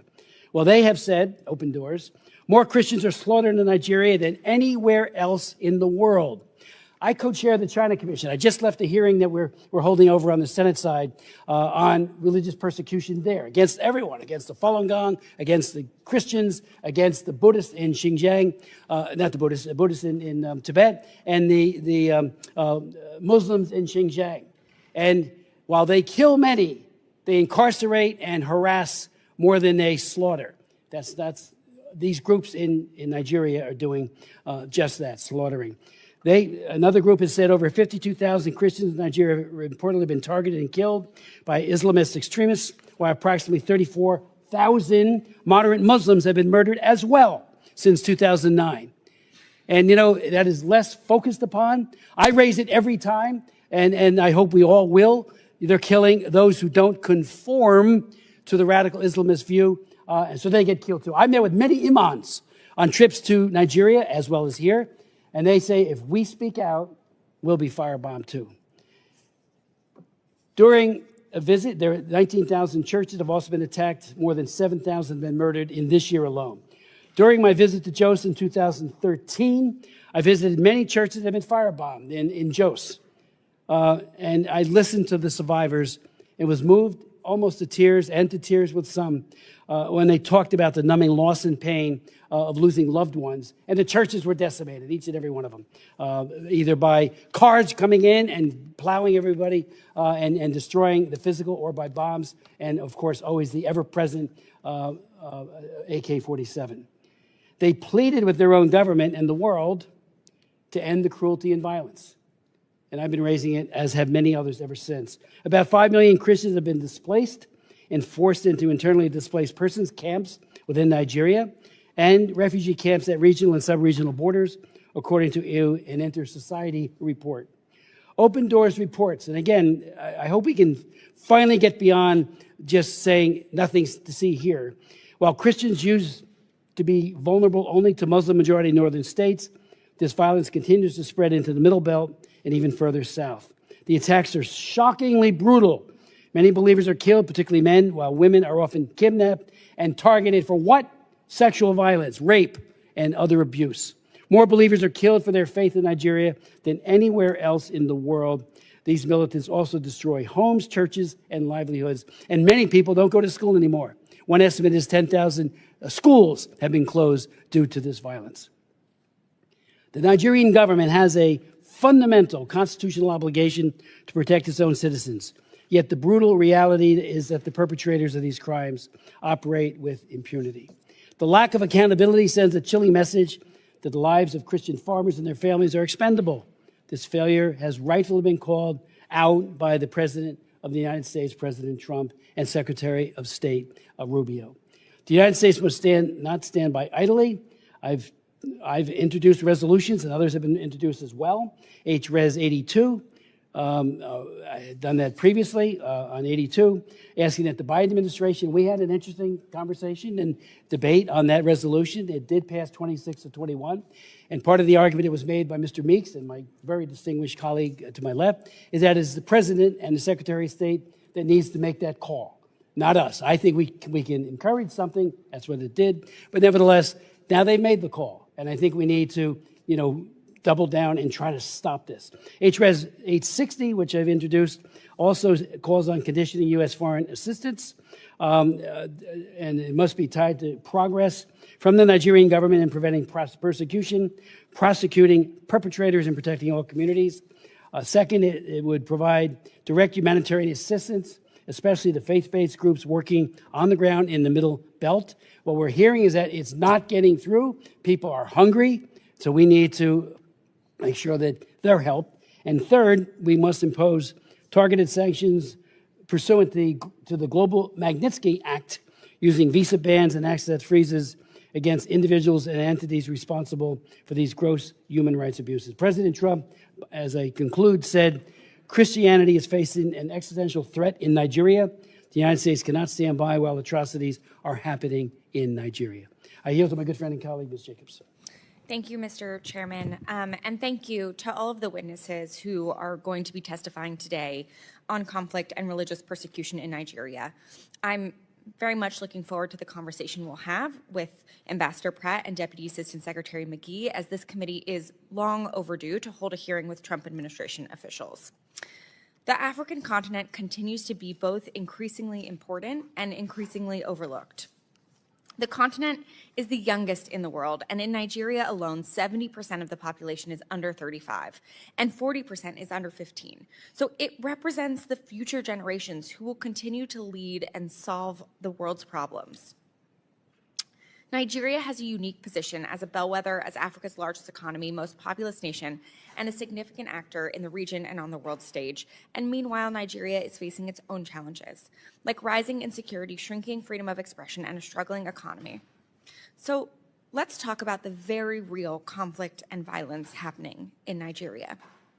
Nigeria is facing multiple different security challenges in various parts of the country, including violent extremist groups in the Northeast, criminal banditry in the Northwest, and across the country, farmer-herder conflict in the Middle Belt, and other intercommunal violence in central and northern regions.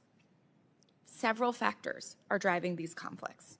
Yes, ethnicity and religion play a role in some cases, but other dynamics like poor governance, resource competition, climate change, and population pressures are important drivers that need to be addressed. I appreciate the chairman's passion on this and his long work on Nigeria.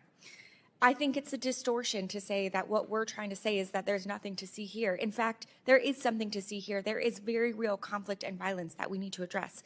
I've been working on addressing conflict in Nigeria since 2013, 2014, when I was part of the counter Boko Haram strategy at the State Department. The violence impacting both Christian and Muslim communities is real, and the Nigerian government can and should do more to address it. I was horrified to learn of the killing of 2 people and the kidnapping of the pastor and a worshiper at a church in Kwara State.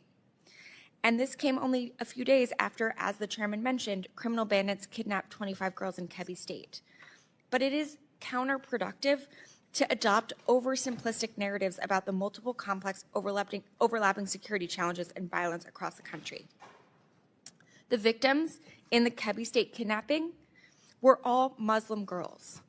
So violence affects everyone, and false narratives perpetuate harmful stereotypes and motivate tensions and violence based on religious identity. Distorting what's happening into a solely religious narrative erases the real drivers of violence and makes it harder to implement effective solutions.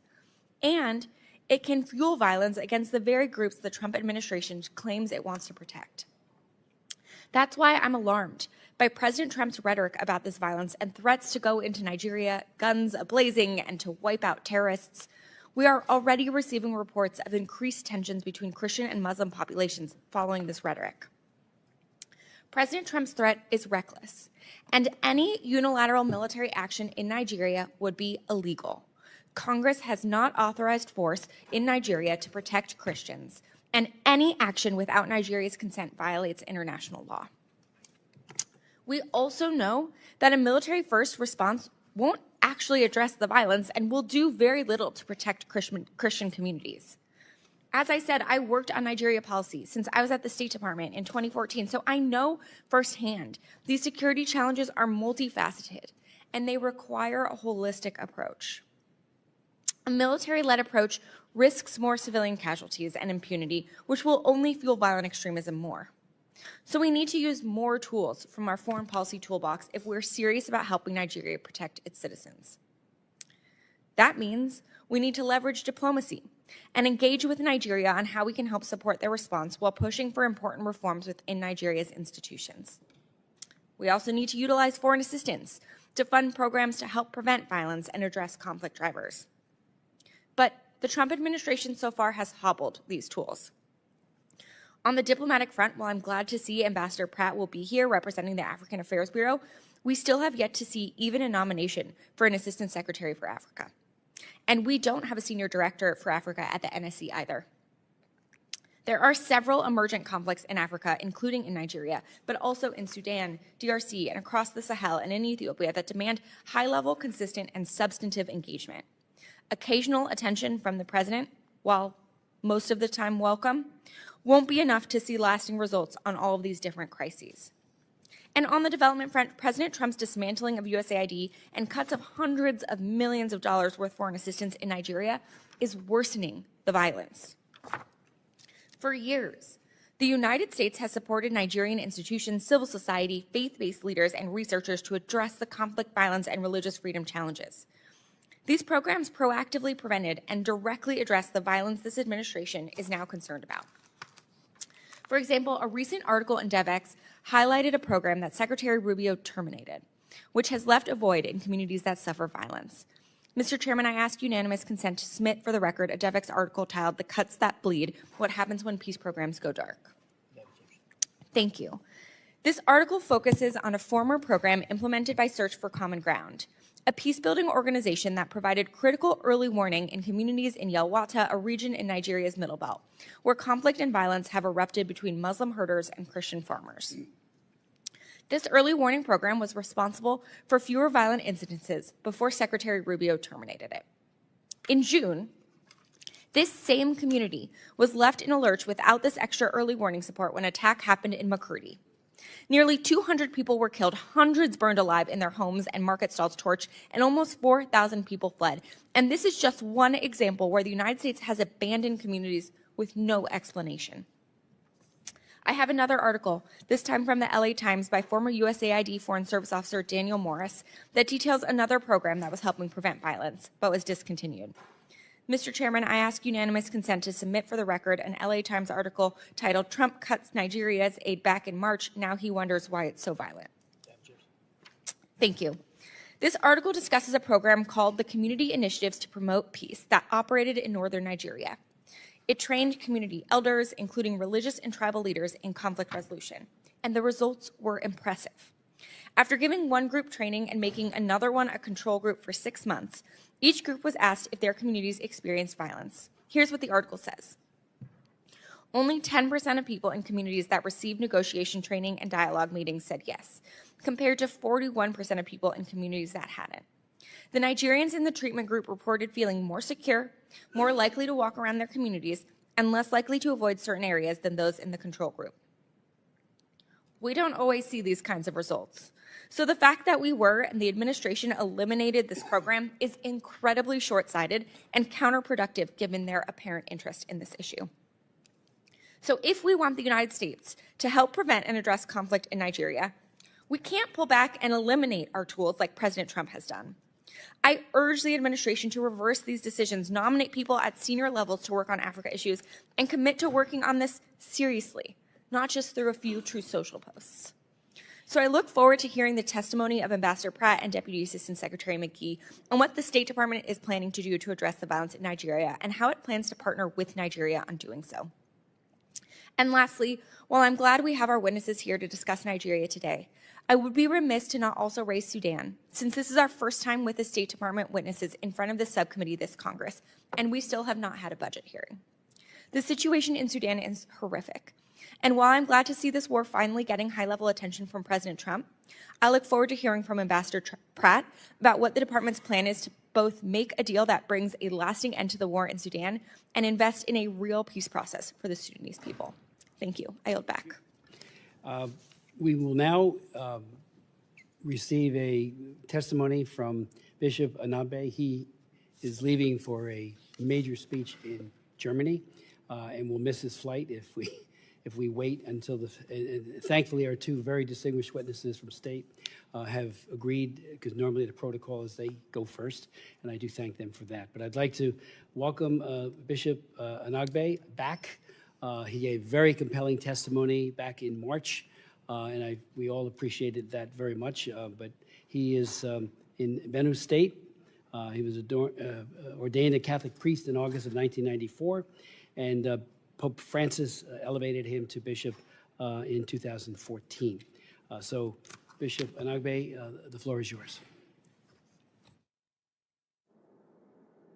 Thank you very much, Mr. Chairman, Congressmember Chris Smith. The Most Reverend Wilfred Chikwa Anagbe, Bishop of the Catholic Diocese of Makurdi, Benue, Nigeria.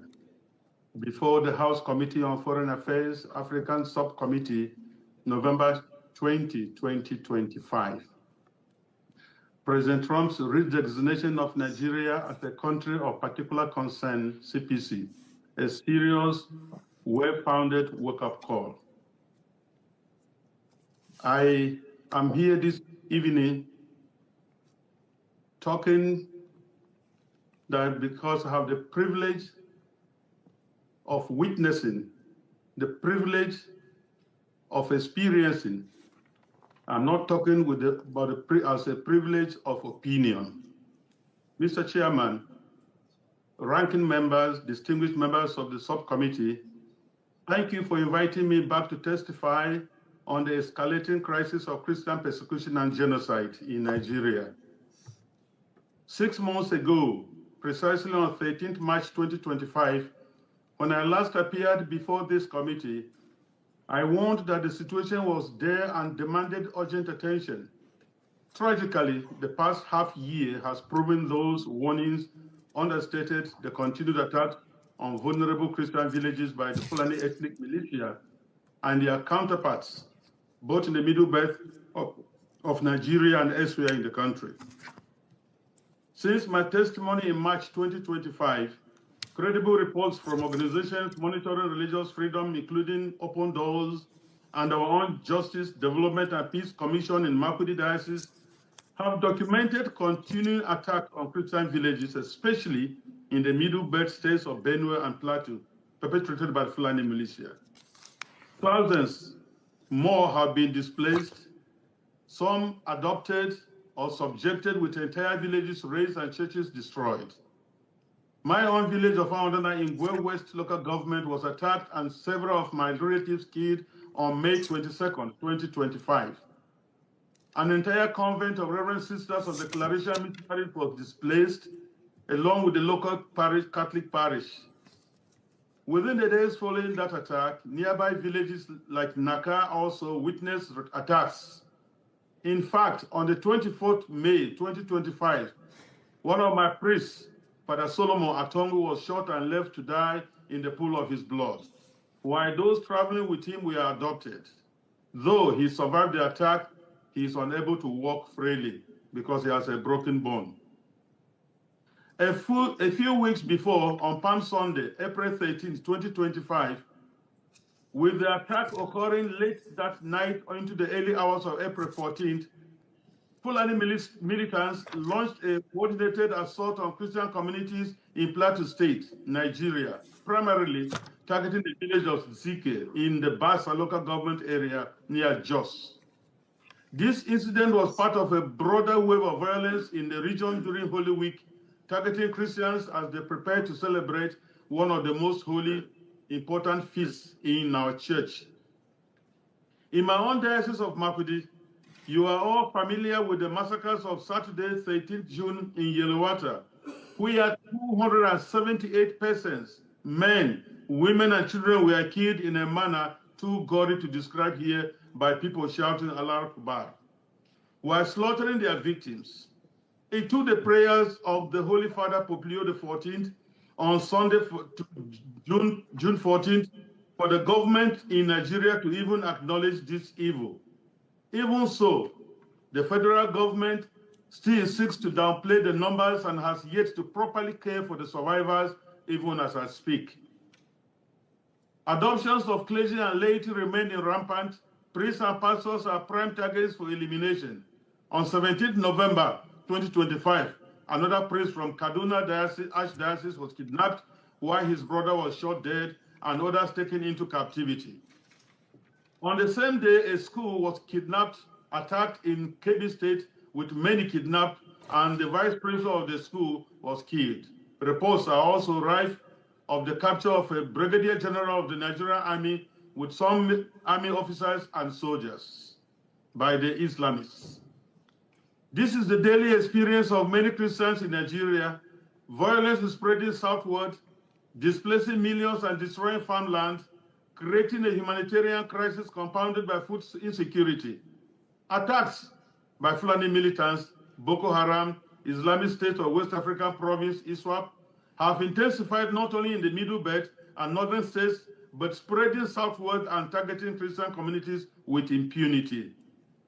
We hoped the CPC designation by President Trump at the end of October might stabilize the situation, but instead it is deteriorating into one of the most later periods of for Nigerian Christians in recent memory. Like it is now commonly acknowledged, Nigeria remains the deadliest place on earth to be a Christian. More believers are killed there annually than in the rest of the world combined. Yet, perpetrators face little accountability, and the Nigerian government's response since the CPC designation is to unleash vain glory speakers and willing tools to spin the narrative and make false equivalencies about Muslim deaths. But I would like to ask the question here, who is killing the Muslims up north? Is there any Christian militia displacing millions and occupying lands in Nigeria?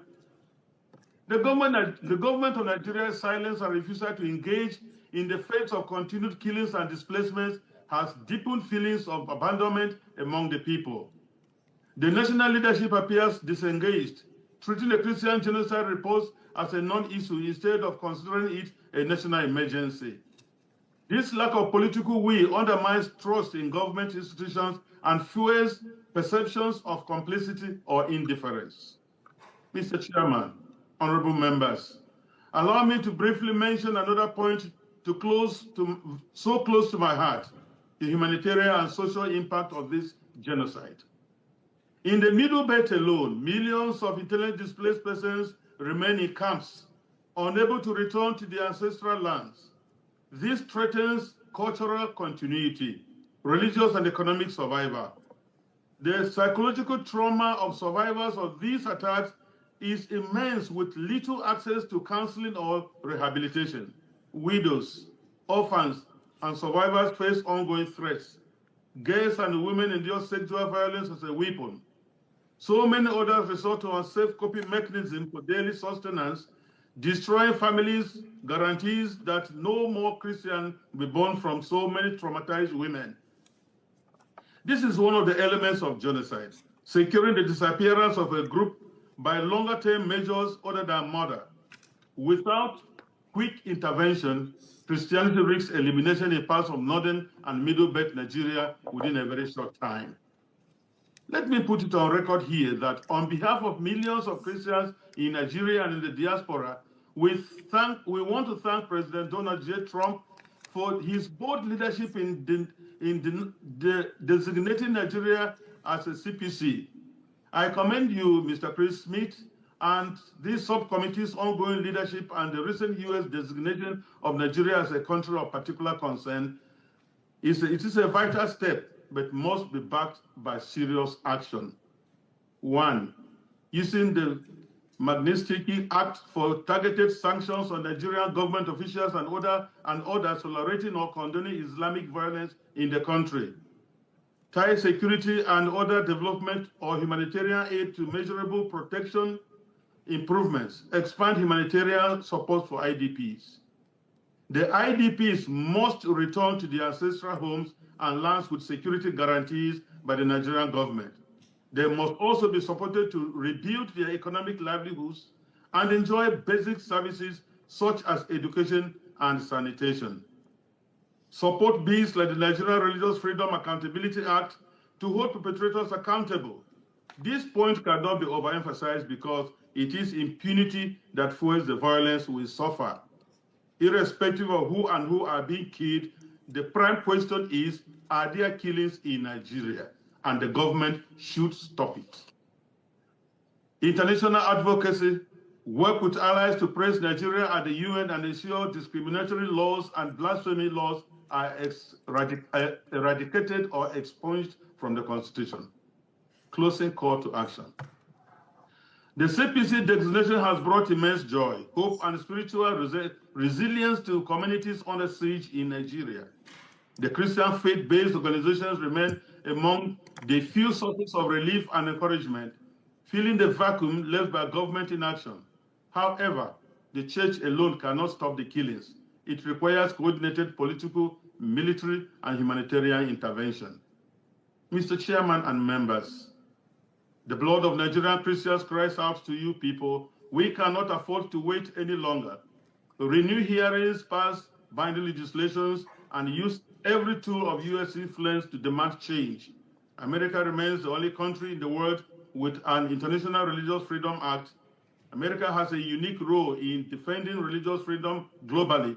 Please enact concrete actions according to the CPC designation. We all know that inaction emboldens the extremists even more. Thank you for listening.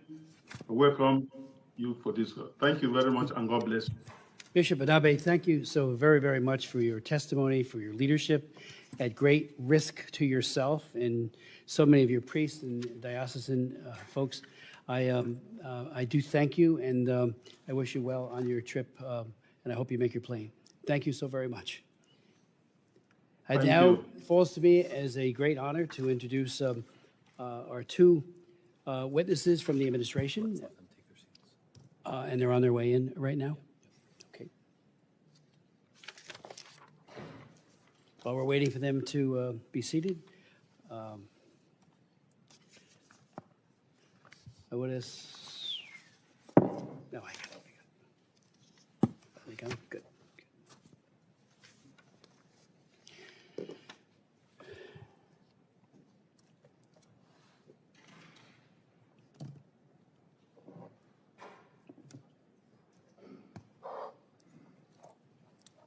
Thank you so much, gentlemen, for being here. And let me introduce Ambassador Jonathan Pratt, who is the Senior Bureau Official for the Bureau of African Affairs. From January 2023 to 2025, he served as the Bureau's Principal Deputy Assistant Secretary.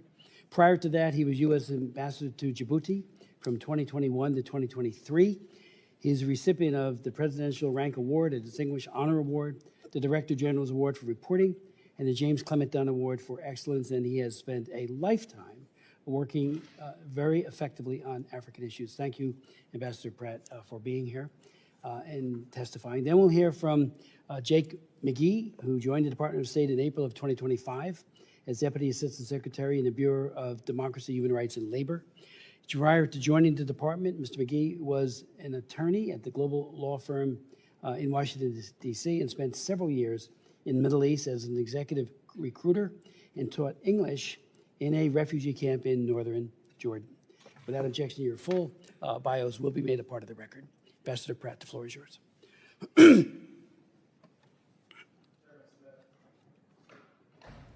Chairman Smith, Ranking Member Jacobs, and distinguished members of the subcommittee. Thank you for the opportunity to testify today on the administration's redesignation of Nigeria as a country of particular concern under the International Religious Freedom Act. In June of this year in Benue State, Nigeria, Fulani militants armed with guns and machetes set homes and food stores ablaze and locked families inside burning buildings, killing over 200 Christians. Witnesses reported assailants shouting Allahu Akbar as they assaulted St. Joseph's Church. The Fulani militants targeted Christian farmers, many of them internally displaced persons, already seeking refuge from previous violence. Benue State Governor Hyacinth Ali recently warned that his state is, quote, under siege and being attacked by terrorists and bandits, highlighting the Nigerian government's failure to intervene. The scale and brutality of violence facing Christian communities is tragic and unacceptable. It represents a serious failing on the part of the authorities. Similarly, on December 23, 2023, a series of coordinated attacks began and continued into Christmas morning in Plateau State. The attacks resulted in hundreds of victims. Many were women, children, and elderly unable to flee. At least 8 churches were destroyed. Plateau State communities are still reeling today from the overt religious-based violence of those attacks and their unanswered calls for help. The Nigerian government must do more to protect its Christian citizens who are being targeted and killed. Terrorists, separatists, bandits, and criminal militias in Nigeria wreak havoc throughout the country, with ongoing attacks often deliberately targeting Christian communities. In addition to the violent Islamic extremism and banditry experienced in Nigeria's Middle Belt, there has been a surge in violent attacks across northern Nigeria by violent extremist organizations like ISIS West Africa, ISIS Sahel, Boko Haram, Jainim, and Al-Qaeda affiliate Ansaru, and Lakurawa. The ongoing violence is a problem of prioritization for the government of Nigeria. Although its military and police are engaged and taking significant losses in their counterterrorism efforts in the Northeast, the Nigerian government has not done enough to effectively combat violence in the Middle Belt, protect Christian communities, or hold perpetrators accountable. The intent of the administration's approach is to raise the protection of Christians to the top of the government of Nigeria's priorities, especially in the Middle Belt. Nigeria is a key regional partner, Africa's largest democracy and most populous nation, with whom we share economic and security interests.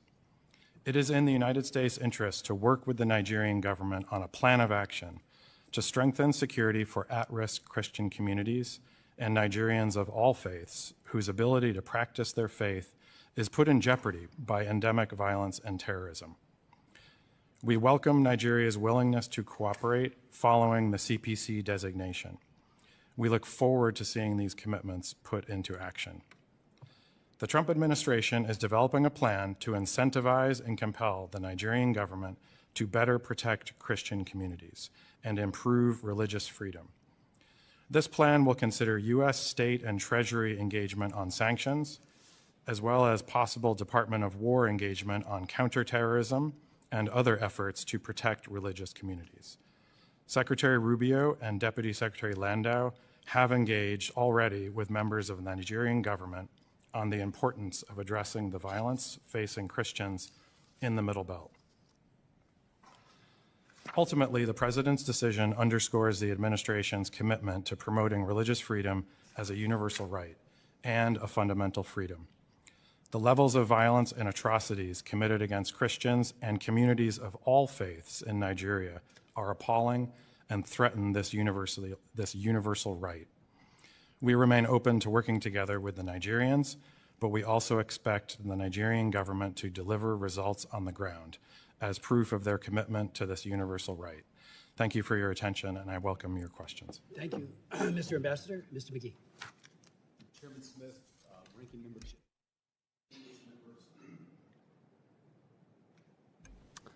I'll start over. Chairman Smith, Ranking Member Jacobs, distinguished members of the subcommittee, thank you for the opportunity to join my colleague, Senior Bureau Official Pratt, to discuss the Trump administration's decision to redesignate Nigeria as a country of particular concern in accordance with the International Religious Freedom Act of 1998. President Trump's decisive action to designate Nigeria as a CPC made clear that the United States stands ready to champion the rights of Christians and protect them from religious persecution. The religious freedom situation in Nigeria is well documented in the annual IRF reports. The IRF Act, designed by Congress nearly 3 decades ago, establishes religious freedom as a U.S. foreign policy priority and mandates that the president call out religious freedom violators as a reflection of the importance our nation places on America's first freedom.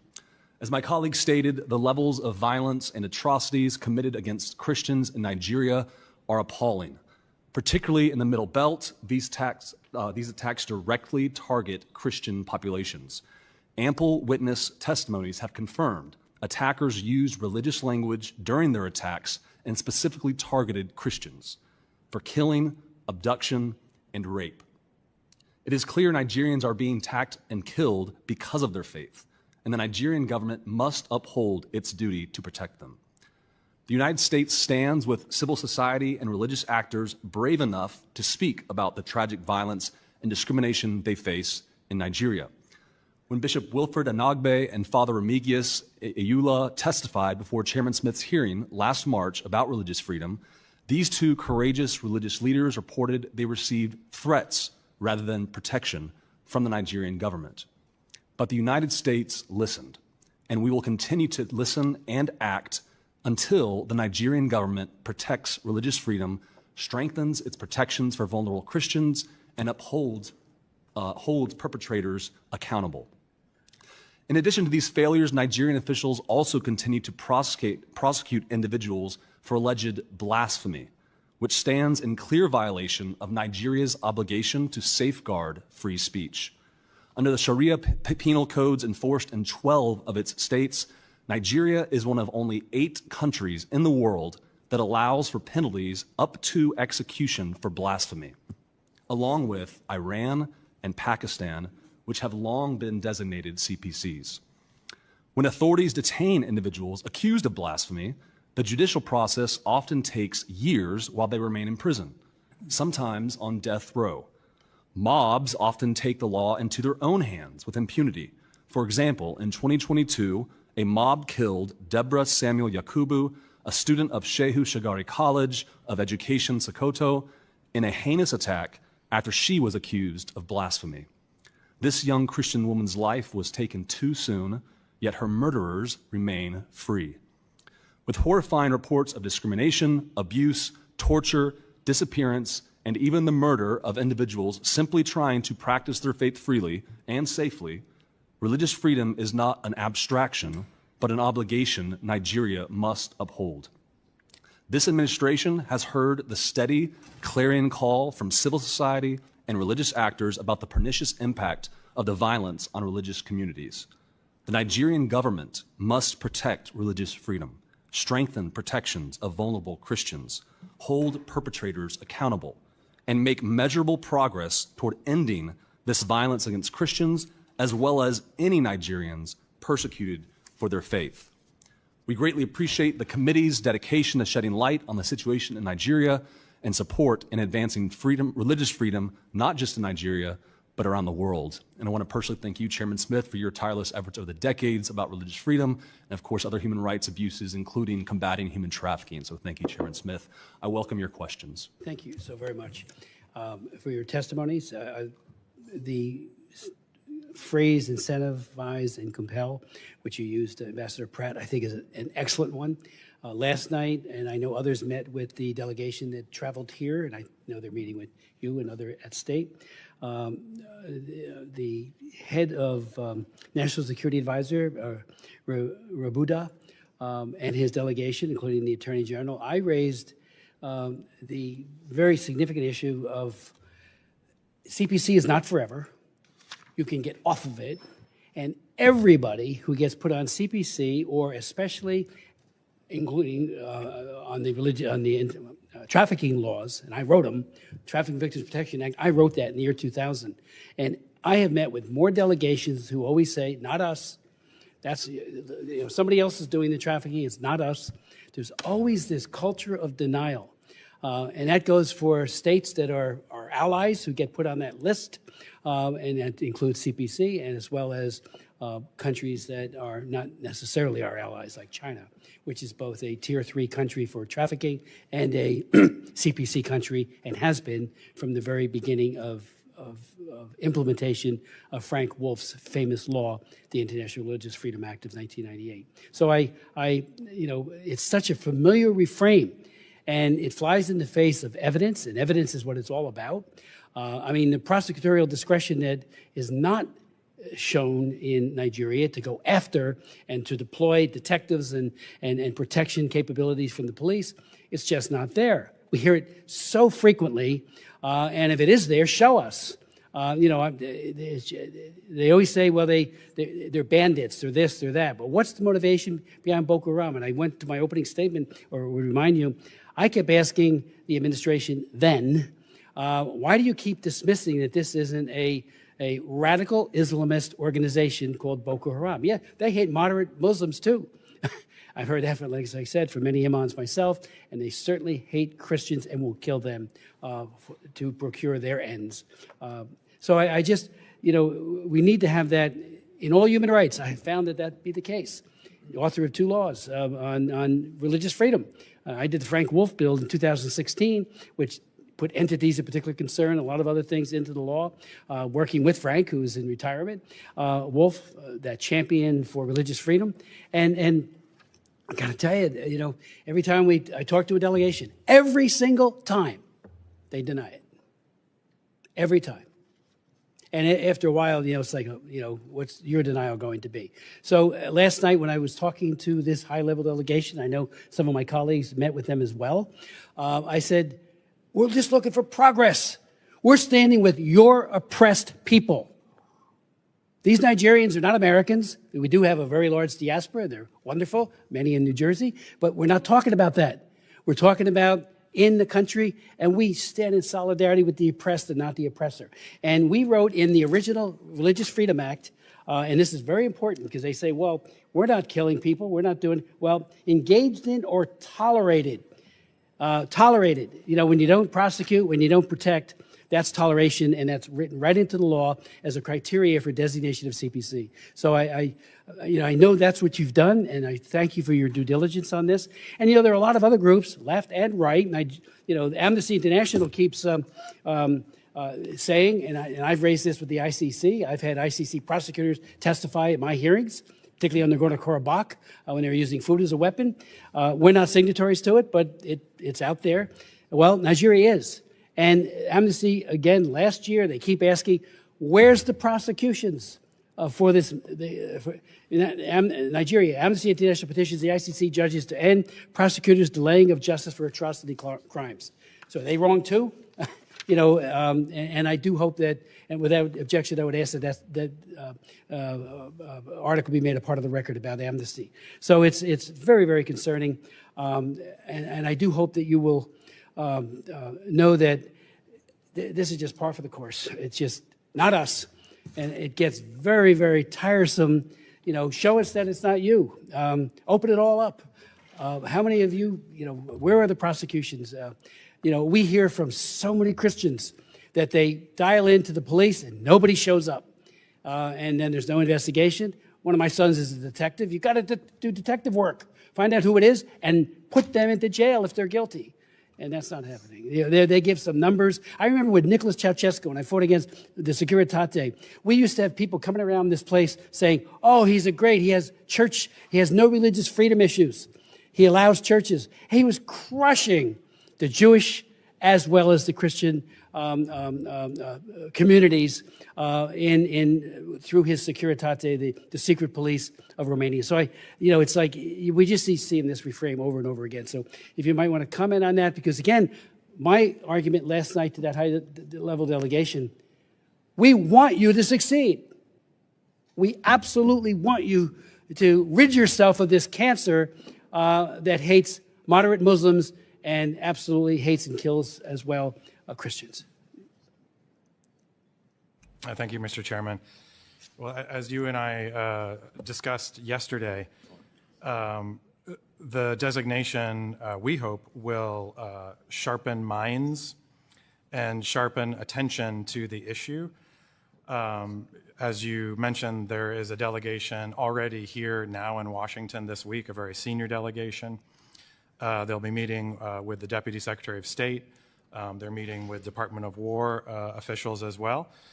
And the Secretary of State has directed us at the State Department to work with the Nigerian government on an action plan and to set up a task force to address this issue and use all of the tools that are at our disposal to focus minds and focus attention on this issue.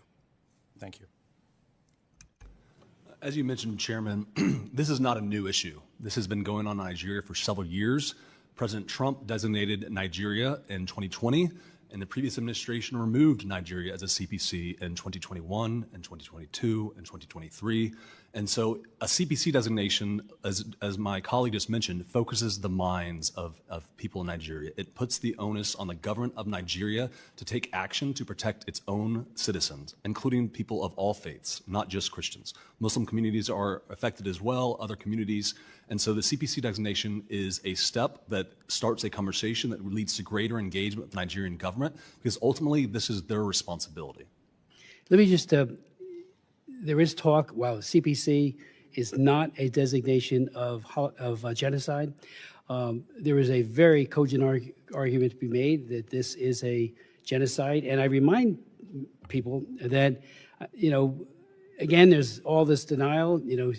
I had 3 hearings on the Armenian genocide, and I had, sitting right where you're sitting, Mr. McGee, an ambassador from Turkey, who said, if you recognize, and we had a good bipartisan effort going on this, if you recognize the so-called Armenian genocide, we'll throw you out of your base in Incirlik. And I said, what a great NATO partner you are. It was just amazing. We've seen it over and over again. When I went to Darfur and met with Bashir, we then went to the UN, Human Rights Commission, as it was called then, not the Council. We were flabbergasted that they wouldn't call what was happening in Darfur a genocide. And again, I remind everybody, Article 2 says genocide means any of the following acts committed with intent to destroy, in whole or in part, a national, ethnical, racial, or religious group as such, in whole or in part. It's very clear. Now, we're not talking in CPC about genocide, but when we fought against ISIS, and Jeff Fortenberry did a very serious bill because the administration then would not recognize what ISIS was doing to the Chaldeans, and I went and visited with them in that part of the world. I was shocked that they wouldn't do it. We got a bipartisan piece of legislation passed that did recognize the genocide, and then finally John Kerry said, "Okay, we'll call it what it is." So, whole or in part. And that's what's happening here, at least in part. And the president did say he's worried about the extermination if it's allowed to continue onward. So I would like to ask, just for the record, the department has 7 positions vacant in our embassy in Nigeria, including individual rights, religious freedom reports, and the like. I just encourage you to fill those as quickly as possible. By your bureau, the Democracy, Human Rights, and Labor Bureau. Can you explain to the committee why the department canceled this program? Thank you for your question, Ranking Member Jacobs. As Secretary Rubio has said time and again, America is the most generous country in the world, and we will continue to be the most generous country in the world. We are looking at every option to stop this atrocious violence, but ultimately the violence must be stopped by the Nigerian government. Okay, in terms of programming, will you recommend restarting this program to the Secretary? So to your question, Ranking Member Jacobs, we do have ongoing program, including early warning and early response systems that are effective across the Middle Belt, and they have saved lives. And so we have a lot of tools at our disposal in DRL and across the State Department that is not just assistance, but is security, that is economic engagement. Across the State Department, we're reviewing every single tool that we have to make sure that this violence stops. But ultimately, America can partner with the Nigerian government, but the Nigerian government must take responsibility and protect religious freedom for all communities, especially Christians right now who are suffering disproportionately. So my understanding is that most of those programs have been canceled, but I look forward to hearing from you which of those programs have continued to be funded and which you intend to restart. Earlier this month, President Trump posted on Truth Social threatening to cut off all aid to Nigeria and go into the country, quote, guns a-blazing, to, quote, completely wipe out terrorists. He ordered Secretary Hegseth to prepare for possible actions. This reckless threat provoked calls within the Nigerian government and public to respect Nigeria's sovereignty and territorial integrity. Ambassador Pratt, what role has Secretary Rubio been given to respond to this challenge using diplomatic and development tools? Thank you for the question. The Secretary of State, as I mentioned, has directed us to come up with a comprehensive plan using all of the tools that are at our disposal, primarily diplomatic, but also security, also assistance, cooperation programs. This would span from security to policing to economic. We want to look at all of these tools and have a comprehensive strategy to get the best result possible. Great. We will look forward to seeing that strategy. There were public reports that AFRICOM has laid out 3 potential military options. What is the status of this decision at an interagency level? We have had interagency discussions about all of the tools that are at our disposal, including on the security side of the equation, and we have a live discussion with the Nigerian government about how we can assist them in responding to security threats in the country, including this one. Have there been any NSC meetings on this issue? There have. Okay. And I want to turn to another program that I raised during my remarks, the Community Initiatives to Promote Peace. Again, this one incredibly successful, saw positive results showing that only 10% of people who received this training experienced violence in their communities compared to 41% of people who didn't. This is an extremely low-cost, effective intervention, and yet again, this program was eliminated. Mr. McGee, can you help the committee understand why this program wasn't deemed worthwhile to continue? So again, the programming that I mentioned that we still have continuing in the Middle Belt, early warning, early response, also includes dialogue amongst religious communities. And we have seen effective dialogue between those communities that do promote religious tolerance, addressing some of the root causes that you mentioned earlier. And so we're committed to continue to provide support to the Nigerian government. That obviously programming doesn't go to the Nigerian government, it goes to locally owned and locally managed programming opportunities. And so we're still doing that programming, and we're committed to use every tool at our disposal to help the Nigerian government take care of this issue. Thank you. The State Department still has not submitted the annual International Religious Freedom Report that is statutorily required by May of this year. It's November. This committee has not seen this administration's analysis, therefore, of the situation in Nigeria or actions taken in support of religious freedom. Mr. McGee, when will we see this report? When will the State Department submit it? So as you mentioned, Ranking Member Jacobs, the IRF reports are a valuable tool to give an overview of religious freedom in every country around the world and to tell the Nigerian government steps they can take and the situation on the ground. So we're working on those and will be released soon. There's also, of course, the human rights reports that have been released that are a snapshot or an overview of the human rights condition in every country around the world, 198 countries and territories. And so we're committed to releasing the IRF reports as soon as they're ready. Okay, great. In mid-October, Senior Advisor Boulos stated that Boko Haram and ISIS are killing more Muslims than Christians. What is the State Department's assessment? Have these groups killed more Muslims or Christians? And what evidence is the State Department citing that Christians in Nigeria are at specific grave risk of atrocities? So President Trump has made clear that we are to respect and promote religious freedom for all communities. In Nigeria, there is a particular problem of targeting of Christians, and they have suffered a disproportionate number of killings compared to their population, especially in the Middle Belt. And when we see attackers chanting religious slogans, churches being destroyed to the tune of thousands of the last several years, thousands of Christians being killed, and particular targeting on Christian holidays like Christmas and Easter and other holidays. This shows there's a religious component targeted towards Christians in particular. That being said, we stand with all communities around the world who are suffering religious persecution because of their faith. We value religious freedom as a per se good, and we're committed to protect religious communities no matter where they are. As I think Chairman Smith mentioned in his remarks, of the thousands of Christians who've been killed this year around the world, the vast majority have been killed in Nigeria, which is a problem the government of Nigeria must take seriously. Okay. I disagree with your assessment, but I look forward to seeing the report that has it all laid out. Last question, Ambassador Pratt. Yesterday, President Trump announced this administration would start focusing on trying to end the war in Sudan. This is a welcome development, and I hope you all are successful. I am, however, concerned that the sporadic high-level attention without the appropriate staff at the working level will not be enough to bring a sustained end to the war or transition to a real peace process that includes Sudanese civilians. Could you share more about the State Department's strategy to bring the war in Sudan to an end? How many people on your team are dedicated to this portfolio? Has there been an NAC meeting about this recently? Will there be shortly? How can we be sure that this will be a sustained approach? Thank you very much, Ranking Member Jacobs. I'm very proud to have fought very hard to retain all of the staff in the Africa Bureau during the recent reorganization that the State Department undertook. We were able to present very convincing data about the understaffing historically in the Bureau. And so not only did we retain staff, we also gained additional staff to help on the assistance side.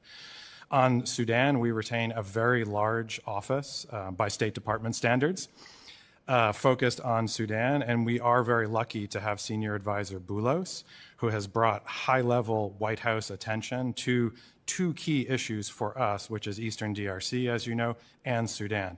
Senior Advisor Boulos has also worked on other issues to bring profile and attention to them. And so we welcome the President's comments and profile in his meetings with the Saudi leader yesterday to draw attention and resources to this issue. Okay. Listen, I know you all are doing what you can. AF is mostly intact. Staff bandwidth is still limited by USAID cuts at embassy and the cut to the Bureau of Conflict and Stabilization Operations that I know was working hard on this issue. And the administration has yet to name a special envoy for Sudan. So I look forward to continuing this conversation to make sure that you all have what you need to be successful in this endeavor. Thank you, Mr. Chairman. I yield back. Mr. Baird. Thank you, Mr. Chairman, and I want to thank our witnesses for being here. My question deals with the responsibility, and we've heard a lot about that already, of the Nigerian government for putting an end to this prosecution or persecution. So has the United States really been able to see any progress in terms of the Nigerian government recognizing a duty on its part to reduce this persecution and targeted violence? And to what extent, if any, has the government's accountability made any improvement in reducing these persecutions? So as I mentioned in my opening statement, thank you for your question, Representative Baird. The Nigerian government has to do more. There have been attacks where 0 perpetrators have been held to account and 0 prosecutions. Heinous attacks that cost lives, that drive people out of their homes. There are hundreds of thousands, if not millions, of internally displaced peoples, and those individuals who caused that displacement have not been held to account. So as SBO Pratt mentioned, we're having high-level engagement with the Nigerian government. We have a great partnership on a lot of issues like security, trade, other things, but we're encouraging them to actually take ownership of this responsibility and prosecute the criminals and terrorists who have perpetrated this persecution. So do you feel like there's any movement on the part of the government, Nigerian government, to do that, to move to protect their people? I mean, I just wanted a hint of whether they're moving that direction or not. So I think President Trump took bold action in redesignating Nigeria as a CPC, and that, I believe, has gotten the attention of the Nigerian government. We're engaged in high-level dialogues with them, including this week at the very highest levels. We're planning engagement on the ground, both through our embassy there and other trips, to make sure that Nigerians hear our very important message that they have to do better.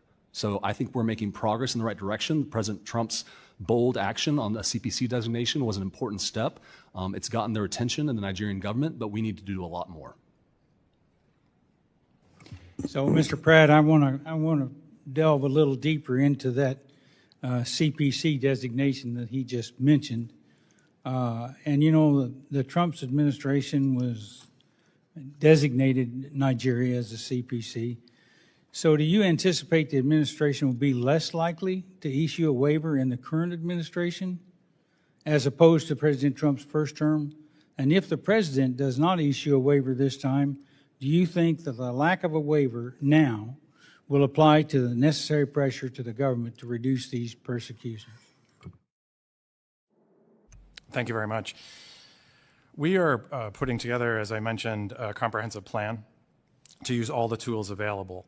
And so I expect, as we're cooperating with the government of Nigeria on what those tools will be, if there is specific U.S. government programs or assistance that will require a waiver, and through agreement in our cooperative relationship with the government of Nigeria on what will be effective and successful, that we may need to seek waivers for some programs. There may be other programs that we will not seek waivers for. Thank you. Mr. McGee, do you have any comments in that regard? I would just echo what SBO Pratt has said, that we're engaged in high levels, and if waivers are needed for certain programs, we're willing to do that. But the important thing is to get the Nigerian government's attention, including about the Sharia law that still exists in the 12 northern states, up to and including the death penalty as a device of punishment. And so we're having frank conversations with Nigerians at all levels of government and are committed to do whatever it takes to continue to encourage them to take actual action and not just talk. So I thank both of you for being here, and Mr. Chairman, I yield back. I thank you very much. Ms. Jayapal. Thank you, Mr. Chairman. I want to thank our witnesses for being here this morning. And before we turn to Nigeria, since this is the first time we have you in front of us, in front of the committee, I just want to quickly talk about Sudan, because I do think this is so critical. And the humanitarian situation there, the incredible numbers, 400,000 killed, over 11 million displaced, 30 million in need of humanitarian aid. This is just a stunning crisis, and I did want to appreciate the administration's recent comments on this, particularly Secretary Rubio, when he called for action to cut off the supply of weapons to the Rapid Support Forces. And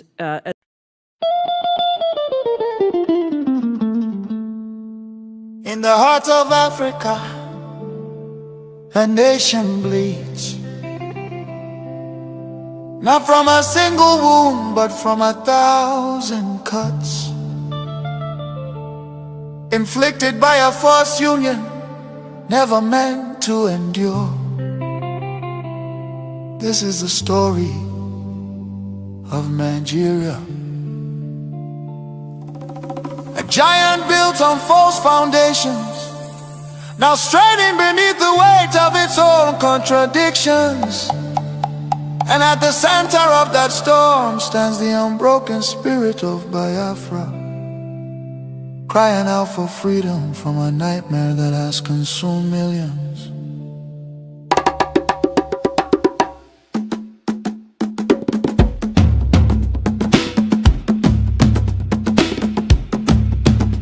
It began with the rivers of blood in 1966. Thousands of Biafran men, women and children, professionals, traders, students and families who had built lives across the Federation became targets in the northern city, fueled by ethnic hatred and religious hostility. Mobs descended upon innocent civilians.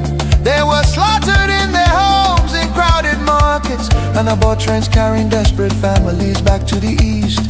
Streets were littered with bodies, rivers choked with corpses. Survivors returned to the east carrying trauma, grief, and the painful realization that they were no longer wanted in the Nigerian Union. Biafra, Biafra, voice of truth and freedom. Biafra, Biafra.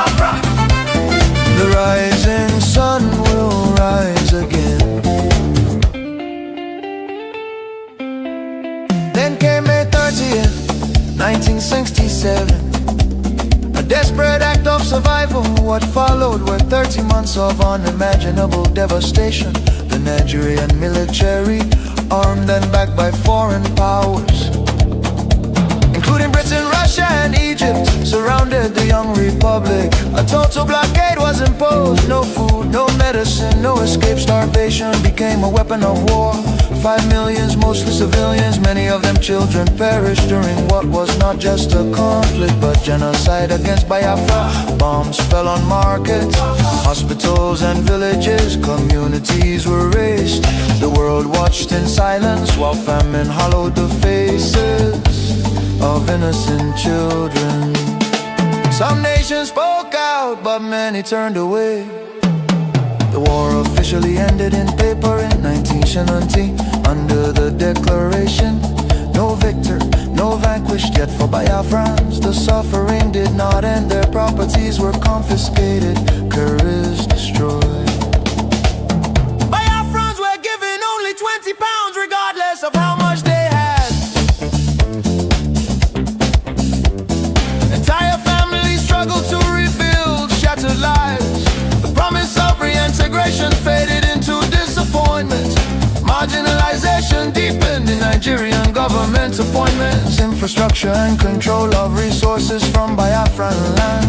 Oil flowing from the Biafra land enriched the center, while much of the east remained neglected. Roads deteriorated, industries collapsed. Biafra, Biafra.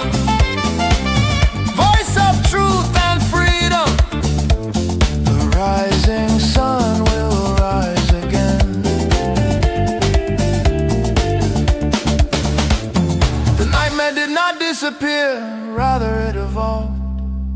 Across Nigeria today, violence and insecurity continue to devastate communities. Armed attacks by Fulani herdsmen, terrorists, have left villages destroyed, farmers killed, women violated, children orphaned and churches burned.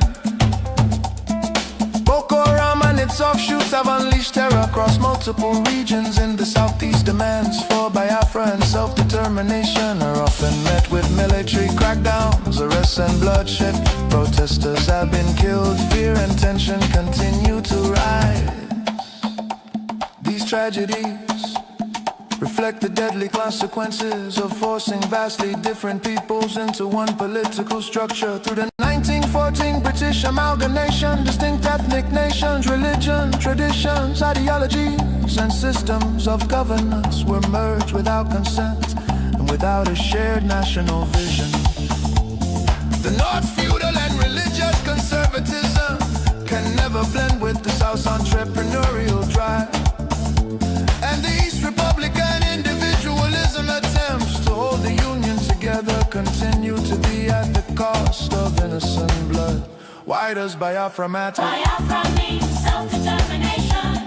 Biafra represents dignity, survival, and the right of a people to life and choose their future. Biafra symbolizes resistance, innovation, enterprise, and hope.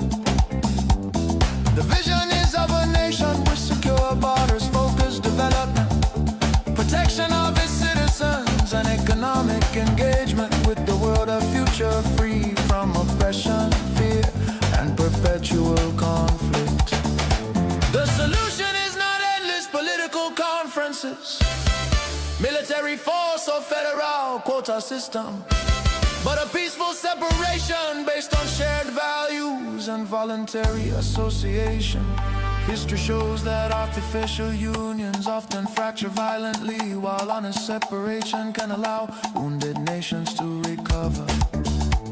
Biafra is not dead, Biafra lives. It lives because the desire for freedom cannot be extinguished. Nigeria's ongoing crisis, corruption, insecurity, poverty, and division are proof that one structure cannot hold people with dangerous diversities together. For the million already lost, for the children yet unborn. Biafra, Biafra independence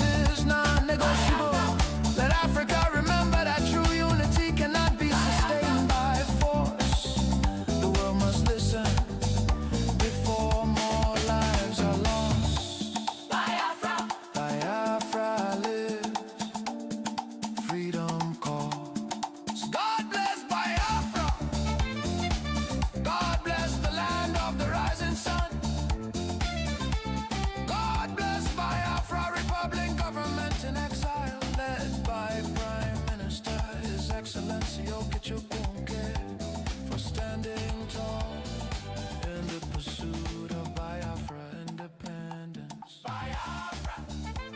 Biafra!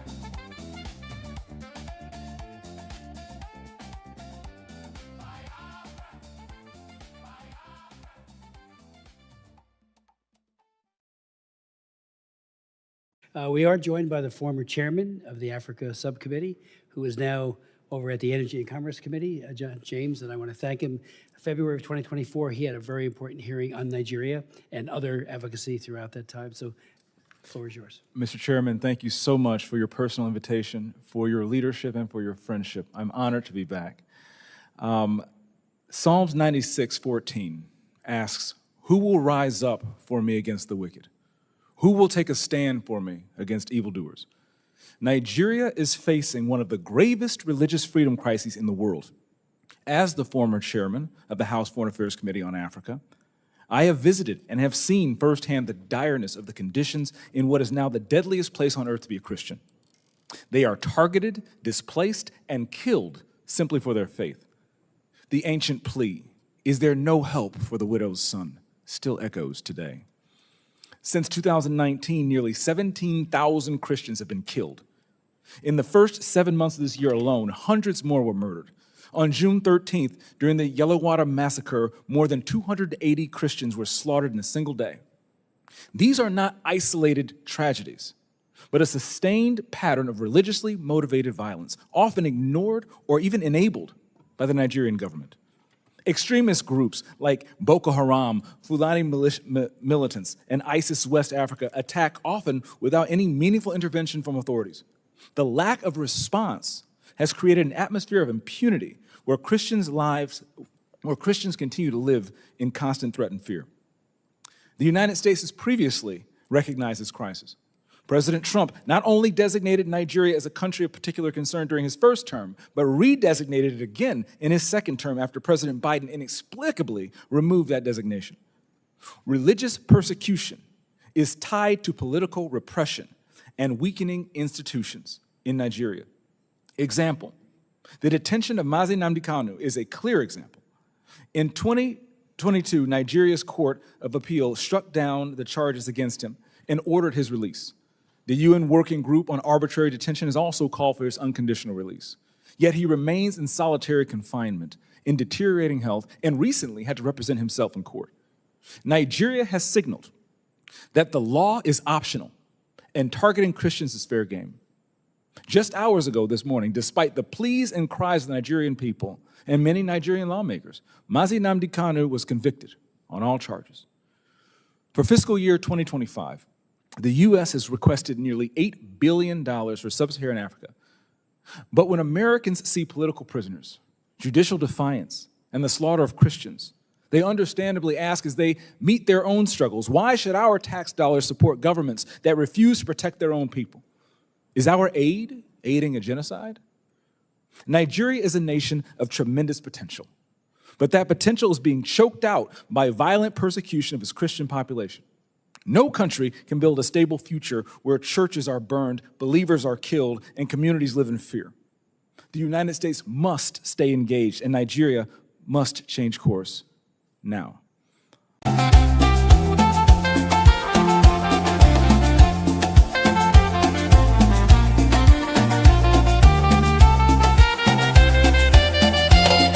Biafra independence is not negotiable.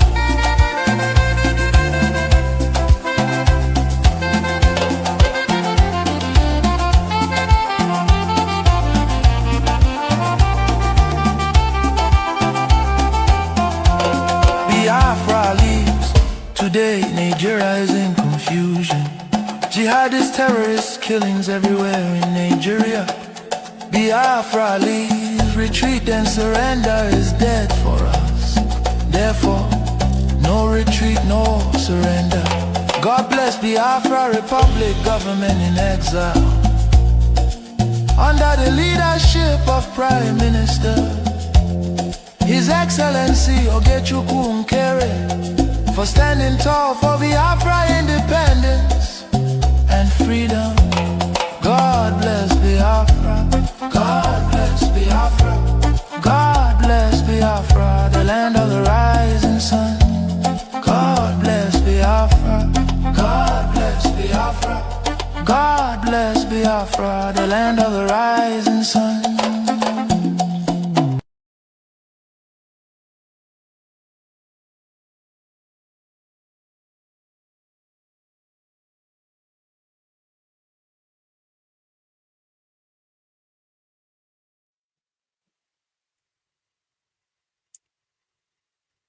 Welcome back to Voice of Biafra Television. And we will be starting our program tonight as I welcome my guest. And I'll be anchoring here on Voice of Biafra Television. If you haven't joined us before, this is Voice of Biafra Television, the voice of the voiceless, voice of truth, voice of justice, and voice that speak for the oppressed.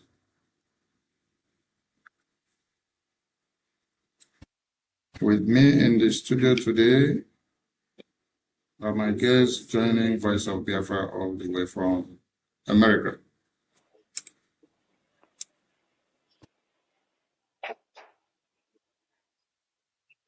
Honorable Amobi, welcome to Voice of Biafra Television. Good to have you here. Hope you can hear me. Yes, sir. thank you so much. Thanks for having me. Yes, I can hear you loud and clear. Thank you. Welcome on board. And on the other end, I have another Honorable Mighty Dot. Good to have you joining us from South Carolina. Can you hear me, sir? Yes, I can hear you. Ndewo, my brother.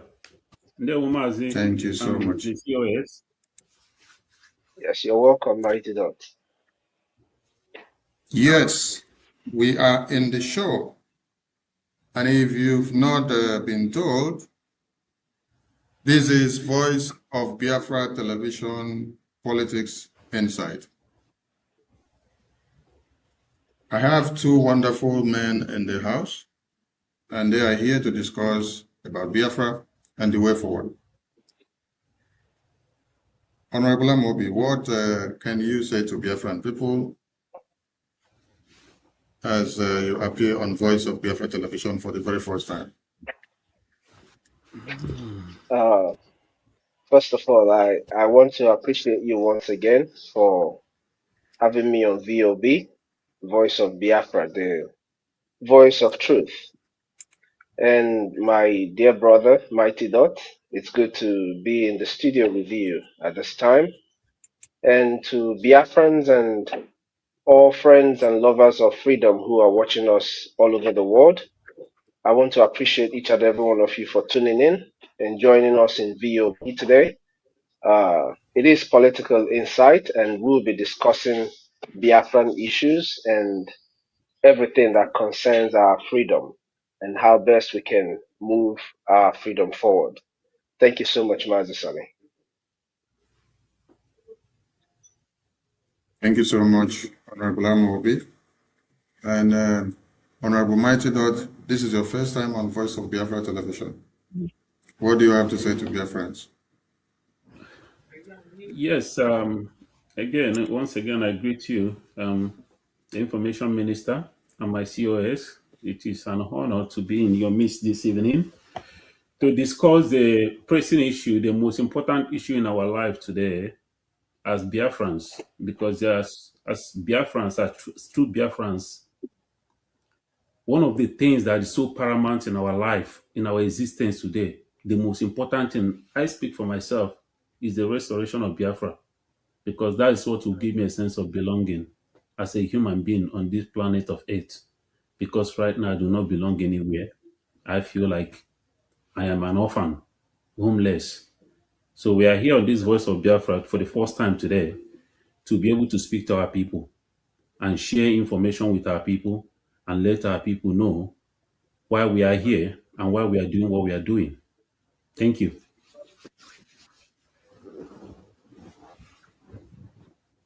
Thank you so much, Honorable Mighty Dot. And I welcome you to Voice of Biafra Television. Thank you. So, 30th of May has just finished. As 30th of May just finished, Biafrans jubilated all over the world. And we saw their resonance from the east to the west and from the north to the south. What was the significance of the day before we go into the post 30th of May? What was the significance of the 30th of May? Because many people are curious to know. Honorable CEO, the mic is yours, sir. Yes. To be honest, I've always thought about this since after 30th of May. I kept asking myself, do my people really realize that memorial is the starting line of everything that they sacrificed is the Memorial Day. So you start and you finish. The finishing is you continuing to make sure that they get that which they died for. You know, their sacrifice will be in vain if it is only a memorial. So memorial is just a starting line. It is the beginning of it all. You remember, and then you stand on the remembrance, the pain that you feel for the fallen heroes, and then you continue to the finishing line, which is our freedom. So when we talk about 30th of May, it is just a reminder of the pain that our people passed through.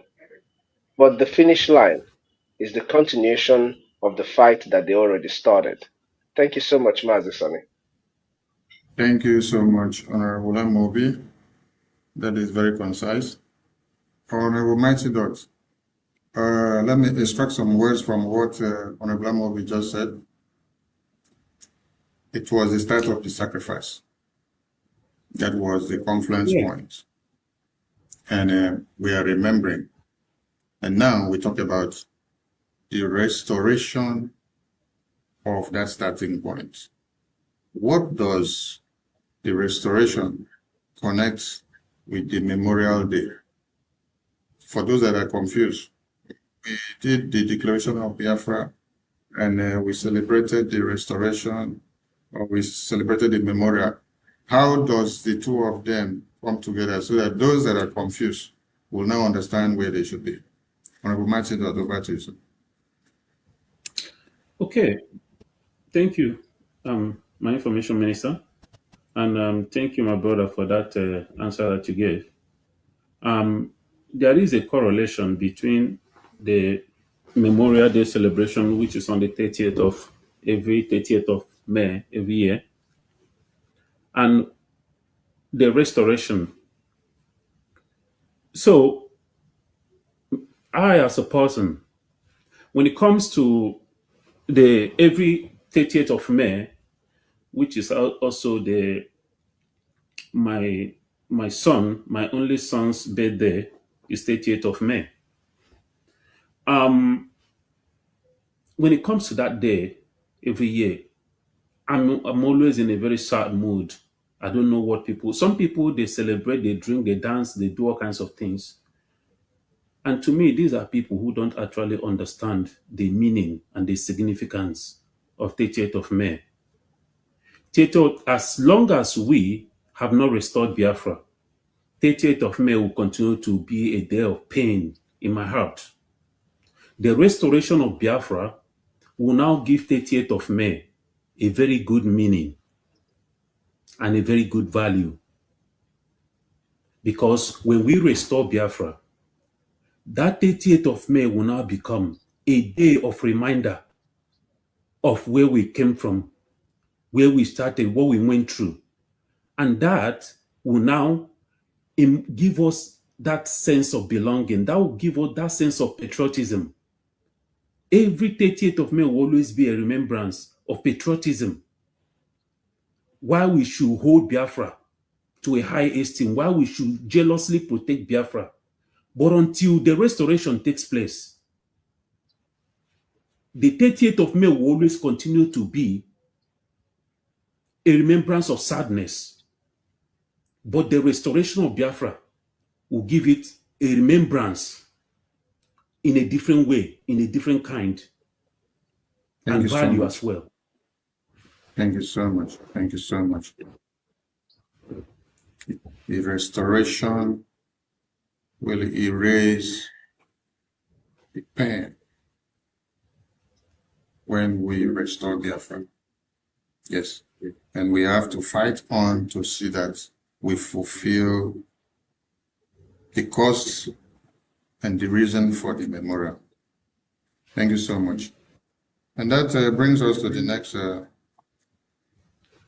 question for us to ponder on. Honorable Mighty Dot, in light of what you just explained now, what is your message to Biafrans in South Carolina who are on the fence, who are supposed to fall in line to make those words that you just stated to come to fruition? Okay. Thank you for that question. I moved to South Carolina from Atlanta, Georgia, 3.5 years ago for career because of work.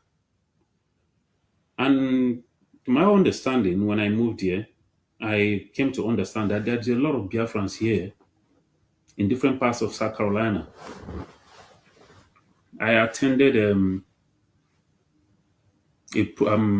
birthday of a former member who was here. He lived here for a very long time, and he's actually the leader of Nigerians in South Carolina.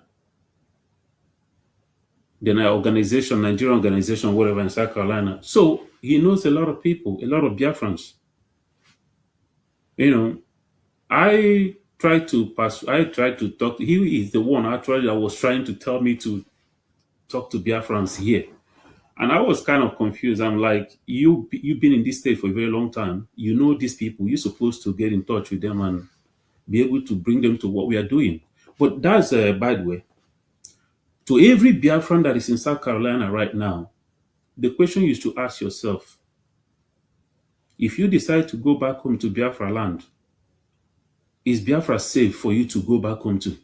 There are many elderly people here from Biafra who lives in South Carolina who have retired.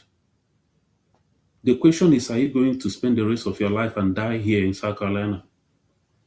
We are Biafrans. We are people that embodies culture and tradition. We don't bury our own outside in a strange land. There is every need for us to restore this homeland. There is every need. Many of us are lived in diaspora, lived in South Carolina and different states of the United States for a very long time. Where do you call home? Do you even have a home? Without the restoration of Biafra, we got no home. To every Biafra that might be listening or that will listen to this program later, my message to you is that you have to come and support your freedom. A freedom that will give you a sense of belonging. We've been begging and begging and begging, crying and crying and crying. Now, there is no reason for you to say you're confused. We have a government that is pushing us home, pushing forward this project that we may get home to our ancestral land. And you need to come and queue in and join this government that we may achieve this dream. Thank you. Thank you so much, Honorable Mighty Dot. I love your composure and the way you hit the nail on the head. I come back to Honorable Amobi, the Chief of Staff of the Brgie Prime Minister. Honorable Amobi, Nigeria tries to bury Biafra beneath the war in many ways. But it turns out that Biafra continues to rejuvenate. What is the secret, or how does it happen?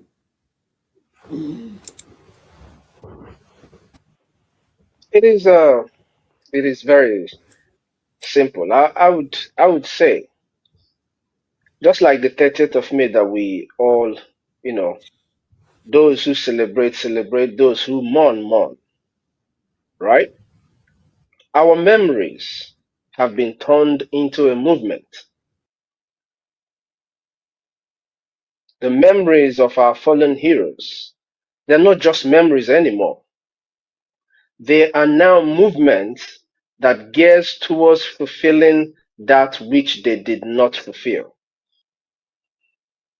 So no matter what the Nigerian state are terrorists, and terrorists are bound to go after legitimate people. That's what they do, just like they're doing in the territory called Nigeria today. It doesn't matter how much they do it. A just cause will always stand. They say light and darkness, they have nothing in common. Biafra is light and Nigeria is darkness. So no matter how much the darkness tries to suppress the light, just a little pinch of that light will always clear every darkness on the path. So it doesn't matter how much the Nigerian terrorist state try to suppress what we are doing, whether it's in homeland or coming out in diaspora to do whatever they feel they can do, they can't stop it because our memories have been turned into a movement. But even though our memories have been turned into a movement, I just want to take this opportunity to tell our people this. Tears without action is an insult our fallen heroes have made. So we must convert pain into organized work. Now, what is the organized work? The organized work is falling in line with your government, Brgie, government in exile. That is the only way you will move in an organized manner to suppress the plight and the evil plots of your enemies, which is the Nigerian terrorist state. They will never stop fighting us. So in as much as they will not win us, no matter, it is incumbent on our people to stand up and stop those who are coming after us, coming after our children and the generations that are yet to be born. It doesn't matter how much they try, Mazi Sonny. I am here. I'm not going anywhere. And thank God we're in the United States, land of the free, a country that understands what freedom is all about. So Nigeria might have their powers in homeland, killing people, but killing people is all that they can do. They cannot stop the voice of the people. And VOB is here to shed light on everything that happens in our homeland. Thank you so much. Thank you so much. So, from your line of submission, they need to key in. It's incumbent on them to make it happen. So, to amplify your statement, how do you explain the terminology, the restoration of Biafra, to connote what you just said, so that those that are still not understanding the terminology will be well harnessed? Honorable COS. Restoration of Biafra is like restoring life. My brother Mighty Dot said yes, we are all in exile at this point, but we do not have a homeland. But restoration of Biafra gives us sense of belonging, which is what our fallen heroes fought for. They fought for freedom, they fought for dignity, and for future. So restoration of Biafra assures the future of our coming generation. it assures that we have dignity in our homeland. Not like today, when people can't even get jobs. I bet you almost every family in Biafra land have graduates who do not have jobs. And that's because we are not free. What Biafra would guarantee is not just you getting a job or having a good life. Biafra is assuring that you will have life and your children will be able to go to school and come back home to their dad, to their mom. And we should not forget, our fallen heroes were just common people. They were ordinary people. Ordinary men and women, farmers, students. They fought because they understand that without dignity, without freedom, they are living for nothing. If you're not free, who are you? What are you? Where we live today, we're able to speak freely because of freedom. That is what Biafra will assure. So freedom is as important as life itself. Thank you so much, Mazi. Thank you. It's good to have this wonderful gentlemen in the studio today because they've expanded my thinking far beyond my own small box. And I would love to be having intelligent men and women like this in Voice of Biafra often and often. I appreciate you guys. A rhetorical question for the two of you. How long have you two been fighting for Biafra independence?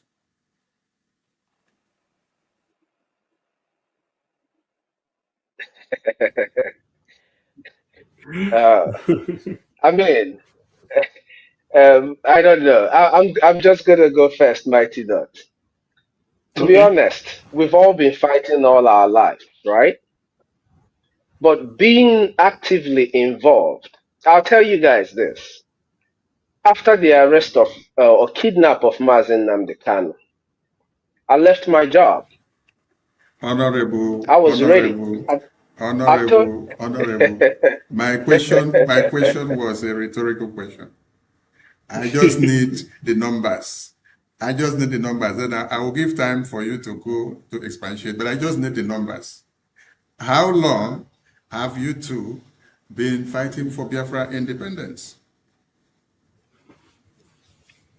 Okay. All my life, but actively since the kidnap of Mazen Namdekano. Since All right, thank you so much. I got fully involved with all my time. Thank you so much. Honorable Mighty Dot, same question to you, sir. Yes, like my brother said, I mean, a true Biafran, any true Biafran has been fighting all his or her life, right from the time we entered this earthly realm. But like he said, after the kidnap of Mazen Namdekan, I think 2016, which was when I joined. Thank you so much. Thank you. Thank you. So that brings me to the next question.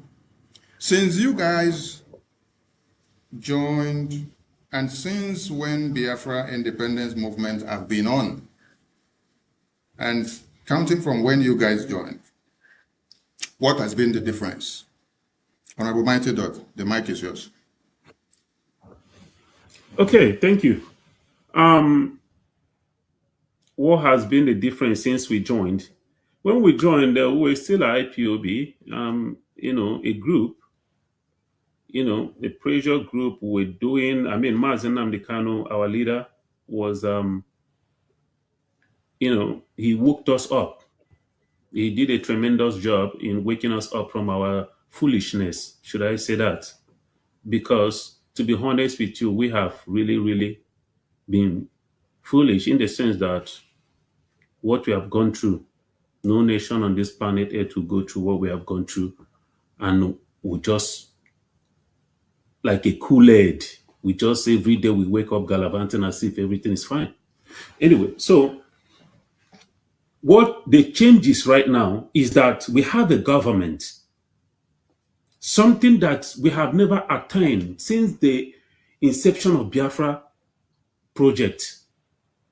We have never had a government that is rubbing shoulders, a government that is representing the people of Biafra at the Capitol Hill in Washington, D.C., the seat of power of the United States, of the world.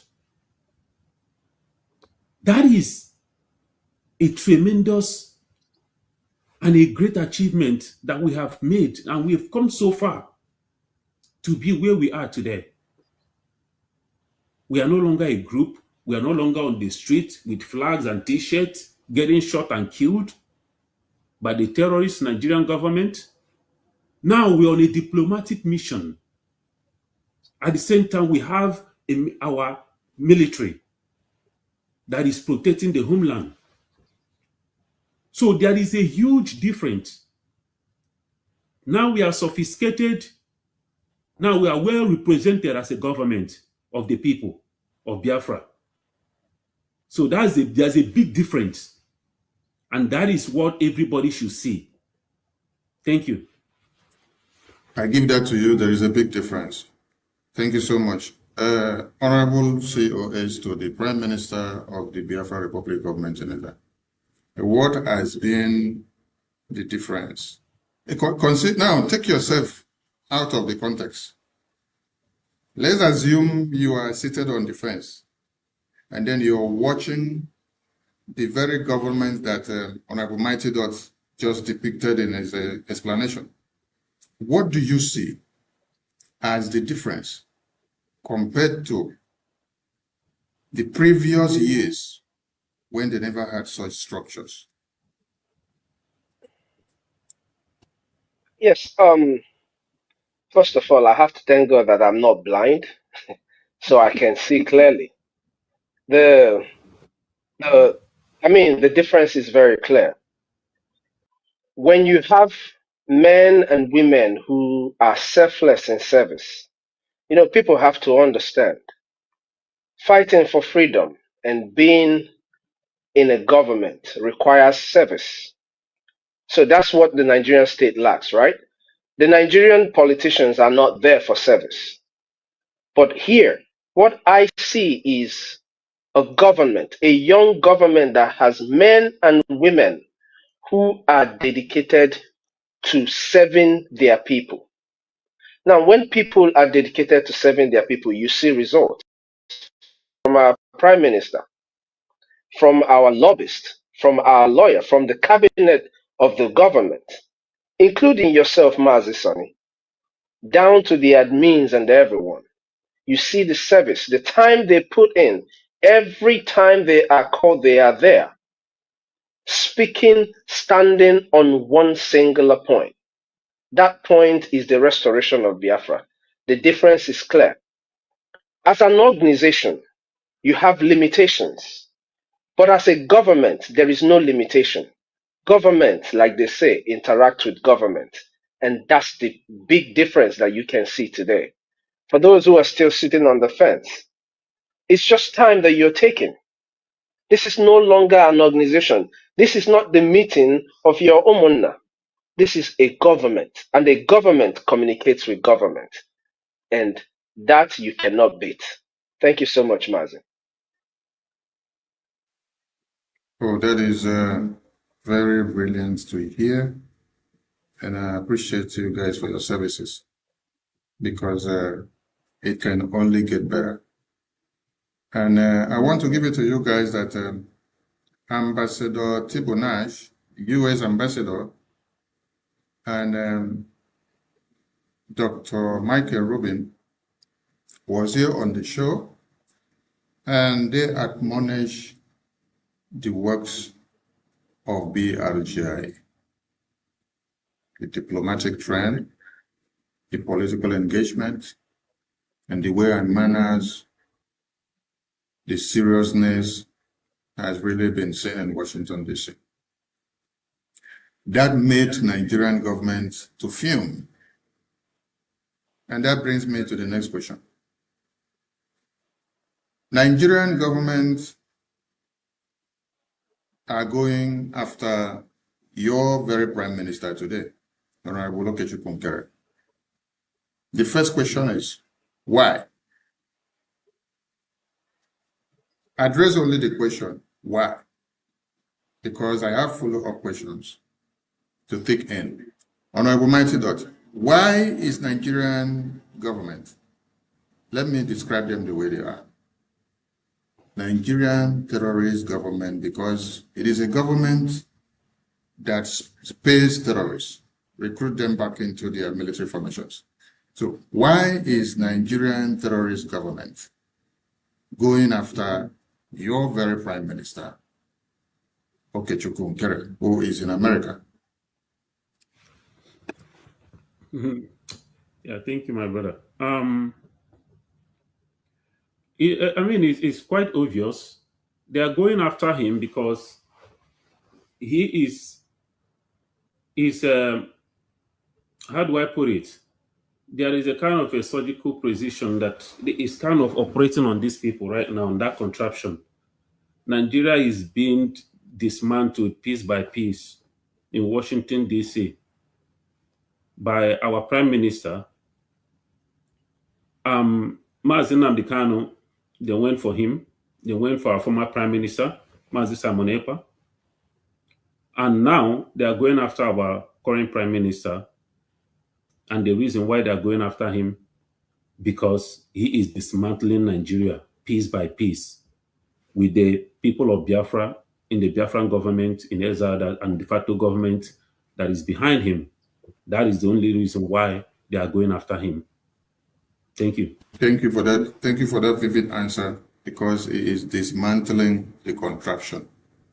That sounds good. Because it's only when you are trying to dismantle the foundation that is not working that has become a contraption and it has destroyed many people's lives.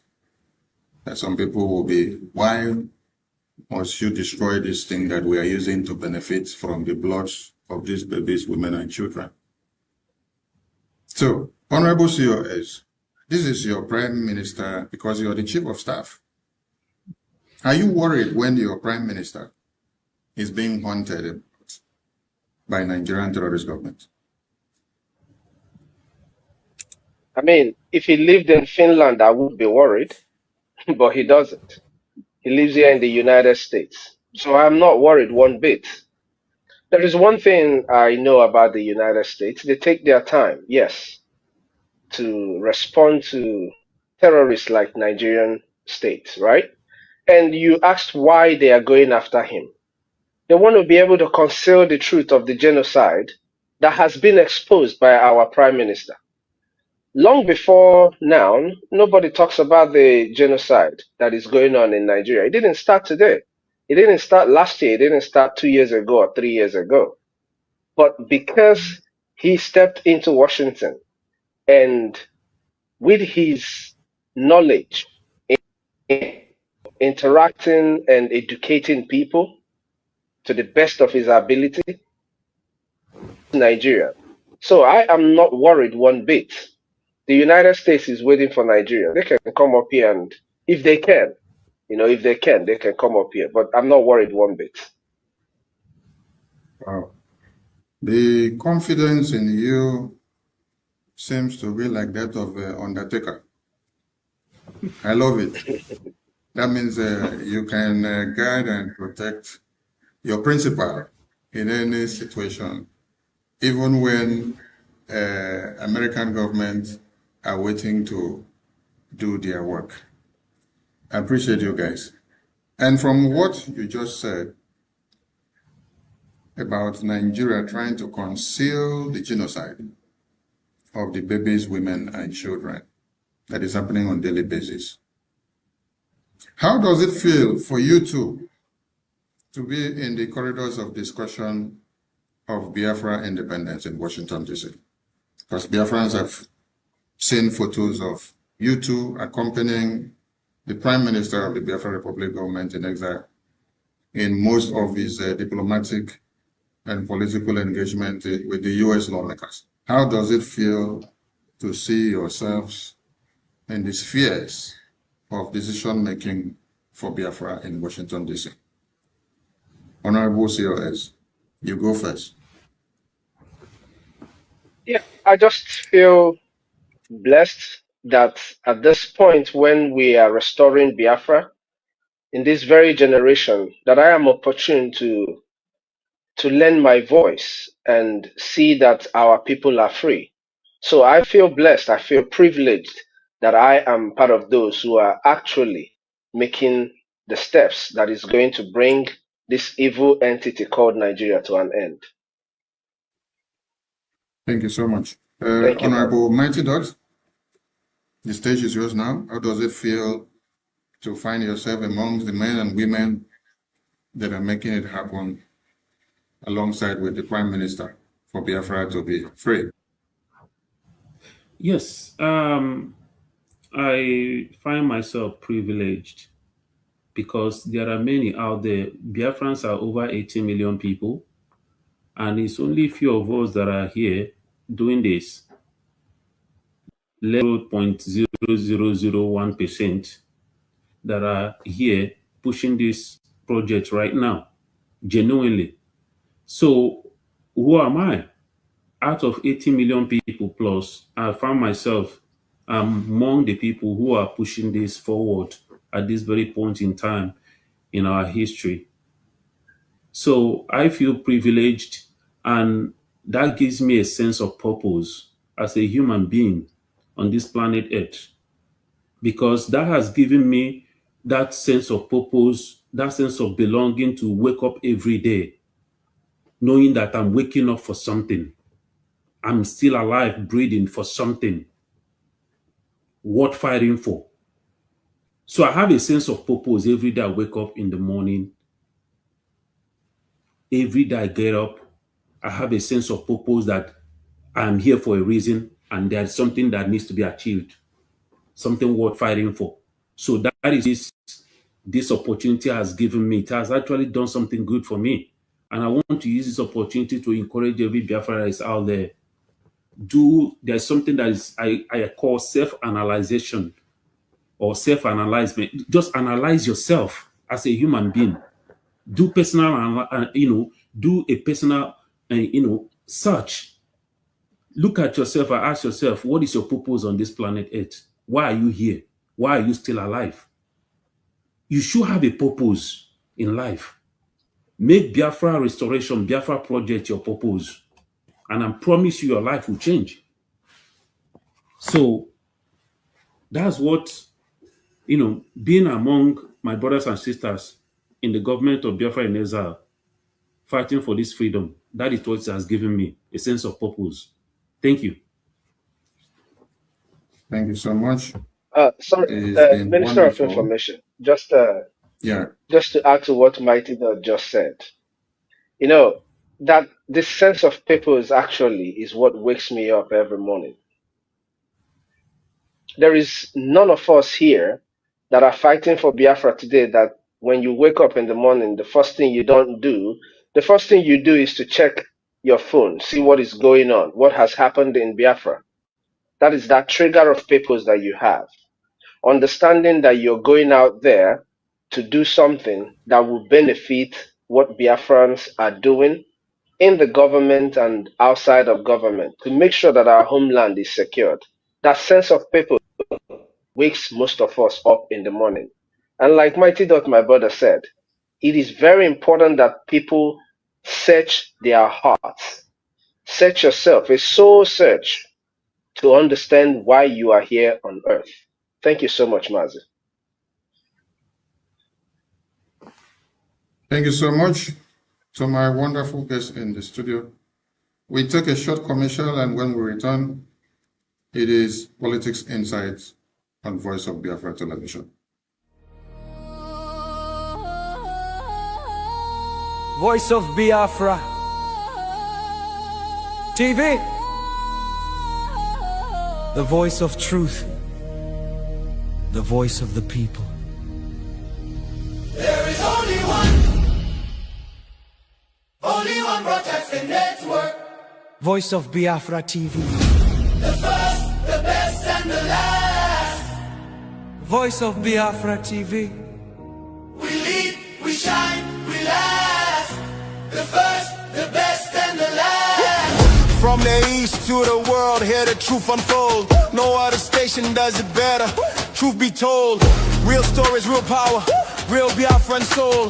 Every day, every hour, we taking control. Breaking every silence, letting voices rise. Standing for the people, opening their eyes. Strong and unshaken, both for all to see. Broadcasting the future. Voice of Biafra TV. There is only one. Only one broadcaster network. Voice of Biafra TV. The first, the best, and the last. Voice of Biafra TV. First to speak,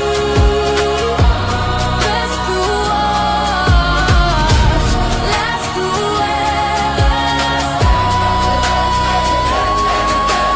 Voice of Biafra TV. Voice of Biafra TV. Holy war, holy war. Voice of Biafra TV.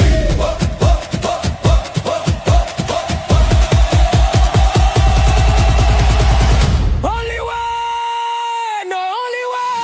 Only one, only one. Voice of Biafra TV. Only one, only one. Voice of Biafra TV. Only one, only one, only one, only one, only one, only one. Voice of Biafra TV. Only one, only one, only one, only one, only one, only one. Hear the people sing at last.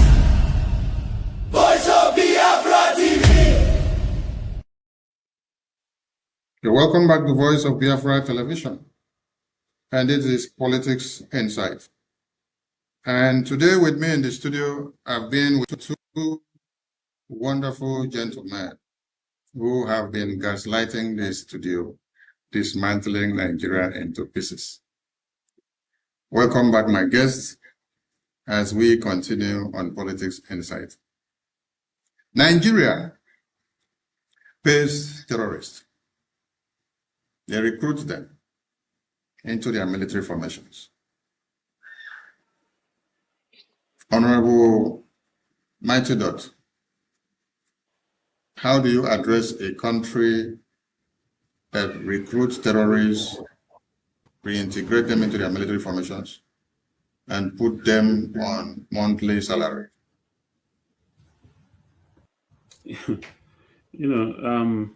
Yeah, thank you, my brother, for that question.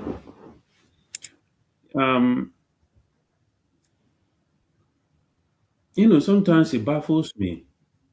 It baffles me the kind of things that we have seen in that contraption, that British contraption called Nigeria, the kind of things we have seen that took place there or that is still taking place.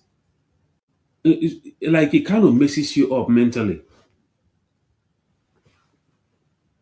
And so a country, people come into a country, supposedly they say that they are foreigners.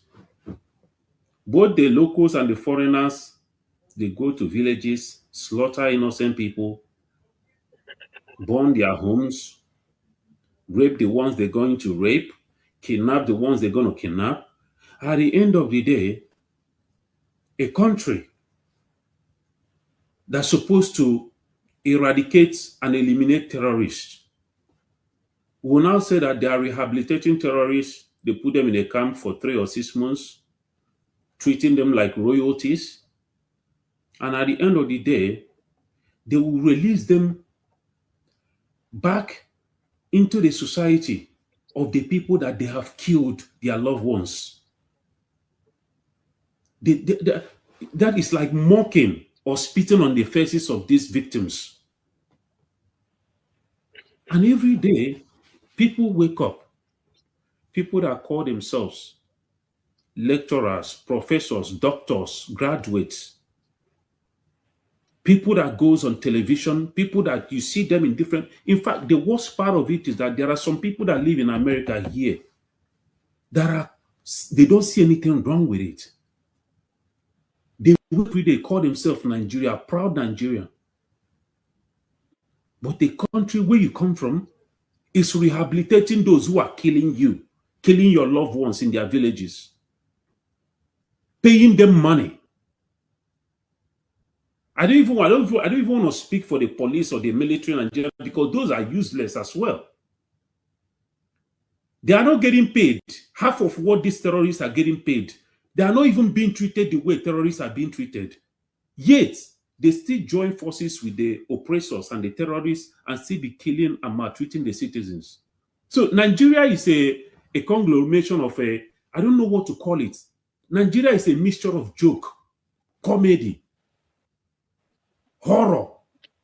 So when you talk about movie, you have drama, you have horror movies, you have comedy movie. Nigeria is a combination of all. So calling Nigeria a country is an insult to other countries. Calling Nigeria a nation is a real country. Nigeria is not a country. They created it for a reason. It was an experiment for British and their friends. This abomination they created in Africa, they know exactly what they did, and is serving the purpose, even up to this day. So Nigeria is not a country. Anybody in the world today that might hear our voice this evening, do not see Nigeria as a country. If you see anybody that identifies himself as a Nigerian or herself as a Nigerian, I want you to look at that person as less than a human being. Because these people have seen what is happening in that contraption and they all kept quiet and allow it to. So Nigeria is not a country. A country that rehabilitates terrorists, a country that recruit terrorists into their military apparatus. That is not a country. I don't even know what to classify it as, but it's not a country that anybody should be proud of. And that is the reason why any right-thinking human being, as a Biafran, you need to wake up and fight for your freedom, where you can have a sense of belonging. A country that will give you that sense of belonging. Thank you. Thank you so much, Honorable Mighty Ducks. Honorable COS, I come to you with the same question. What do you describe? First of all, the two of you are in America, and you are in the country where they are fighting the biggest war. And wherever there is a war, they tend to be the peacemaker and make the peace and have a concrete resolution. President Trump, which is your president in America, has the records of saving or resolving or ending about 8 wars within how many months in office. And he did not look back from the terrorist that sponsors the terrorists in Nigeria. And then that is where the radar is now, in Iran. And looking at Nigeria, and then looking at your very country, America, is your country recruiting the ISIS and the Al-Qaeda and the Iranian Islamic terrorist regime that slaughtered their babies, women, and children in the street while they were protesting? Is America recruiting those terrorists into American military formations?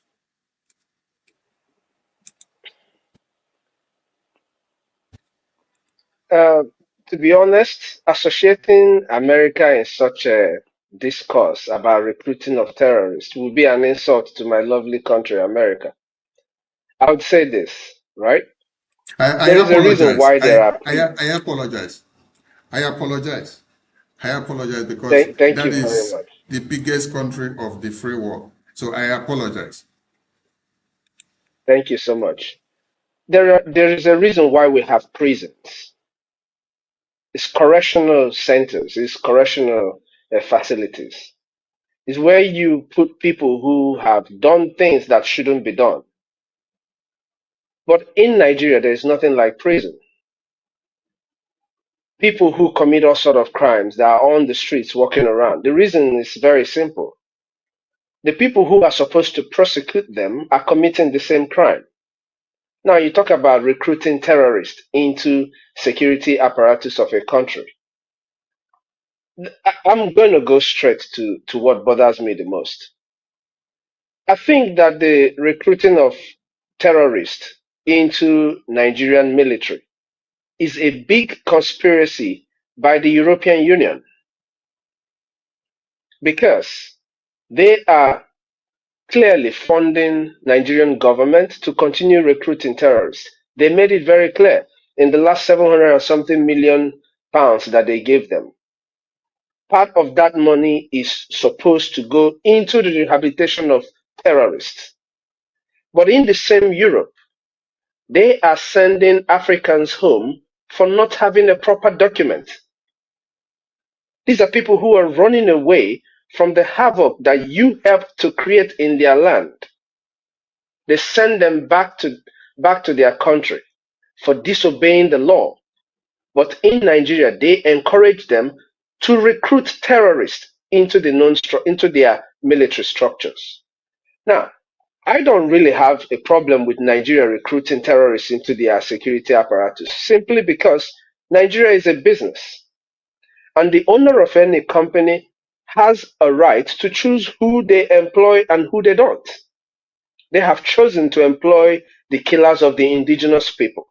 So the big question for me is, when will enough be enough for the indigenous people who live in Nigeria? When will they stand up and say enough is enough? The same terrorists who killed your mothers, your fathers, because you're not in your homeland when it happened, are recruited into the military to secure you when you get back, and you don't see anything wrong with it. Nigeria recruiting terrorists is their right. The company has a choice to employ whoever they choose to employ, and they have chosen to employ terrorists into their security apparatus, and nothing anybody will do about it. There is simply nothing anybody can do about it. The only thing that can be done is the dissolution of Nigeria to save life. You know, we always say dissolve Nigeria to save life, but it cannot be dissolved without you. The dissolution of Nigeria starts with you and I. I am doing my part. So what are you doing? You, indigenous person in Nigeria, are you waiting for your pastors? Are you waiting for your illegitimate politicians who are busy filling their pockets and sending their children abroad, buying homes for kids abroad? Are they the people you're waiting for to stop your killers? Or would you take the bull by the horn and stop these enemies from killing you? Recruiting terrorists is Nigerian right. The company has got a right, a choice, and they have made a choice. The choice is yours whether you want to live or you want to die. Thank you, Honorable COS, to the Office of the Biafra Republic of Maintenance Prime Minister. Now I know that I have proud Americans who do not want somebody to toy around with their country or with their president. I apologize for comparing your very president and your country to the low-life Nigerian contraption. Nigeria is a British-designed spaceship, and what they use it to do is to fabricate whatever products they like. They did so in 67 to 70s. They did so in 1914. And from what you just said now, they are doing another one by recruiting terrorists because it is a company, it is a business. I come to Honorable Mighty Dot. In spite of all what is happening and connecting with what Honorable Amobi said, do Christians have hope of survival in Nigeria? When a contraption that is designed by Britain is meant to fabricate anything at their own disposal, not minding the lives of the babies, women, and children. There is a right for them to fabricate because it's their company, just like Honorable Amobi said. So, what is the fate of the Christians? Yeah. Thank you, my brother. Thank you, my COS. Every Christian in that contraption called Nigeria, every Christian in Biafra, I want you to understand something. You need to understand the people you're dealing with. You need to understand the ideology of the people who are killing you. When you understand their ideology, then you will now understand the level of danger or the depth of mess that we are in. Christians in Nigeria are like sitting ducks, sheep waiting to be slaughtered, because the Christianity that came into Nigeria has softened the people and messed up the brain of an average Nigerian. They have given up their rights. And they are so-called leaders in the church. They are pastors who are pastoring them, are deceiving them, because these people are not real. They are not there for the salvation of these people. Because any true believer, any true Christian that is believing the people, that believe in the salvation of the people needs to be saved here on this planet Earth before the salvation somewhere else in heaven or where. Instead, they are collecting money from you. Money that you could have used to protect yourself, buy weapon and protect yourself and your family. You are giving it to a pastor that have private jets that can take off at any given time and allow you to die. As many are dying today.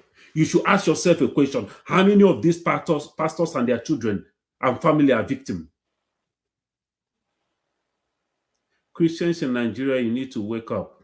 You do not stand a chance for what is coming because you do not understand what is the ideology that is driving these people.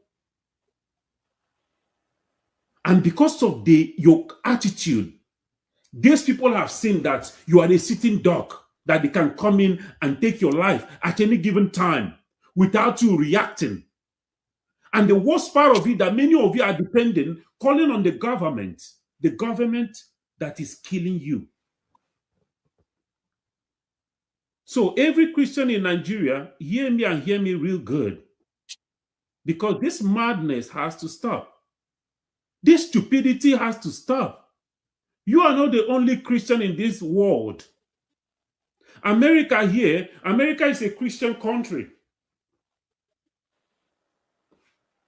America will not allow anybody to treat them the way Nigeria is treating you. You Christians. Christians in America will not allow anybody to treat them anyhow, the same way you are being treated there. For the fact that you are a Christian shouldn't turn you into a stupid individual or a foolish being. Your life matters. You need to rise up and fight for your life, fight for your children, fight for the soul of your faith. The people who are doing this, who are killing you, they come from the angle of faith, religion. Who says that they have the right to kill you because of their religion? Your religion never advised you to kill them for nothing. But their religion is encouraging them to kill you. And you sat there like a sitting duck, praying every day. Even that God that you're praying will say that God will be disappointed in you because you have arms. Brain was given to you for a reason. If that God that you're praying to, you look up to, you call upon every goddamn single thing, you call upon a God to come and help you.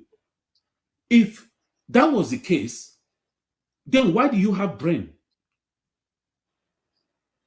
The brain was given to you so that you can reason, critical reasoning. Even common sense these days is not even common anymore in the life of Christians in Nigeria and in Biafra. You need to get common sense. You do not stand a chance. These people have no remorse. These parasites from the Sahel, they do not have any remorse. They have a mission. And this mission is to conquer the world. These people are running on a mandate of a prophecy, some useless prophecy. And Nigeria is supposed to be the epicenter of the whole thing, of their prophecy. So you need to understand what is driving this, the force driving these people. What is their motivation?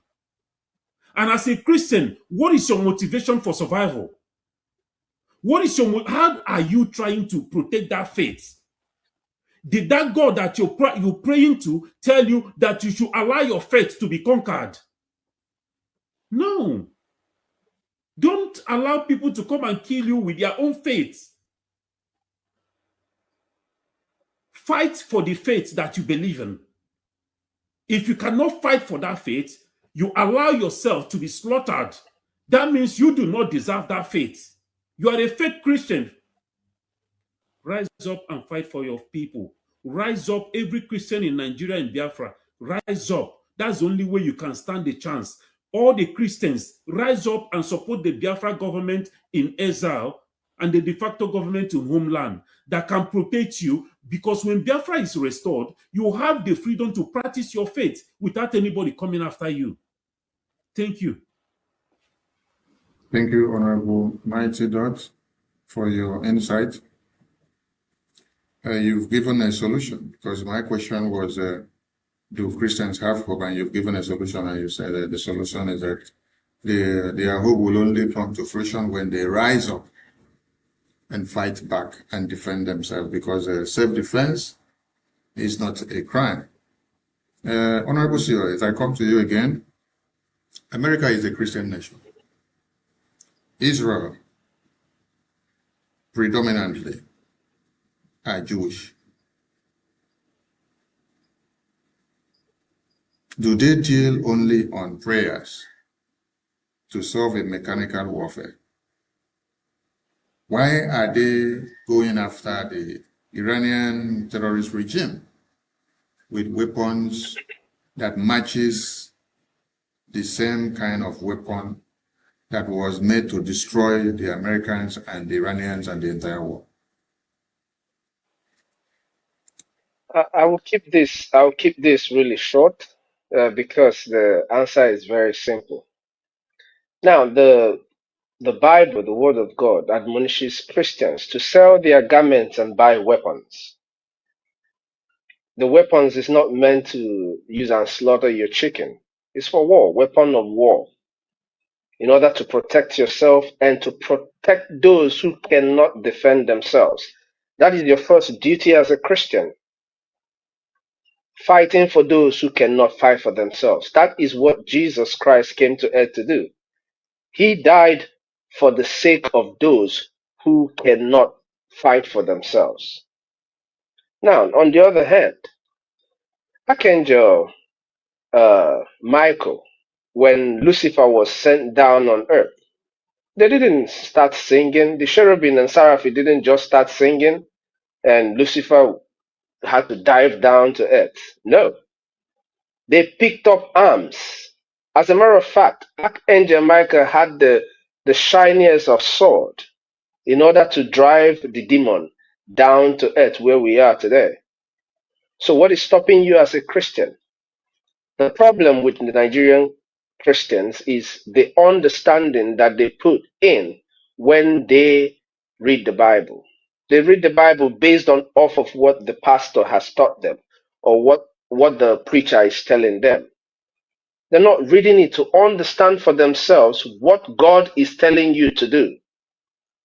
Alex, our friend from America who has been down in Nigeria on multiple occasions fighting for Christians.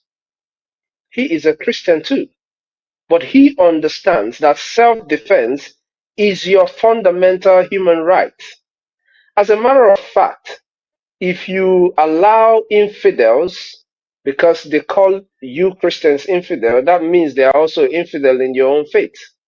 If you allow anybody to slaughter you without putting up a defense, you have committed a sin.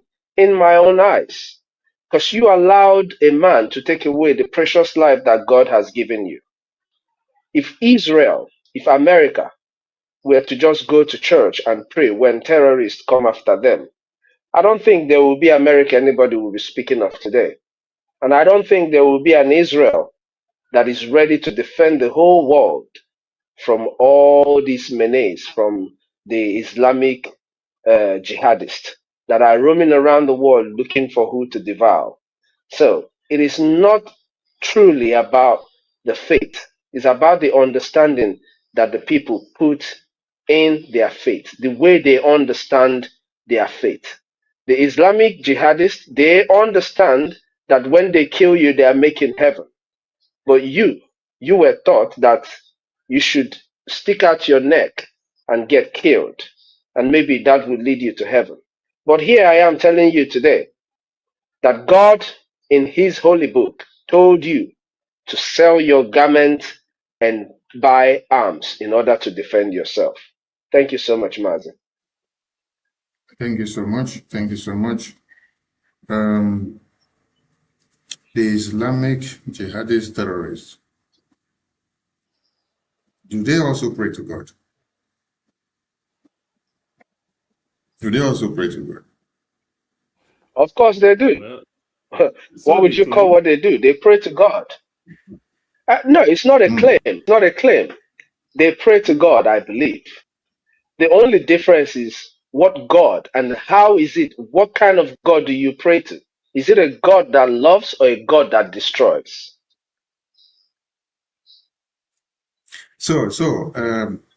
The Islamic jihadist terrorists, they pray to God, same way the Christians pray to God.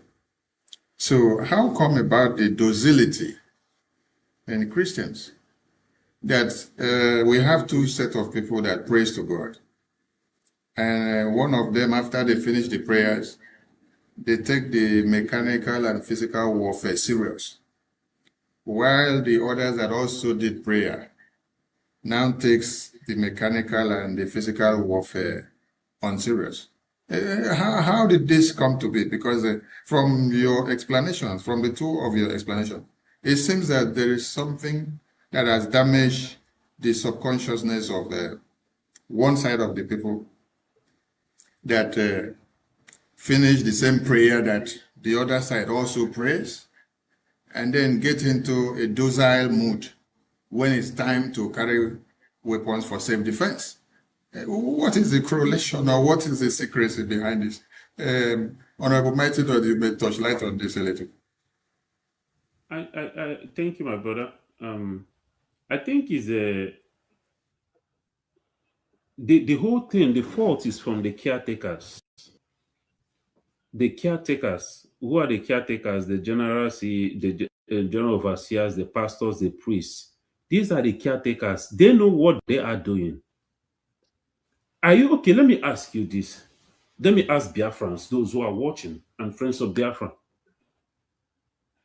Ask yourself a question. Are you telling me that because if you look at these people, the way they rule, the way they operate, the Nigerian pastors in Africa and all that, if you look at their relationship with the members see them as God representative, as in the God they can see. That is why many of them, they will bow down to their general overseer and all that. They have utmost respect for them. Everything they tell them, they believe it. They will come on social media, they will fight and to protect their general overseer, their daddy GO. So are you telling me that if a pastor or general overseer or a priest step onto the pulpit and tell the members, today I'm commanding every single one of you, or I'm advising however he's going to say it, go and get your weapon. It is a task that every member of my church must have a weapon. Are you telling me that these Fulani terrorists, these jihadis that are encroaching and slaughtering people, are you telling me that they're going to succeed? But these people cannot do that. Okay, for instance, let's talk about the ones in Biafra. If these pastors, the priests and everything, who have seen that Biafra Defense Forces are genuinely fighting to protect Biafra land. If these people who have seen the terrorists that came into Owerri a few days ago and did whatever they did, I just heard that they went to Enugu yesterday and did whatever they did. There are churches in Enugu, there are churches in Owerri. They are seeing the slaughtering, the mayhem, the onslaught going on in the north. Are you telling me that if those pastors, if they tell their members today, hey, there is a government, these people are fighting for your freedom, what they are doing in Washington is actually shaking Nigeria. I want every member of this church to go and support them. Join them in their fundraising every Saturday. Join them in their town hall meeting. Are you telling me that if a pastor tells this to his members or her members that they're not going to follow, they're not going to comply? So they are the problem. They are the one every day brainwashing and deceiving our people, deceiving the Christians in Nigeria. This general overseer, they are the what you call pimps. They are the pimps. What they call pimps in America.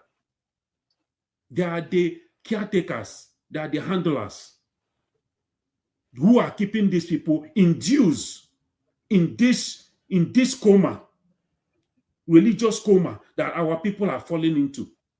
Because it's not just about religion, because these people that are doing this, they do it in the name of religion. So our people need to wake up from their foolishness and understand that you got to be alive in order for you to worship your God. And your God did not tell you that you have to die. You have to allow yourself to be killed. Anybody telling you that is a lie. Defending yourself is not a crime. Rise up today, defend yourself. If you do not have the guts, if you do not want to carry arms, if you do not want to carry weapon to defend yourself and your family, there is a government. There is people who have volunteered themselves to protect you and your family. All they need is your support. If you cannot protect your family, support them financially, that they may protect you and your family. That is how it is done. Thank you. Thank you so much. Thank you so much, Honorable Mighty Dot. It's been a wonderful day with you guys on Voice of Biafra Television. And in tune with the response to that very question, Honorable COS, how can Biafrans support the cause of this independence under the umbrella of the Biafra Republic of Men in Exile, no matter where they are? How can they throw in their support? Okay, so just like my brother Mighty Dot just said, if you cannot be in homeland to fight, you have an opportunity to lend your voice. All the mourning of our fallen heroes, we must now convert all of that into actions. How do we convert this into actions? By supporting our living heroes, making sure that you join not only in funding, but in educating the rest of the world about the plight of Biafra. Now, there are different channels that you can fund. There are, you go to the Biafra Republic Government in Exile website, you will surely see how you're going to fund your government. In every country that exists today in this world, we have one liaison, 2, 3, 4 liaisons in those countries. Join your liaison. If you are in homeland, you can equally fund your freedom. It doesn't take you going to sell the land that you don't have to be able to fund. But it takes you doing the right thing, advising and encouraging your brothers, your sisters to do the right thing. By the time we gather ourselves in the millions, what I call crowdfunding, we will be able to achieve our goal. 1 million of us doing what we are supposed to do, we will get to where we're going. It's just like taxes. Every government in the world collect taxes in order to be able to support their defenses. You come to America, they tell you, if the police is trying to harass you, you can tell the police, I pay you because you pay your taxes. They're doing that off of the taxpayers' dollar. So without you funding, without everyone pitching in, it becomes difficult. But when everyone pitches in, the people who are going to the bars every weekend, just take out 1,000 naira. Let me use what you are used to make you understand what I'm saying. Take out your 1,000 every weekend and do that. Go to the marketplaces. All the shops in the marketplaces, the Nigerian terrorist governors are taking taxes from you. The taxes they're taking from you, they're not improving the infrastructures that you have in the market. They're not providing security for you. But with funding Biafra, with putting in this little fund into the government will be able to provide a better place for you, a better environment for you to be able to do your businesses. So everyone can pitch in, no matter where you are. No matter where you are. If you want, you can call me on the phone. I will be on the phone and guide you until you're able to get where you put your money. And the good thing about funding this government is that it's a government that is showing you results. Everything this government is doing, you can see it clearly. They are showing the result of every dime that the Biafran people are pitching in for their freedom. The de facto government in homeland is exceptionally doing their job. It only requires our people to key in. We have many markets back home. We have them in Aba, in Enugu, in Ebonyi.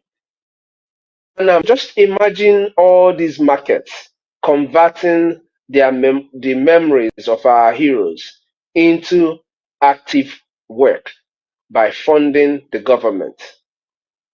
We will be able to get to our destination in no time.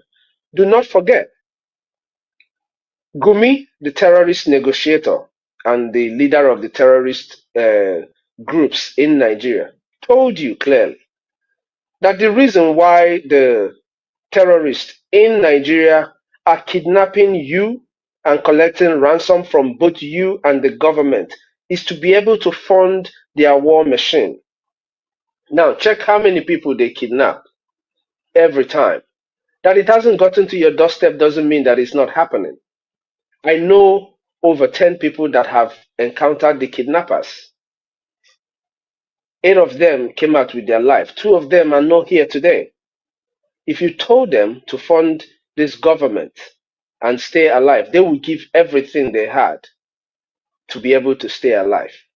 So cut off the money you're paying these terrorists in ransom and use that fund and fund your government. Clearly, with crowdfunding, we can do it. For those in diaspora, it's as simple as anything. Your 5 ejema, your $5, your £10 can go a long way. Call it a tip for the government. Call it a tip for your defense forces. It's not much. The money you use in drinking coffee every week, save some money out of that. For those of you who go out to the clubs, to the party places every week, cut down on those things and channel that fund into something that really matters. If we restore Biafra fully today, you will drink all the wine you want to drink and you will be full. As a matter of fact, you will have unkwacha to drink. A very, very nice one that will give you clear off all the dust in your eyes because it has natural yeast. So you have no reason to be drinking all that beer now. Channel that fund to funding the government. www.biafrarepublicgovernment.org. Just go straight to the website and fund your government. If you do not know how to, call me, reach out to me. My number is out there in the public. It's not hidden anymore. So reach out to me, reach out to any admin, and we will help you to channel your money to the right direction, to the right place where your money will work for you. Thank you so much, Mazi. Thank you so much. Thank you so much, Honorable Chief of Staff, to the Prime Minister of the Biafra Republic Government in Exile. Talking about results from what Biafrans invest in. Before I bring something to the screen, I want to ask another simple question that may be hard for those that do not have their hands on the worksheet.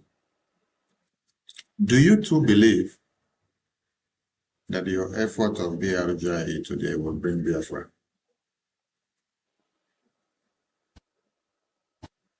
I do not believe. I know. I know it. I know it's going to bring us Biafra. It's not just a belief. A belief is something that, you're still thinking about it.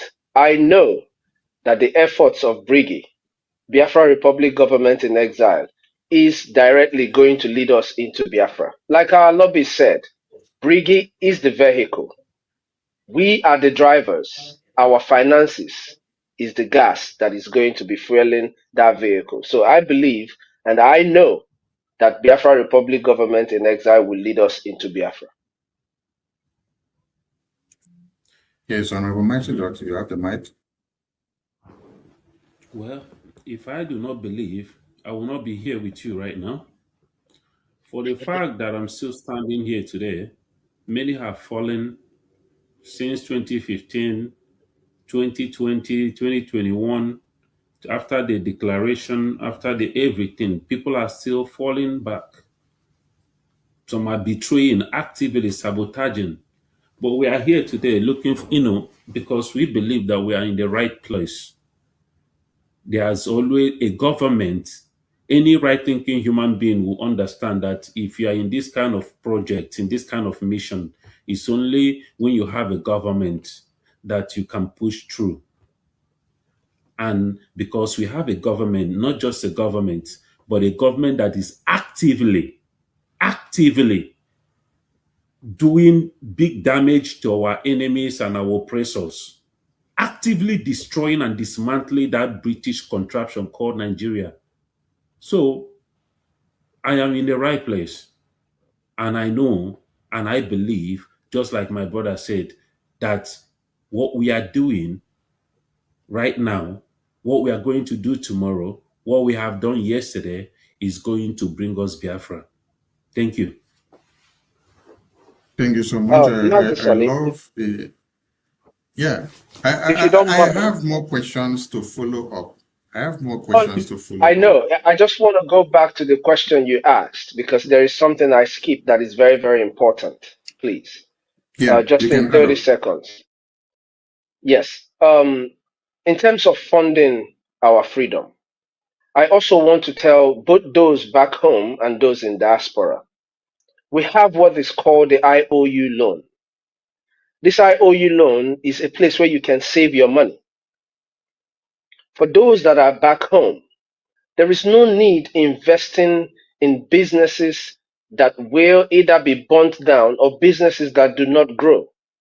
And for those in diaspora that are planning on putting down projects back home, you can put that money with Biafra Republic Government in Exile under the IOU loan. What is this IOU loan? The IOU loan gives you a sense of purpose, of support to what we are doing. When you give us your IOU loan, you get 200% return of whatever you give us. You give the Biafra Republic Government in Exile, we'll give you 200% back. And not only that, you get a certificate that shows what you have done that will be hanging on your wall tomorrow when Biafra is fully restored in that business that you intend to open. I walk in there to patronize your business and I see hanging on your wall is the IOU loan, showing that you are part of the people that made sure that this nation is restored. I will not only patronize you, I will invite people to come and patronize your business. Just imagine, call it a way where you're saving your money for a bigger return that you will use at the right time. So other than buying that car that you're going to send back home, that you're going to drive for just one Christmas and come back to your base, give it to us as IOU loan.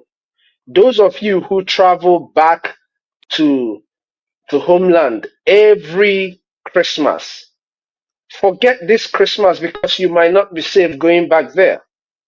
Check around how many people who have traveled last year and how many people who never came back, who never made it back. Give us that money that was meant for your flight. Give it to us as your IOU loan. And once Biafra is restored, we guarantee you before the end of 1-2 weeks, we will give you back your money with 200% interest. That's one thing I wanted to add. Very, very important. It can also be a place where you can save money for your children. That money you're putting in some place, saving them for your kids, and they're bringing you 3% interest after every month. Give it to Biafra Republic government in exile. And you can always increase this IOU loan. You can give us $10,000 today, $100,000 today, 200,000 next tomorrow, next 2 weeks, and God bless you more. You can add to it. It's going to be a good channel for you to save money for your kids, to save money for their future, to also help us restore our homeland. Thank you so much, Mazi. Thank you so much. And my information minister, sorry, I wanted to also add to what our brother said. Go ahead, sir. Go ahead. Yes, I was just thinking, and also I'm working towards that as well. I was just thinking, I mean, if you know 401k, if you're here in the United States, if you know about 401k, that thing is, to me, I see it as a scam. That money, people are using your money to do business, and they're dropping penny for you as an interest every year. Do you know that if you put your 401k as an IOU for Biafra, that is the biggest investment you will ever make in your life? I'm not just talking about, I'm talking about practically, that's the biggest financial investment, because when Biafra is restored, that money that is sitting in 401k, in 20 years' time, the return, the profit that money is going to generate is not even going to be 1% compared to what you're going to get in returns from Biafra. And not just the monetary aspect. Just like my brother said, I walk into your establishment and I see on the wall your what is it called? Your certificates. Every Biafra that walked into your shop, they will go and advertise you. And more people. Because I'm not going to see your shop. I'll go and patronize somebody that was sitting in Lagos enjoying themselves. Today now, my brother was talking about the weekends. Every day in Lagos, in Aba, in Ariaria, in Onitsha, everywhere in Enugu, after work, all these entrepreneurs of Biafra descent, they will go and gather and be drinking and enjoying themselves every evening. Let me make something very clear to you. You will not have that luxury. I'm talking about before December this year. You will not have the luxury of sitting and enjoying your drink every evening. That is how bad it's going to get. The earlier we understand this, the better for us. Your IOU loan is where your money will be secured because you have a full return in your investment. There is no any investment that is bigger than this. It's a win-win situation. You help in restoring your nation. You help in giving your family a better future. And then financially, you are set.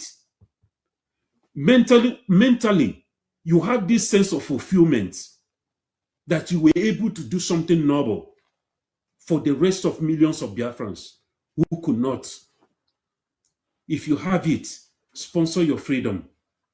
That others, you are not just giving life to yourself or to your family. You're giving a chance to unborn child that will come into this world tomorrow. You are giving a chance to those kids back home right now who cannot even afford to go to school, who cannot afford 3 square meals. You are doing something noble. You're saving lives. And this is a sense of fulfillment that will go a long way as long as you live on this planet Earth. You will always wake up every day having this sense of fulfillment that you helped in restoring a Biafra for your people. Be the hero of your generation. Don't be sitting there shouting, calling Mazi Nnamdi Kanu hero, Mazi Simon Ekpai. Be the hero of your generation. Thank you. Thank you so much, my honorables and the House. I'm so glad to have you guys at the show.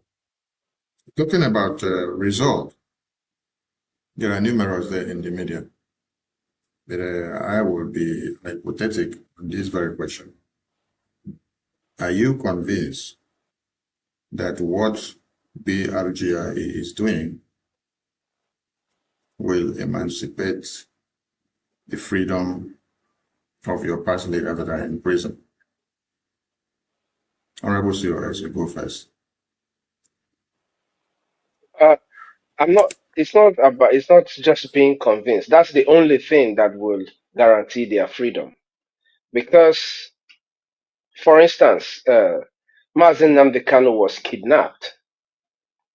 There's nobody that has ever kidnapped you. Used to kidnap people in Nigeria. They don't just let them go. You either pay, that's paying is bulging to whatever they have requested, or they will kill you. So in the case of our former leaders, Mazi Nnamdi Kanu and Mazi Simon Ekpa, the only thing that will guarantee their freedom is our continuous effort. Consistency with what we are doing will guarantee their freedom. Just like our fallen heroes. Our fallen heroes, if we do not restore Biafra, that is what they fought and died for. They didn't fight and die for Memorial Days or for us to remember them on May 30th for the celebrations. That's not why they died. They fought and died for the freedom of Biafra people. The same way with our detained leaders today. If we do not continue in the plight of Biafra, making sure that we restore Biafra, that is the end of it for them. Thank you so much. Thank you so much. And I come over to Honorable Mighty Dot. The same question applies to you. How are you convinced that what Brgie is doing will emancipate the freedom of your past two leaders that are in prison? So, thank you. So, they kidnapped, you said something the other day, Mazi Nnamdi Kanu was kidnapped for a reason. The reason why they kidnap him is to stop Biafra. If they don't want him, if that wasn't the reason, I'm sure they would have released him. They wouldn't want the headache of international community. But these people are so adamant, even when after the United Nations gave their own, order, their empty noise, empty whatever. And Nigeria still, they didn't budge because they took him for a reason. You see, those who are still going to court, running up and down, writing, what is it called? Filing for appeal and all that. All this, those are charade. That is nonsense.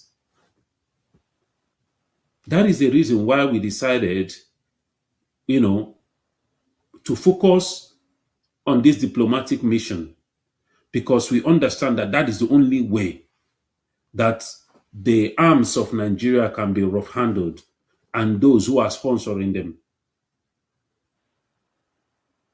People don't understand the kind of battle we are in, the people we are dealing with. That is the reason why some people still believe that something could come out of Nigerian courts. The people who are holding your leaders, European Union, using Finland to hold Mazi Simon Ekpa, even the people that we kind of expected that are from civilized country. Now we have seen how corrupt they are. They can do whatever. The only thing that can release Mazi Simon Ekpa, our leader Mazi Nnamdi Kanu, where they are today, is the restoration of Biafra. I was actually thinking about this earlier today. If they are restored, Nigeria will not have any choice. They will release Mazi Nnamdi Kanu with an apology. Finland will release Mazi Simon Ekpa with an apology, because we are now a nation fully restored, because they know that if they do not release them within the time frame that we specify they should release them, they know that it has become an international, in fact, it will become an international crisis between us and them. Mazi Simon Ekpa that is in there, Mazi Nnamdi Kanu that wherever he is right now, they know. They themselves, they will know. If you ask them, if you have the opportunity to ask them, they will tell you that it is what we are doing. Okay, I just heard that there's a bill that is going on right now about Mazi Nnamdi Kanu at the U.S. Senate or the House. And that will take me to the question of the show. Thank you, Honorable Mighty Lord. I see that your blood is filled up to blow up my studio. But take it easy, take it easy. I appreciate you guys so much. We take a very short break and we return on Politics Insight. This is Voice of Biafra Television. Voice of Biafra TV, the voice of truth, the voice of the people. There is only one broadcasting network. Voice of Biafra TV. The first, the best, and the last. Voice of Biafra TV. We lead, we shine, we last. The first, the best, and the last. From the east to the... Welcome back to Voice of Biafra Television. And with me in the studio have been two wonderful men from America, trying to punch my studio to pieces, even as I try to hold them together. I appreciate you guys with your intellect. Yes, it's been a wonderful day, and this is Politics Insight. Like you were almost going into the bill that we woke up to see. That is why I started with the few questions that I posed to you guys before about your conviction about what you're doing that will bring Biafra, and your conviction about what you're doing that will emancipate the freedom of your past leaders that are in prison. And you guys have been in line with the questions. I appreciate you guys for the responses. So at this very point, I will bring something to the screen. I will bring something to the screen. And we want everyone to look at this. So there is a result and a breaking news that goes in line with what you were just explaining to us. And let me do well to open it and see if I went to school well to be able to read and pronounce the words in order. Breaking news. On behalf of the Biafra Republic Government in Exile, Brgie, I, the Prime Minister of the Brgie, wants to congratulate Congressman John James for introducing H.Res.1321, calling for U.S. intervention on the case of Mazi Nnamdi Kanu. I had the opportunity to meet with Congressman James in the past to discuss Biafra-related issues, which he cares deeply about. The congressman had spoken to me on multiple occasions regarding his displeasure about the Nigerian government's persecution of Mazi Nnamdi Kanu, which he also highlighted in a congressional hearing that happened on the 20th of November, 2025. Congressman James has been in active engagement with many elements of the Biafran American diaspora. Our congratulations to Congressman James and to all the various Biafran American individuals and organizations which contributed to this very effect. Yes, we come back to the studio. And you guys were about directing me to this very breaking news. May I say the wire because we're coming there. Let me go back to the boldness and the conviction of this Congressman James. He happened to be the only congressman that brought Biafra to that congressional hearing on the 20th of November 2025. And on that very day, the Prime Minister of the Biafra Republic Government in Israel was in attendance of that congressional briefing with some of his cabinet members. In a word of congratulations to extend to what the Prime Minister has already said. Honorable COS, what do you have to say about this milestone? First of all, I want to also use this opportunity to thank our dear friend, John James. And it's not just thanking him is not enough, you know, understanding that this is also a young man like most of us here and those who are watching us should be the burning zeal for you to do what you're supposed to do. What John James has done and what he has been doing for the Biafran people is that which history will never forget.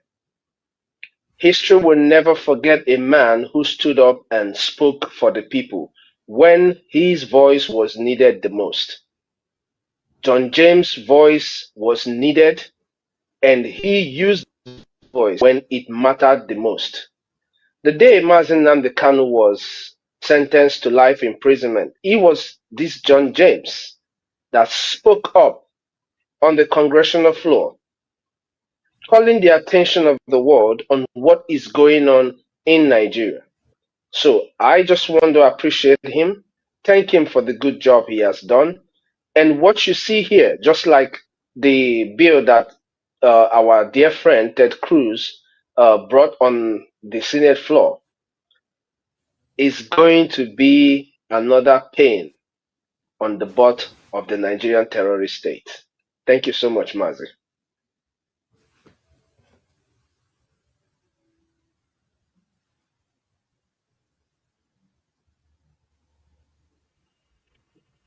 Thank you so much, Honorable COS. And to those of you that have not seen this publication, it's been on air since morning. Do check our Twitter handle, because that is where we drop the live and direct it before it escalates to other social media handles. And very big congratulations to the Biafran people and to the Biafran government in exile and to every Biafran community member that has contributed to the effort and success in one way or another.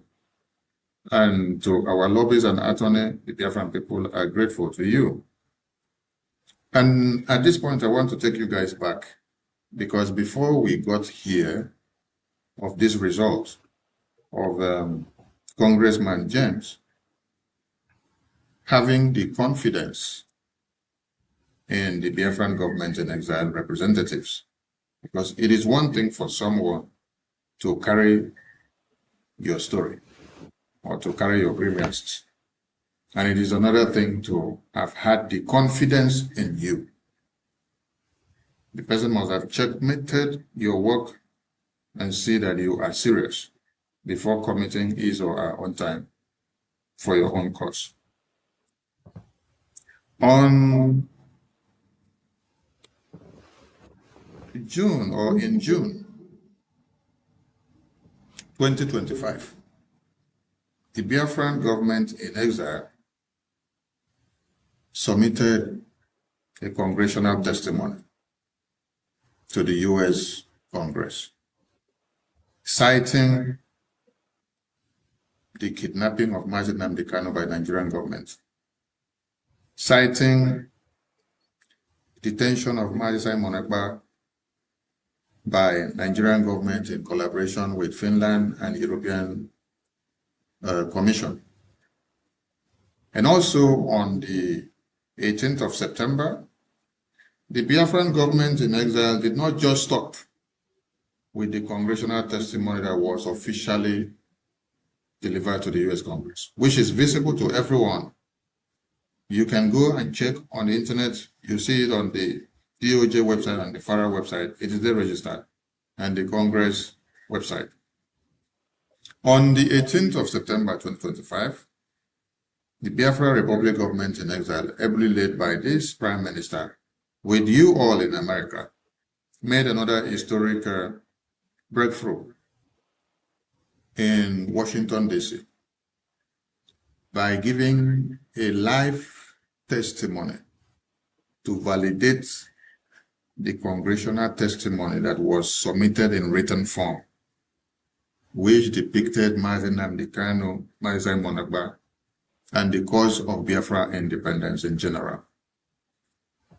How do you describe this genealogy of pact that has encapsulated the results that is showing for today, in line with the work of Congressman James? And also you cited Senator Ted Cruz.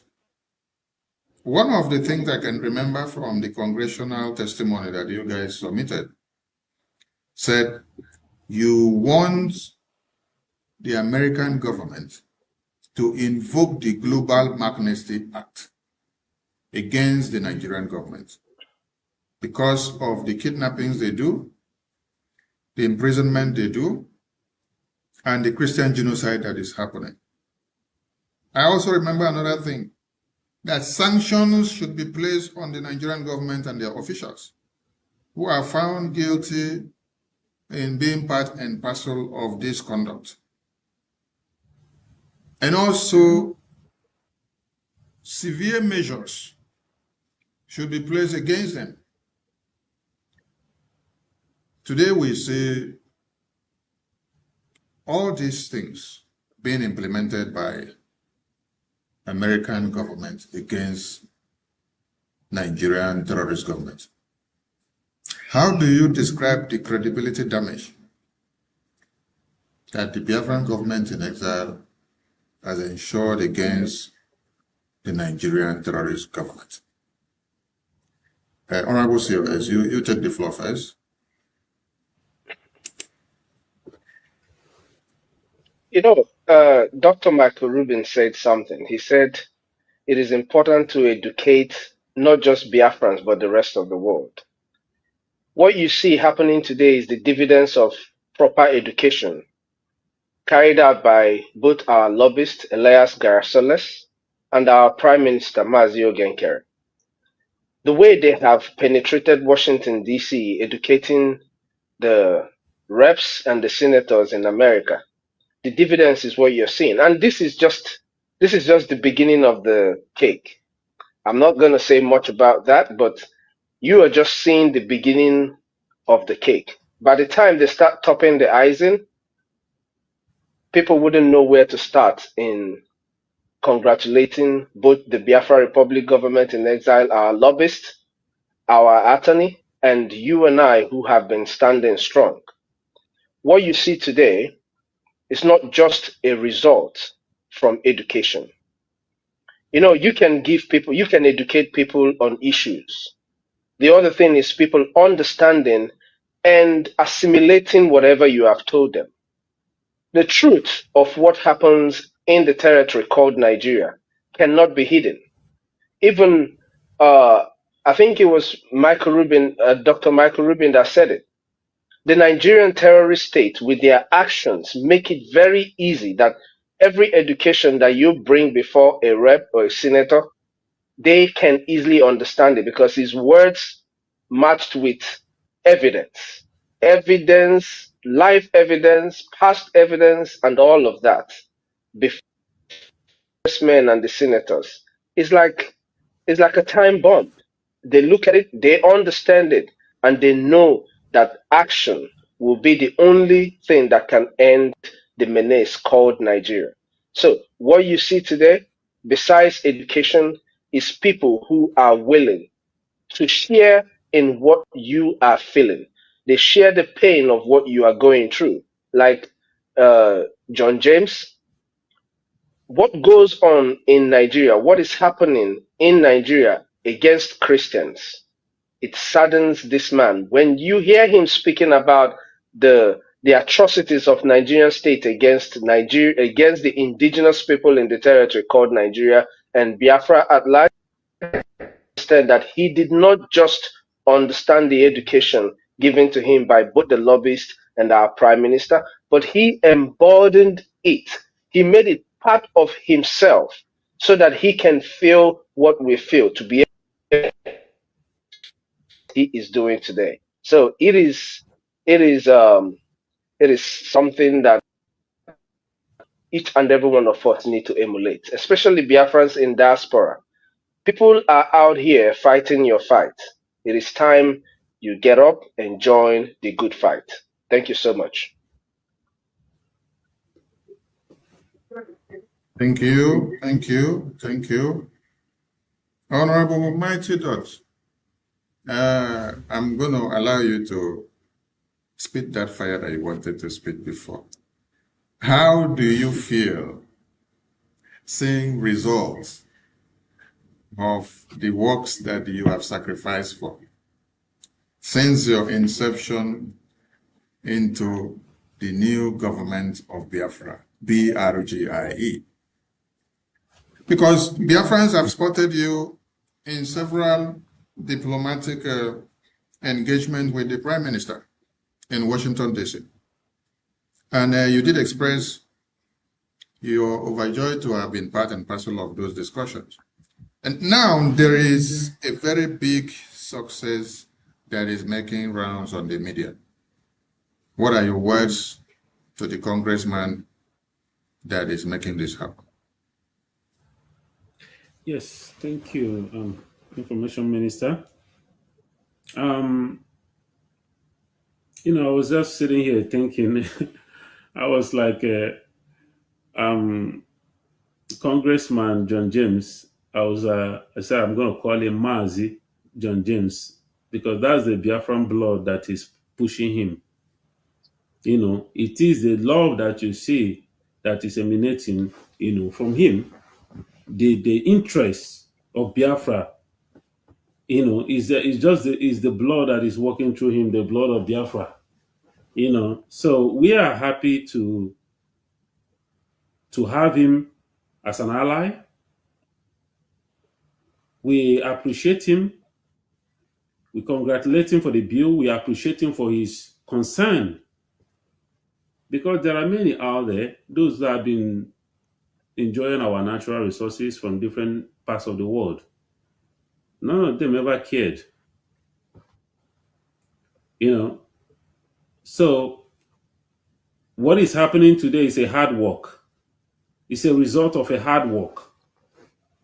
Hard work being put by the good people of Biafra who have solidly been standing behind the government, even while we are good betrayers and all that. Some of us stood our ground to make sure that this government never collapsed. This government has been the target of our enemies and those they sent into our midst to destroy what we are doing. But we keep pushing forward, standing behind our Prime Minister. Every day he has been at the corridors of Capitol Hill with our Honorable Elias and our attorney Amanda Biri. They've been doing wonderful work, working for the people of Biafra. But that gets me thinking, like, These are people. Elias Dabiri, forget about the decision. It's not about the monetary aspect. Okay, look at Congressman John James. Look at the kind of passion that these people are putting. They are not from Biafra. But look at what they are doing, the kind of passion, the efforts they are putting in to see that Biafra is being recognized, that we get our nation. But you have many Biafrans everywhere, all over the world. Some are even fighting against the restoration of Biafra. But here, these are strangers, non-Biafrans, fighting. This man has never met Mazi Nnamdi Kanu before, in person. But because of the teaching, because of the awareness, the enlightenment, the awareness that our Prime Minister created in Capitol Hill, educated, he enlightened and educated the congressmen and women of the United States. And they understood what we are going through. And this is the result of it. So I want to thank every Biafrans who have been standing hand in hand, side by side, who have been pushing this government upward and forward. I want to congratulate you all. I want to congratulate Congressman John James. I want to congratulate our attorneys. I want to congratulate Elias. Our lobbyists. I want to congratulate our Prime Minister for his relentless efforts going to Washington every day, even while receiving attack and insult from the people that he's fighting for. But he never relented. He kept pushing forward. And the result is showing for itself. And I want to use this opportunity to tell those who are doubting, those who are confused, you are seeing the results. There is no excuse. You have no excuse. There is no reason for you not to support this government. You have seen the results. I don't think anybody out there will come out to come and claim the glory of this work that we've been doing, of this news that came out today. This is the work of the government, a government that cares for his people, a government that cares for his people, the government of Biafra in exile. As little as we are pushing this forward for the millions of Biafrans, this is the result that is showing. With you, with your assistance, with your effort, with us all joining hands together, we can achieve more in a very short time. We have a very short window of opportunity to get this freedom, to get recognition. Let us not allow it to continue to linger. If you join hands with us, we are going to multiply this result, this achievement, with your assistance, with you coming to join hands with us. Thank you.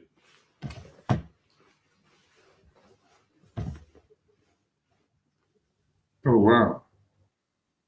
Thank you so much, Honorable Mighty Dot. And thank you to the two of you that have been in the studio today. And I want to play this video for those that may not have seen it.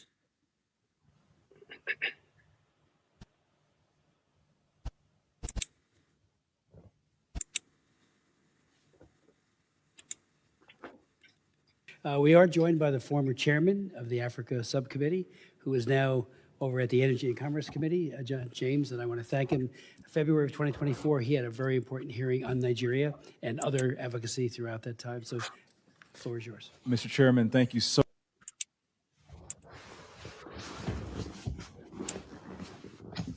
much for your personal invitation, for your leadership, and for your friendship. I'm honored to be back. Psalms 96:14 asks, Who will rise up for me against the wicked? Who will take a stand for me against evildoers? Nigeria is facing one of the gravest religious freedom crises in the world. As the former chairman of the House Foreign Affairs Committee on Africa, I have visited and have seen firsthand the direness of the conditions in what is now the deadliest place on earth to be a Christian. They are targeted, displaced, and killed simply for their faith. The ancient plea, "Is there no help for the widow's son?" still echoes today. Since 2019, nearly 17,000 Christians have been killed. In the first 7 months of this year alone, hundreds more were murdered. On June 13th, during the Yellowater massacre, more than 280 Christians were slaughtered in a single day.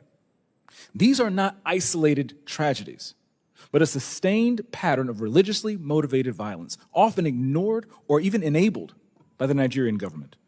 Extremist groups like Boko Haram, Fulani militants, and ISIS West Africa attack often without any meaningful intervention from authorities. The lack of response has created an atmosphere of impunity where Christians continue to live in constant threat and fear. The United States has previously recognized this crisis. President Trump not only designated Nigeria as a country of particular concern during his first term, but redesignated it again in his second term after President Biden inexplicably removed that designation. Religious persecution is tied to political repression and weakening institutions in Nigeria. Example, the detention of Mazi Nnamdi Kanu is a clear example. In 2022, Nigeria's Court of Appeal struck down the charges against him and ordered his release.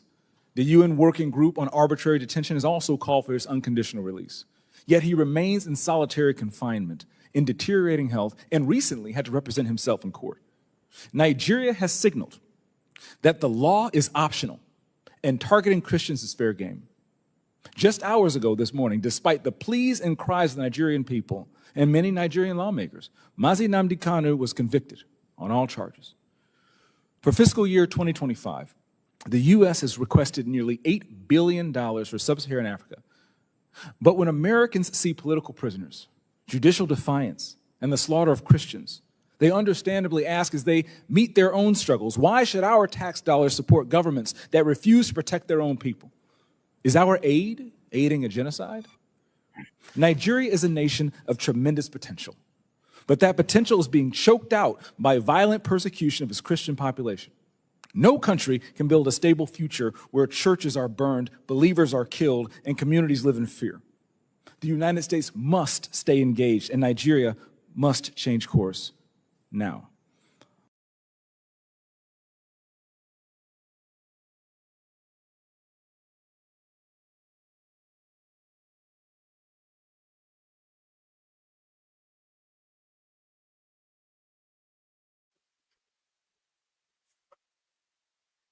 Welcome back to Voice of Biafra Television. That was Congressman James on the 20th of November 2025 when he took the floor on a congressional hearing where the entire world were listening. He put Biafra on the table. And from there, his works are paying off today. We appreciate him for his services. We appreciate him for speaking up. We appreciate him for taking the bold step. The sacrifices that he's doing for Biafra will not be in vain. I appreciate him so, so much. In conclusion, I'm coming back to my guest speakers in the studio.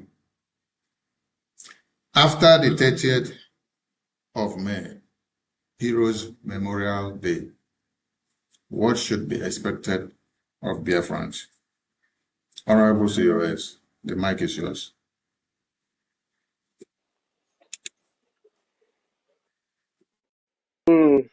In simple terms, I would say, for our youths who protested, it is time to turn your protest into actions. Protest is not just when you're on the street. When you all are on the social media putting out posters and and calling the attention of the world towards the genocide that happened between 1967 to 70. Though a lot of people forget that that genocide started from the creation of Nigeria. What is expected of every Biafran is to turn every anger, every mourning, every remembrance into action. This is why you must do this.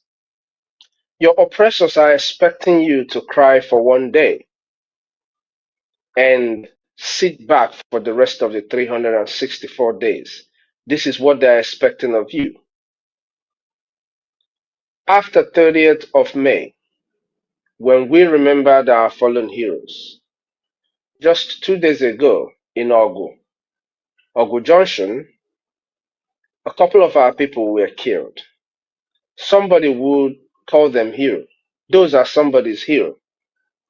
They might be somebody's father, somebody's son, maybe the only son of a woman, and that is that family's hero.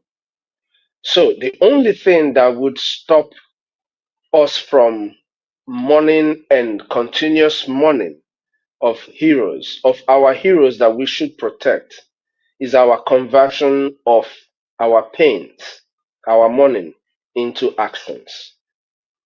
It's expected of every Biafran to remember that the reasons why our heroes died must be fulfilled for them to be able to get rest. Like I said before, just remembering them on memorial days and not carrying out with action to see that the reason for which they gave their lives is fulfilled is an insult to the sacrifices that they made. So it's expected that everyone, having listened to us today, when you sit back in your private time, ask yourself this: do you really want to keep living the same life over and over again? Or do you want a change for yourself and for the generations to come? The expectation is very simple. Support your government so that our freedom will come to us closer than we ever expected. Like my brother Mighty Dot said earlier, if we do the right thing, the results that you see, you can be rest assured that those results will be duplicated in tens before you even know it, because we have the right people doing the right job. He also made mention that it's not about the money that you're paying your lobbyists, because if it is about the money, Nigeria would have knocked us off the gutters. They're spending over $9 million just to counter our lobbying. But with your effort, the little that we have will go a long way in changing the status quo. The status quo that they already know is that we celebrate, we cry every 30th, and the rest of the days we go back to being who we were, or just being docile, expecting some Messiah to save us. There is no Messiah. You and I are the Messiahs that will save the coming generation, save ourselves and save the coming generation. Like I said, the expectation is simple. Your support is very much needed. Our people say, Anyukoma million or bofufu, meme ngwa ngwa, emeghela ọdachi. It is time that we act fast before it is too late. Thank you so much, Mazi.